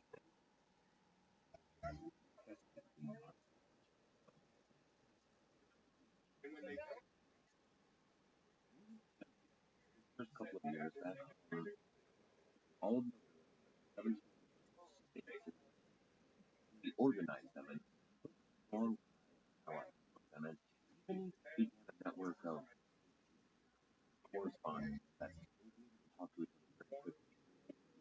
And this network of lords had several objectives. First and most important to them was to position Marguerite of Parma, Granvelle, and herself to remove those 3,000 on their feet. And they many of them for so Philip finally had a off war with the Arabs. So William's coalition immediately with the withdrawal of those Spanish troops, Granvelle was raised to be a cardinal and archbishop, granted him the authority calling did, but his positions when they searched out he wasn't a and kidnapped and torture and sometimes even it terrorized the countryside of all of the William nobles that had together. Well, in times of press, Granville wearing a symbol on all of their coats. They had this symbol embroidered on the coat of their soldiers. The symbol they decided upon was a river represented among these the fact that a single arrow could be broken, and yet many arrows together could not be. It also represented the fact that they were open to rebellion. They were fighting the power that was just. They were not afraid to use that power they felt. In fact, they would put this symbol on banners and march it through the square of every town in the world. Even Marguerite that if Granville were not removed, all of the taxes they were required to pay would not be paid at all. They said that if Granville took an office beyond that, they could not promise that the Low Country would. This was essentially telling the region of the Low Country representatives that they did not remove the man that they hated so much. They did not face rebellion. However, on the other hand, if Granvelle were removed, taken away from power, they promised that there would be no active coordination. was an argument that Margarita definitely understood. The realm was always hurting, especially in a time when things were not exactly. So, learning that there was a way to get more time desperately, she wrote and herself. Granville was, but really,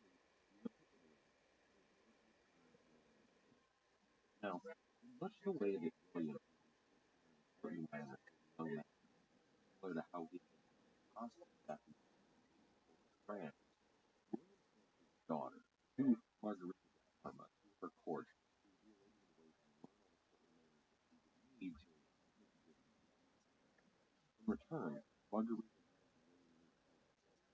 she them Stodholt, which was a high province that was England, Holland, and France. Stadholder was commander of forces, as well as law, someone who was a big promotion for William, something that he definitely appreciated. William saw, along with all of their castles, they had their demands met at last. However, was still in place. Granville, the man who called the Inquisition, but all of the all of the soldiers, all of the jobs, ousted Granville had really changed common low country. Everywhere, poor Protestants were arrested. Families lost their land, merchants lost their crops. Whole families were left fatherless. No land, no money, no hope. I'm going to quote from a book called William Silent Dutch Republic by Ermine Noel. Not exactly the most reputable. It's from the 70s, and in a lot of ways it's biased, but it has some of the most colorful writing about this I've found, and I'm really in love with the past. So I'm going to everywhere there was a for some years the harvest long. There was under poverty and even starvation. Heretics became more generous, even in the face of prosecuting magistrates, or attended Protestant watched the heretics dying like martyrs and everywhere there was fear of the another winter without food. There were whispering corners. At last there was marching the long nothing on. Fellow heretics eating stars around the scaffold, national victims out of it. There are several stories about half-burned martyrs. These ordinary people acting the attitude in the country is well, the higher nobility, which is by Martin, the lower nobility had nothing. So a group of about 300 lesser nobles, younger sons, even including his younger brother, who we saw, signed a compromise, and they realistically read by both Marguerite and II. They took this list, which they called Press, and they marched up to the the hostility towards the Protestants under. However, Margarita was reportedly unnerved, but one of her advisors was said to have leaned over to her and quote, "Fear not, madame, they are only bad." The man who was at the head of that column, right next to Nassau, named he overheard, and he was a man that certainly looked like he had long, unkempt hair, very long, mild beard. He said to have a determined, in a lot of ways, barbarian eyes, very genteel Renaissance. But what that advisor said, fear not, they are only beggars, went on to be something of a let them eat moment. It was something that Marguerite did not say, and likely never said at all, but Calvinized ability. It was a rallying cry for their burgeoning. They were at dinner that night, celebrating after Parma agreed to bring the letter to the nobles called them. They raised it, called out, long live something that was going to be rallying ways. First of all, beggars planned the way of moving for them. None of them were Protestant. People who always true word of themselves did. People believed that their poverty was that of all of their actions Christ like the cross. Even, perhaps, especially, Christ's actions drove the money changers. It was around this time that art was created. One by a man held directly Christ driving money changers. Something of a response to this large amount of people believed that they were very Christ-like, outing power. But all of these letters, all of this, it was intended to avoid violence right under the violence was almost entirely people were dying. They were unable to fight against the Inquisition, becoming more and more all across the island. Yet the Inquisition kept executing, torturing Protestant masses. The group of that lower nobility, they knew that the situation was bad. So did the upper nobility, William Island, even Margarita. On July 22nd, Margarita the farmer received a letter informing her that there was instruction. This is something that people across Europe for years, ever since in France, radical basic efforts burning. It had only been 30 or so years on Germany taken over by had executed or exiled every non-Arab, including not only Catholics but the more moderate movement.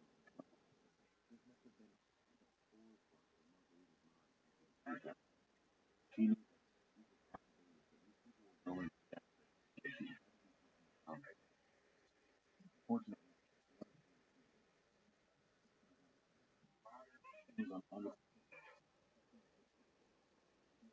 floor.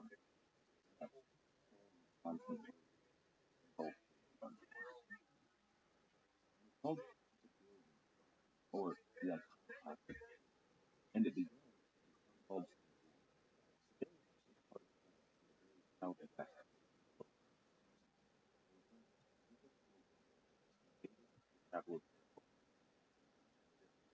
Pilgrims destroyed all of the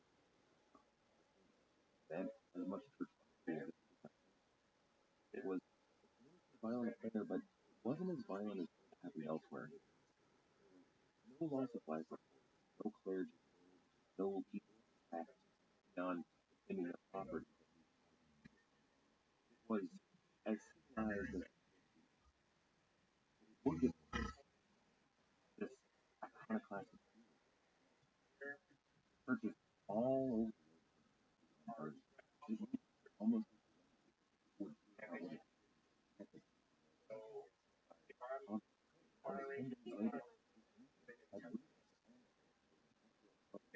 later, one of the people all of church power it's terrible that much of it was that church fathers did not know what had happened of the church was destroyed. Luckily, a fire these are metaphor of similar to the French Revolution. They are but beggars and well, then, that is sort of like the Dutch version of the storm in the past. The revolutionary Protestants, the opportunity joining in, would inspire following days, monasteries, convents, chapels, hospitals, anything, actually, even houses, houses of people in town for protected members were destroyed. Non-violent attacks early were becoming more and more time to get active in the Low Country. Guildenstern moved finally to Amsterdam, then further north along the it hit Holland, hundreds of churches all across the state. Englishmen who was style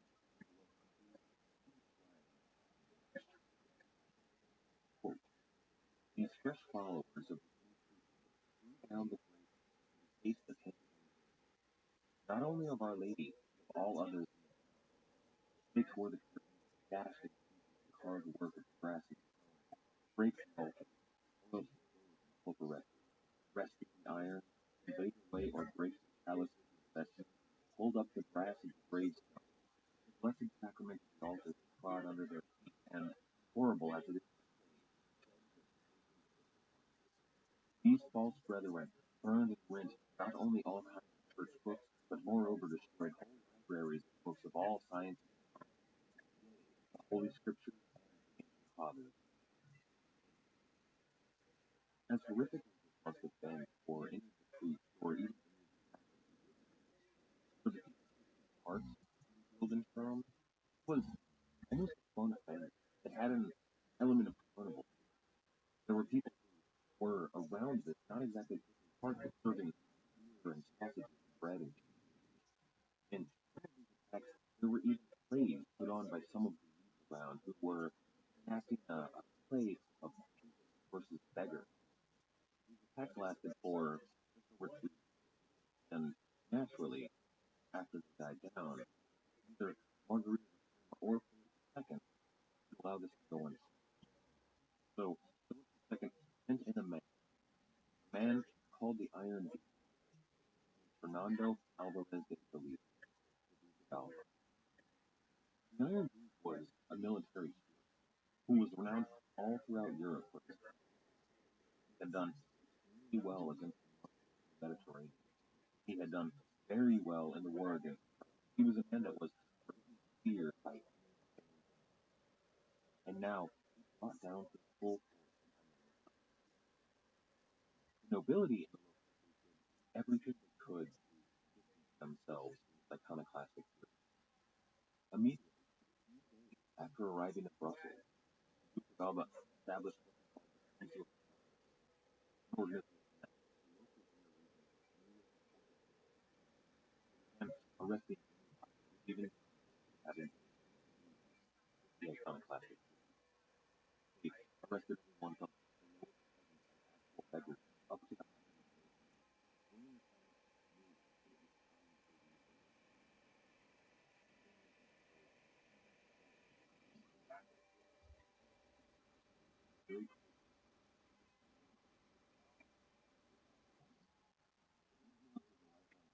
he had nothing to do with He was also a war hero in many wars against France. He was a member of what was called the Order of the Golden Fleece, as was the Duke of Alba, who were brothers in that. But William the Silent did not believe it to protect his friend. According to legend, William left on his journey. Edgemont's last words were, quote, farewell, without a land. William replied, farewell, without a hand. And turned out, they were both correct. Now, William wasn't alone in his exile. There was a flood of noble refugees from the country. Not only Silent, but also two brothers left, along with others. And it wasn't just nobility. Common people were leaving the road. Many people who had had their lands taken away or their families destroyed left and tried to find exile elsewhere. Tried to find somewhere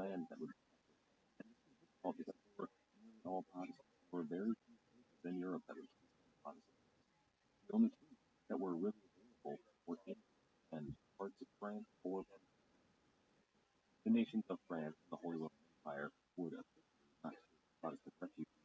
There were many Protestant sympathizers would see.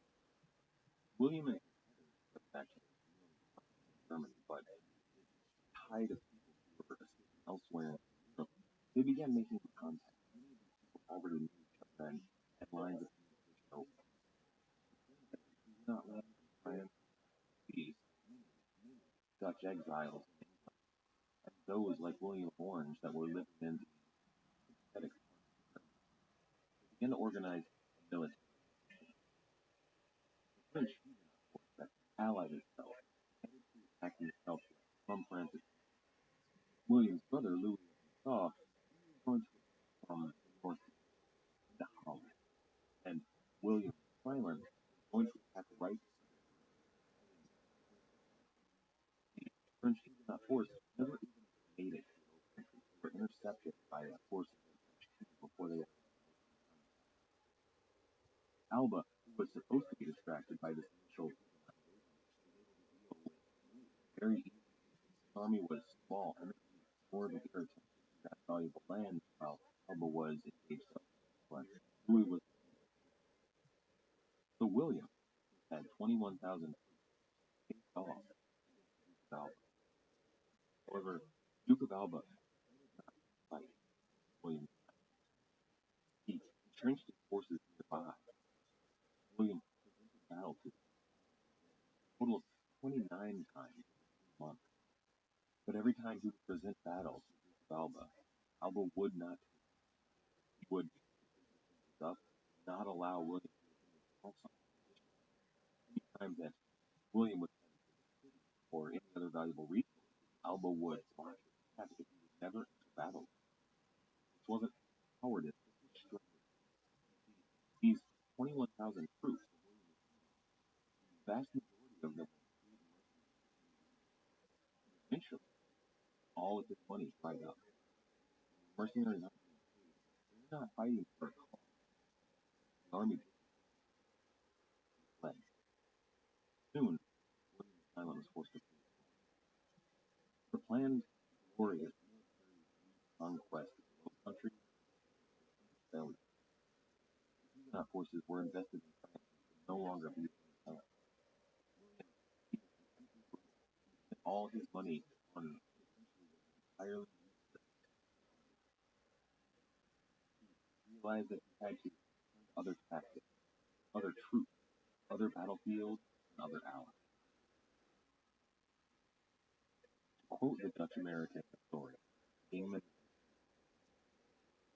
quote, all were men without a country, outlawed by the blind influence of foreign potentates, had endeavored by all possible means to make royal will law in a country of constitutional monarchy. Revenge was their motive, privateering their object, while necessity often drove them to piracy. They ended their career by becoming the co-founders of one of the most illustrious republics of modern times. In history, they are known as that unique aggregation of freebooters whose like never before nor since has been viewed upon the scene of the world's even before the arrival of the Duke of Alba, or before the arrival of the Inquisition, or even before the Spanish arrival of the Low Countries at all. The coast of the Netherlands was home to pirates of all stripes. The Dutch were a seafaring people by nature. Piracy was inevitable, especially in a region that was so rich with foreign trade and foreign ships. But with the arrival of the Inquisition, the arrival of the Duke of Alba and his court of blood, thousands of people were turned away from their homes. The prospects for any young Protestant man who was growing up in this region were vanishing. And in the Low Countries, there was a tide of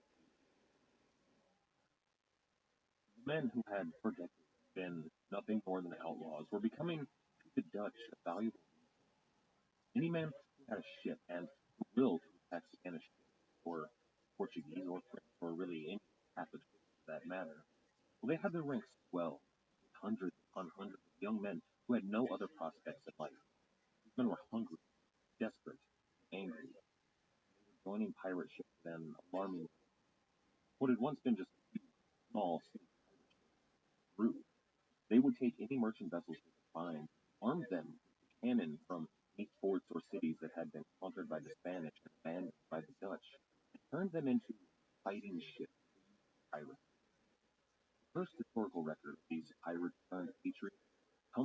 region known as Friesland and Holland. They began to congregate, primarily in a town in Holland called. There was an inn in called the Golden Fountain. It became such a popular hangout for these pirates that wound up being called the Beggars. Now, at the Beggars Inn, a pirate captain could buy a round of he could meet up with other pirates, talk about the best places for fishing grounds, as well as where any Spanish. They were also able to meet up with merchants of ill repute who were likely to think their goods they might have. And occasionally, they could meet up with a representative, some rebel noblemen. I imagine these representatives were well dressed, slightly out of place. They were an important facet of the beggars. These noblemen's representatives would confer with the pirate captain. When they had certain needs in naval warfare, they would ask the pirate captain to frequently pay them well to trade or attack the city. Sometimes this is Spanish occupied while the noblemen attacked somewhere else, but frequently they would employ these pirates to attack targets of a certain political or military. The Duke of Alba took note of these pirates. They were becoming a real menace, and in April of 1568, he commanded the authorities in all the regions of the Low Country to keep watch for them. He had powers in all the forts and guns to take out any pirates. In Holland, the man who was the stadholder, in that region, May the 6th, after Nassau, he informed many villages in a district called Waterland from the direction, saying, quote, "We have learned about him and are equipping and arming some vessels and warn you that they will not be any." It was around this time that King of Spain enacted a new rule in them. Any captain, be they Spanish or Dutch or French or English, had to obey the rules and laws of the any Protestants had to behave as though they were Catholic. If they did not, they could be taken by the Inquisition. This is something that we talked about in many Catholic states by Spanish well, that very thing that raged over so much against Spain. Not only had Philip led England into a disastrous war against the French, not only had he destroyed their trade prospects abroad, he had entered into open a war of conquest against one of England's closest allies in the Low Countries. Now, kidnapping England's only captain and commandeering a ship. It was said that in London, her rage about this. However, her chance for retribution. Both French Huguenot pirates and Dutch pirates, many of the English ports as a port of call, a Protestant country where they would not be persecuted, and frequently were able to sell many of their stolen goods. As things grew worse and worse, they became less merely friends and trading partners and closer to what we call allies. In November 1568, a fleet of Huguenot pirates chased 4 Spanish ships into the harbor. The English and the Spanish were still technically allies, and the Spanish needed even from these Huguenot pirates. Why they chose to. See, these ships were important. They were very valuable, and they needed to take place without this storm. It turned out, on inspection, that these 4 Spanish ships that had been chased by Protestant pirates into English ports carried all of the gold that the Duke of Alba this was they knew exactly how English journalism was. She had made her transparent, and the Spanish ambassador in wrote to King Philip, quote, "Up to the present, 2 cutters and 1 other vessel have arrived safely in Antwerp, and for the rest of them, Benedict and Zola asked me to proceed. At the same time I received news of them, I requested an audience with the Queen, which was granted on the 29th, and the Queen considered the passport to be brought overland, or send them one of her own vessel.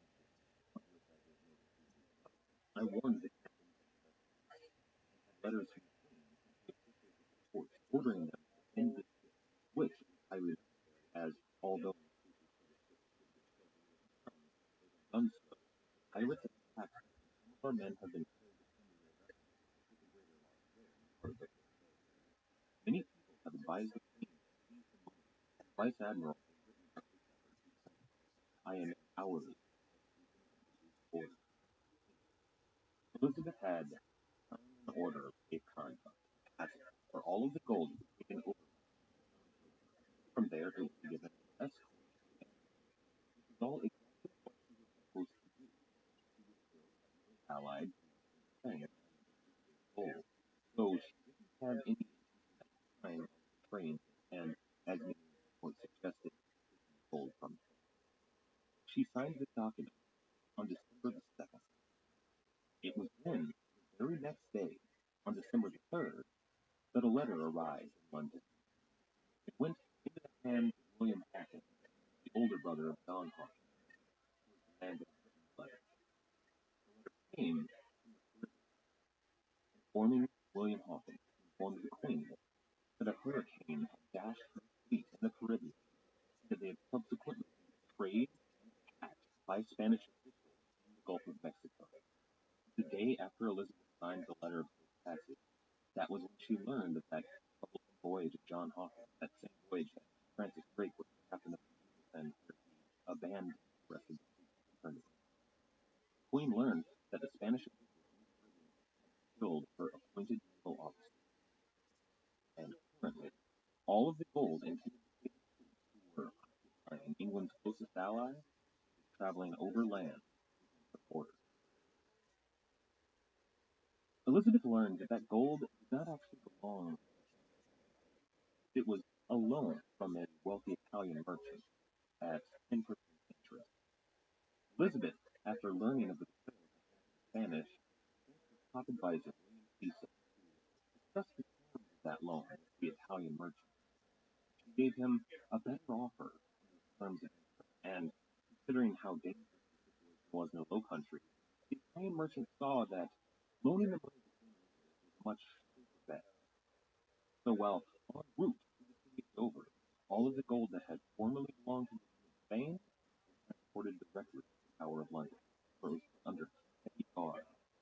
All of this happened so quickly, King Philip did not learn of it until after it was already in town. Again, a letter from the Spanish ambassador. Quote, the Queen has taken possession of the boxes of money brought by Lupe de Sierra's ship and 64 boxes from the cutters in Plymouth. She is going to do the same with the other 2 cutters in Falmouth, notwithstanding her promise and letters, besides the passport.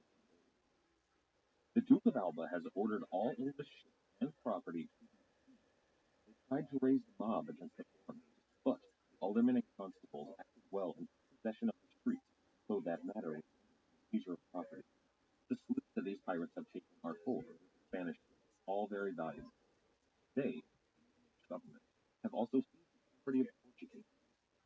The heretic knaves of the council are going headlong into perdition, incited by Cecil, who is indescribably crazy in his zeal for heresy. The council are in consultation every day, and I know not how it will end. The Duke of Alba was quickly losing control of the situation in the Netherlands. His army hadn't been paid in months, and they were threatening mutiny if there was any further delay in their pursuit. Turned out, there would be a delay. The Dutch sea beggars and the English sea dogs controlled the North Sea, because the Spanish fleet, the majority of it, was engaged in the Mediterranean against the Turks. Alba needed money fast, and he needed to keep all of the Dutch from learning of how dangerous this situation there really was. So he decided to kill 2 birds with 1 stone, in order to raise the money and keep things quiet in the Netherlands. He seized every English ship in the Netherlands, every ship's captain, and all of the property on board. He detached in direct opposition to nearly every one of the treaties ever signed with the Spanish. He had broken these treaties to free Elizabeth.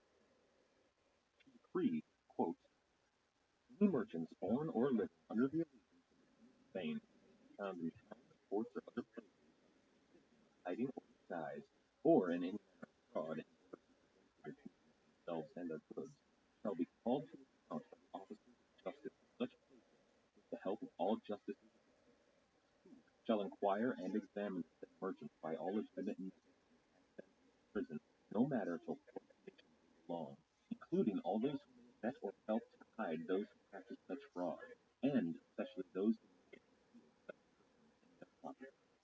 Her Majesty, having also learned through trustworthy sources that it was the intention to detain her subjects beyond the sea, under the pretext that the Queen had obtained in one of her ports a certain ship and 3 or 4 small boats, in which for a certain sum of money, Her Majesty thinks fit to declare briefly the facts of the case, by which it will be seen that the detention of her subjects is unjust and without due cause.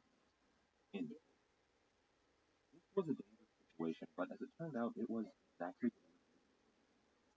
She needed this pretext to enter into war with Rome.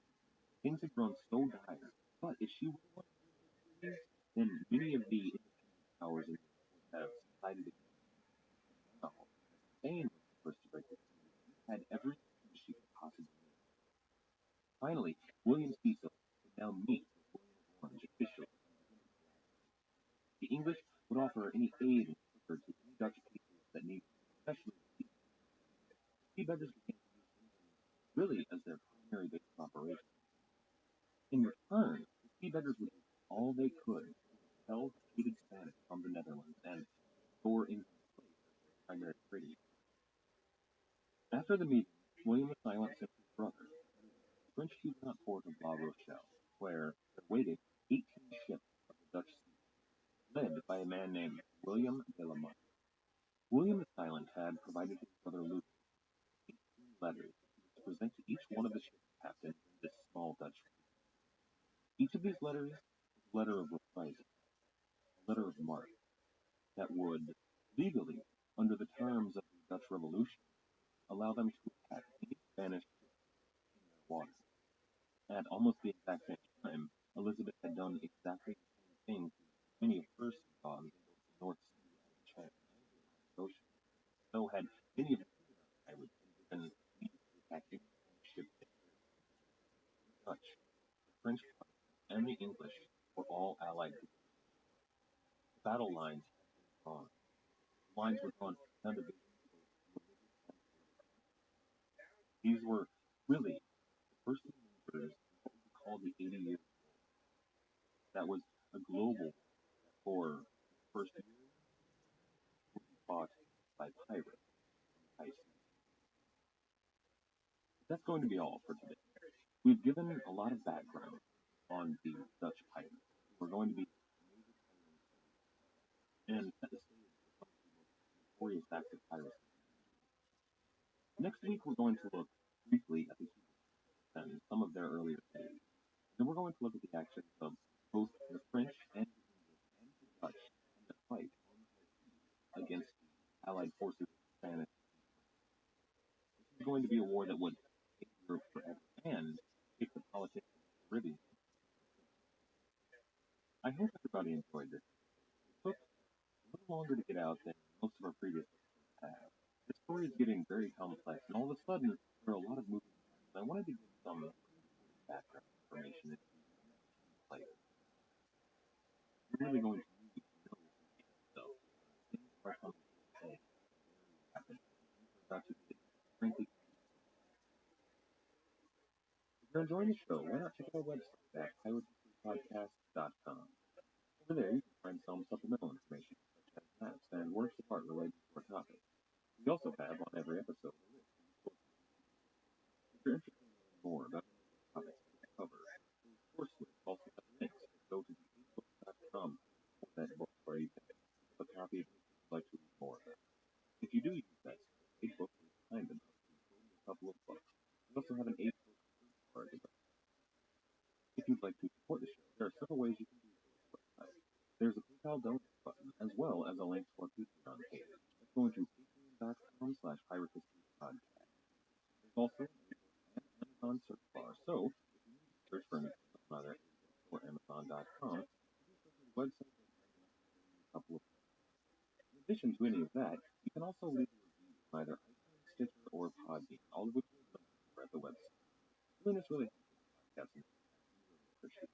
Once again, and most importantly, thank you for listening. Thank you.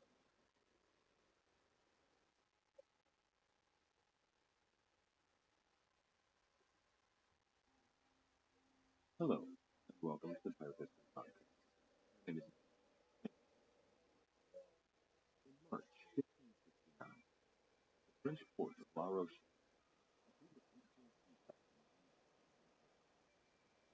Some of these lives outlaw shipping in the North Sea. Others were more recently brought in.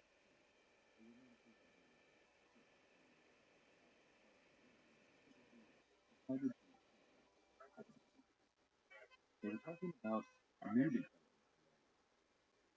Each of these possession what was called a letter, better known as a letter of. They had just received it from Louis' brother.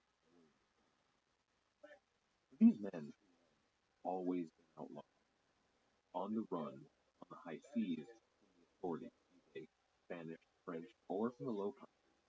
They now had a measure of legitimacy. They had to decide exactly what they wanted to do. In Europe, they were still outlaws.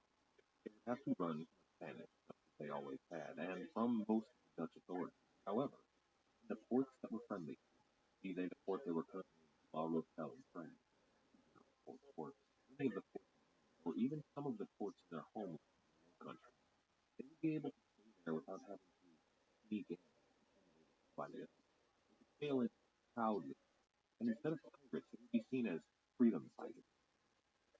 Some of these captains saw this as an opportunity to better make themselves a proper navy service in the country.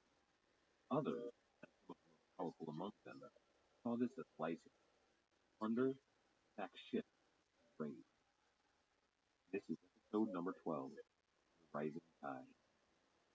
These 18 captains were the most prominent in the group known as the pirate turned patriots that were now fighting for the cause of their country. They cast a net out across the coast of the Netherlands and in any Catholic ship, be it French or Spanish, was foolish enough to make their way into their path. Well, they took any worthy ship that they took. They sailed into a friendly port and had outfitted for war. There was no shortage of young men eager to serve on the pirate ship, not just for the plunder, which they would be getting plenty of, but also for the chance to see their newly founded country. Three of these captains on French stood out as leaders. There was Lord Dolphin, the man who was another, Jan Abel, another, Jan von. These three men, more than any others, realized that these letters of marque gave them not just legitimacy, but responsibility, and not just increased risk, but also a chance for increased funding. At the same time that William and Louis of Nassau were granting these letters of marque to their pirates, Queen Elizabeth of England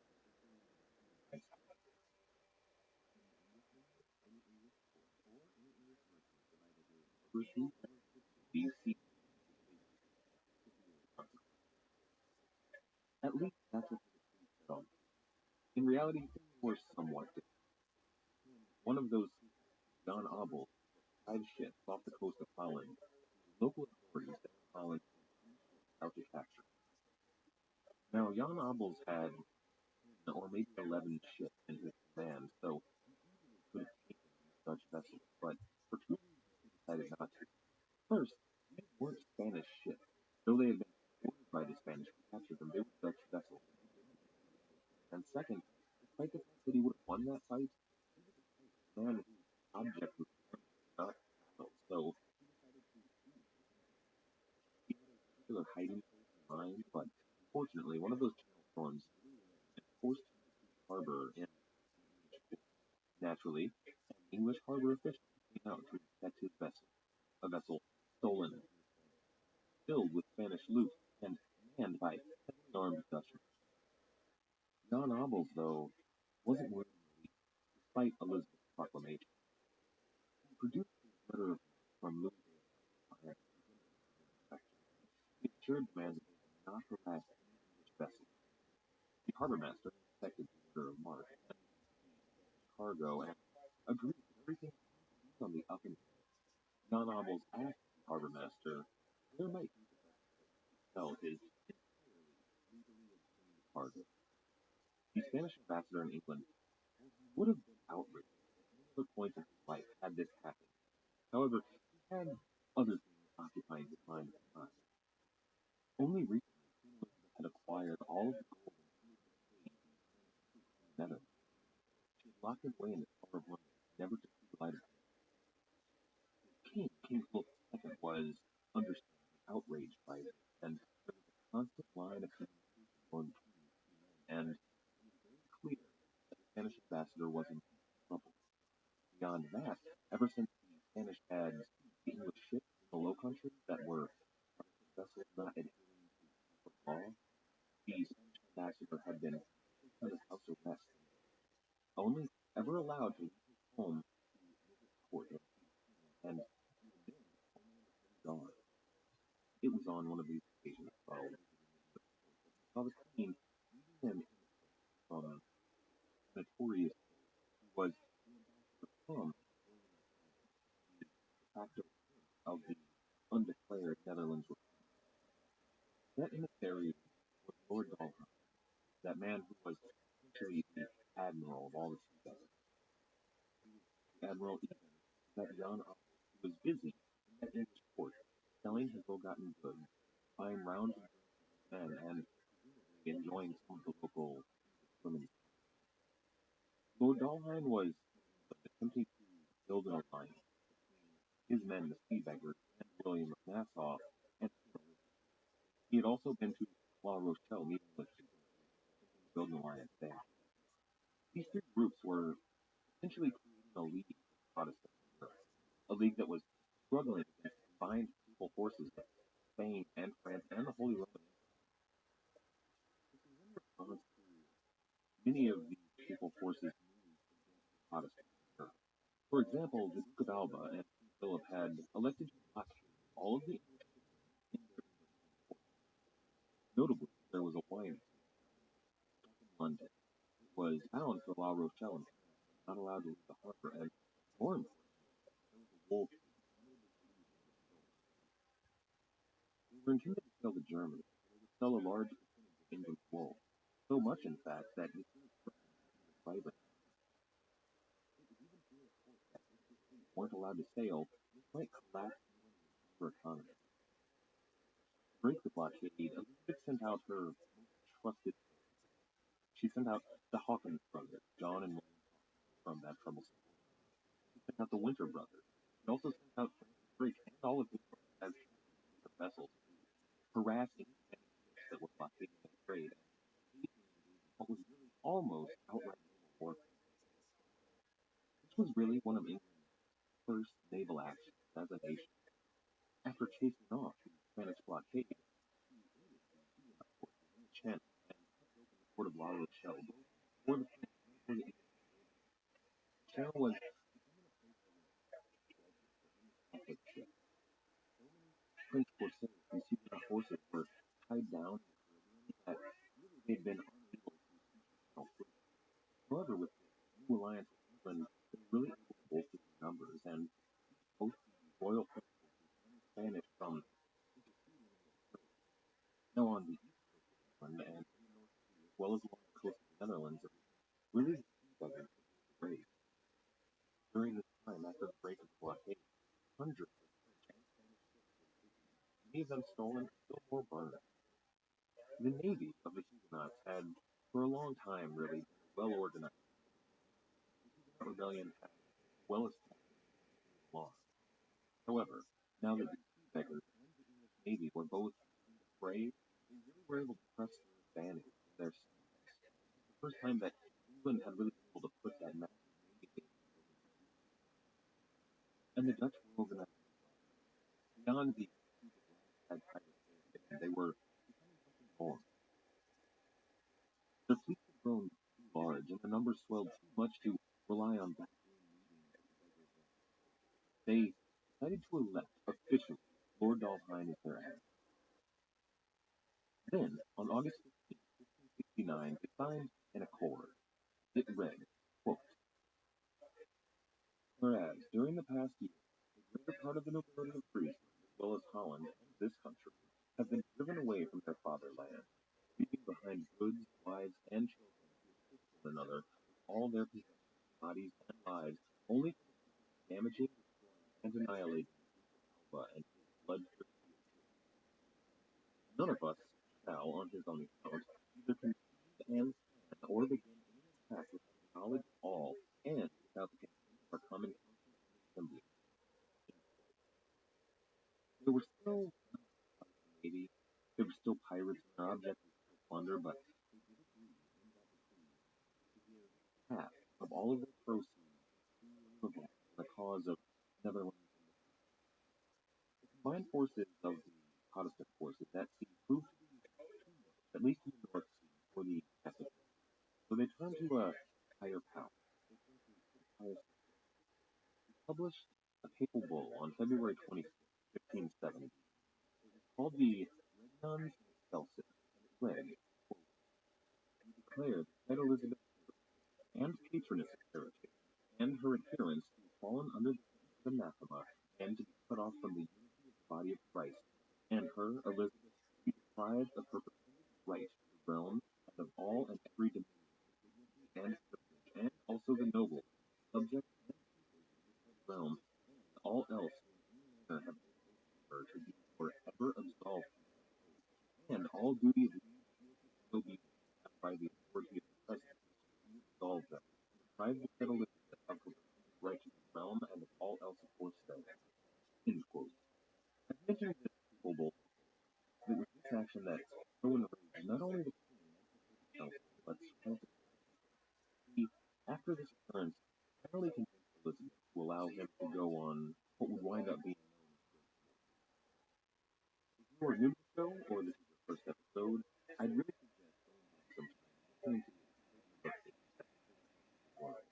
We go into some depth there, but in short, what Francis did was he number of voyages to the Caribbean, he attacked and plundered all along the many Spanish-held Caribbean islands and the Spanish Main in more and more audacious fashion as the voyages culminated in what was one of the most notorious ever undertaken in the entirety of the New World. It was there that Francis Drake met up and allied with many Huguenot pirates and really opened up an American front in what was becoming a global war between these two religious factions. Back in Europe, there were the sea beggars that left the English shores where they had been harbored to go and find a new homeland. They needed a port that was not La Rochelle, a Huguenot port, and not one of the many Protestant English ports, but a true Netherlands port, something that they could call their home base and center all of their actions. Now, many of the ports in the Netherlands were somewhat friendly to sea beggars, especially in the north. The locals there were not people that hated the sea beggars never harassed the locals, only the Spanish. To show, though, the lack of ill will that the locals felt toward the sea beggars, I'd like to read a bit from the letter. The author of the letter wrote from his homeland near Amsterdam, from exile. He wrote that, quote, "Out of heartfelt pity, have been moved to write you a highly recommending to you the honest citizen of Amsterdam, Dirk Black Diver, who, having arrived here from England, has informed us of his and misery, that his ship has there to his great loss been seized, and to the great affliction and sorrow of his dear wife and children, of whom he is a large number. Whereas we have had some information concerning the said Derrick from the mouth of the witnesses, and from other honest merchants of Amsterdam, who have taken refuge there, therefore, upon kind request, we have not deemed it inadvisable to inform the brethren of the same, hoping that they will accept not a little from the reasons of bad case." End quote. This man, Black Direct, he was just a poor merchant from Amsterdam who was sailing from English shores and had his vessel seized. At least that's how this letter. I imagine that the Spanish in the region didn't see him in the same light. To them, he was nothing more than a loathsome pirate, and despite these friendly locals, the Spanish really controlled all of the coastline of the Netherlands. So that fleet of Dutch vessels that were sailing from England, led by Lord Dalhine, to find a port that they could seize from the Spanish and hold in their hands, with the aid of both their Huguenot and English allies, much like the port at La Rochelle and other of the ports on the French coast. However, as they approached the Netherlands coast, a storm arose, forced the Dutch fleet into a Zeeland harbor. The harbor was called Vile. Now, while they waited for the storm to die down, another fleet caught shore. A total of 60 ships sailed into the harbor. As it turned out, were from the Gulf, these ships were fair game for the pirates. The Dutch couldn't let a prize such as this slip through their fingers, so they spent the next 2 or 3 days plundering these 60 vessels of everything they found on board. However, after those 3 days, another fleet sailed into the harbor, chased by the very same 40 ships that were even more richly loaded. These were some of the greatest prizes that the Dutch would ever take. Think about how something like that must have been. A relatively small port on the Dutch coast, battered by storm winds and ceaseless rain. 100 ships from around the North Sea were stuck there, unable to move. They had nowhere to run. Where could they go? Back out into the ocean, into that ship killer of a storm? No, they were forced to stay at anchor and attempt to defend themselves against this roving band of pirates that was going from ship to ship, taking anything on board any of these vessels that they dared to. And beyond that, these pirates took not only the ship, but they had taken advantage to approve one of these vessels. They intended to hold them for ransom. Word spread quickly that they were soldiers, who halted there in the base, letting the Dutch know that if they expedition help, they would be immediately attacked. This was intended to be before these Dutch raiding gangs, taking parties ashore and raiding smaller villages. The Spanish were always somewhat fearful. If the Dutch were to attack, it would prove to the locals in the region that the Spanish couldn't protect them and weaken their rule, so they took part in that. Now, the Dutch knew that they had to leave, but they weren't deterred from their search for a home. Some of these ships in the fleet sailed to England or to La Rochelle to sell some of their plunder, but still more ships from around the area joined their fleet, throwing their ransom larger than before. The fleet traveled to an island called England. It was long used as a stage where they unloaded much of their cargo. There was a lord in there, a man named Peter Van Newman, who was sympathetic to their cause. He allowed them to use his island as essentially a storehouse for any of their goods, but the sea beggars learned that Lord Peter had, well, he had been pressured into returning to Quebec by the Spanish. Before he could strike, the sea beggars acted first. They stormed his castle and took it relatively quickly. When they controlled the castle, they essentially controlled all of the island, and this was a strategic location for an island. It controlled a large amount of harbor and ocean around it, so this was a great place for the sea beggars to have as a home. For several months, this island served as a base of operations. They launched countless raids from the island, and all over the North Sea, people knew that this was a British order to come near. Now, of course, the Spanish couldn't protect them, so they gave a man named Robles the task of liberating this island from the sea. I'm going to read a passage from The Sea Beggars by Dean Mercer. This book was written in 1901, and though some of the history is somewhat questionable, it's one of the best sources we have on some of these men, and the language of the Victorian era history is just fantastic. Quote, Robles' first plan was to dislodge the beggars from their stronghold. For this purpose, he dispatched, in December 1569, a force of Spanish soldiers to the island of England. Here, however, the Spaniards were so warmly received by the sea beggars, under their impetuous commander, a famous Drongyre nobleman, Barthold Anton von Mentheda, that the attacking party was obliged to be precipitous retreat. Anton and his sea beggars remained for a month longer in undisputed possession of the native stronghold and the island of England, whence they continued sending the Granite and Brazilian troops whenever the opportunity was favorable. This was not to be borne much longer, and Robles was resolved to drive them away at any cost. In January 1570, he sent out a much stronger expedition than the one of the previous December, and this time he was more successful. Under his own leadership, his troops surprised and attacked the sea beggars on anchor. A short, decisive battle ensued in which the beggars were completely routed. Once again, without a home base, the beggars tried to find somewhere new. For months and months, they tried one harbor after another. One of their more famous captains, a man named Jan van Troyen, well, he took a market town that was directly between Antwerp and Amsterdam. This was a fairly important port. Spanish were to oust him. The Spanish, well, they had garrisoned and many cannon in every harbor of their repel the sea anywhere. Still, they were becoming a real threat. So, the Duke of Alba established originally composed of 12 large Spanish warships with the express purpose of destroying the sea.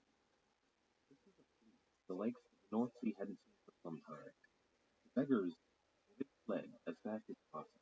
They were tracked by the fleet, however, and while running from this overwhelming firepower, they decided to try and seek refuge in the harbor of a local river.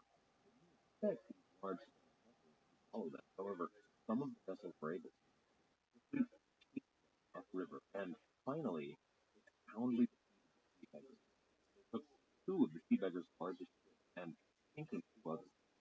This was, of course, hardly all the ships that the sea beggars had in their armada. There were many remaining vessels around England, the port of La Rochelle, and elsewhere in the North Sea. A call went out to any of the sea beggars' ships found rendezvous on the shore. They were received there by the Countess of Montgomery, who presented the Dutch with really a splendid ship, something that could be a flagship to replace one of their lost vessels. They named it in her honor, the Countess. Despite this warm welcome by the English nobility, and despite the many friends and allies had on British soil, England was no home. The edict that Elizabeth had made against them still stood. Frequently, when they would chase in Spanish ships into the ports, they would be fired at and occasionally arrested. Now, these weren't acts of violence, but they were made to ensure that the sea beggars didn't use England as their real home base. This was due in large part to the actions of the beggars themselves. They were a rough, violent, and uncouth lot who caused trouble wherever they went. Even those of them that were members of nobility knew that they had to play a role. They had to be part of people where they had to strike fear. To do this, they had to upset many of their allies. Even other friendly ports, like the port at La Rochelle, began to refuse some sea beggars entrance into their harbors because of their propensity for causing trouble. So the sea beggars continued their search for a port of peace. They knew that places like a real base of operations. For months and months they searched, trying day and night to search different ports during the day where the sea beggars came to find the English. In one such encounter, that man ran down Thorn, that favorite young sea beggar captain, one of the most popular among their ranks. Well, he was boarded before he was even able to mount an airplane. The Spanish attacked him. His men fought hard to defend their vessel. However, they were overwhelmed very quickly. All the men that were left had to jump overboard to escape Spanish capture. Now, there were other ships in the fleet that were still fighting the Spanish. The men who had jumped off of Jan von Schoen's ship, well, they swam to the nearest vessel they could get to.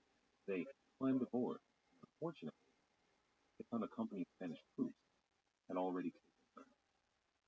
Before they had climbed over the rail, they found themselves staring down Spanish steel and Spanish muskets. This began happening with army troops. The sea beggars were under attack by the Dutch and Spanish authorities. That fleet had been organized to fight them as well. So Lord Dalhine sent most of the sea beggar fleet to England, but he himself stayed with the 12 ships left on the Dutch coast. Sea beggar ranks had moved to these open harbors against soil, while only a few of them, some of the most notorious of our ranks, stayed to fight the good fight. This proves to have been something of a tactical mistake, however. While he may have saved the majority of the sea beggars, those 6 became the prime target for all of the Dutch and that fleet, backed by the Spanish, caught up with those 12 ships in short order. The two largest ships were captured by the Spanish. They were the best vessels they had, with nearly all of the arms and ammunition that they had in the fleet. 9 of the other ships were burned by the Spanish, and only one, carrying Lord Dalhine himself, managed to escape. Now, he went to England to join the rest of the fleet, but at the request of Prince William Island, when Lord Dalhine arrived in England, well, he was promptly arrested by the English.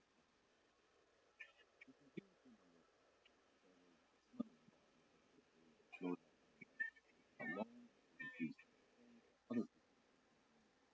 caused that decided the reality is that he'd been doing better as the admiral of the sea beggars. He likely would William Simon ordered another noble friend. Told however, and wasn't saying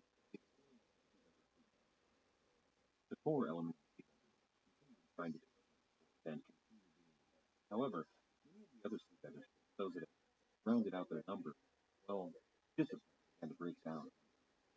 The captains weren't able to keep in line, and in many cases, the captains themselves rode. They began going back to their old habits, packing any ship they could find, and all the money into their own half allotted. Not only the Spanish and Royal, but also Dutch, English, and Huguenot vessels were now under threat from these rogue beggars. They were giving the beggars who were trying to the Royal Navy name, turning it from a fight for a good cause into real pirates. They were losing many of their allies and many of their friends. It was happening alarmingly. So, William fired that second admiral as he promoted a third, the famous of all of the admirals, who was the Count of La Marck, known to history as William Vandermark was, well, he was one of the first and most ardent supporters of and William. However, initially, his fight was on land.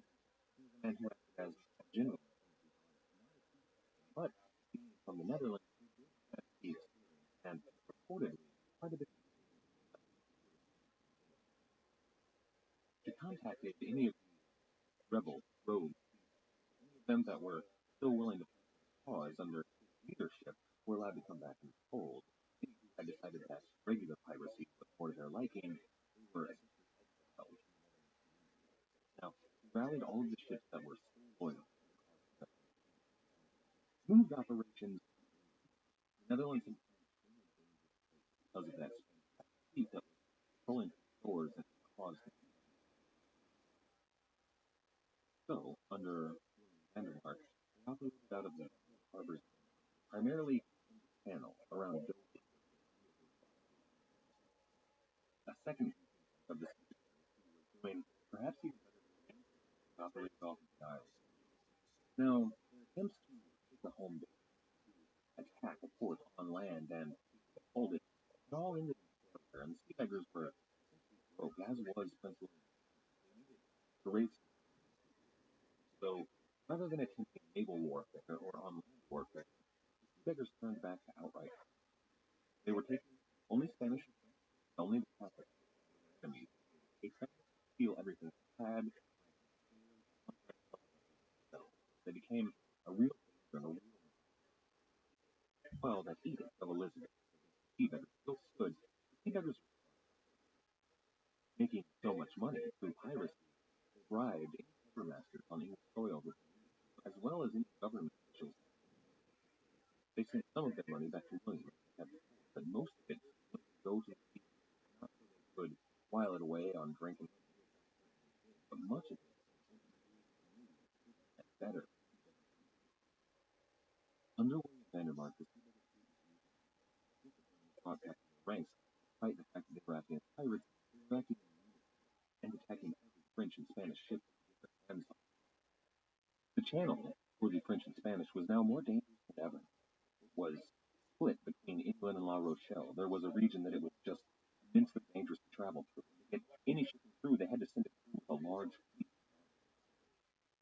All of these acts of piracy done by the sea beggars originated from English ports, which, in reality, Queen Elizabeth just fine first. But then, on the 10th of February, 1572, everything changed. Without warning, one of the more notorious was arrested by English officials. That very same day, William Vandermark received an order from the English government instructing him to quit English waters, three vessels, and several other captains were arrested the following day. They were subsequently released, but those went so far as to declare William a false claim, and that made his letters of marque. John Hawkins himself was sent to chase the sea fleet out of English water. He attended what was one of the most comfortable touch, but it wasn't exactly the betrayal that it could be. Around this time, Elizabeth governors of the Spanish group. He needed, for a while, to have some of their favor.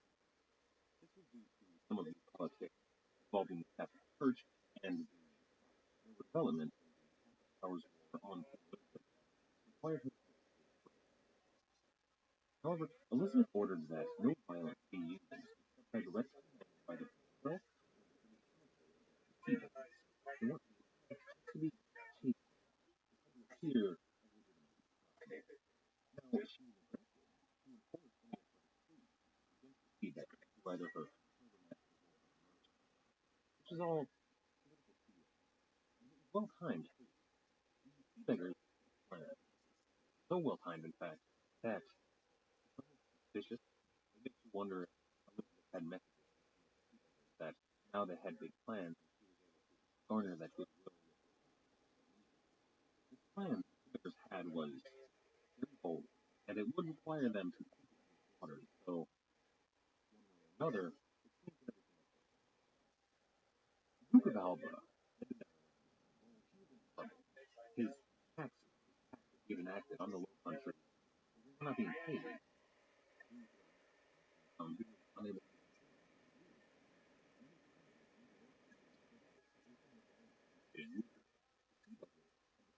large numbers unstoppable due to that not being paid. Despite his early successes, for the Iron Duke, the Duke of Alba, the Netherlands proved to be too much for him. His successor, the Duke of Medina, was set to arrive in the Netherlands shortly. Now, William Vandermark did not intend to allow the country.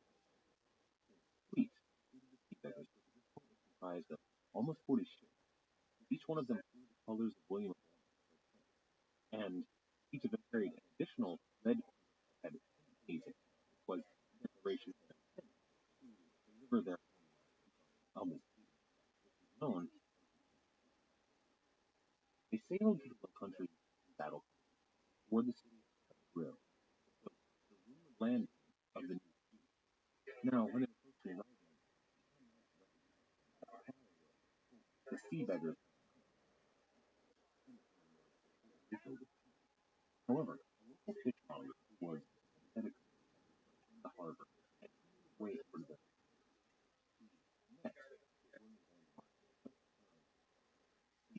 returned after discussing terms and met with the city council.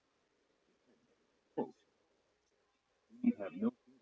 The sea beggars will harm no one. They come only to for Alba's tyranny and his ruin.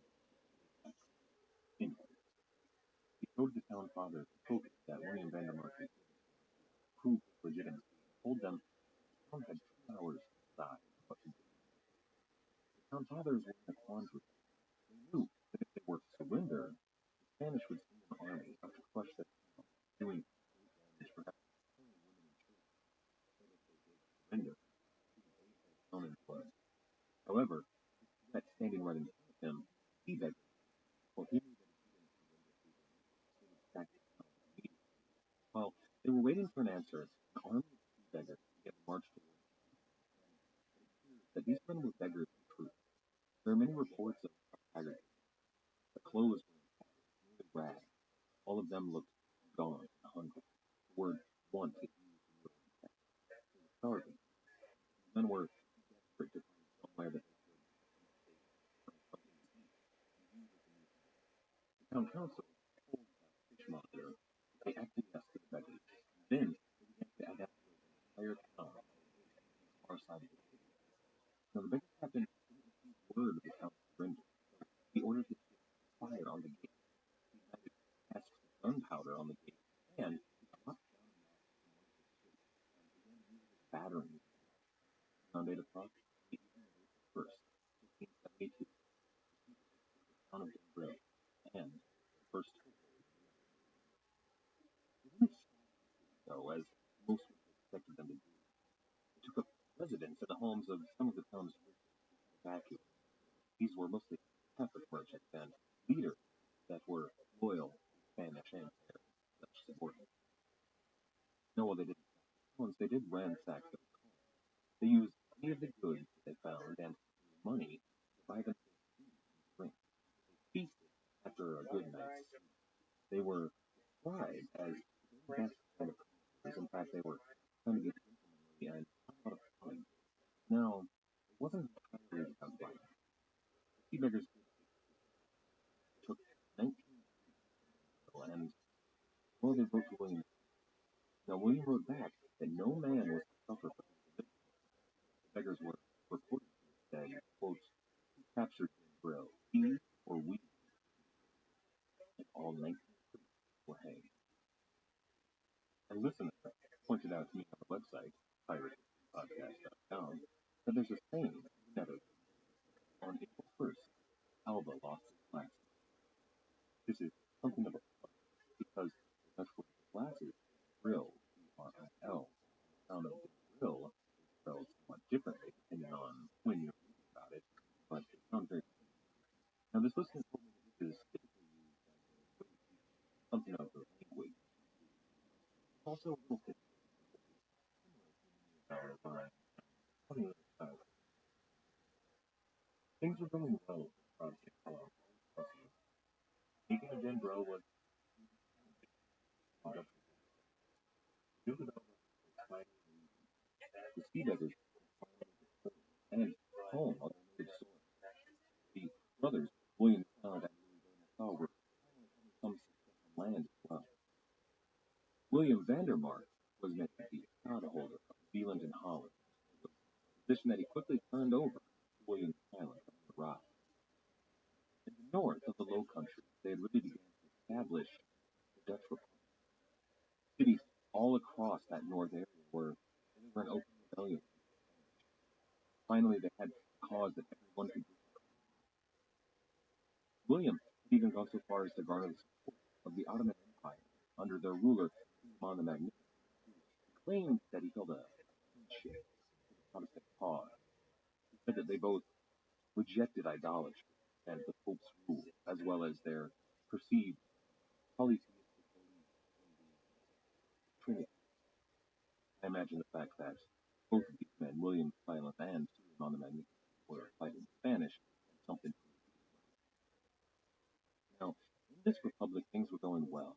There was a mass migration of many of the wealthy and educated men in the Low Country to the newly founded.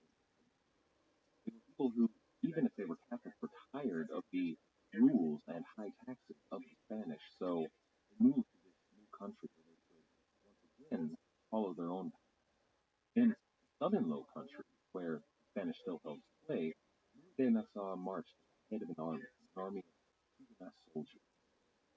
They intended to finally, once and for all, oust the Catholic menace from the Low Country. It was a daring move, to be sure, but it had unforeseen and unintended consequences. 2 years prior, in France, the Huguenot forces had signed a treaty with the Catholic rulers called the Treaty of Saint-Germain. This allowed Huguenot leaders to finally hold political office, and there was a marriage alliance promised between the French royal family and the Huguenot prince, Henry of Navarre. When 2 years later the wedding was finally took place, it brought all of the Protestant leadership to Paris. Now, when I think about this, I see almost direct parallels to the game. There are characters here who are almost certainly inspirations for characters within the story. If you're a fan of either the books or the show, I'd like you to imagine there was a marriage alliance between Rob in the north and say Marcella Baratheon in the south. And when the marriage was to take place, all of the leaders of the rebellion in the north marched down to King's Landing to be there at the wedding. What can you imagine Cersei would do in that situation? All of her enemies in the crowd. Well, it was probably very similar to what Catherine de Medici did in France.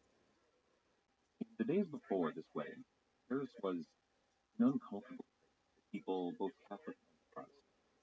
Arguments and fights broke out all over the city, and mobs were raised, but the peace held.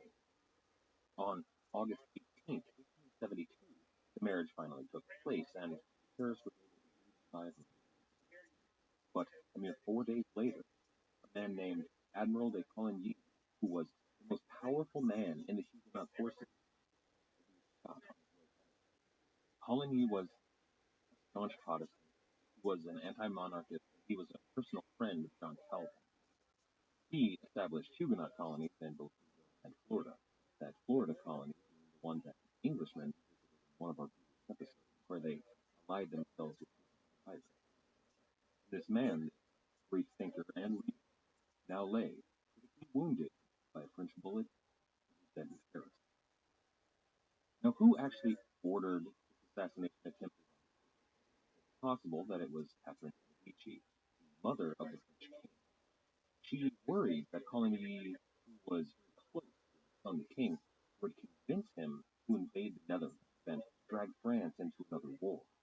So, after the marriage was consummated, well, she had Coligny in France. Although it may also have been the Duke of Alba that ordered the assassination.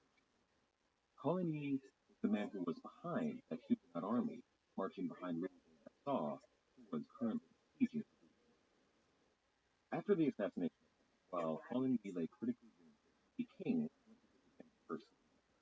And that same day, while Catherine de' Medici was at dinner, Protestant leaders burst in on her and demanded justice. She promised them they would have it. Again, if Catherine de' Medici were Queen Cersei, then I think Coligny would best be described as a high spirit. He was the leader of a group of religious zealots who were reformers that had their eyes on the throne. They were gaining influence through Coligny's friendship with Catherine's son, the young and impatient. The next day, after that mob broke in on Catherine of Medici, a group of royal officials entered the home of Admiral Coligny, murdered all of his guards as well as the noblemen who accompanied him, and finally threw Coligny from the window. The gates of Paris were closed. The Swiss guard, the king's personal soldiers, armed with a list of Protestant leaders in the city, as well as their swords, marched out of the castle. The bells of the Church of Saint Germain chimed. Protestants came out of their homes to see why the bells of Saint Germain were ringing, if not out. What they saw was a force of heavily armed Frenchmen waiting. The streets had been blockaded and chained. There was nowhere to run. Protestant leaders were dispatched, shot, and beheaded. Their blood ran in the streets. Their bodies were thrown in the river or thrown into the street. The head of the Huguenot forces in France. The mob smelled blood. Catholic loyalists rose in huge numbers. For 3 days, they murdered any Protestant in the city. The order was finally restored. Nearly every Huguenot or Huguenot sympathizer in the city was dead. The massacre spread all throughout France. Thousands were killed. In cities all across the realm, men were run through. Women were raped and murdered. Babes were torn from their mothers' arms and dashed against the pavement. The highest death toll is estimated to be 70,000. It is said the bells of Saint Germain were heard around the world. They heard them in England. Queen Elizabeth's ambassador to France escaped barely with his life, and Queen Elizabeth was tragic news. Tsar Ivan the Terrible of Russia wrote of it, denouncing the crime. Suleiman the Magnificent decried the villains that perpetrated it. And Catherine de' Medici, she marched through the streets in triumph. I imagine that the Duke of Alba and King Francis II smiled. I wonder if Francis Drake, on board his ship in the Caribbean halfway around the world, heard the bells of Saint Germain. It's possible that he was meeting with his Huguenot ally in the abandoned and doomed French colony in Florida. The Protestant cause was wounded. It was a dire blow, to be sure, but now there was something to rally around. This was something that proved that there could not be peace through negotiation. Now, open war was begun. Next week, we're going to open our eyes. We're going to look at the alliances of treaties, the declaration of security, and we look at the of the two systems created. If you're enjoying the show, why not share it? Recommend topics such as works of art relating to a topic. We also have on every episode a list of resources. If you're interested in learning more about any of the topics that we cover. Those sources also have links that go to ebooks.com for that book, so you can pick up a copy if you'd like to read. If you do use ebooks, it's kind enough to throw me a couple of bucks. We also have an 8-book search bar at the website. If you'd like to support the show, there are several ways you can do so at the website. There's a PayPal donate button, as well as a link to our Patreon. That's going to be patreon.com/piratespodcast. There's also an Amazon search bar, so if you need to return to either Amazon.com, please go to the website and kind enough to do so. In addition to any of that, you can also leave a review from either iTunes, Stitcher, or Podbean, all of which we have links for at the website. And this really helps with the podcast. Once again, thank you.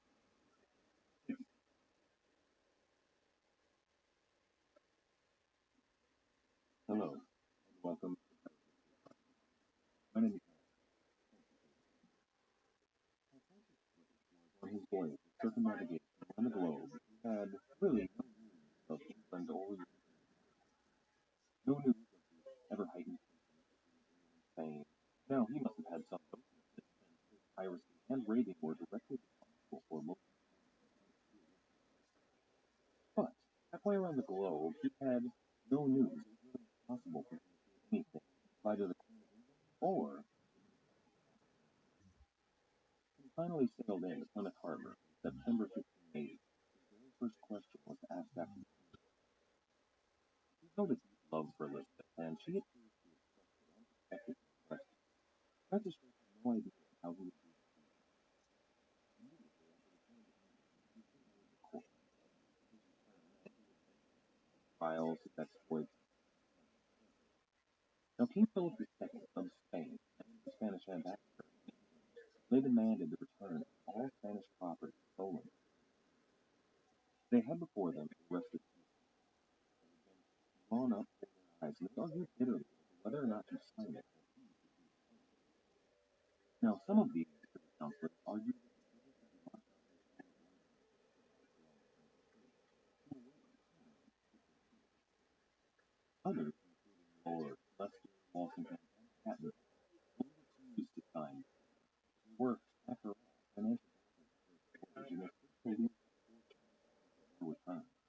Now, all this began with really the ultimate mistake. These men were powerful and influential, but Elizabeth was queen. She sent personally a missive to them, summoning her to court, asking that the king send a sample of the treasure from his kingdom. For 6 hours, the king met in a private council. Drake certainly reported about the trial and summary execution of a lord and commander on his board. He would have told her of his exploits in the Pacific, and not to be discounted his really important geographic discoveries, his conquest of Nova Albion and his exploration of the western northwest passage. However, perhaps most notable to the queen were the trade deals that Drake had struck between the English and the American islands. These ensured future profit and goods from the future income, not to mention the windfall of Spanish gold and silver, must have been above.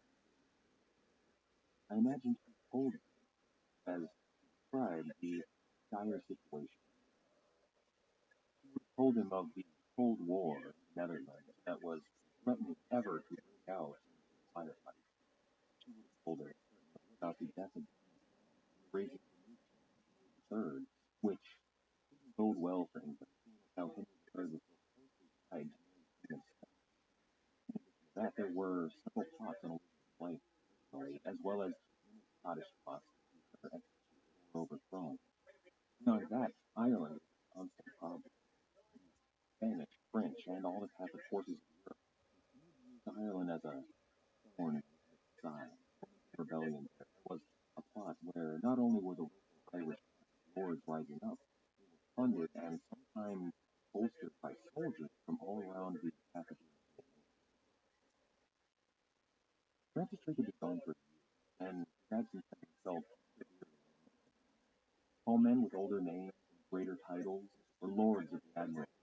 It was Francis Drake that Elizabeth turned again and again in her war with the French, and after she had given him his rewards, she would send him back out on the open sea. This is episode number 13. the world is not enough. On April 1st, 1581, Golden Hind, Francis Drake's ship, traveled and all of London traveled around the globe. Was filled with hundreds of onlookers hoping to catch a glimpse at them they all adored. Drake was not just a captain, not just a soldier, but a celebrity. He was a man who had been able to tell Philip exactly what to do with his empire, with his hope, and with his ship. The Golden Hind had anchored, with ascended plank, beautiful time, and the crowd thronged the plank after her, collapsing it and them into the mud flats below. The crowd laughed and cheered at the antics of these people trying to escape. Now they were unharmed, but they had been covered. The queen, who was ever the herself, lost one of her garters, a man who was gallant and dashing, the French ambassador, Monsieur de Montmont, well, he collected it for her. In front of all of the onlookers, in fact, all of London, the queen raised her skirt and replaced the garter, and she told Marchmont coyly that when she was done with it, she would give it to him as a gift. Now that the crowd had been awed by the ship, amused by these people's antics, and just a little bit influenced by the queen, it was time for formality. Frances Drake kneeled before the queen, and she raised the gilded sword above her head, asking the audience if she should strike off Frances Drake's head. The crowd, of course, bellowed a resounding no. The queen bowed her head again, passed her sword to Monsieur Marchmont, and asked him to perform the ceremony of knighthood. He was going to name her. She was the new knight. She was the dragon. The England that was poised by Spain really could not be understood. All of the things that they told Francis Drake, another rebellion, open and many consequences of life, were not backed by the financially, or with pride, or even with soldiers. The Spanish were behind everything. Spain was growing ever more powerful. While Francis Drake was on his voyage in 1678, there was a battle on the shore of Morocco called the Battle of there. Sebastian, his uncle, blind old man, was now it's arguable that he didn't have the best plan. In fact, both Catherine de Medici and Philip II had more legitimate and better plans. However, Philip bided his time. He didn't want to be seen overthrowing an old man. When the cardinal eventually died, Philip ordered the Duke of Alba into Portugal. Now, most of the royal country in Portugal fell almost immediately, but Lisbon held out for their king, a man who was the bastard nephew of Enrico, a man named Dom Antonio. Now, Antonio was not a legitimate candidate. However, really, Portugal had nobody else to put forward. The throne was likely to go to either a French woman or the Spanish king himself, and that was something the Portuguese couldn't stomach. Seeing foreign monarchs sitting on their thrones, they supported this Don Antonio. And listen, fighting was urban fighting. Soldiers with spears, arrows, and swords in the streets going hand to hand, killing anybody who stood against them. Bloody and the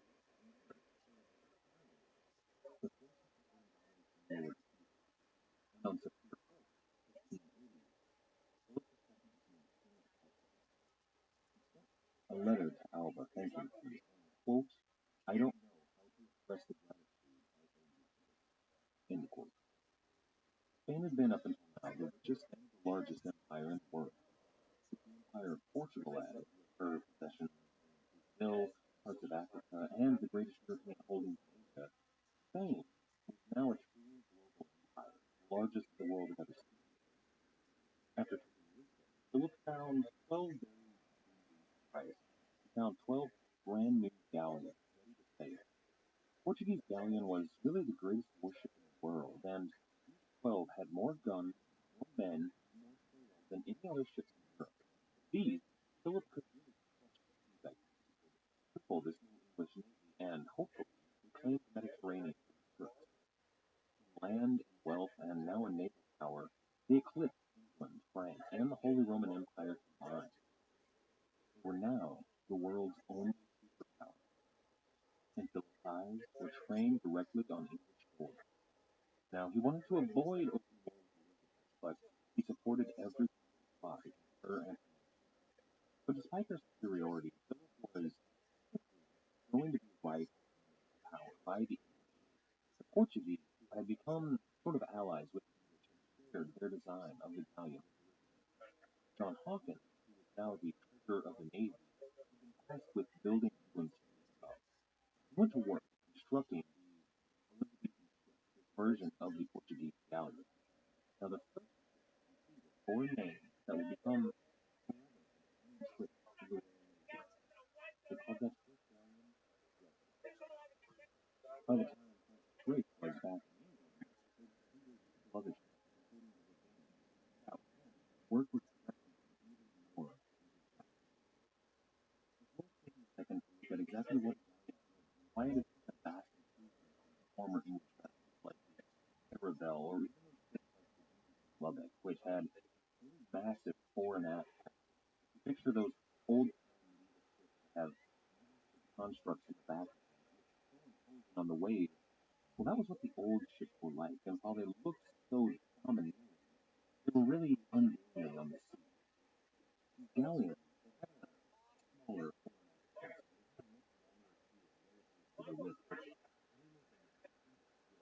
very maneuverable. Ability by shortening the mast cast,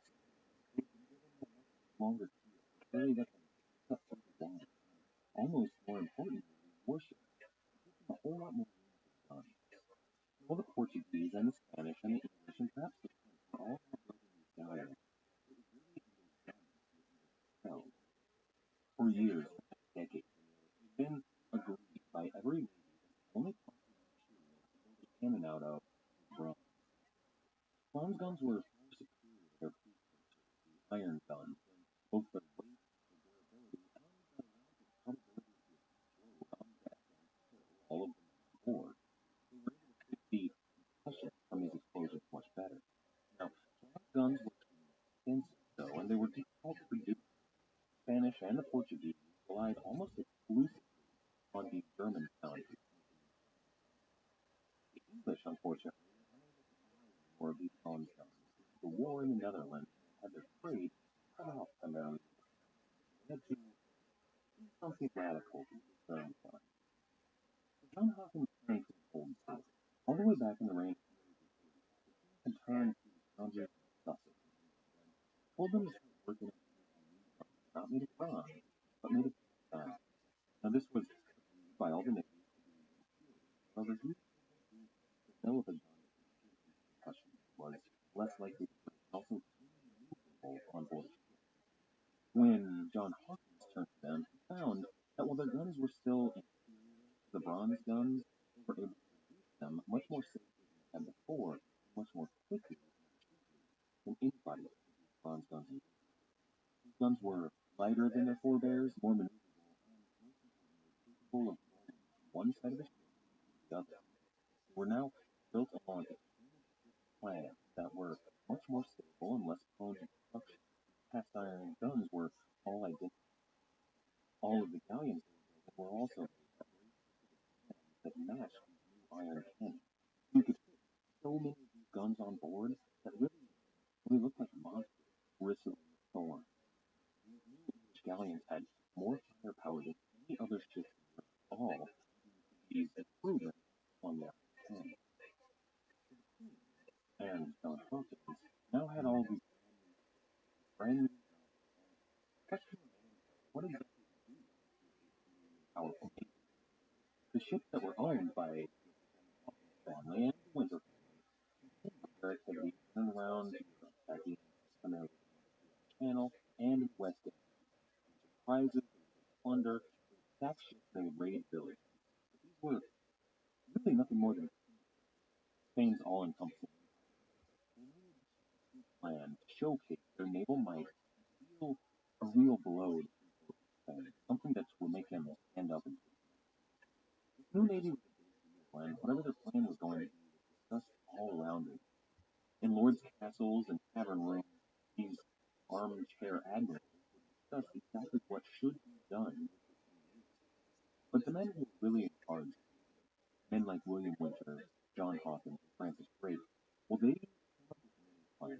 Some of these plans they even planned out down to where they would put all of them.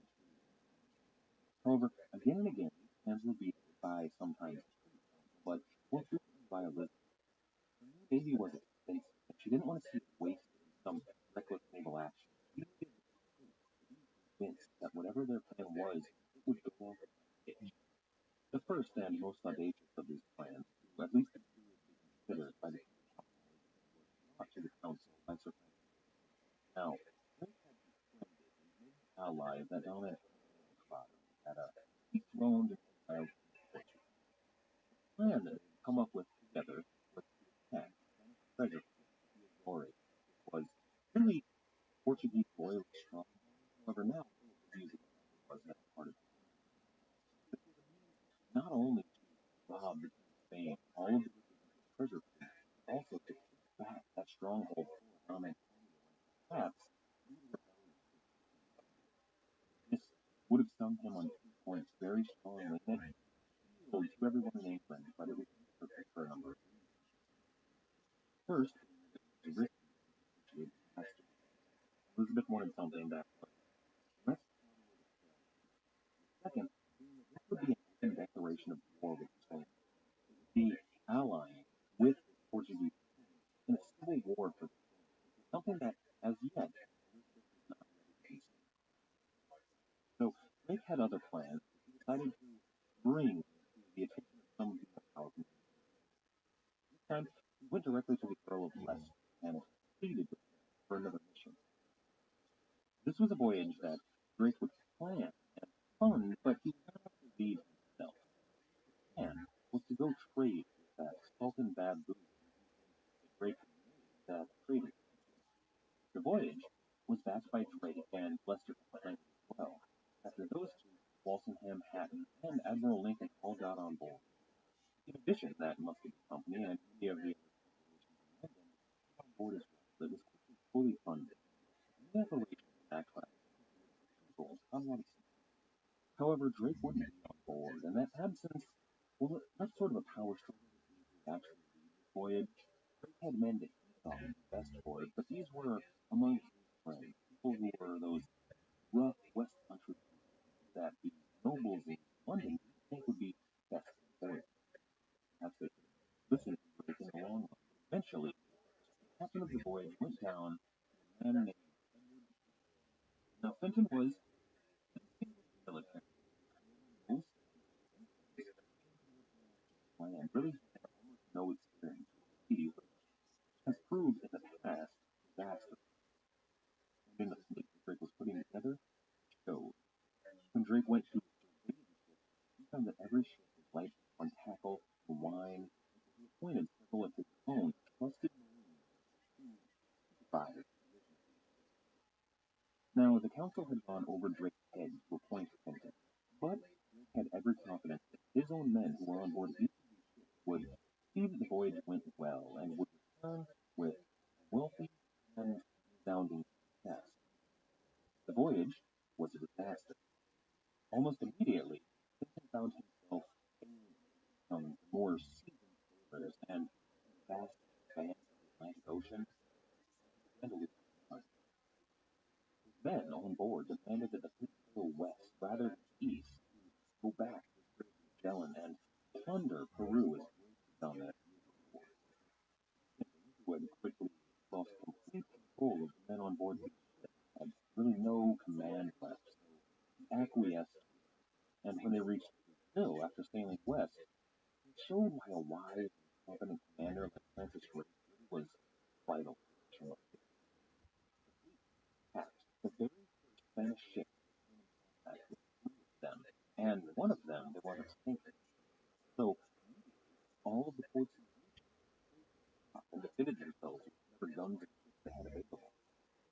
Now Francis Drake, while he may have taken certain ships, he wouldn't have sent the ship to be honored. He would choose his prizes much more wisely.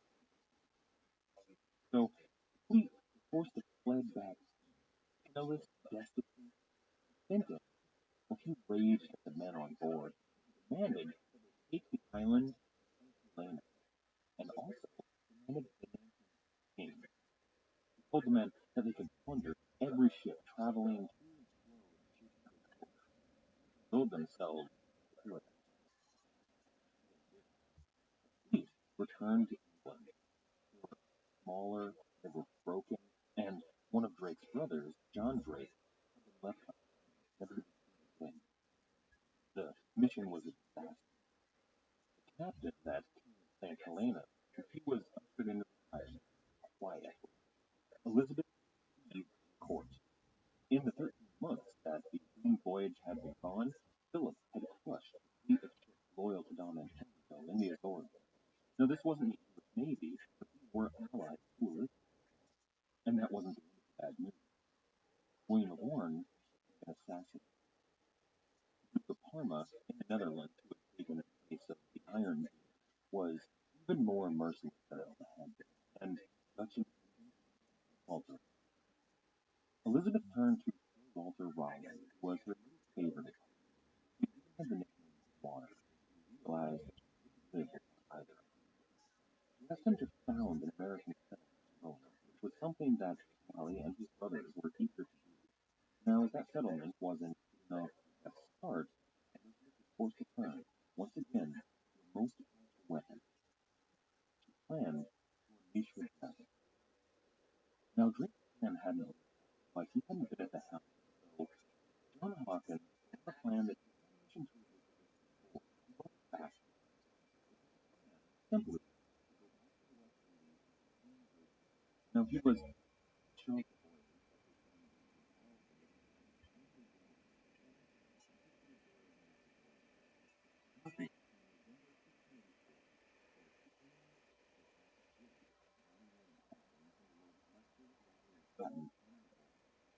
now, it was possible that it was lucky. This was something that hadn't happened in the last voyage because he had lost control of. However, this voyage would not be so small. This would have 11 large ships, at least 4 barks and 11 carrying at least. This was going to be an official English naval fleet, the largest ever commissioned by the Queen, and there was only one choice for them. On Christmas Eve, 1684, Sir Francis Drake was named Admiral. Now, only a few days later, on December 31st, Philip II of Spain and the French Royal signed what is called the Treaty of Joint, forming the European Catholic Union against the Protestant forces of Elizabeth and the Netherlands and the French Huguenot. Now, Philip was nervous about Elizabeth and the rumors of her massacre. The Spanish ambassador Mendoza had been exiled in England. News was unreliable, and he wanted a strong alliance with possible. Now that ambassador, who was in exile in Paris, did get occasional word of what was happening, and Philip learned of the ambassador was a confirmation of Philip's word. Now, in only a few days' time, Philip received another message, this time from the Duke of Parma in the Low Countries. The English had cut off all trade with the Spanish Netherlands. The signs were clear that Elizabeth was no longer paying. Now, Philip's highest military officials urged him to act. Both the Iron Duke of Alva and the Admiral Santa Cruz were with him. They encouraged him to take their ship, destroy Drake and his fleet, and invade English shores immediately. Open war. Philip still had time. I'd like to read a passage from the historian, but I think it gives perfect Balabo saying,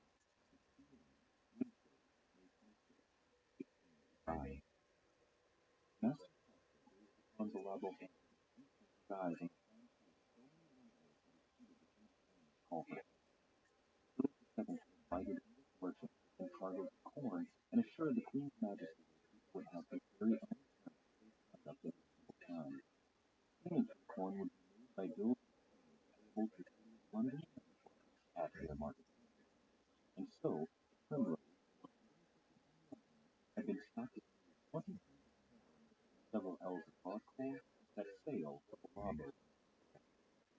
Mr. Foster had heard the whole idea had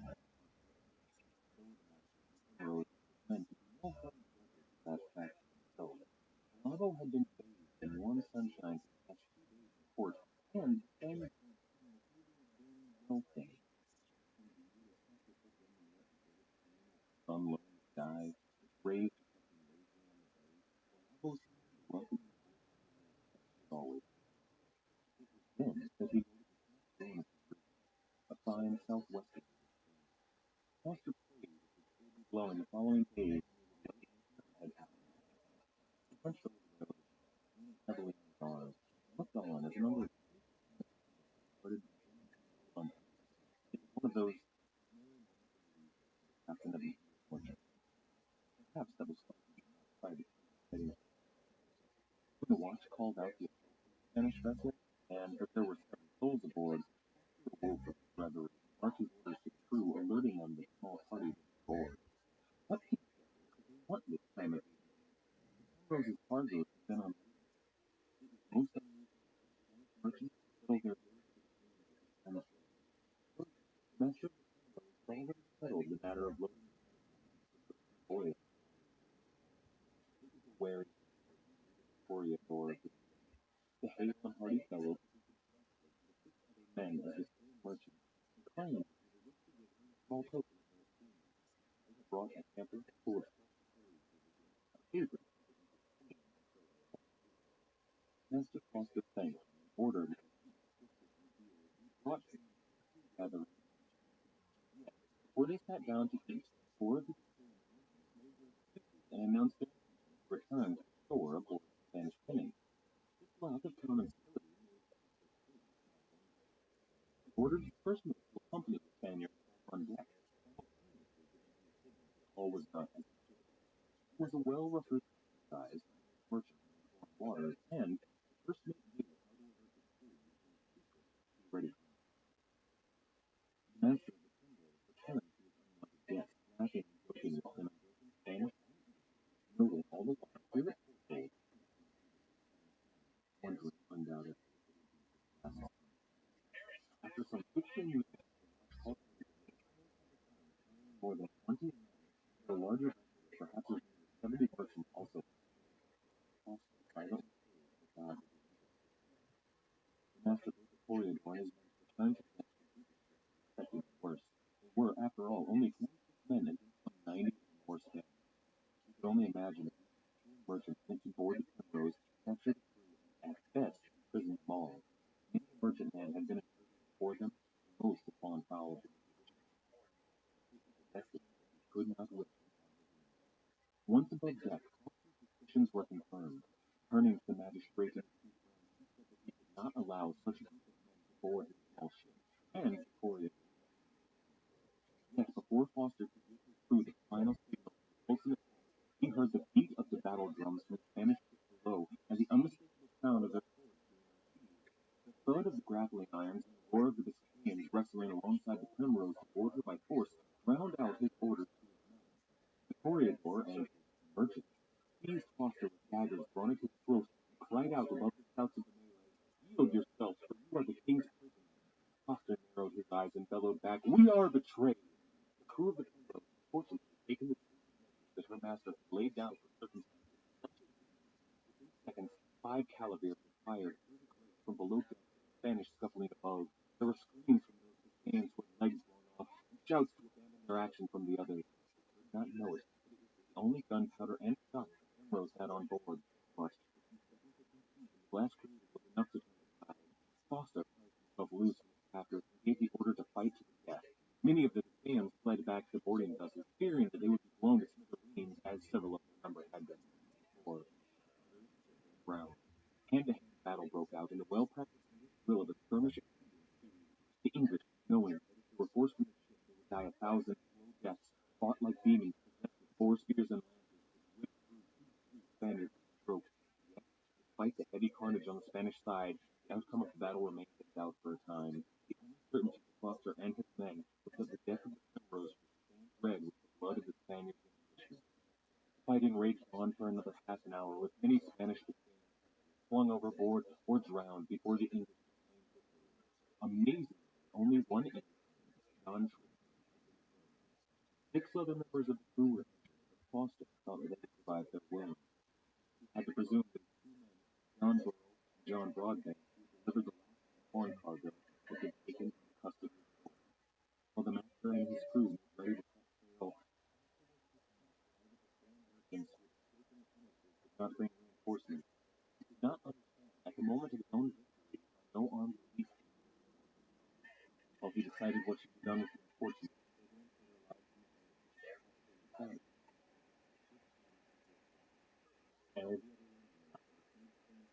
flying high up the mountain,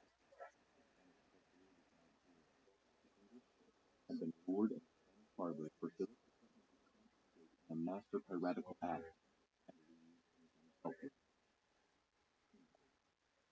I understand that was a very long quote, but despite my best efforts, I couldn't find a better way to Ronald. Her book, The Queen, on the show, is really spectacular. She's got a true gift for narrative. She's able to tell the stories of real history in a way that is. I really recommend one of them. There is a link to the books in the show notes, so if you're interested, go to the website and trade the entire fleet and luckily was able to only ship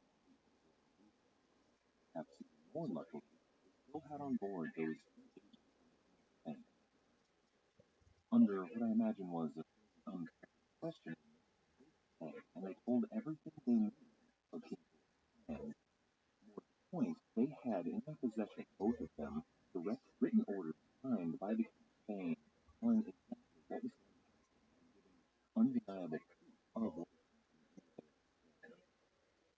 this was exactly what Elizabeth did. On July 1st, Elizabeth signed a decree granting Francis Drake and any English merchant who suffered from the seizure of their right of price. Now, this wasn't a declaration of open war, but it almost it gave huge numbers of English sailors leave to attack Spanish ships aboard with anywhere in Spanish territory. It was free license. Elizabeth signed a treaty with none. She agreed to send almost 7,000 troops and 1,000 cavalry to relieve. There was also financial as well, amounting to almost a full quarter of all of the in return, granted forts of Will and Flushing. These were strategic stations Francis when she on the board at the had everything. English were forced to rush their and as preparation for the original plan, greater were understaffed and underprepared. So Drake elected to hire his orders were to for the injured that the vessel blow after the orders anchors that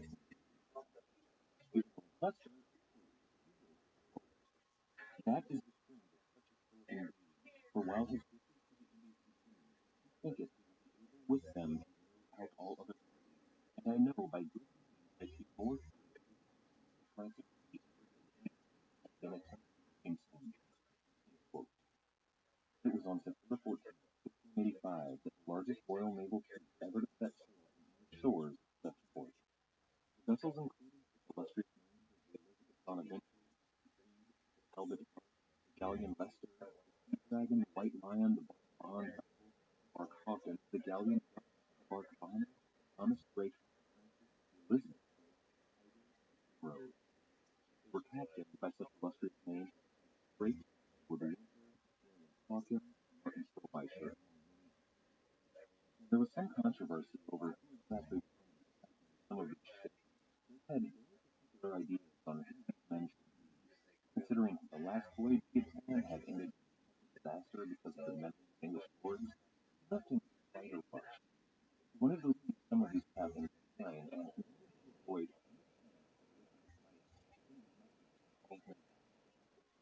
now rush left all of the captains were at first without orders or outline at all of what the channel was. So after sailing into the channel and messengers, Drake called a halt and called on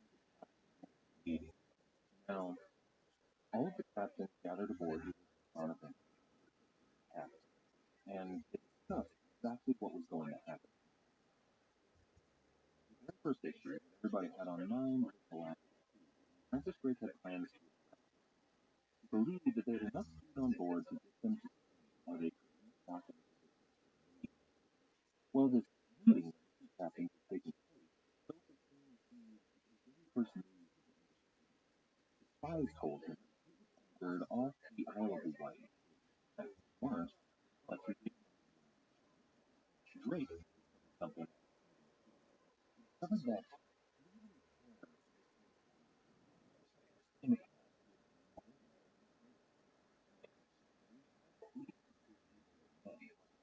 he was at least a dozen other powerful felt hindered by this rather than power. Now, back in England, Drake was known as Francis Drake Force, and yet on this voyage, holy well, happened upon a Spanish vessel carrying fish full of the vessel would bed happy until they reached Spain. On the 27th, fleet set anchor at the mouth of the River near Bayonne, Spain. Then, one of the most important men in the on-land military, Christopher Carlisle, forced his soldiers to take a number of land at Bayonne. The three finishes met by the Spanish government, and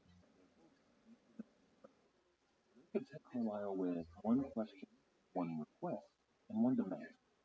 The question: at war with England.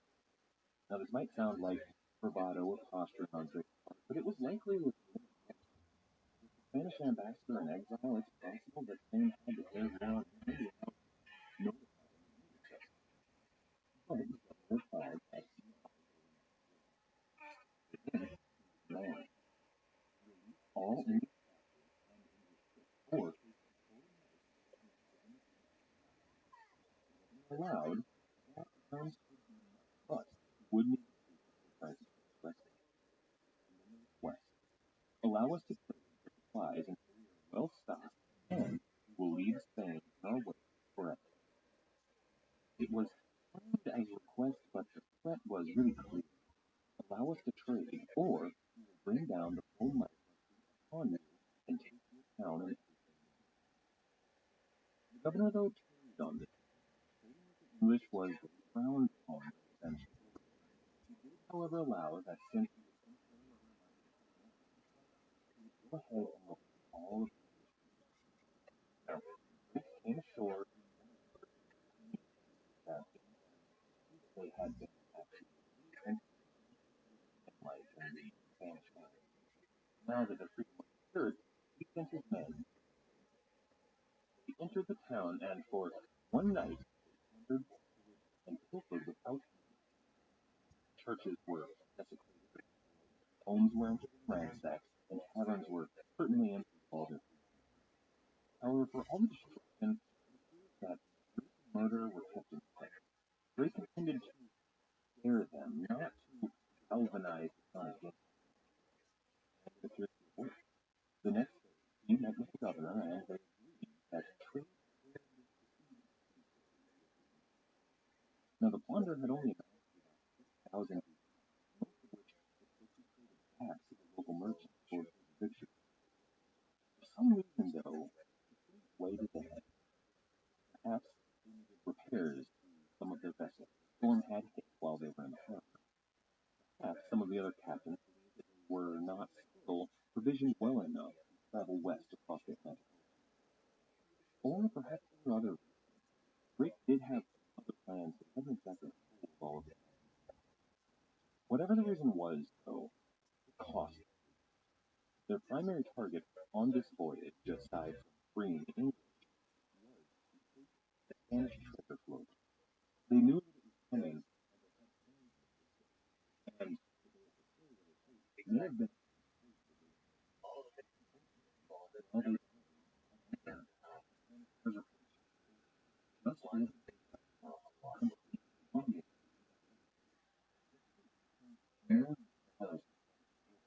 less than 12 hours away had been waiting for it on the coast and unclear. likely that it was a simple mistake. The Spanish and most of Catholic Europe had recently transitioned over to the Gregorian calendar, while the English and the other Protestant refused to change over to something that Pope Gregory was enacting. So the English were still 2 days behind the Spanish, and they would be for years and years. It's possible that whatever news Francis had about the Spanish registry was in fact correct, but he was 2 days behind on his calendar from the regardless, this was a blow to the Spanish when they learned just how closely it was going to the rich men. So in mid-October, they left the coast and sailed to the Canary Islands, and then on to the Sailing Islands, where they arrived at the island of Palma on November 2nd. The fleet immediately began hitting the fire from the coast. According to an anonymous sailor who left a journal on board, quote, the first shot was made of our went over. The second was after the fire from the legs, they hit the valley attacking and the other, the flankers of the plank where they stood, hurt George a little, but there was no more done by it. It was a shot. Quote. What he's saying here is that the king breaks away what he was keeping on board with the other captains, and he breaks away as a symbol of his lucky. However, the resistance from the island port was too much for the English. They couldn't sail anyway. They raided all throughout the Cape Verde Islands, but they found really little or no plunder, and still even less food, water, or wood. Their last landfall on the islands at Santiago, several men visited local curiosity, something they didn't do back in London, the hospital. These men were impressed by the cleanliness and order, but they spoke of the 20 or so suffering that died from, quote, foul and filthy diseases, quote. 5 days after sailing away from Santiago into the Atlantic, these foul and filthy diseases began to race throughout the crews of every vessel in the sea. For the 2 weeks of the crossing of the Atlantic, this plague decimated. Every vessel reported at least 2 or 3 deaths a day. It finally passed 200 or 300 men, as many as 1,000 according to Spanish records. Many more were permanently disabled by the disease. Upon reaching the Caribbean at the island of Dominica, Drake sent all of the sick men on board ashore, ostensibly so that the climate could help them heal, and sailed away to the northwest. It was on New Year's Eve, 1585, when the fleet arrived at Santo Domingo on the island of New Year's Day. The town was Santo Domingo was a city that had a rich past. It had been one of the most famous European cities. It was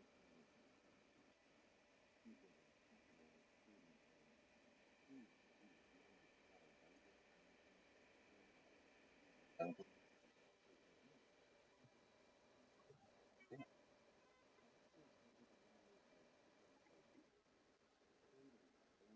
and dried up in the past years, and despite the English having rain in the town for days, they found almost no breeze.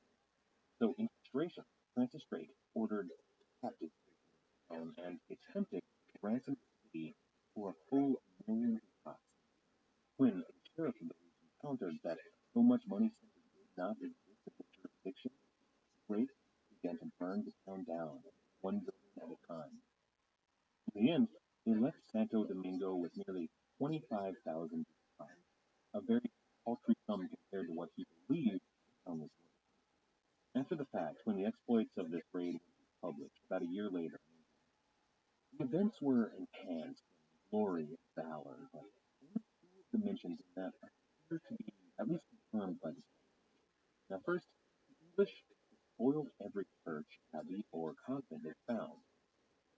From that same anonymous sailor's journal, quote, at our coming to the town's end, we burnt an abbey in which lay an old friar dead, who was killed by some of the soldiers before the order. The second of these events, confirmed by the Spanish, occurred in a local audiencia building, kind of a town hall, where Drake found and removed a shield bearing the motto and letters that said, non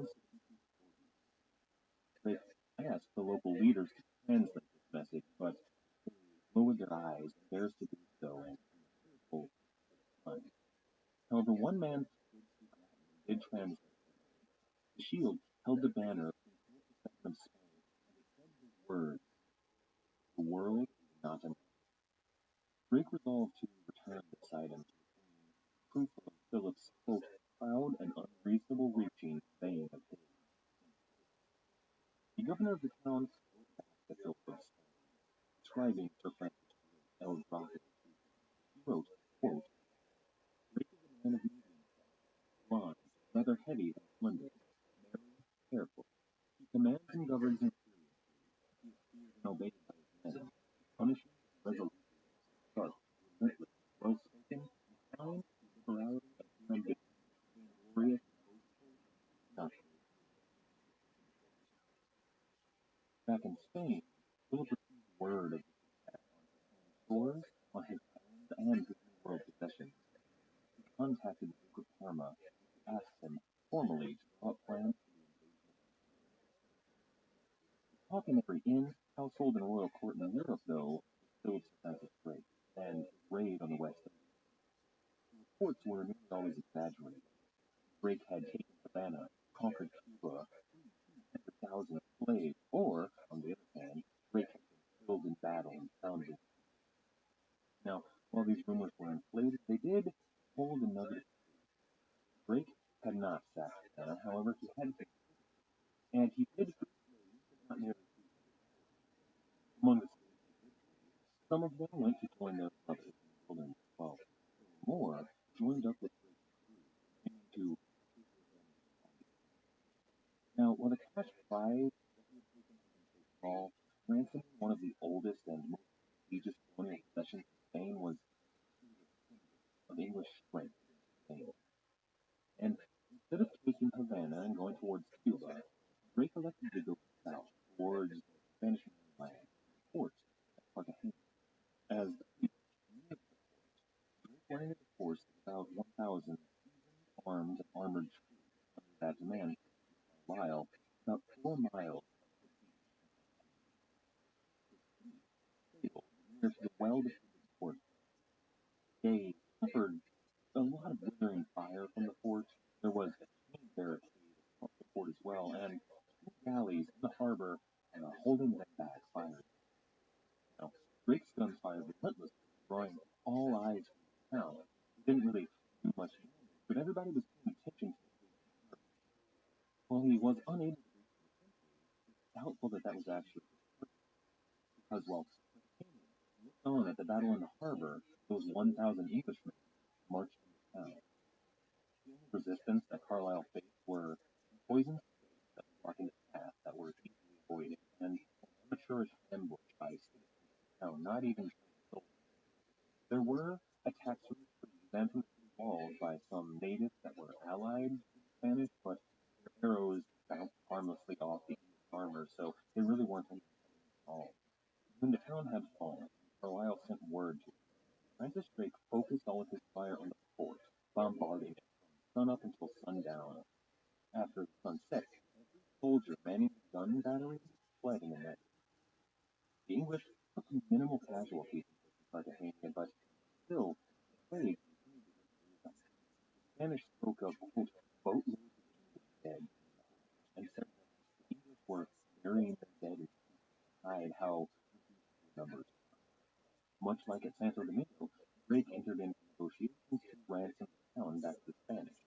This time, he didn't expect as much. He demanded only 500,000 Scotch, and that offer was struck. The local bishop, who was in on the negotiations, called Drake a pirate, at which point Drake he insulted the Pope and his negotiations faltered. Drake once again set to burning the town piece by piece, culminating in one of his cannons being fired at their nose. It hit one of the arches that support the rest of the cathedral and toppled the entire structure to the ground. Finally, the town agreed that they would give Drake 107,000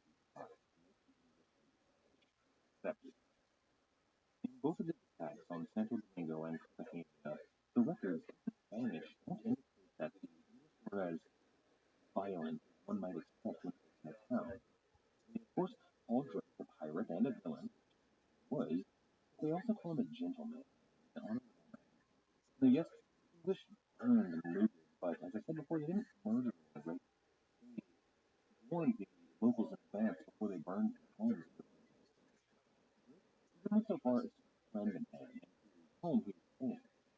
When he found out that the man's wife had died, he gave his wife a funeral with full honor.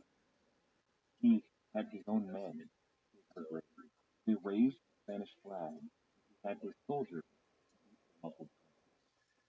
There was a real respect that grew between the Spanish man and Sir Francis Drake, which showed because when Drake finally left the hangman, he demanded only 5,000 ducats from the man instead of his regular 6,000 because he had been such a hospitable. In Pennsylvania, the fleet sailed north. They went on to Cuba and sailing war council together. They decided that the fort of St. Augustine, especially the watchtower there, were a serious threat to the English settlement growing, and they opened fire. For 2 days, the cannons rang until the men manning St. Augustine's defenses retreated. The fleet, the men on those were weary of heading to the capital, and they didn't want to spend a long time in port ransoming the town, so they decided to go into St. Augustine and see what was there. Luckily, the soldiers defending the fort had left in such a hurry that they failed to secure the thousands of pounds stored in the fort. The fleet moved on to Roanoke, where they ordered some supplies and news, and in the if you're enjoying the show, why not check out our website at podcast.com. Over there, you can find some supplemental information, facts, and works of art related to our topic. We also have on every episode a list of short stories. If you're interested in learning more about any of the topics that we cover, of course, links. Go to facebook.com for that book where you can like to use more. If you do use that, Facebook is help your book. We also have an 8-book card. If you'd like to support the show, there are several ways you can do so. There's a PayPal donate button as well as a link to our Patreon page. That's going to patreon.com/piratehistorypodcast. There's also an Amazon search bar, so if you need to search for anything on either A-Books or Amazon.com, please go to the website. They're kind enough to throw in a couple of bucks. In addition to any of that, you can also leave. Hello, welcome to the Pirate History Podcast. My name is Matt. Thank you. Back in Spain, Philip raged. This devilish pirate, this dragon, had burned his city, insulted him personally, and stolen his gold. In the Low Countries, heir to Queen Elizabeth had installed her former lover, Robert Dudley, the Earl of Leicester, as the de facto king. Had his assassination of William Lawrence been beaten for naught? In France, Henry of Navarre, a Protestant, seemed ready to take the throne. And on the British Isles, that heretic Queen Elizabeth executed his strongest Catholic ally there. She beheaded Mary Queen of Scots. Everything appeared to be slipping away from him. So he called once again for his military leaders. He ordered plans for invasion to be sped up. The Pope, intending to help, published a papal bull condemning Elizabeth once again. The bull ordered all church proceeds taken in Spain and Portugal to go directly into the coffers of Philip, and presented a lineage from Edward III, King of England, which named Philip the rightful Catholic ruler of the kingdom and the English throne. In preparation to help Philip take that throne, the Lords Parma and Santa Cruz gathered ships into one of the largest gatherings ever seen. Unfortunately, when they returned to England, the news that Francis Drake and the other captains brought back was not good, especially for the families of all of those lost in the voyage. The sailors had lost at least 40% of their number due to that horrible sickness that tore through them. It was a failure in other ways as well, a financial failure especially. The crown had to come in and cover the shortfall to pay the soldiers and sailors their full wage because they had not made enough money on that voyage. Still knew, though, the Queen was not entirely displeased. Her ships were still in good repair, none of them had been lost, and back home to guard the English shores, which is exactly where Elizabeth wanted them. And they had freed those English vessels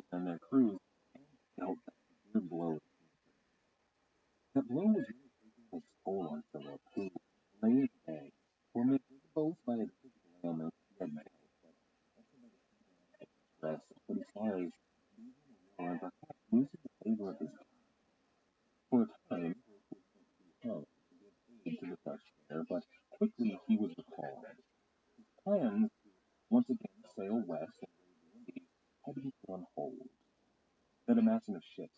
That was the worst kept secret in all of Europe. Everybody knew that they were gathering a massive armada for the invasion of England. Once again, Elizabeth turned to the Navy, the English Navy, was busy building as many ships as possible. They were amassing cannon and crews while the Winters, the Hawkins family, constantly patrolled the English Channel. And Elizabeth turned to Drake and told him to gather with her. Once again, Drake was going to command from the ship the Elizabeth Bonaventure. The Crown also granted the fleet the Golden Lion, the Rainbow, and the Dreadnoughts. They had a full complement of soldiers and cannon on board. The fleet was supplemented by Drake and some of the other West Country investors. They had ships like the Drake, the Thomas, the White Lion, Hawkins, the Elizabeth, the Edward Bonaventure, and along with a host of smaller yet still armed vessels. Back in Plymouth, Drake had some trouble finding enough men to crew the ship.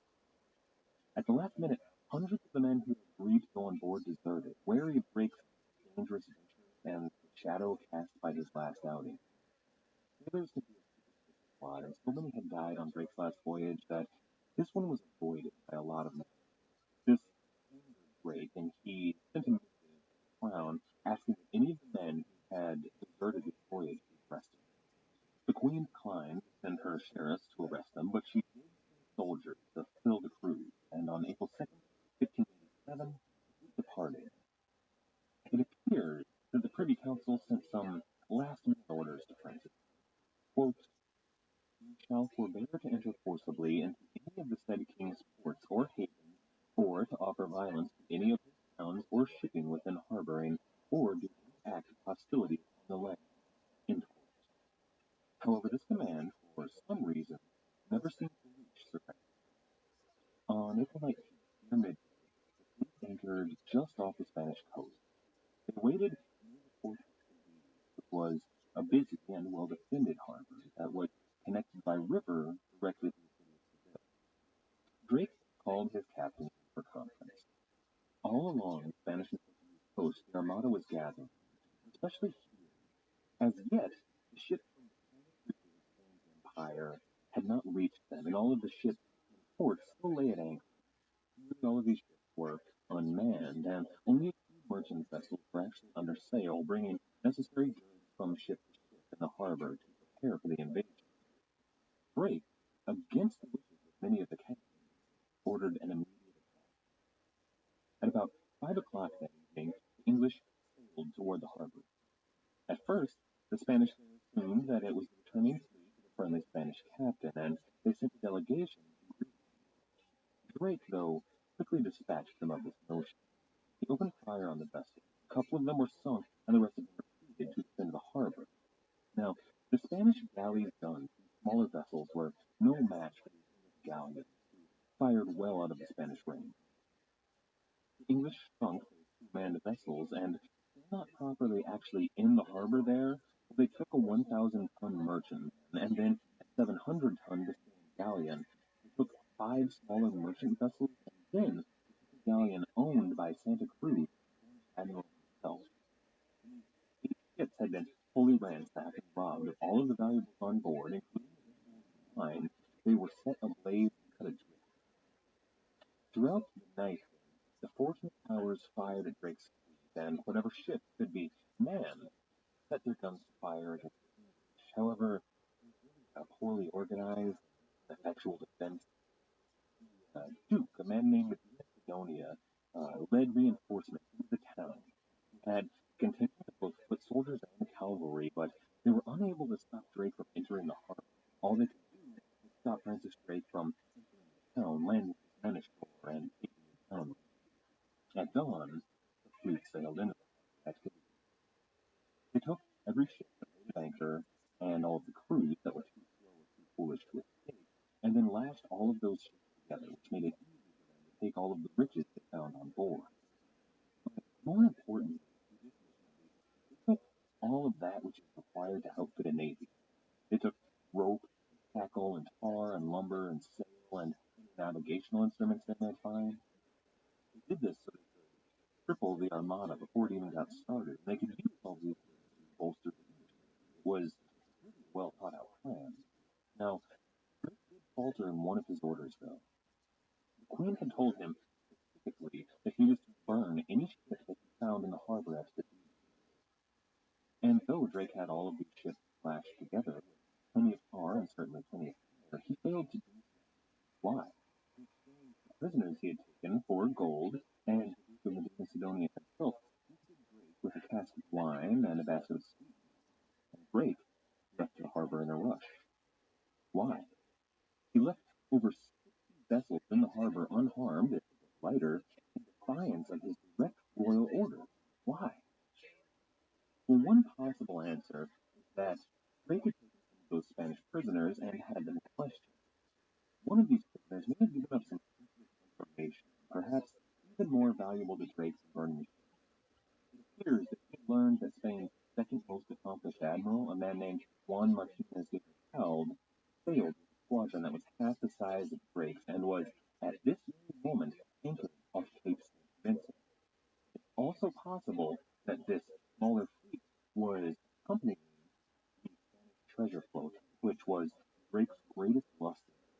En route to the Cape, Drake encountered a fleet of tiny merchant vessels, really little more than fishermen's boats, and found on board what would actually wind up becoming perhaps the most valuable cargo that he would take this entire voyage.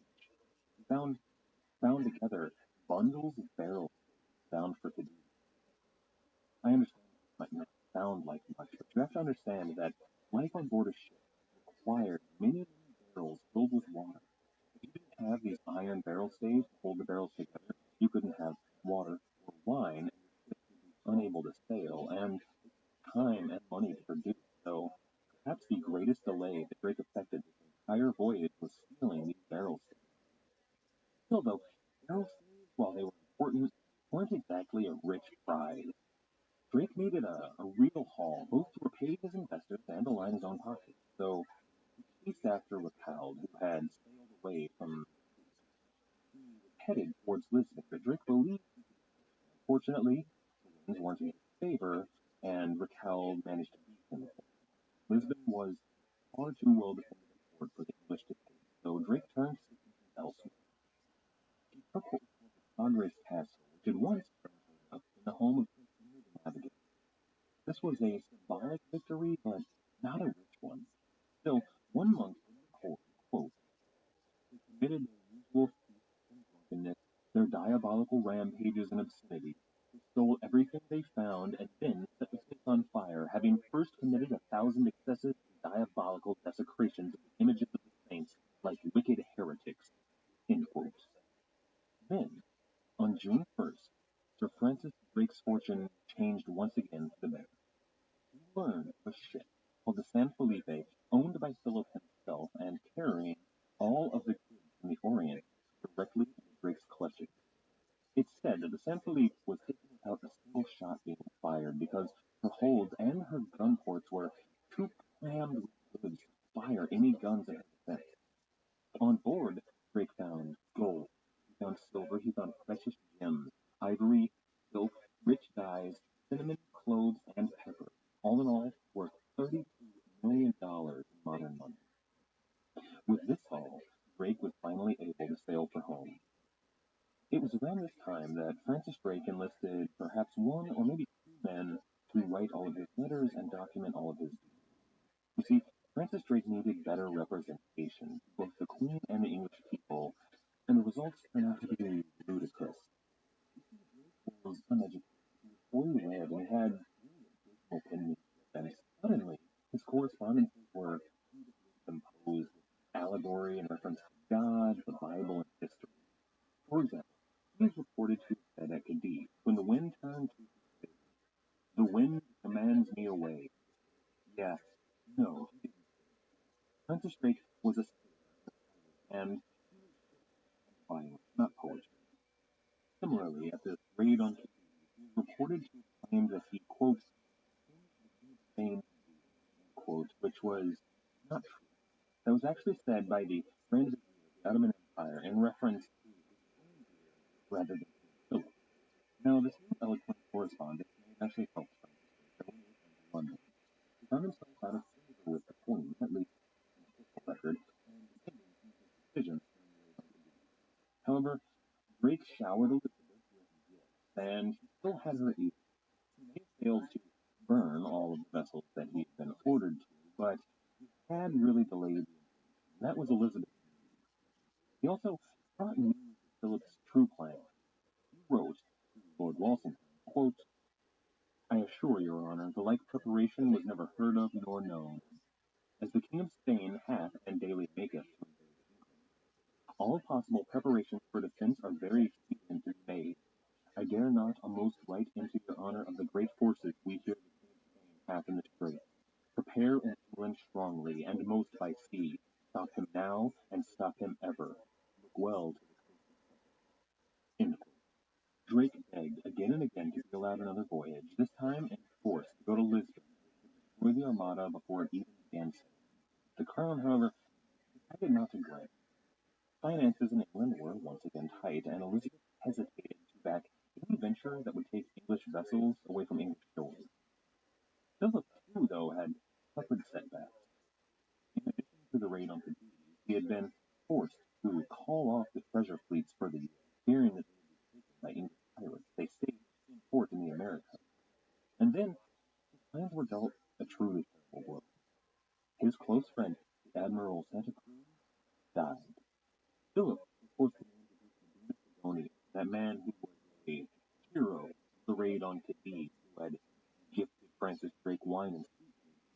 He was forced to name him Admiral of the Spanish Armada. But Macedonia was a morose man, especially about the state of the Spanish navy. He surveyed the fleet, and they didn't have enough guns. They didn't have enough soldiers that were trained well, and the ships themselves were even sometimes important. He was smuggled in at least 100 iron English cannons, something that were still a little quality worth using, but he needed them. They weren't enough. The Spanish had little powder, less shot, and I had only very few trained gunners. Only vessels in the Spanish fleet carried more than 40 guns, while every English vessel carried more than 250. However, Philip refused to hear this. He believed that God was on his side. The Pope himself granted special indulgences for every Spaniard on the voyage, and when confronted with the possibility of bad weather, Philip said, quote, since it is all for his cause, God will grant us fair weather, end quote. As he lay in his bed and his admiral continued to bring complaints to him, his very last command to the Macedonia was, quote, sail, sail, end quote. The Spanish plan was simple. The Armada would sail into the Channel. They would break the English naval defense there, and they would hold a landing site. Then, somewhere between 30 and 60,000 soldiers, under the command of the Duke of Parma, would sail from the Netherlands to England. They would sail upriver and take London in what they believed would be no more than 2-3 days. The sailors, though, in the Spanish fleet, they knew better.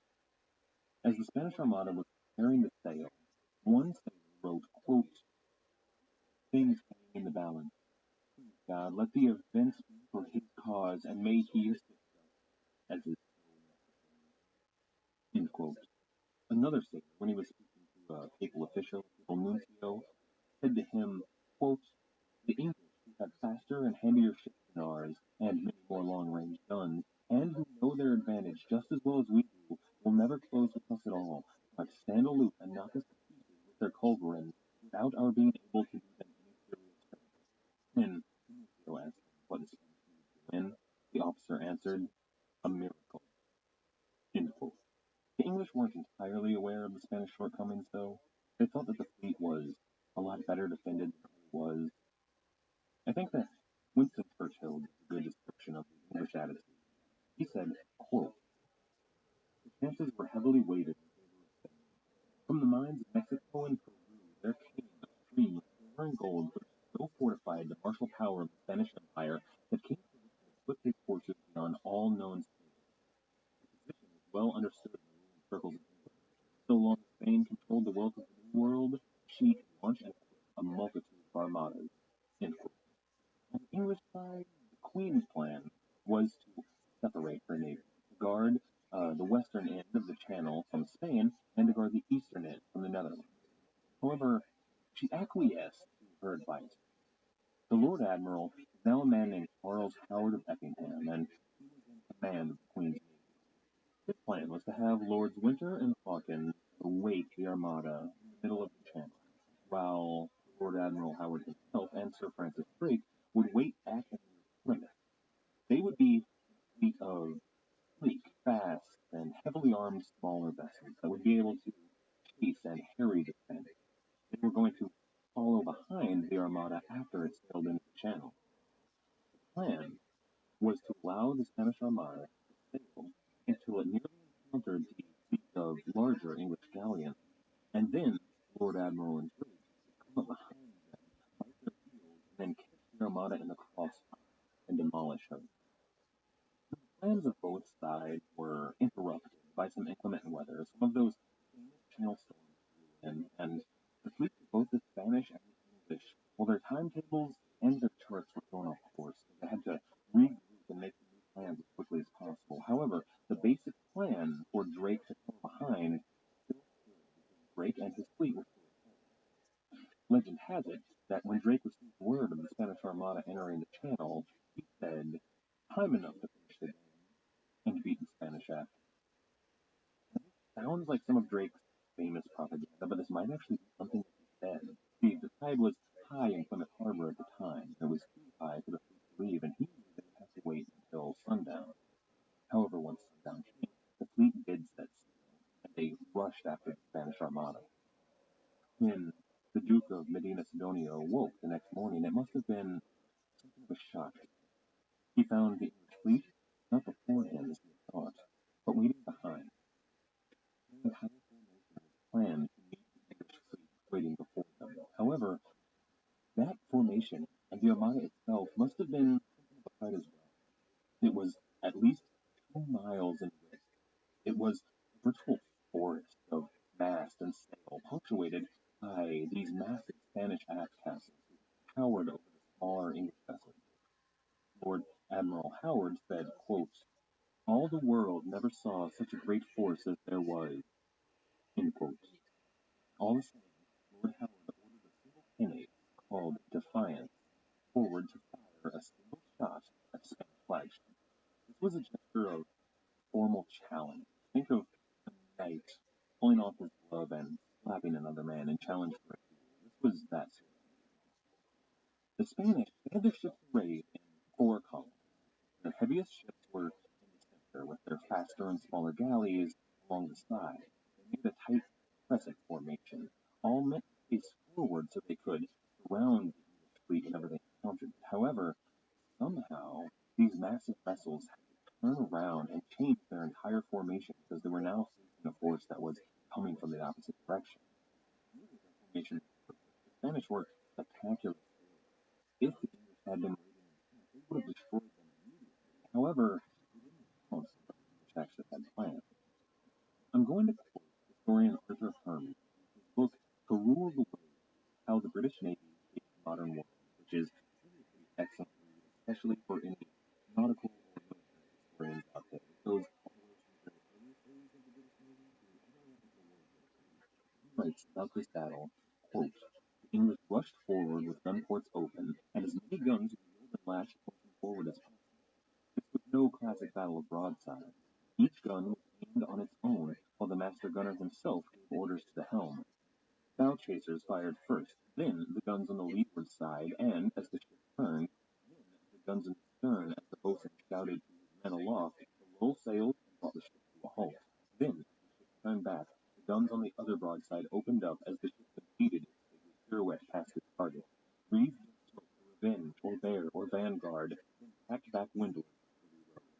In this way, the English guns let off an average of a shot an hour, whereas the Spanish, keeping to their tight box formation, were sometimes lucky if their guns could fire back 1 shot a day."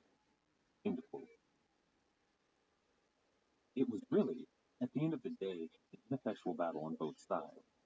While the English had proved they could fire many more shots, their tactics weren't doing a whole lot of damage to the Spanish fleet. They took out a few of the smaller vessels, but from the distances they were firing, they were unable to take out any of the massive Spanish warships.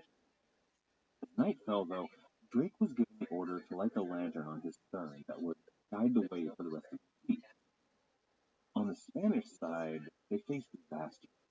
While their ships were still nearly all floating, in West Sonora, the Rosario was rammed by another Spanish vessel in the night. The Rosario lost her bowsprit, mast, and her main yard. Then, in the second event, another ship in the Armada carrying somewhere near 300 men and almost all of the gold meant to feed the soldiers suddenly exploded. It's unclear exactly what happened, but apparently something lit their entire powder magazine alight. In the chaos after this explosion, Drake seized on an opportunity. He broke formation from the fleet, endangering all of those relying on his lantern, and took the Rosario, along with the reported 55,000 golden ducats aboard, and he ordered the ship to sail home. Despite Francis Drake's knighthood, all of his titles and his lands, he still couldn't fight what he was at heart: a loathsome, no good, West Country pirate. The next morning, when Lord Admiral Howard came on deck, he discovered that he had not in fact been following Sir Francis Drake's lantern, but one for the Armada.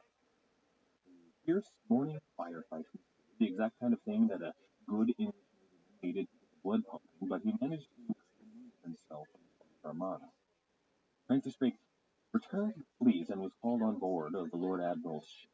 There is no record of exactly what the Lord Admiral said to Francis Drake, but man, I wish there was, because I imagine that even the Spanish in the Armada, a mile or more away, could hear the curses of this old sea captain to Francis Drake. The Admiral went on to confiscate the 55,000 ducats, and the Admiral ordered that the English would continue dogging the Spanish fleet, and the fight on water continued the same way for the next day.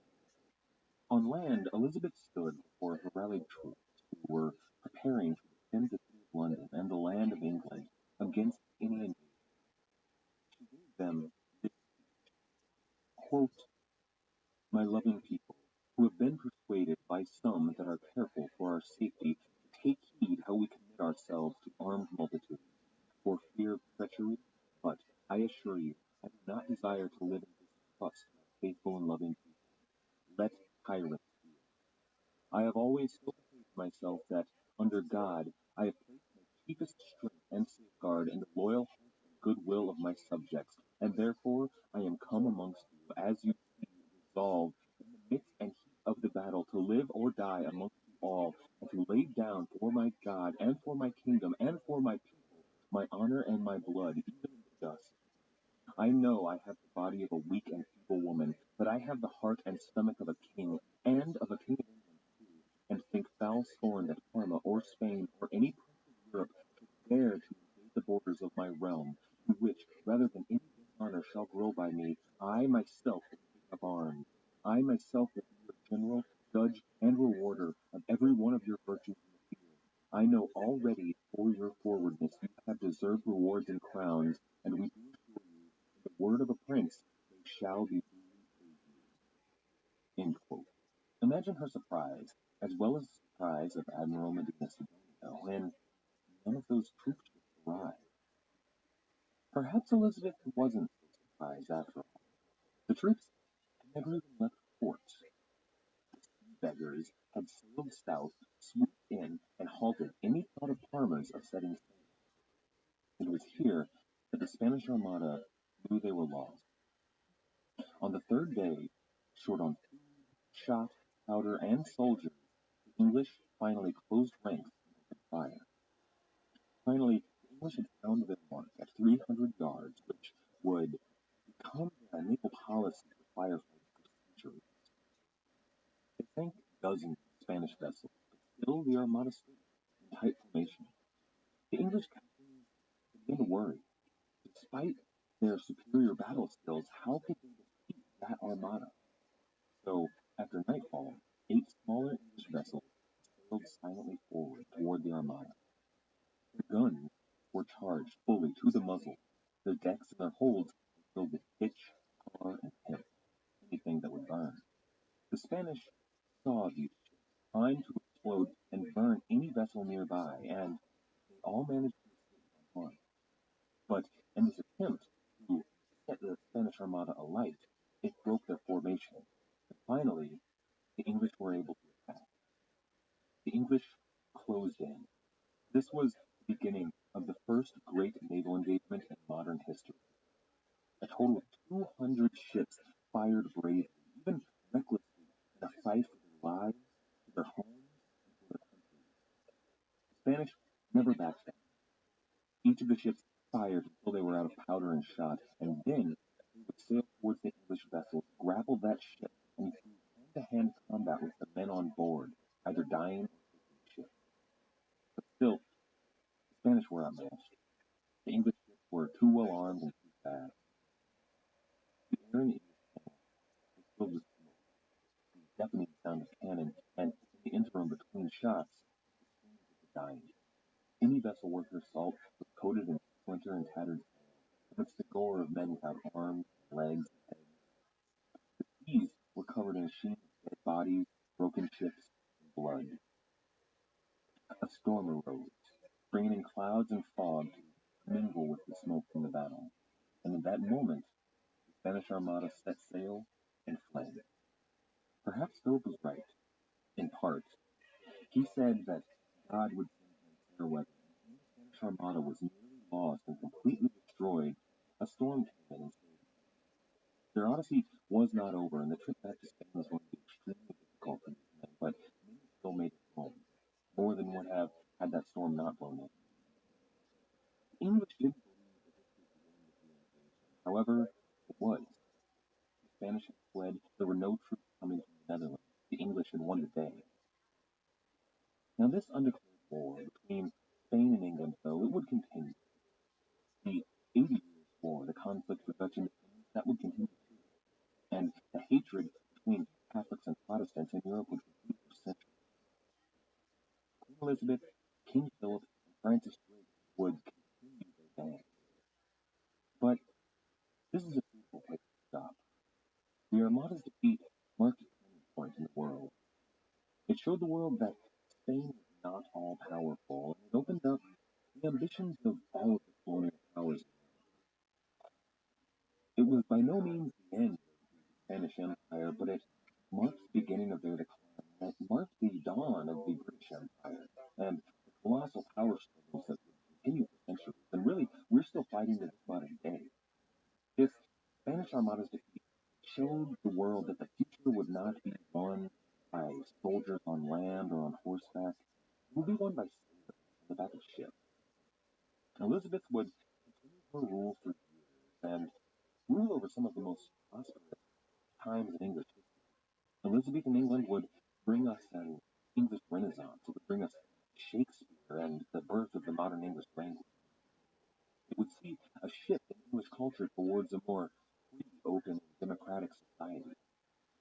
But Francis Drake was far from done. He continued to sail, and his legend continued to grow.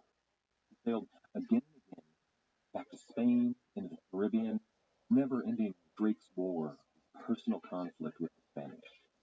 But he passed away at Portobello at the end of a difficult voyage of raiding and piracy at 4 a.m., January 28, 1596. And with him, we're going to leave the Elizabethan age behind. The reason we spent so much time on this, the Elizabethan period, and Francis Drake in particular, is because these conflicts are really what set the stage for the colonial conflicts in the Caribbean. And Francis Drake, more than anyone else, showed the world that a single man with a sleek, small, fast ship filled with guns and manned by a loyal crew of people with insufficient morals would be able to challenge the empires of the old world and make themselves rich and powerful men. His was really the story that all pirates in the years to come would see and believe that they could make a reality. He was the soul that men such as Henry Avery and Edward Teach were. Well, that's what they wanted to be. They wanted to be Francis Drake, a man who was a patriot fighting for his country and using less than scrupulous means to achieve it.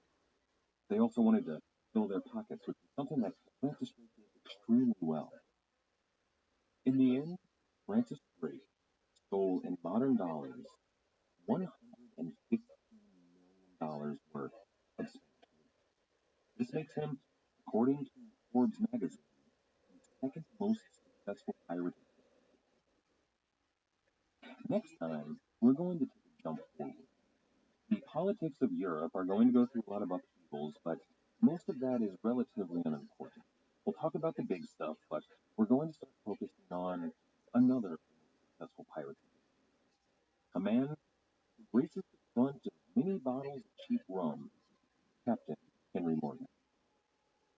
If you're enjoying the show, why not check out our website at piratehistorypodcast.com. Over there, you can find some supplemental information, such as maps and works of art related to our topic. We also have on every episode a list of sources. If you're interested in learning more about any of the topics that we cover, the source lists also have links that go to the 8books.com page for that book, where you can pick up a copy of anything you'd like to read more about. If you do use that service, 8books is kind enough to throw me a couple of bucks. We also have an 8books search bar at the website. If you'd like to support the show, there are several ways you can do so at the website. There's a PayPal donate button, as well as a link to our Patreon page. That's going to patreon.com/piratehistorypodcast. There's also an 8books and Amazon search bar, so if you need to search for anything on either 8books or Amazon.com, if you do so through the website, you're kind enough to throw me a couple of bucks. In addition to any of that, you can also leave a review on either iTunes, Stitcher, or Podbean, all of which we have links for at the website. It helps get the podcast noticed, and we really appreciate it. Once again, thank you. Thank you. Thank you. Thank you.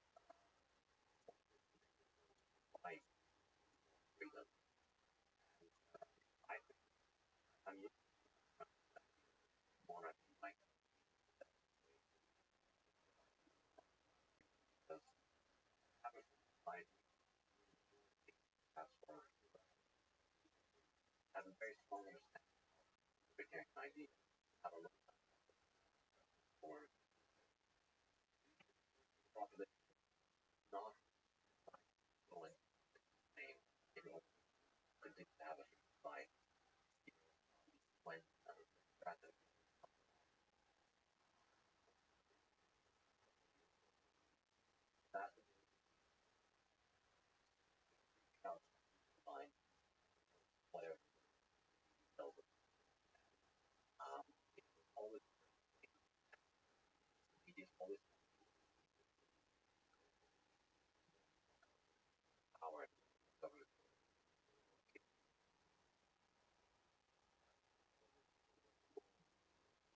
I think their population gets together to decide whatever the case, answer, no matter how bad it doesn't stay home, stay home, stay home. Wear a mask, take it back.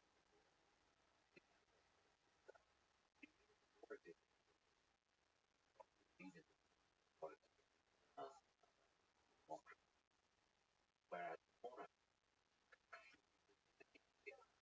and it's more like happening,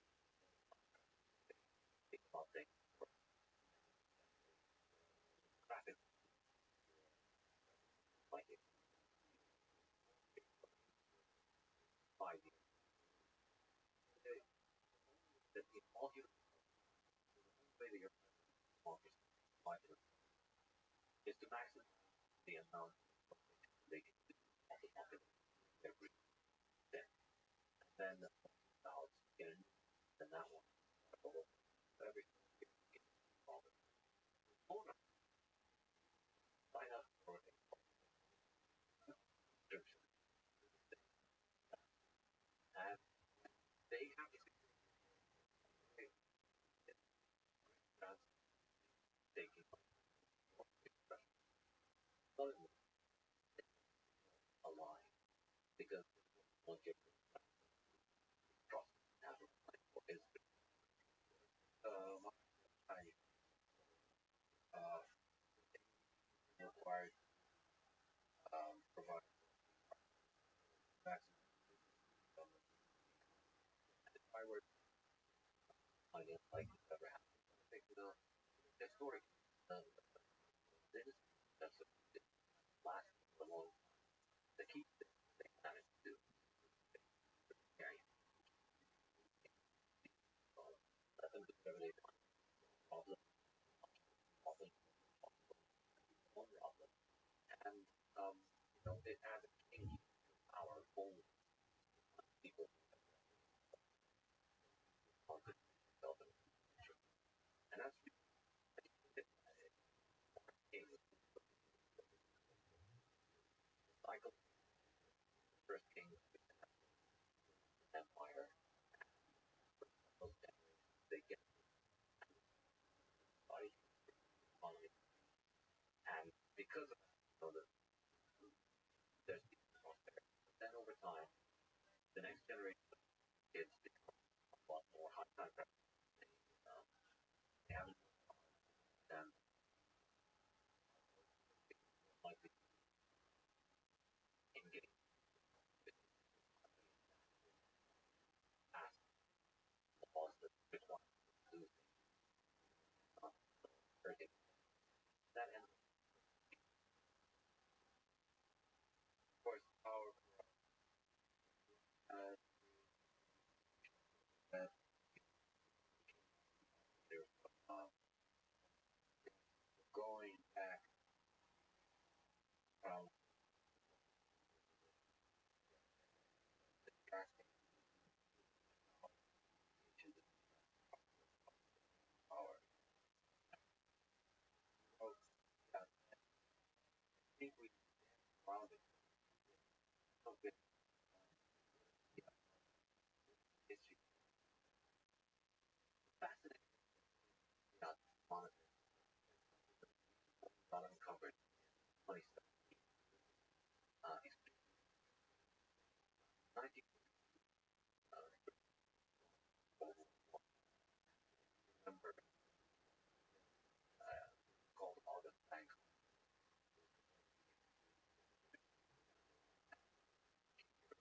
come back and most more kept on dragging on. Of course the finance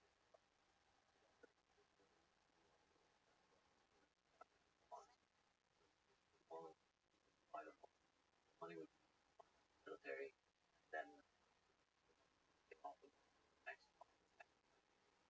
So for World War I Treasury issuing bonds for financing. Only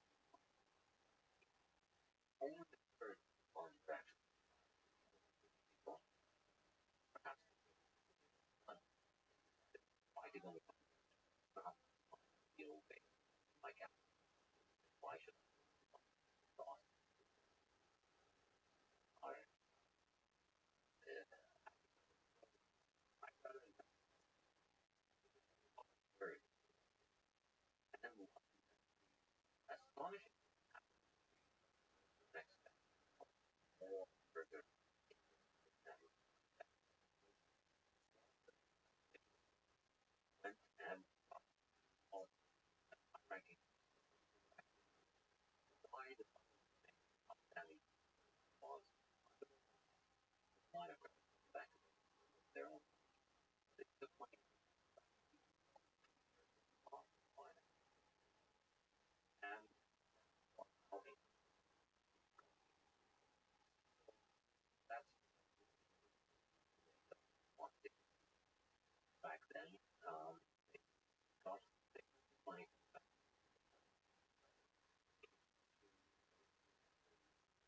off the government line sounds like a nice idea and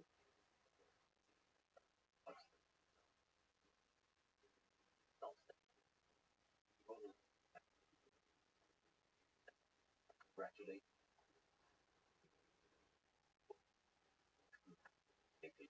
all the Spanish all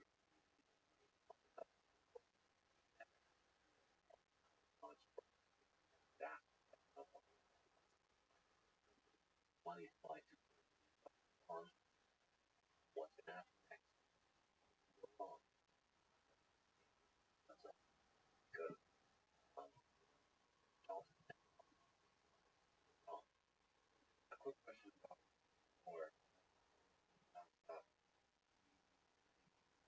for the country that the wars not just all constructed. Find how I did another dollars the find yeah finance for really want or not just costs their actual bullets and cost and the financial market. I wasn't they had a as how they could they could market they need market everybody owns fighting company. The other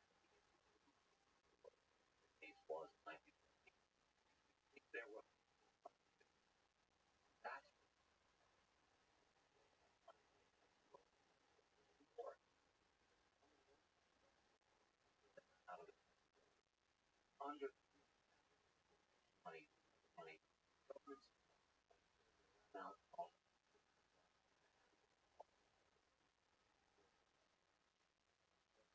fine laws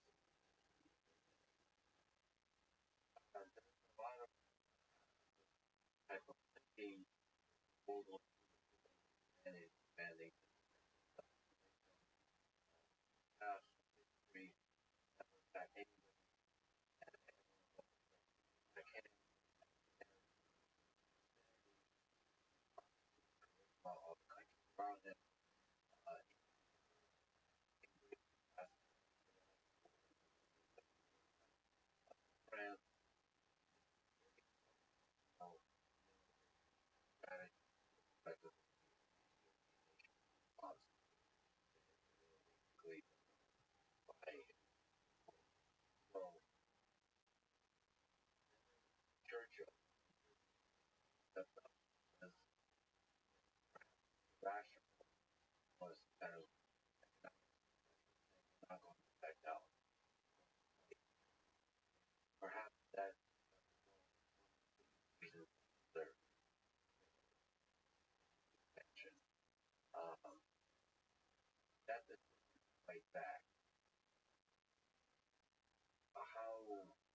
right,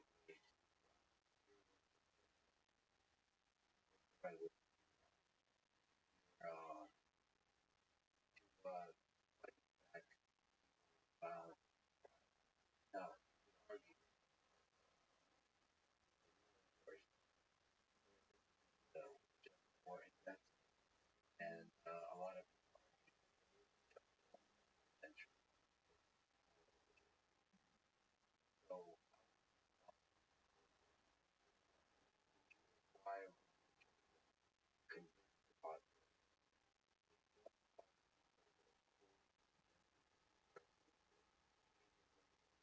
that's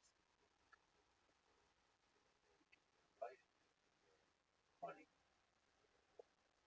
right? When I think um, think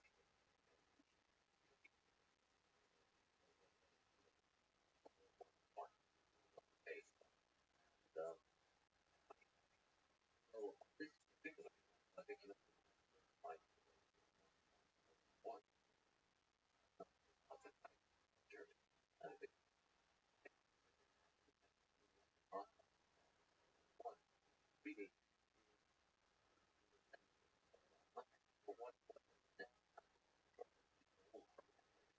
for it after World War very important of the German wasn't all that massive, and it wasn't like he controlled